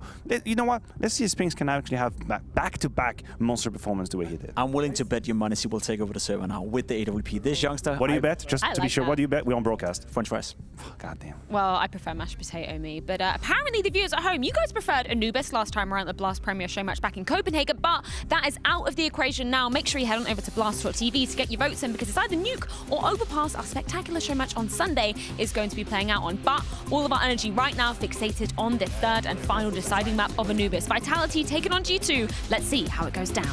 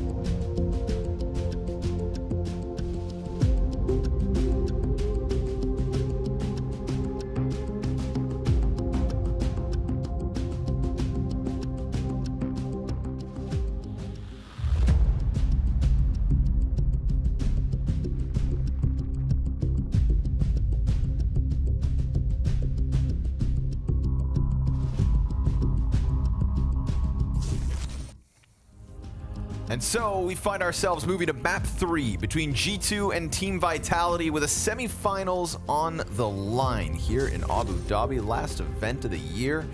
Means a lot to either of these teams, I think, to finish on a high note. The winner of this series, currently favored to be Vitality by Betway, will have to face FaZe in a semifinal. G2 obviously came very close to knocking them down a peg to open up this event, but Nico has already been on record as well earlier this week by saying that, you know, we haven't had that much time to practice Anubis. We've played it, we've tried to get some reps in, but he doesn't believe that they are one of the teams that have practiced the most. Sometimes people lie in these interviews too. People don't lie. Yeah, who would go on the internet and lie?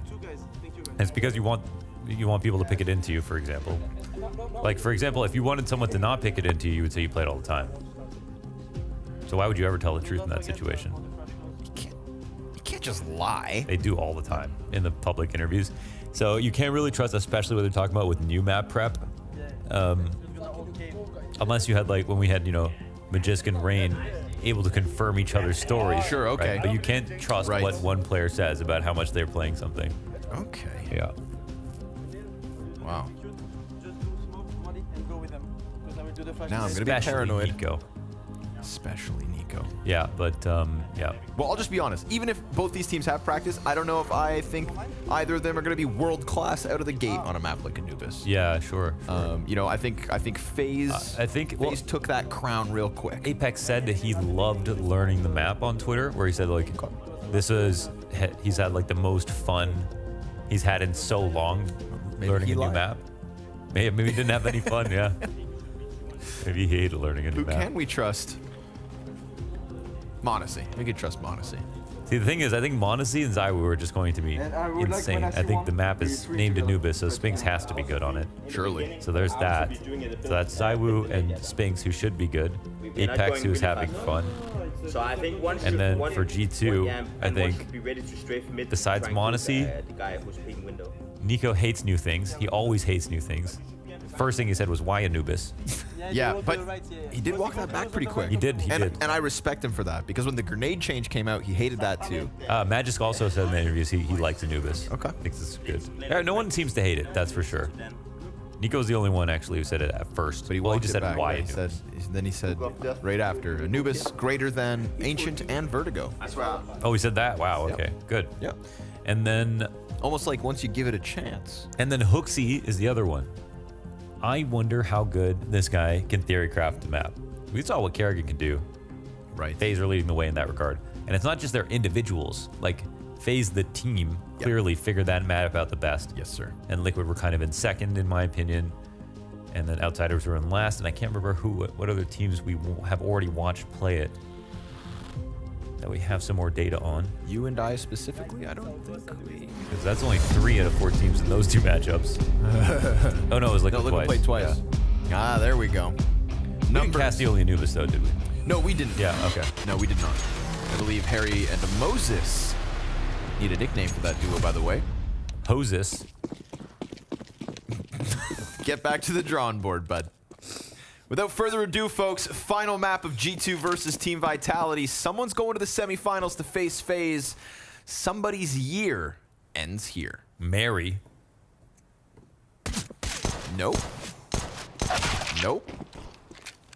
Zywoo's dead. What do you think about that? Ramsey is a very powerful rune. Jason and Harry could be Jerry. Okay. You're cooking now. You're getting there. I love how we spend half of our time on Anubis just naming things. We've moved on from the map, and now it's just about people. Yes. All right. There it is, Spinks. Expecting a big performance. Oh. Well, there it is, Hooksy. Drew knocks one down. It's very lurky here. All over the map. Bomb in possession. They tried to walk out middle. They tried to walk out B. They tried to walk out A. They walk down. Now they walk out, give the bomb. Yeah. It's tough to get anybody off of fountains here. So JKS gonna catch Apex and a third. Headshots. Headshot. Oh, no, it's just 2. Excuse me. Rotate came through, killed the first. And so G2, they'll win their pistol. And Vitality didn't really show us much there. No, they didn't. Kind of flat. Kind of spread out. Like they played that pistol like they played the map a million times and are looking just to try something different, but expected to see more of an organized attack. And instead, it was just very lurky. Maybe Apex was lying.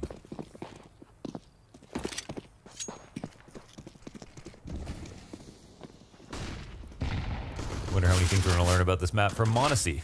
Right? Yeah. Yeah. There's somebody I'm I've keeping a never close eye learned on. more from a pro about maps than I have from Monacy. Just watching a stream for a few days, which is just crazy because I have my 10,000 hours. Yeah, you are also a nerd, so yeah, yeah. So we'll see. I'm sure he's found some cool stuff. Little smoke goes deep towards stairs. They've got Vitality just stranded out in the canals. Honesty from Bridge catches 2 kills with the FAMAS, but he'll also be the death.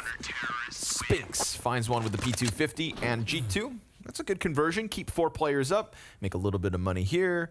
Keep players at bay there. 2-0 start so far. I really do like that immediately. All parts of the map seem to be very important for the T side to push up against and for the CT side to push back against. And even more so sometimes for the CT side to push back against. Feels like everything is getting involved, and canals being just such a huge focus of the early round has made things very fun. And I wonder if these two teams will learn from FaZe, who have just proved in their officials and their scrims apparently that they're really, really good by pushing on CT side very heavily. So here's a counter boost actually, organized quite quickly.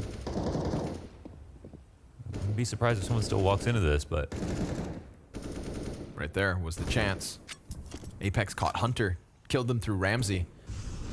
It's not every time that we actually see the CTs put a smoke here at this entrance. But they threw 2 smokes out of spawn this round, G2. One at the bottom of the stairs, as we've seen from other teams, and then one right here at the Ramsey entrance. So... Hunter actually gets killed through it. Hooksy now gonna have to pick up the slack inside this site. He's got players creeping out on him.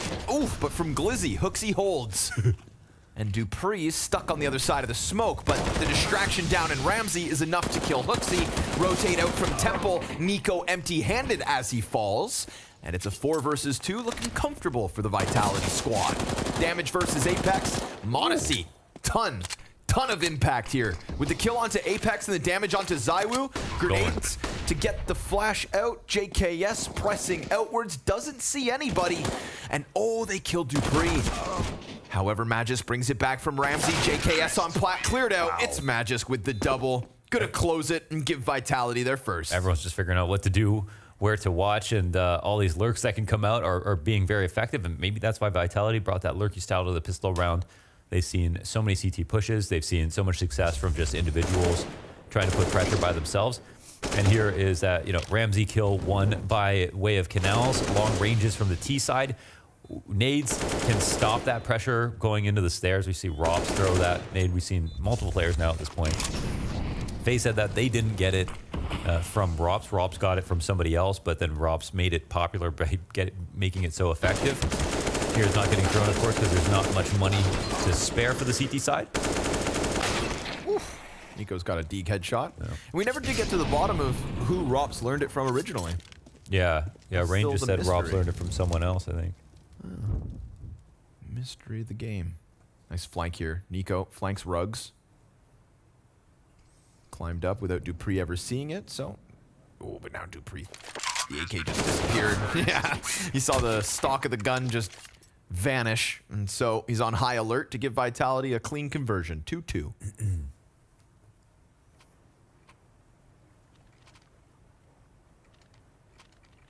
JKS, of course, naturally playing the small side on this map. And one thing will be interesting. I think FaZe found a way to both double up on A, where people only want to play one, and still have really aggressive control of the map on CT side. So it looks like right now they're just playing 3 towards B to begin things. And this early smoke again, it's just so huge. It can work both ways with the spams. People are playing directly in front of it on CT side. Inviting Nico for the walkout, but it's interesting. They were spamming from both sides, so... Oh, but there it is. Just found the space. One player here. Yeah, Monacy caught. Didn't expect that walkout. Nice timing from Magisk. Perfect, in fact. The gun round crumbling. I think immediately we see G2 need to play way more aggressively for their spots. They're getting smoked out of Ramsey beginning around starting 3B, and then having one person basically watch the exit There's one inside A, and they're taking the deep control smoke on their mid and letting it go to the T side. Everything is just going the way of the T's too early on. So this could become very ugly for G2 based on the small amount of data that we have. It feels like the phases style would solve a lot of problems right now. We'll see moving forward if they kind of get a bit more out there. It's tough to save over here for Hunter. It's tough to save anywhere, to be honest. Unless you can somehow get into the back lines of the T side. Feels like T's can just spread out and clear. And so Hunter swept away. Every single rifle from G2 hits the dirt. Vitality take the lead. Magisk fighting Monacy with a nade in hand. And then JKS can't do anything from behind Cake. That's right. Cake. Cake. Couldn't figure out Muffin. What was Muffin We Top? tried you Muffin called it? Top, yeah. Muffin Top was decent, but a bit of a mouthful. But it looks... Okay. Here all week. Back to pistols for G2.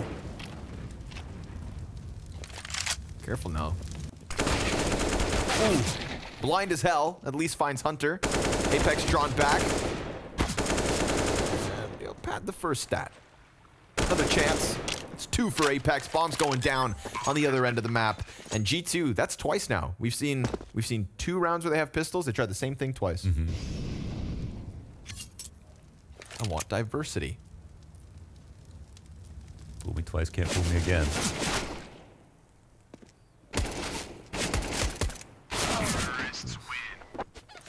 One death added. So 3 players live for Vitality. 4 terrorist rounds early. Let's see the adjustment. Something different. Can't be sending 2 people into Ramsey to sit behind a smoke in the beginning of the round. That's wasted resources. Yes. Especially if that's going to be the default grenade coming out every single time. It's only becoming more popular by the map here.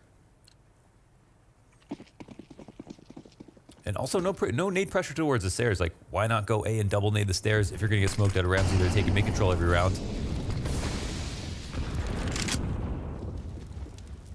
Zaiwu gets into cutout very quickly and will continue to press out. Again, tough to stop him. Oof. Careful. You know how powerful the ops are on Fountain, but opening kill is Dupree versus Nico. He wasn't boosted. We've seen him try to go for the boost with 2 players in order to catch that, but he just gets the raw duel. Now Hooksy stuck behind sight as Apex continues to wait. Once you have 1 player here, right? Double back towards long, and the split is powerful, but Incendiary will occupy Apex and Hooksy for the time being. It's a close range op shot that they're going to need, and JKS is actually pushing on A right now. And with Apex revealing his position, this flank is going to come in huge. Then suddenly, that's going to allow for Hooksy to turn the op back, but Spinks gets the double entry. Hunter and Hooksy dead. And so JKS's flank is in vain. No hold in Ramsey, no hold on sight. Monacy gets one as he rotates around. But now Tease will turtle up and not give him another chance. Unfortunately, kind of boils down to the double Spinks entry unraveling that defense. They had the right players in the right places. JKS helped them out from the other side of the map, but Spinks just kept it too clean. Well, yeah, that and they kept them busy with mid control at like facing forward towards mid. And they without having control of Ramsey, when you're trying to fight towards the B site, you can't keep your back turned and play the pillar. We saw Yakinder playing over and over again. You just have so many less options, and right now they're not approaching mid in any meaningful sense from the top or the bottom. They could try to get control of it through the bridge so that Apex can't stand in the spot that he's standing in, but look at this, the beginning of the round, Vitality, deep smoke on mid, just taking an open duel on Nico who wants to try to fight it dry. It's obviously a dangerous game to play, and he's doing it alone. Vitality are happy to take those 50-50 fights on T side. It's got to be something different. Vitality, they know what to do with the space right now, clearly.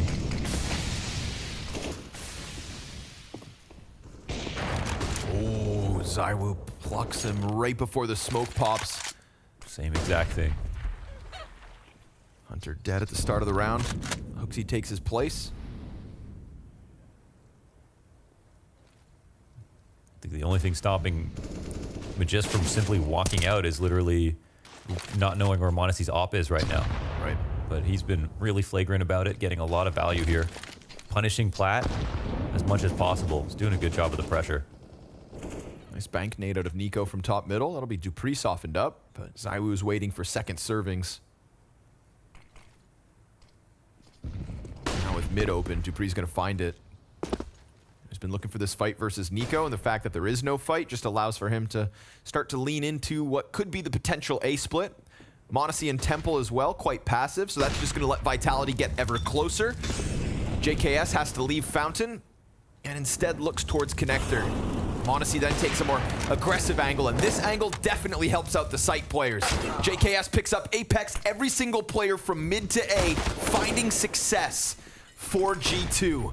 And so Vitality just kind of trip into a bad situation, but they'll also transition into an open B site.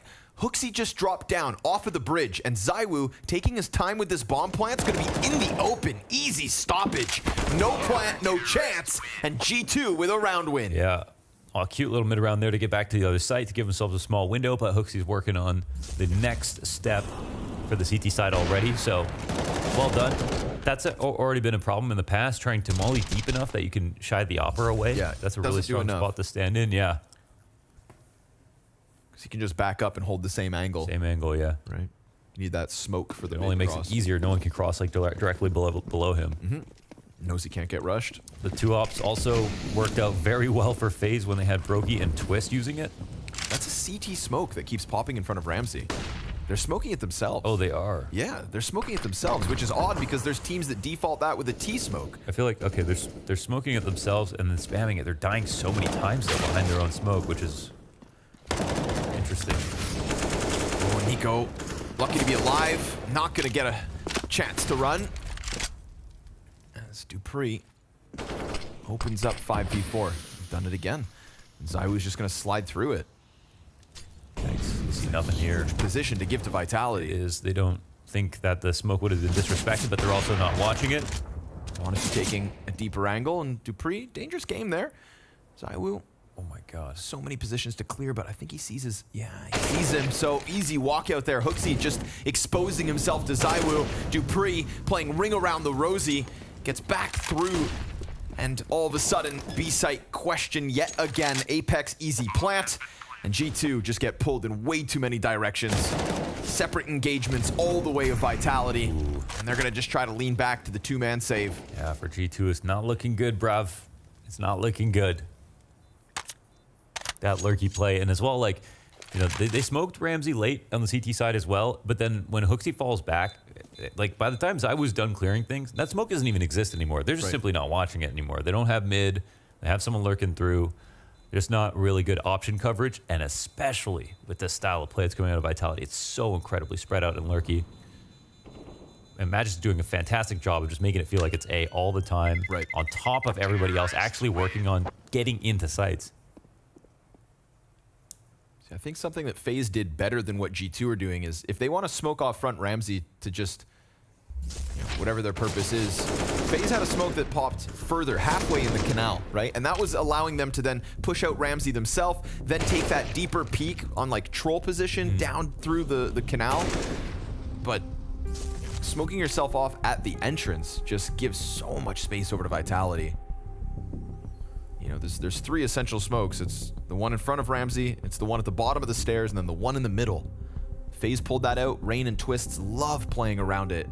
And that's why they were able to push down out canal, get aggressive, unlike what G2's defense looks like here, which is just this passive insight setup. Yeah, but they can't give them all the space. And they can't let Magisk also be defaulting outside of A and just be like on their doorstep at all times. Right. They have to deal with him. And we saw like OC, for example, get the op deeper and deeper on long aim that actually worked a little bit. We saw Brokey take a more passive position back on Platt, just smoke the molly, play off to Platt. I think the way the Magic is playing it would put a lot of pressure on him and would make it a little bit harder, but they just simply can't let one person have all that control.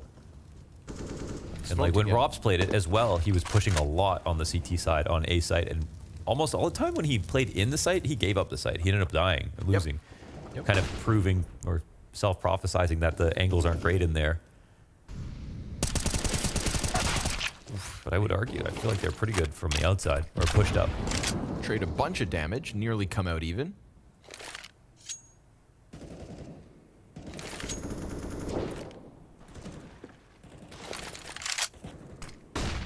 Size up this A site again. Nico, because he's low HP, has to just come play support, and Monacy picks up the gap in mid. It's a dangerous angle. Dupree, who has had a tendency to play through doors, can get real close. I believe Monacy just got smoked as well, so now they've just got 3 G2 players stranded inside this A site. That's going to force the rotate all the way back around spawn. Somebody's got to keep eyes on mid. Even Hooksy now kind of preoccupied, so B does not feel comfortable.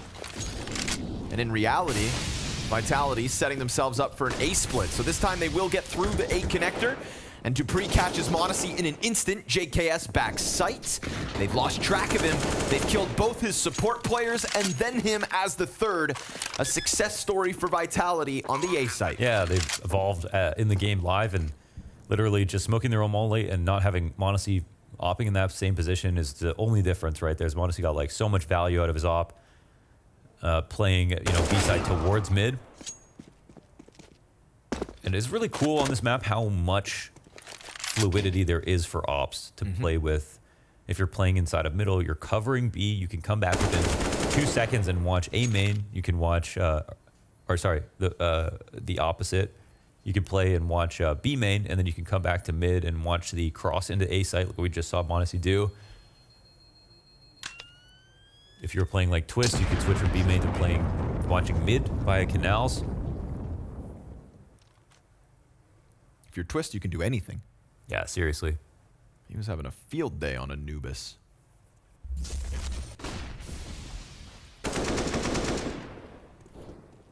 Also, it feels like when people try to one-way in the backside around Cake, it just feels like they just get hunted down eventually. Like it's going to be one guy running up one side or one guy running up the other side and you just run out of space. And it might be a great one-way, but there's like almost no one straight in front of you. They're all just trying to wrap the perimeter of the site immediately. It feels just very easy to scale on A. See, here we go. This one's further out. Now, this is nice. This is CT smoke. Yeah, that's more interesting. Phase 1 was still further down the river, but at least Hunter has more room to work. And you see it. You know, it's more information. It's a chance at a kill if ZywOo wasn't tucked into cutout. And Hunter catches Apex there. So, keeps him at arm's reach. So they think. In reality, ZywOo is still closer.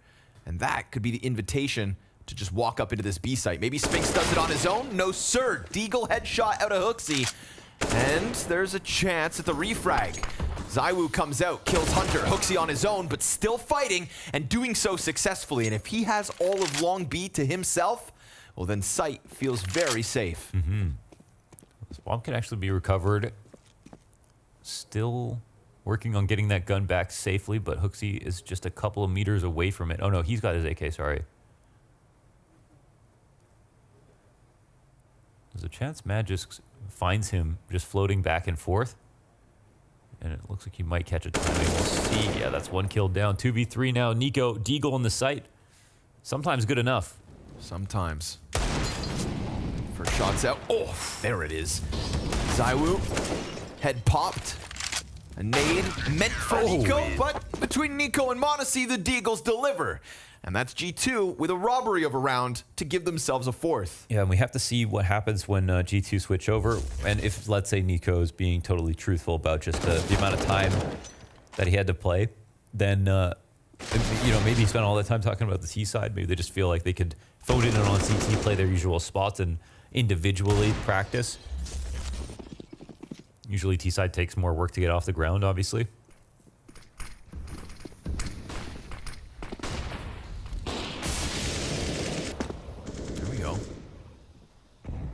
Trying it again. I think ZywOo was very suspicious about this, though. Yeah. You heard Hunter jumping up and down. But the smoke is just perfect, isn't it? Yeah, Apex died to it twice. ZywOo trying to give chase. Playing this one a little bit quicker than the last time around. Fire forcing him in. He's got a smoke to keep himself alive, but barely. 20 HP. Nico rotates through Temple. Nade could have killed ZywOo, but he evacuated back to the canals, and Vitality all starting to lean towards A, where G2 get aggressive. JKS and Monacy. Active round out of the A defense. Look at the reward. Yes, nicely done. JKS clean couple of shots, and man advantage back G2. But he doesn't leave. He sticks around with a nade out. Gonna be Dupree to try and chase it down. Delivers a bomb to JKS's doorstep. And he knows that ZywOo's right on the other end. Both ZywOo and Spinks barely alive at this point, and walking into the scope of Monacy. Thought maybe JKS didn't have that support. In reality, G2 with number 5 queued up. Yeah, there it is. Deep control of A main working out very well. On top of this, the smoke that's developing. The situation is developing inside of canals. It's getting a little deeper. Hunter's getting away with that kill a number of times now. And also staying alive. And while ZywOo is suspicious, wasn't willing to try to shoot back, even though Hunter's been specifically jumping over the left side from his perspective of the smoke. I feel like ZywOo takes a swig and then knows this next round, if it comes through, he's going to go for the spam. Right, yeah. And trust it. And hopefully for his sake, Apex doesn't get caught.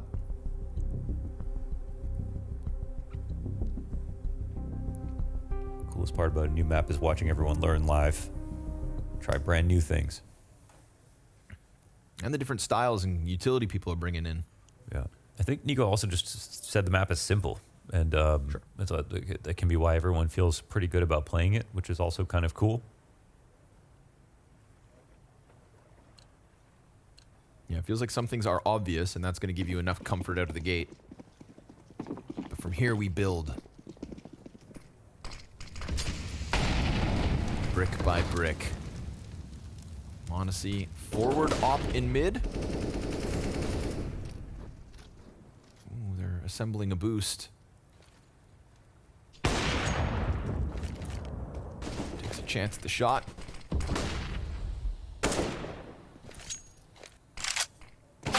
Oh, there it is. Contact. It's dangerous, right? Sometimes you just get caught on that contact. Monacy then, because Dupree loves to go towards doors, that's 2 players here from G2, just caught on the walkouts from Vitality. And Dupree's still looking for maybe another. Nico getting closer. Gonna sleep out, but Nico, nicely done. Keeps it clean, keeps himself alive, keeps the dream alive for G2's 6th round win. Hunter has to take his time here. They've got to get Nico off this angle. But there's only one smoke left, and it belongs to Apex. They try to cross it dry, and that's going to deliver Nico a chance. Apex, clean trade. Hunter not going to be able to peek off of the bricks. Tries to burn out the Tut plant, and so Apex goes default instead.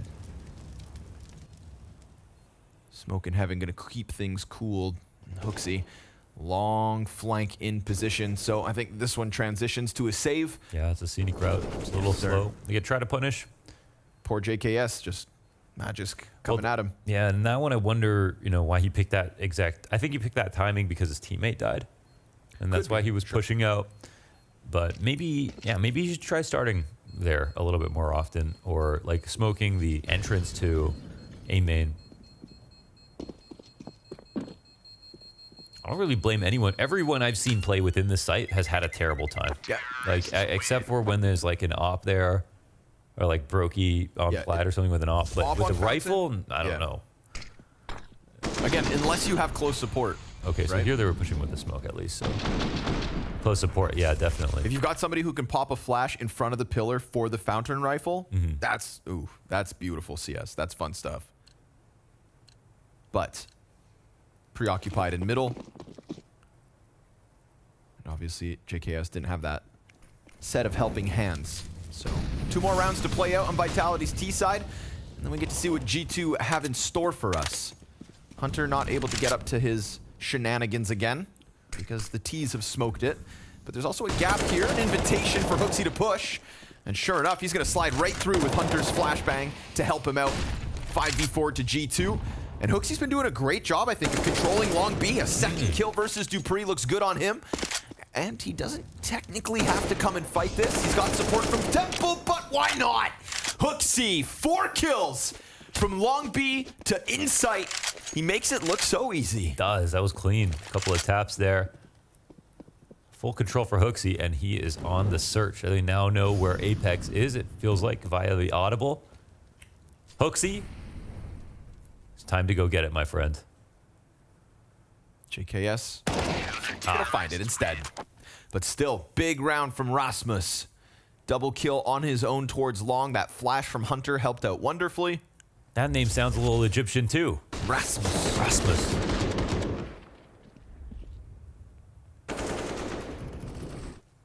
Top fragging Hooksy here. And they give him that one. Guys. Guys, calm down. Guys are getting too excited every round. Ooh, Hunter wanted to go for it. But T-Smoke keeps it weird. ZywOo on a deagle. AK's for 3. Apex just gonna try. Better keep eyes on Long. JKS is feeling frisky. Monacy rotates over, so we get that early 3-player B lean out of G2.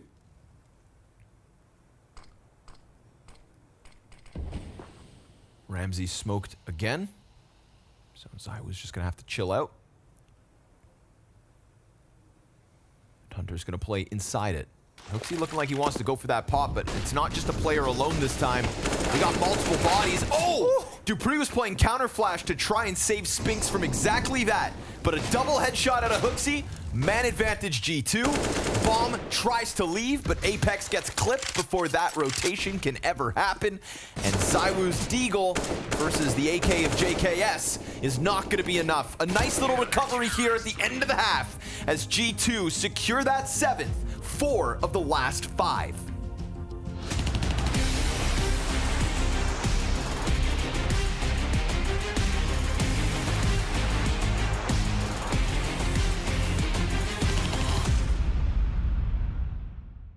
I mean, once you're in there, you could go anywhere. You can split both sides, but hold on!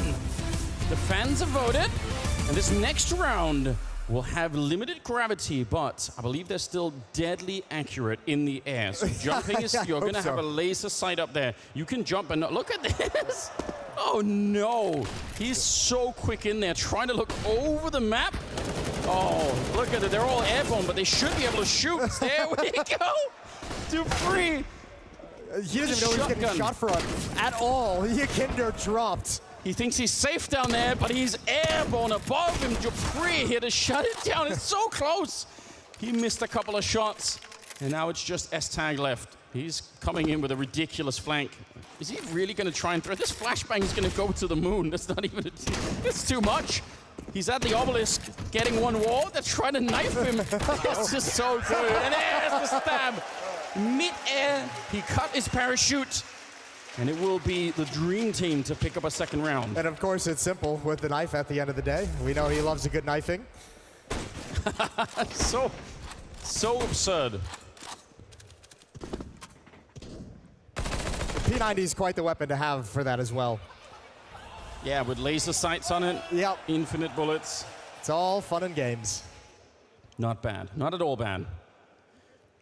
But Team Denmark definitely need to do a little bit more. And that feature is one of the features you can vote on at blast.tv. So make sure you get, I think we have like 6 or 7 more different features that we can throw into the game whenever we feel like it. So make sure you're in there voting. Nice shooting from S-Tag. Ooh. Yeah, he's not asking for any votes. He's just, just taking all the kills. Double for him, both of them headshots.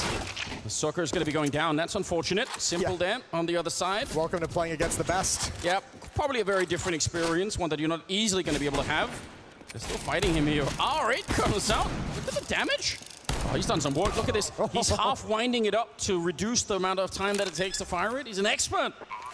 Ruben is now on his own. Again, the other fan player that we have on the stage playing for the Dream Team. So now he's got some of the best players in the world watching him saying, wonder if this guy's going to be able to actually do this retake.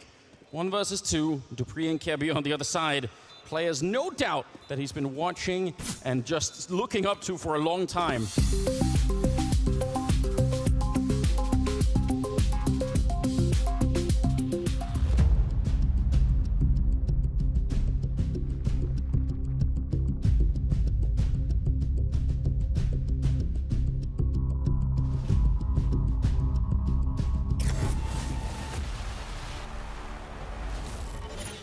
So that first half, things were looking bleak, but a little success out of G2's Hunter inside of Ramsey, working down to Canals, opened up shop for Hooksy to then get aggressive, and that B site started to fight back. A nice little bounce back from G2 at the end of that half again. Dude, the individual play from Hooksy is like it was crazy right there. Props to him. It was like Nico style, you know, just taking multiple duels and winning them all. Ooh, look at this. The bridge drop.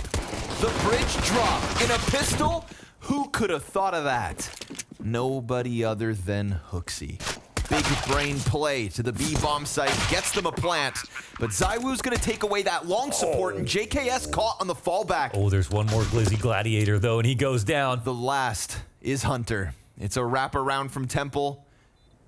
It's a slow crawl and a long journey with the bomb not planted for him. ZywOo's already keeping eyes on top, and Apex gonna get killed, so now how do they deal with this? Of course, no kit, 10-second stick. Hunter trying to fight, and Magus doubles back, so we've got Vitality to a round win out the gate. Yes, lots of pressure now in G2 to show us what they got on T side. They were clearly behind. I don't want to say the meta because we have no idea if, you know, FaZe's style is going to be the prevalent one or how things are going to develop.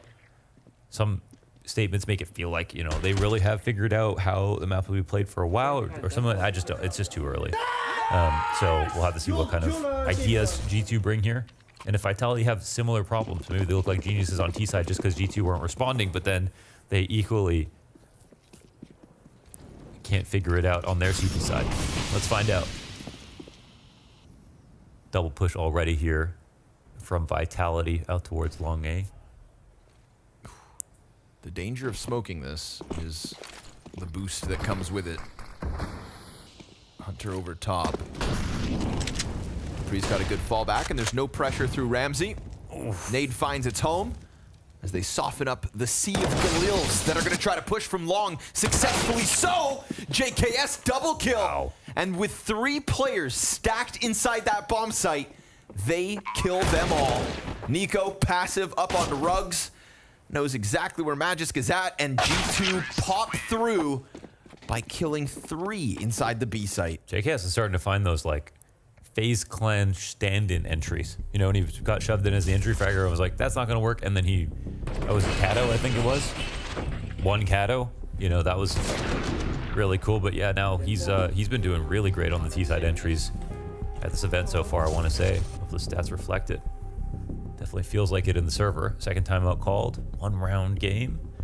And you got to tell yourself, I mean, no matter how potentially unprepared you are for the map, if you come across the right idea in a match this early into a map, there's no reason to lose hope. You could win 15 rounds in a row. You know, if you have that one, yeah, the meta will advance so rapidly. There's always a chance that you can figure it out. So just keep thinking.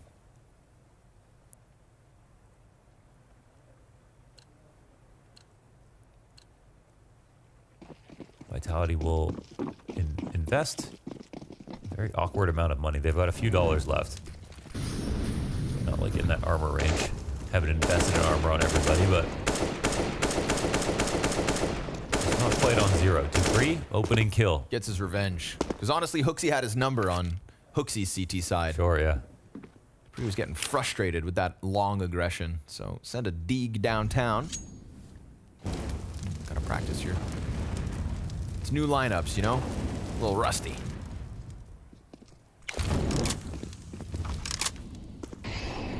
Don't lose the pistols, G2.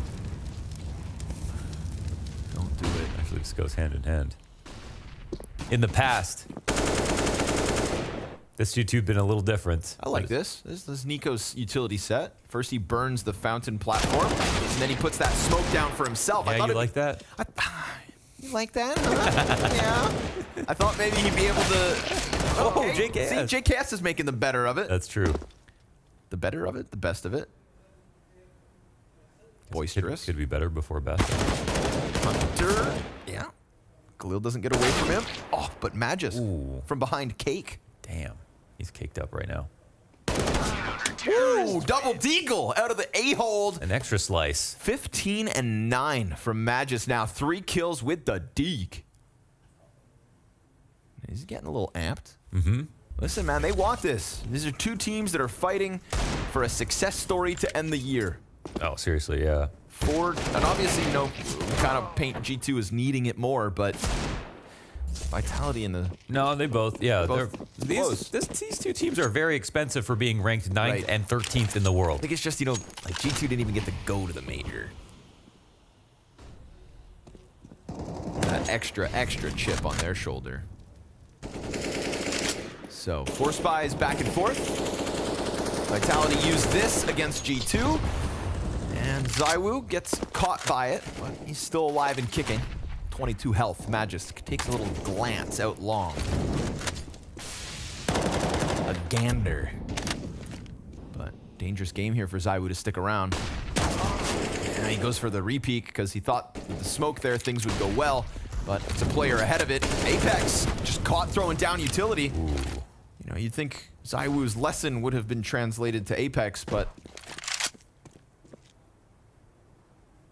maybe he doesn't speak French.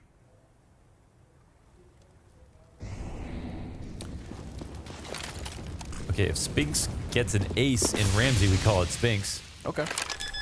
That would be, like, there has to be a call for Spinks on this map. I mean, we'll find one. Like, with it's time. Anubis. Something has to be Spinks. But he's 7 and 14, so right yeah, now but he we're on hasn't CT earned side. one. Okay. Oof, Monoseed. Damn. He's been one of the CT side animals of all time. Of this year. True. Yes, Ramsey. This is Ramsey. If I keep calling it Ramsey. Hey, by the way, you said it said Temple of Ra. Temple of Ra, spelled R-A. Yeah. But on the sign outside of it? Yes. But it says Temple of Anubis. No, it's the... And then underneath it's the the small subtext? informational sign. Okay. That's like out towards Troll. Okay. So, Temple of Ra. Temple of Ra, R-A-W. Oh, Spinks, hang on. It's Raw. It's Raw. Gordon Ramsay. The Pharaoh Ramses. Y'all following or what? I know you're out there, Hugo. Get with the times. Does he like it? He doesn't like Ramsey. Why not? Where is it? What's Ramsey? It's like, bro, if you weren't here for the first Anubis cast, then you're already in the past. Gotta keep up.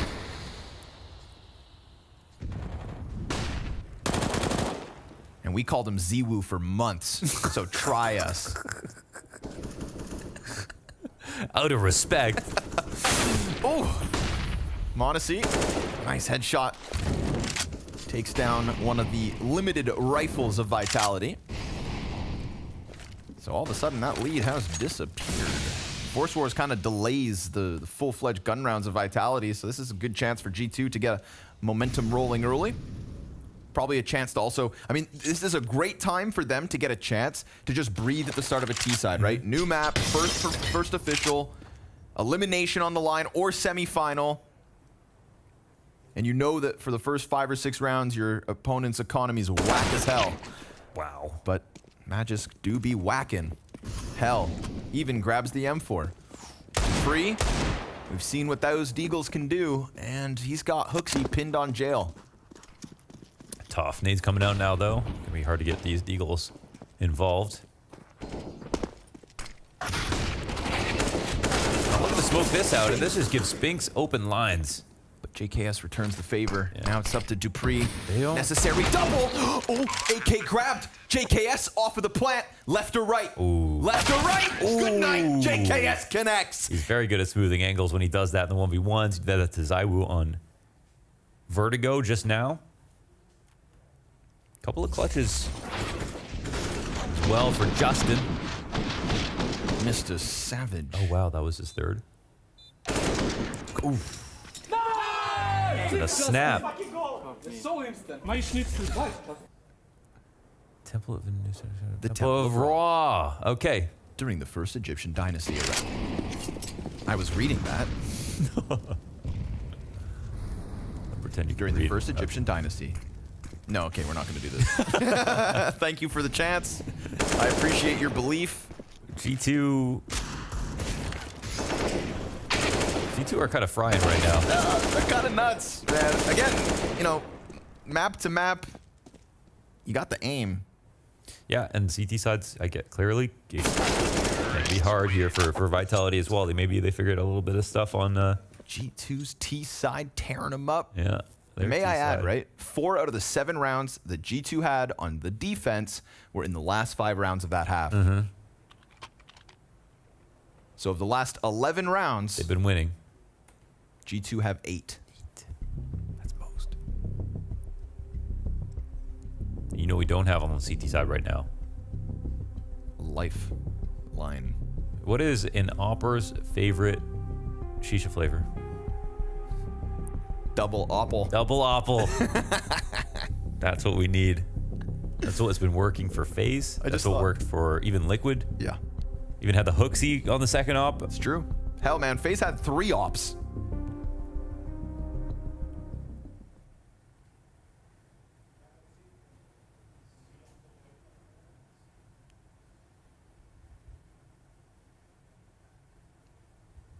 And right now they have 0.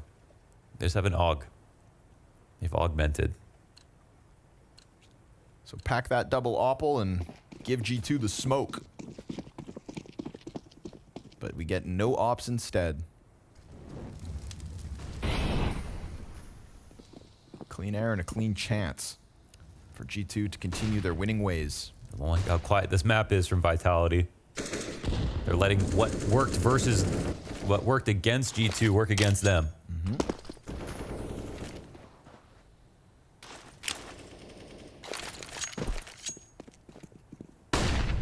Zywoo looking for the mid fight. He's gonna stick around. Nice flash. And Apex assists Zywoo, who was kind of scrambling for a second.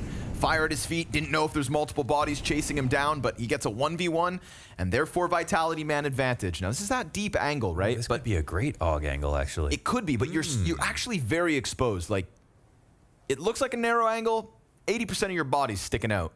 Right, so from their from their perspective is everything. They're going to get a lot and of the full matches. exec is coming. But, yes, with an AUG, let's see if that can give him an added benefit. It will catch the first off guard. 2. Oh, okay. I'll shut my mouth because Magisk delivers with the AUG. Maybe that scope makes a difference. Maybe G2 are just not expecting it. Next time, someone's coming around that corner prepared. Well, it's like maybe a nice balance between if you opt it, you wouldn't be able to fall off after your shot. But if you rifled it, you don't have like that perfect long distance accuracy. You can hold that left click. Yeah. I think the AUG helps. Oh, man, there's so many A players that are now going to play that angle because Magic just pulled it off. Looking at Magisk right now, he looks the most comfortable playing A from both sides. On the T side, approaching it. Yeah, and the CT side, he looks like he's pretty comfortable right now. Nice triple. All right. And it feels like whoever's playing A is, a lot of the time, you're not getting a lot of help. Nasty. Yeah, with an AUG. Nice, Emil. Nasamil. I don't know why I did that. Just such a thunderous voice. As a coach should have. Yes.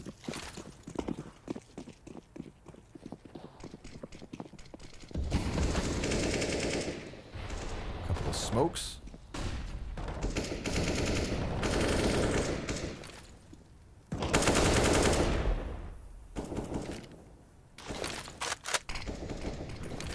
Can we take a look at Magisk again? He's just playing on Platygus, spotting. I'm really curious about how he's playing this now. Yep. See, yeah, smoothing off this angle I think is a really good idea. It's just a strong fight. It's a strong fight.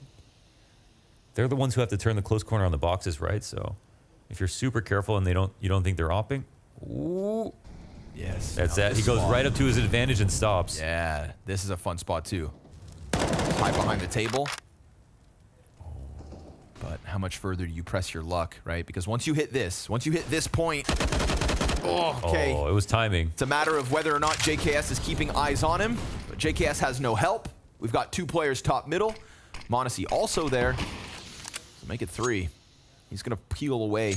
Try to come and help Hooksy. They're looking for that B split, or maybe Hunter can crack open middle. Nico doesn't get any contact. We're down to the critical 30-second mark. And because Hunter's close enough on mid, maybe they try to transition into this A split.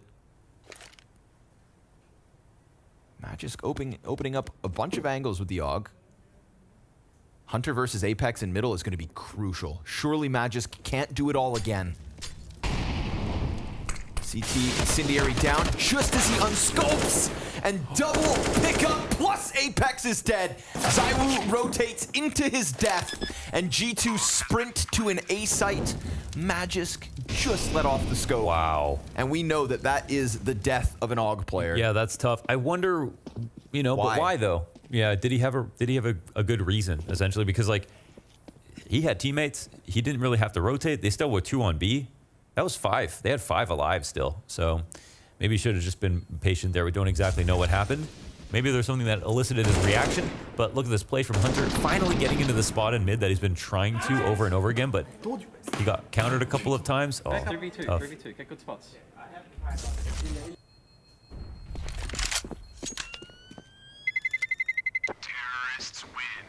Well, Counter-Strike is a game of timing. Sometimes that works for you, sometimes against you. Overall, he still had a really good time. It was brave of G2 to try to hit that site once again. I don't think Vitality need to be too nervous in some sense, but do they have money? Yes, they do. Oof, not enough. Not enough. Okay. Nope. They've got cash, so they'll bounce back with a full buy in the next one, but that's a tough the one. B players, yeah. Tough pill to swallow, and the G2 T side. It's 3 rounds from Vitality on the defense, but none of them consecutive. They've got an M4 and an AK between Dupree and Spinks. And Spinks gets caught with no kill. Dupree off of pillar, pressured. Hunter slides out, takes a bunch of damage, but at least he gets the space created, and the op is meant to keep ZywOo back. Down to 14 health. Monacy scoping on tunnel, waiting for the rotation. They needed those rifles to succeed, and it's simply not enough. G2 back to the B hit.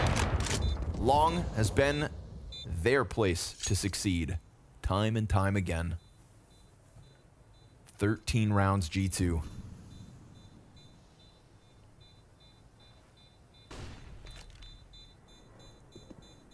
You're talking about Shades of FaZe after losing the very close Inferno game where they were close to a 2-0, which didn't seem like it would necessarily matter in the scope of the tournament because it was an elimination, and it would have just been a great result for G2, but they go on to lose in map 3, and now Vitality, they claw their way back into the second map. They open up Anubis. They look really good in the first half. It's their best start so far in the series. Right. In the desk, they talked about how Vitality had kind of 3 bad halves in a row until that second half of Vertigo plus overtime. And now on Anubis, an opportunity presents itself. G2 that haven't fully figured things out, but are clearly getting a little bit better. There are such apparent strengths and weaknesses to both these teams in the second half. It's not lopsided at all. But right now, G2 winning the vast majority of T rounds.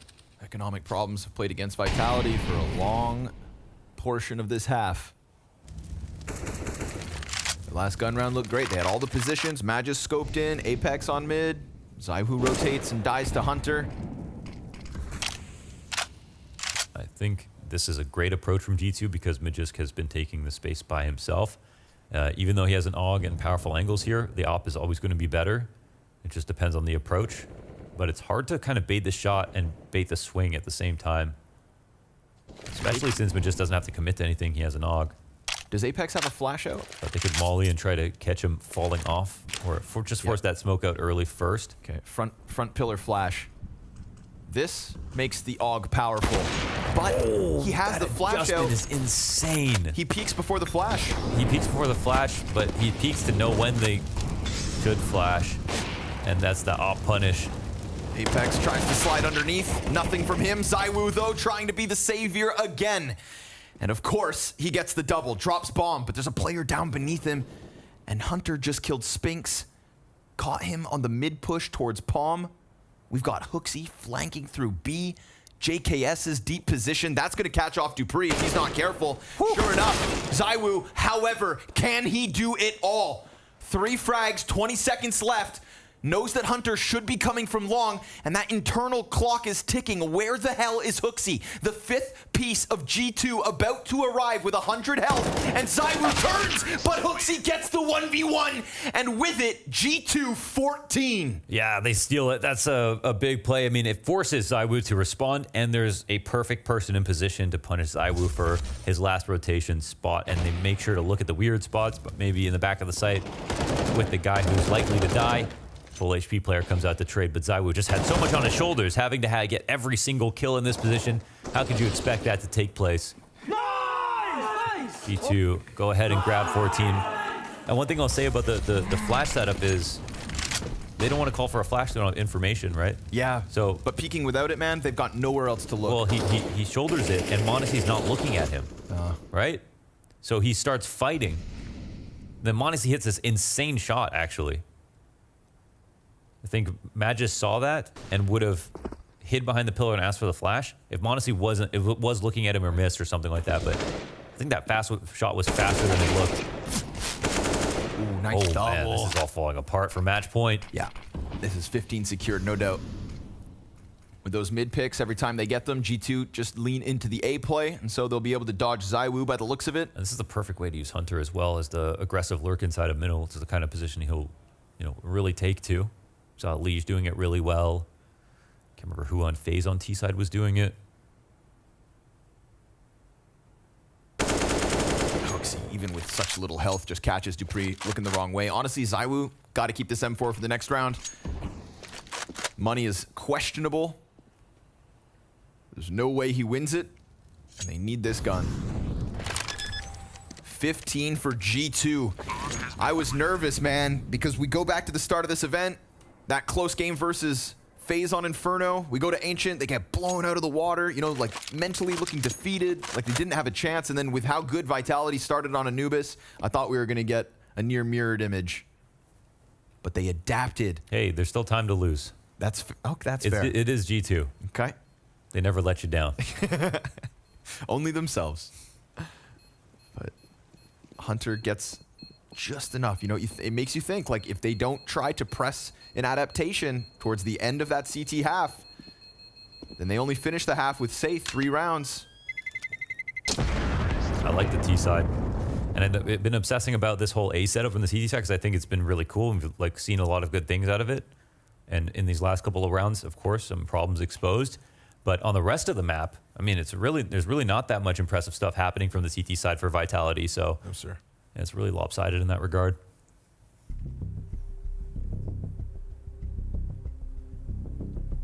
They haven't had the long B success that Hooksy was having. They haven't had any success whatsoever out of Ramsey, like Hunter started to get towards the end.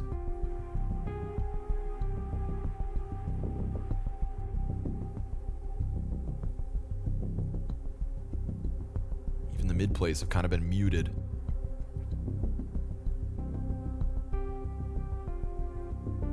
Magisk has been the beacon of hope for Vitality so far here on Anubis. ZywOo, as he does those X-Factor moments, he almost pulls off that ace. Had Hooksy come around the corner a couple seconds, he was holding for that con play first, but missed the timing. God forbid ZywOo does an ace.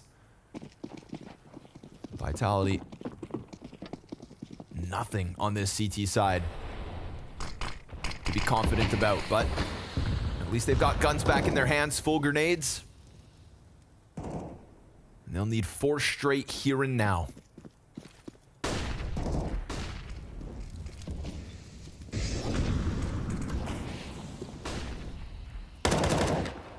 Spinks smokes it himself, but that's just an invitation.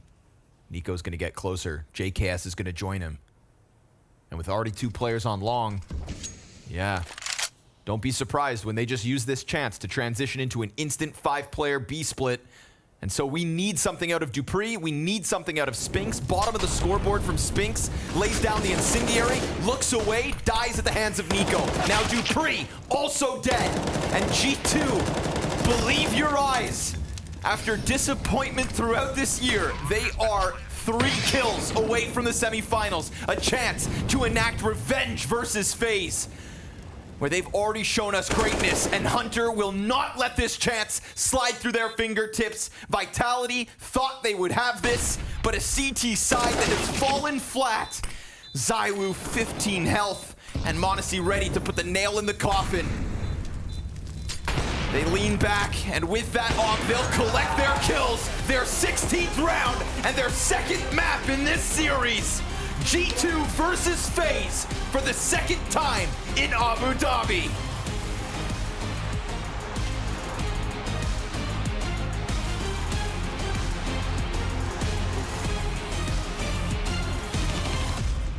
Incredible emotions on the side of G2 and thoroughly well-deserved after that performance on Anubis. The first taste test we get to see of both these squads coming into things, but unfortunately for Vitality, they fall flat on that CT side. Great stuff, great resilience from G2, and some great looks. I think we got to learn a lot about these two squads on this map. Yeah, you're absolutely right, and I just want to commend the nerves coming in out of G2. I think there was a moment where this game was pretty much on a dime. Round 22, round 23, it felt like both teams could put ahead of it, but then this is when the actual percussion of the attack of G2 really started to steamroll Vitality. They got away with it towards the very end. Good eye-jailing as well from HooXi. Yeah. A very, very strong performance coming out of G2 and a very strong performance coming out of HooXi. We mentioned it a couple of times in this series alone. The T-sides from G2 have been absolutely fantastic. We saw it again here in Anubis, controlling the pace as well. We talked about it, right? We didn't really know what to expect, but they were fast, they were slow, they did everything they needed to do in order to take down Vitality, who's on your screen right here. Unfortunately for them, they couldn't capitalize on a strong first half. Means they're eliminated, but still, I can't help to feel that I didn't get to see the best of Vitality in this tournament. Yeah, no, I think that's definitely fair to say. But from JKS in that final map, man, he was having some monster moments in that. We kind of came into this saying, you know, we want to see more from JKS. We weren't exactly sure how he was fitting into the puzzle piece. Obviously, only one map sample size, but really great to see him having some solid impact on it. Yeah, I mean, he had a couple of moments that defined the game, defined the outcome of the game quite clearly. You look at the beginning of the second half, and it's a battle of force buying. You break me, I break you again. And then it's finally JKS that puts the nail in the coffin with that multi-kill on the B side where he survives the lurk from Magisk. And that round in itself, it kind of puts G2 on track to grab 2 or 3 rounds in a row, put money in the bank, I should say, rather. And Vitality could never do that. They were always struggling, just had a couple of separated rounds here and there, and they was pretty much drowning the whole way. I really do truly believe that this was one of the best T-sides and one of the best calling matches I've seen from HooXi throughout his entire time in G2. Of course, he got help from Monacy, got help from Nico, got help from JKS. Once you have the pieces actually putting up the frags, it makes it easier to call. But we've been praising HooXi and G2's T-sides on every single map so far, and pretty much throughout the entire tournament. Think about it. The only teams they've lost to so far was FaZe in a very close game where you could argue they also should have won on that second map. So overall, I've been very impressed with what I've seen from G2 so far. Yeah, very solid show from G2 indeed. Of course, they will be going into that rematch versus FaZe as we move on into the semi-finals. But let's check in with one of the puzzle pieces that HooXi has been using very well throughout this duration of this tournament. It's Monacy with Mats. Monacy, a banger match for you guys coming out of the quarterfinal on top against Team Vitality. How does it feel for you personally, especially after that first map where you just basically wrecked your opponents? The first map, yeah, I mean, we played good on the first map individually, everyone. And Rasmus HooXi, he was calling really perfect. That's why we had a good T side. And after just on CT side, we just snowballed them, like we took the rest of the rounds, and yeah. But it feels good. Finally, we have a stage, so we play on the stage. I'm happy for the team, yeah. And HooXi, he was clearly very emotional, very happy coming out of this this third map right here. And you told me earlier that he's a good leader, he's a good person to be under the leadership of. How does it feel seeing him this happy right now? I think he wanted this so much. As you could see, he was like screaming after the match. He was so happy. He was showing this happiness, you know. But I don't know. We made it for him, and I'm happy for him also. I don't know. Nothing much to say. And what does it mean for you personally coming into the arena for the World Final now that you know it's secured? For me, I think that we can still make it. I mean, that we can still show that we're one of the best team in this year, you know, and I don't know, we will just show the people that we are capable of, and yeah, we will not give up, and we'll play against FaZe Clan tomorrow, and you will just see guys on the server. Thank you so much, and congratulations. Yeah, incredible stuff from Maniac throughout the duration of the series. Very excited to see what he's going to be delivering when we're heading on to the grand stage, which is going to be going down tomorrow. We've got the audience in attendance here in Abu Dhabi. But I also want to check in with our Mersk MVP at the moment. Of course, we've got 5 players that we're going to be keeping an eye on throughout the duration of this tournament. And I think it is fair to say we have to be keeping our eyes firmly set on Maniac because we're talking about an incredible year for him. Yeah, you're absolutely correct. He's definitely here on that list, number 3. Obviously, we've lost ZywOo. I think prior to today, he was in the running. Yeah, the stats a little bit lower right now. Maniac definitely want to talk about. Yeah, he's been having a great tournament so far. We talked about his consistency, his constant impact, not only with the AWP, but also with the rifle. You're going to see plenty of clips with him using the AK-47 and the M4 for that matter as well. He's the whole package right now. He's playing with confidence. He's a big part of the reason as to why G2 have been able to be successful at this tournament so far. Great to see him up there with some of the other names as well. You look at Dexter, you look at Twist, you look at some tenured players as well. So it's good to see him with the best of the best. And you know what's awesome about Maniac? We're moving on to the stage now. He's going to be in an audience. And I know he's going to deliver. Yeah. He has already established it. He absolutely strives whenever there's pressure, whenever there's some people watching him, lights and all of that, the stage. That's where he belongs. So we're going to get the best of Maniac. I think that's where my mind has been absolutely blown by Maniac's 2022. As we think back to his first time on a big stage back at Katowice, he was absolutely lapping it up. I think you're totally correct that we should be incredibly excited to see him going down tomorrow. Also excited to see what clips we've got in store for our CS Money Play of the Day. You guys know the deal by now. Head on over to the Blast Premier Instagram to get your votes in. So, Matthew, what have we got as our first option? And we are starting with a bit action with the Deagle on Mirage here. Absolutely clean second frag, and he just has to finish it. Oh, actually, he doesn't finish it, but that was enough to win the round. Unfortunately for the next clip we're going to see right here, ZywOo no longer part of the tournament, but he did have another highlight. He had it yesterday, he had it today again. M4 right here. Maniac was so good at walking through this clutch. It was so important. Look at the timer right here. The only way he wins this clutch is by finding Hunter through the smoke, picking up a kit, and last second getting the defuse. This won the game for Vitality. You know what? That was good. But what's coming is even better. My MVP of today, the Verticone. Ladies and gentlemen, brace yourself. Put your seatbelt on, because we're about to have a cone flip on Vertigo. Ooh, that was good. Clean that was. Absolutely lovely. I know where my votes are going to be going, and I mean, I don't want to be Mine biased, too. but Just let's do it. Yeah, let's get 100%. They should have seen us in the green room with the bottle flip. We all We were actually inspired, weren't we? I managed to get one onto the table. You guys didn't. Moving on, we can take a look at, I believe, our Betway predictions, because I am very intrigued to see who's actually leading the race after this one. Unfortunately, I was wrong about that Vitality pick, but it's actually... Launders is in a good position right now. With Mads as well. Launders and Mads. My. Join. Well done, guys. Yeah, why do we well keep done. living in Vitality? When are we going to learn? I guess now is our time. Now is the time. Psych, we Now is don't the have any time. more events left in the year, so we've learned New way Year's too late. resolution. Yeah, don't pick Vitality in the Betway predictions, man. I hope they can't hear us right now. I do want to check in also with what we've got in store on the cards tomorrow, because 2 semi-finals are going to be coming our way, and these are going to be absolutely incredible, not least because FaZe versus G2, we get that rematch going down, and I think at G2, they're going to be hungry to take a bite out of FaZe. Of course they were. I would argue they should have won that game against FaZe the first time around. So there's a bit of a grudge match going on right there. And then the other semi-final match, a bit surprising to see both Team Liquid and OG in that one. EG would have been a massive surprise. But OG so far, they've actually looked like a very solid team was for Liquid. I said it yesterday, they're trending upwards. Look, if you're Liquid, you cannot just underestimate OG. I know it might look on paper like you're getting away with the easiest semi-final, but plenty of teams have done that mistake in the past of thinking, that's it, we got an easy run, let's move on to the grand final, and that's the worst thing you can do. So you have to focus, and I agree with you. G2 FaZe, that's about to deliver some real counters. Yeah, it's going to be absolutely incredible to see that going down tomorrow, of course. As we said, Team Liquid versus OG going to be the first game on the cards. That's going to be going down at 3:30 if you're here with us in Abu Dhabi time, but make sure you join us back for the action. We'll be live with our pre-show at 3 p.m. local time as well. Thank you, gentlemen, very much for joining me. Very excited to see how it's going to be going down in the stage tomorrow.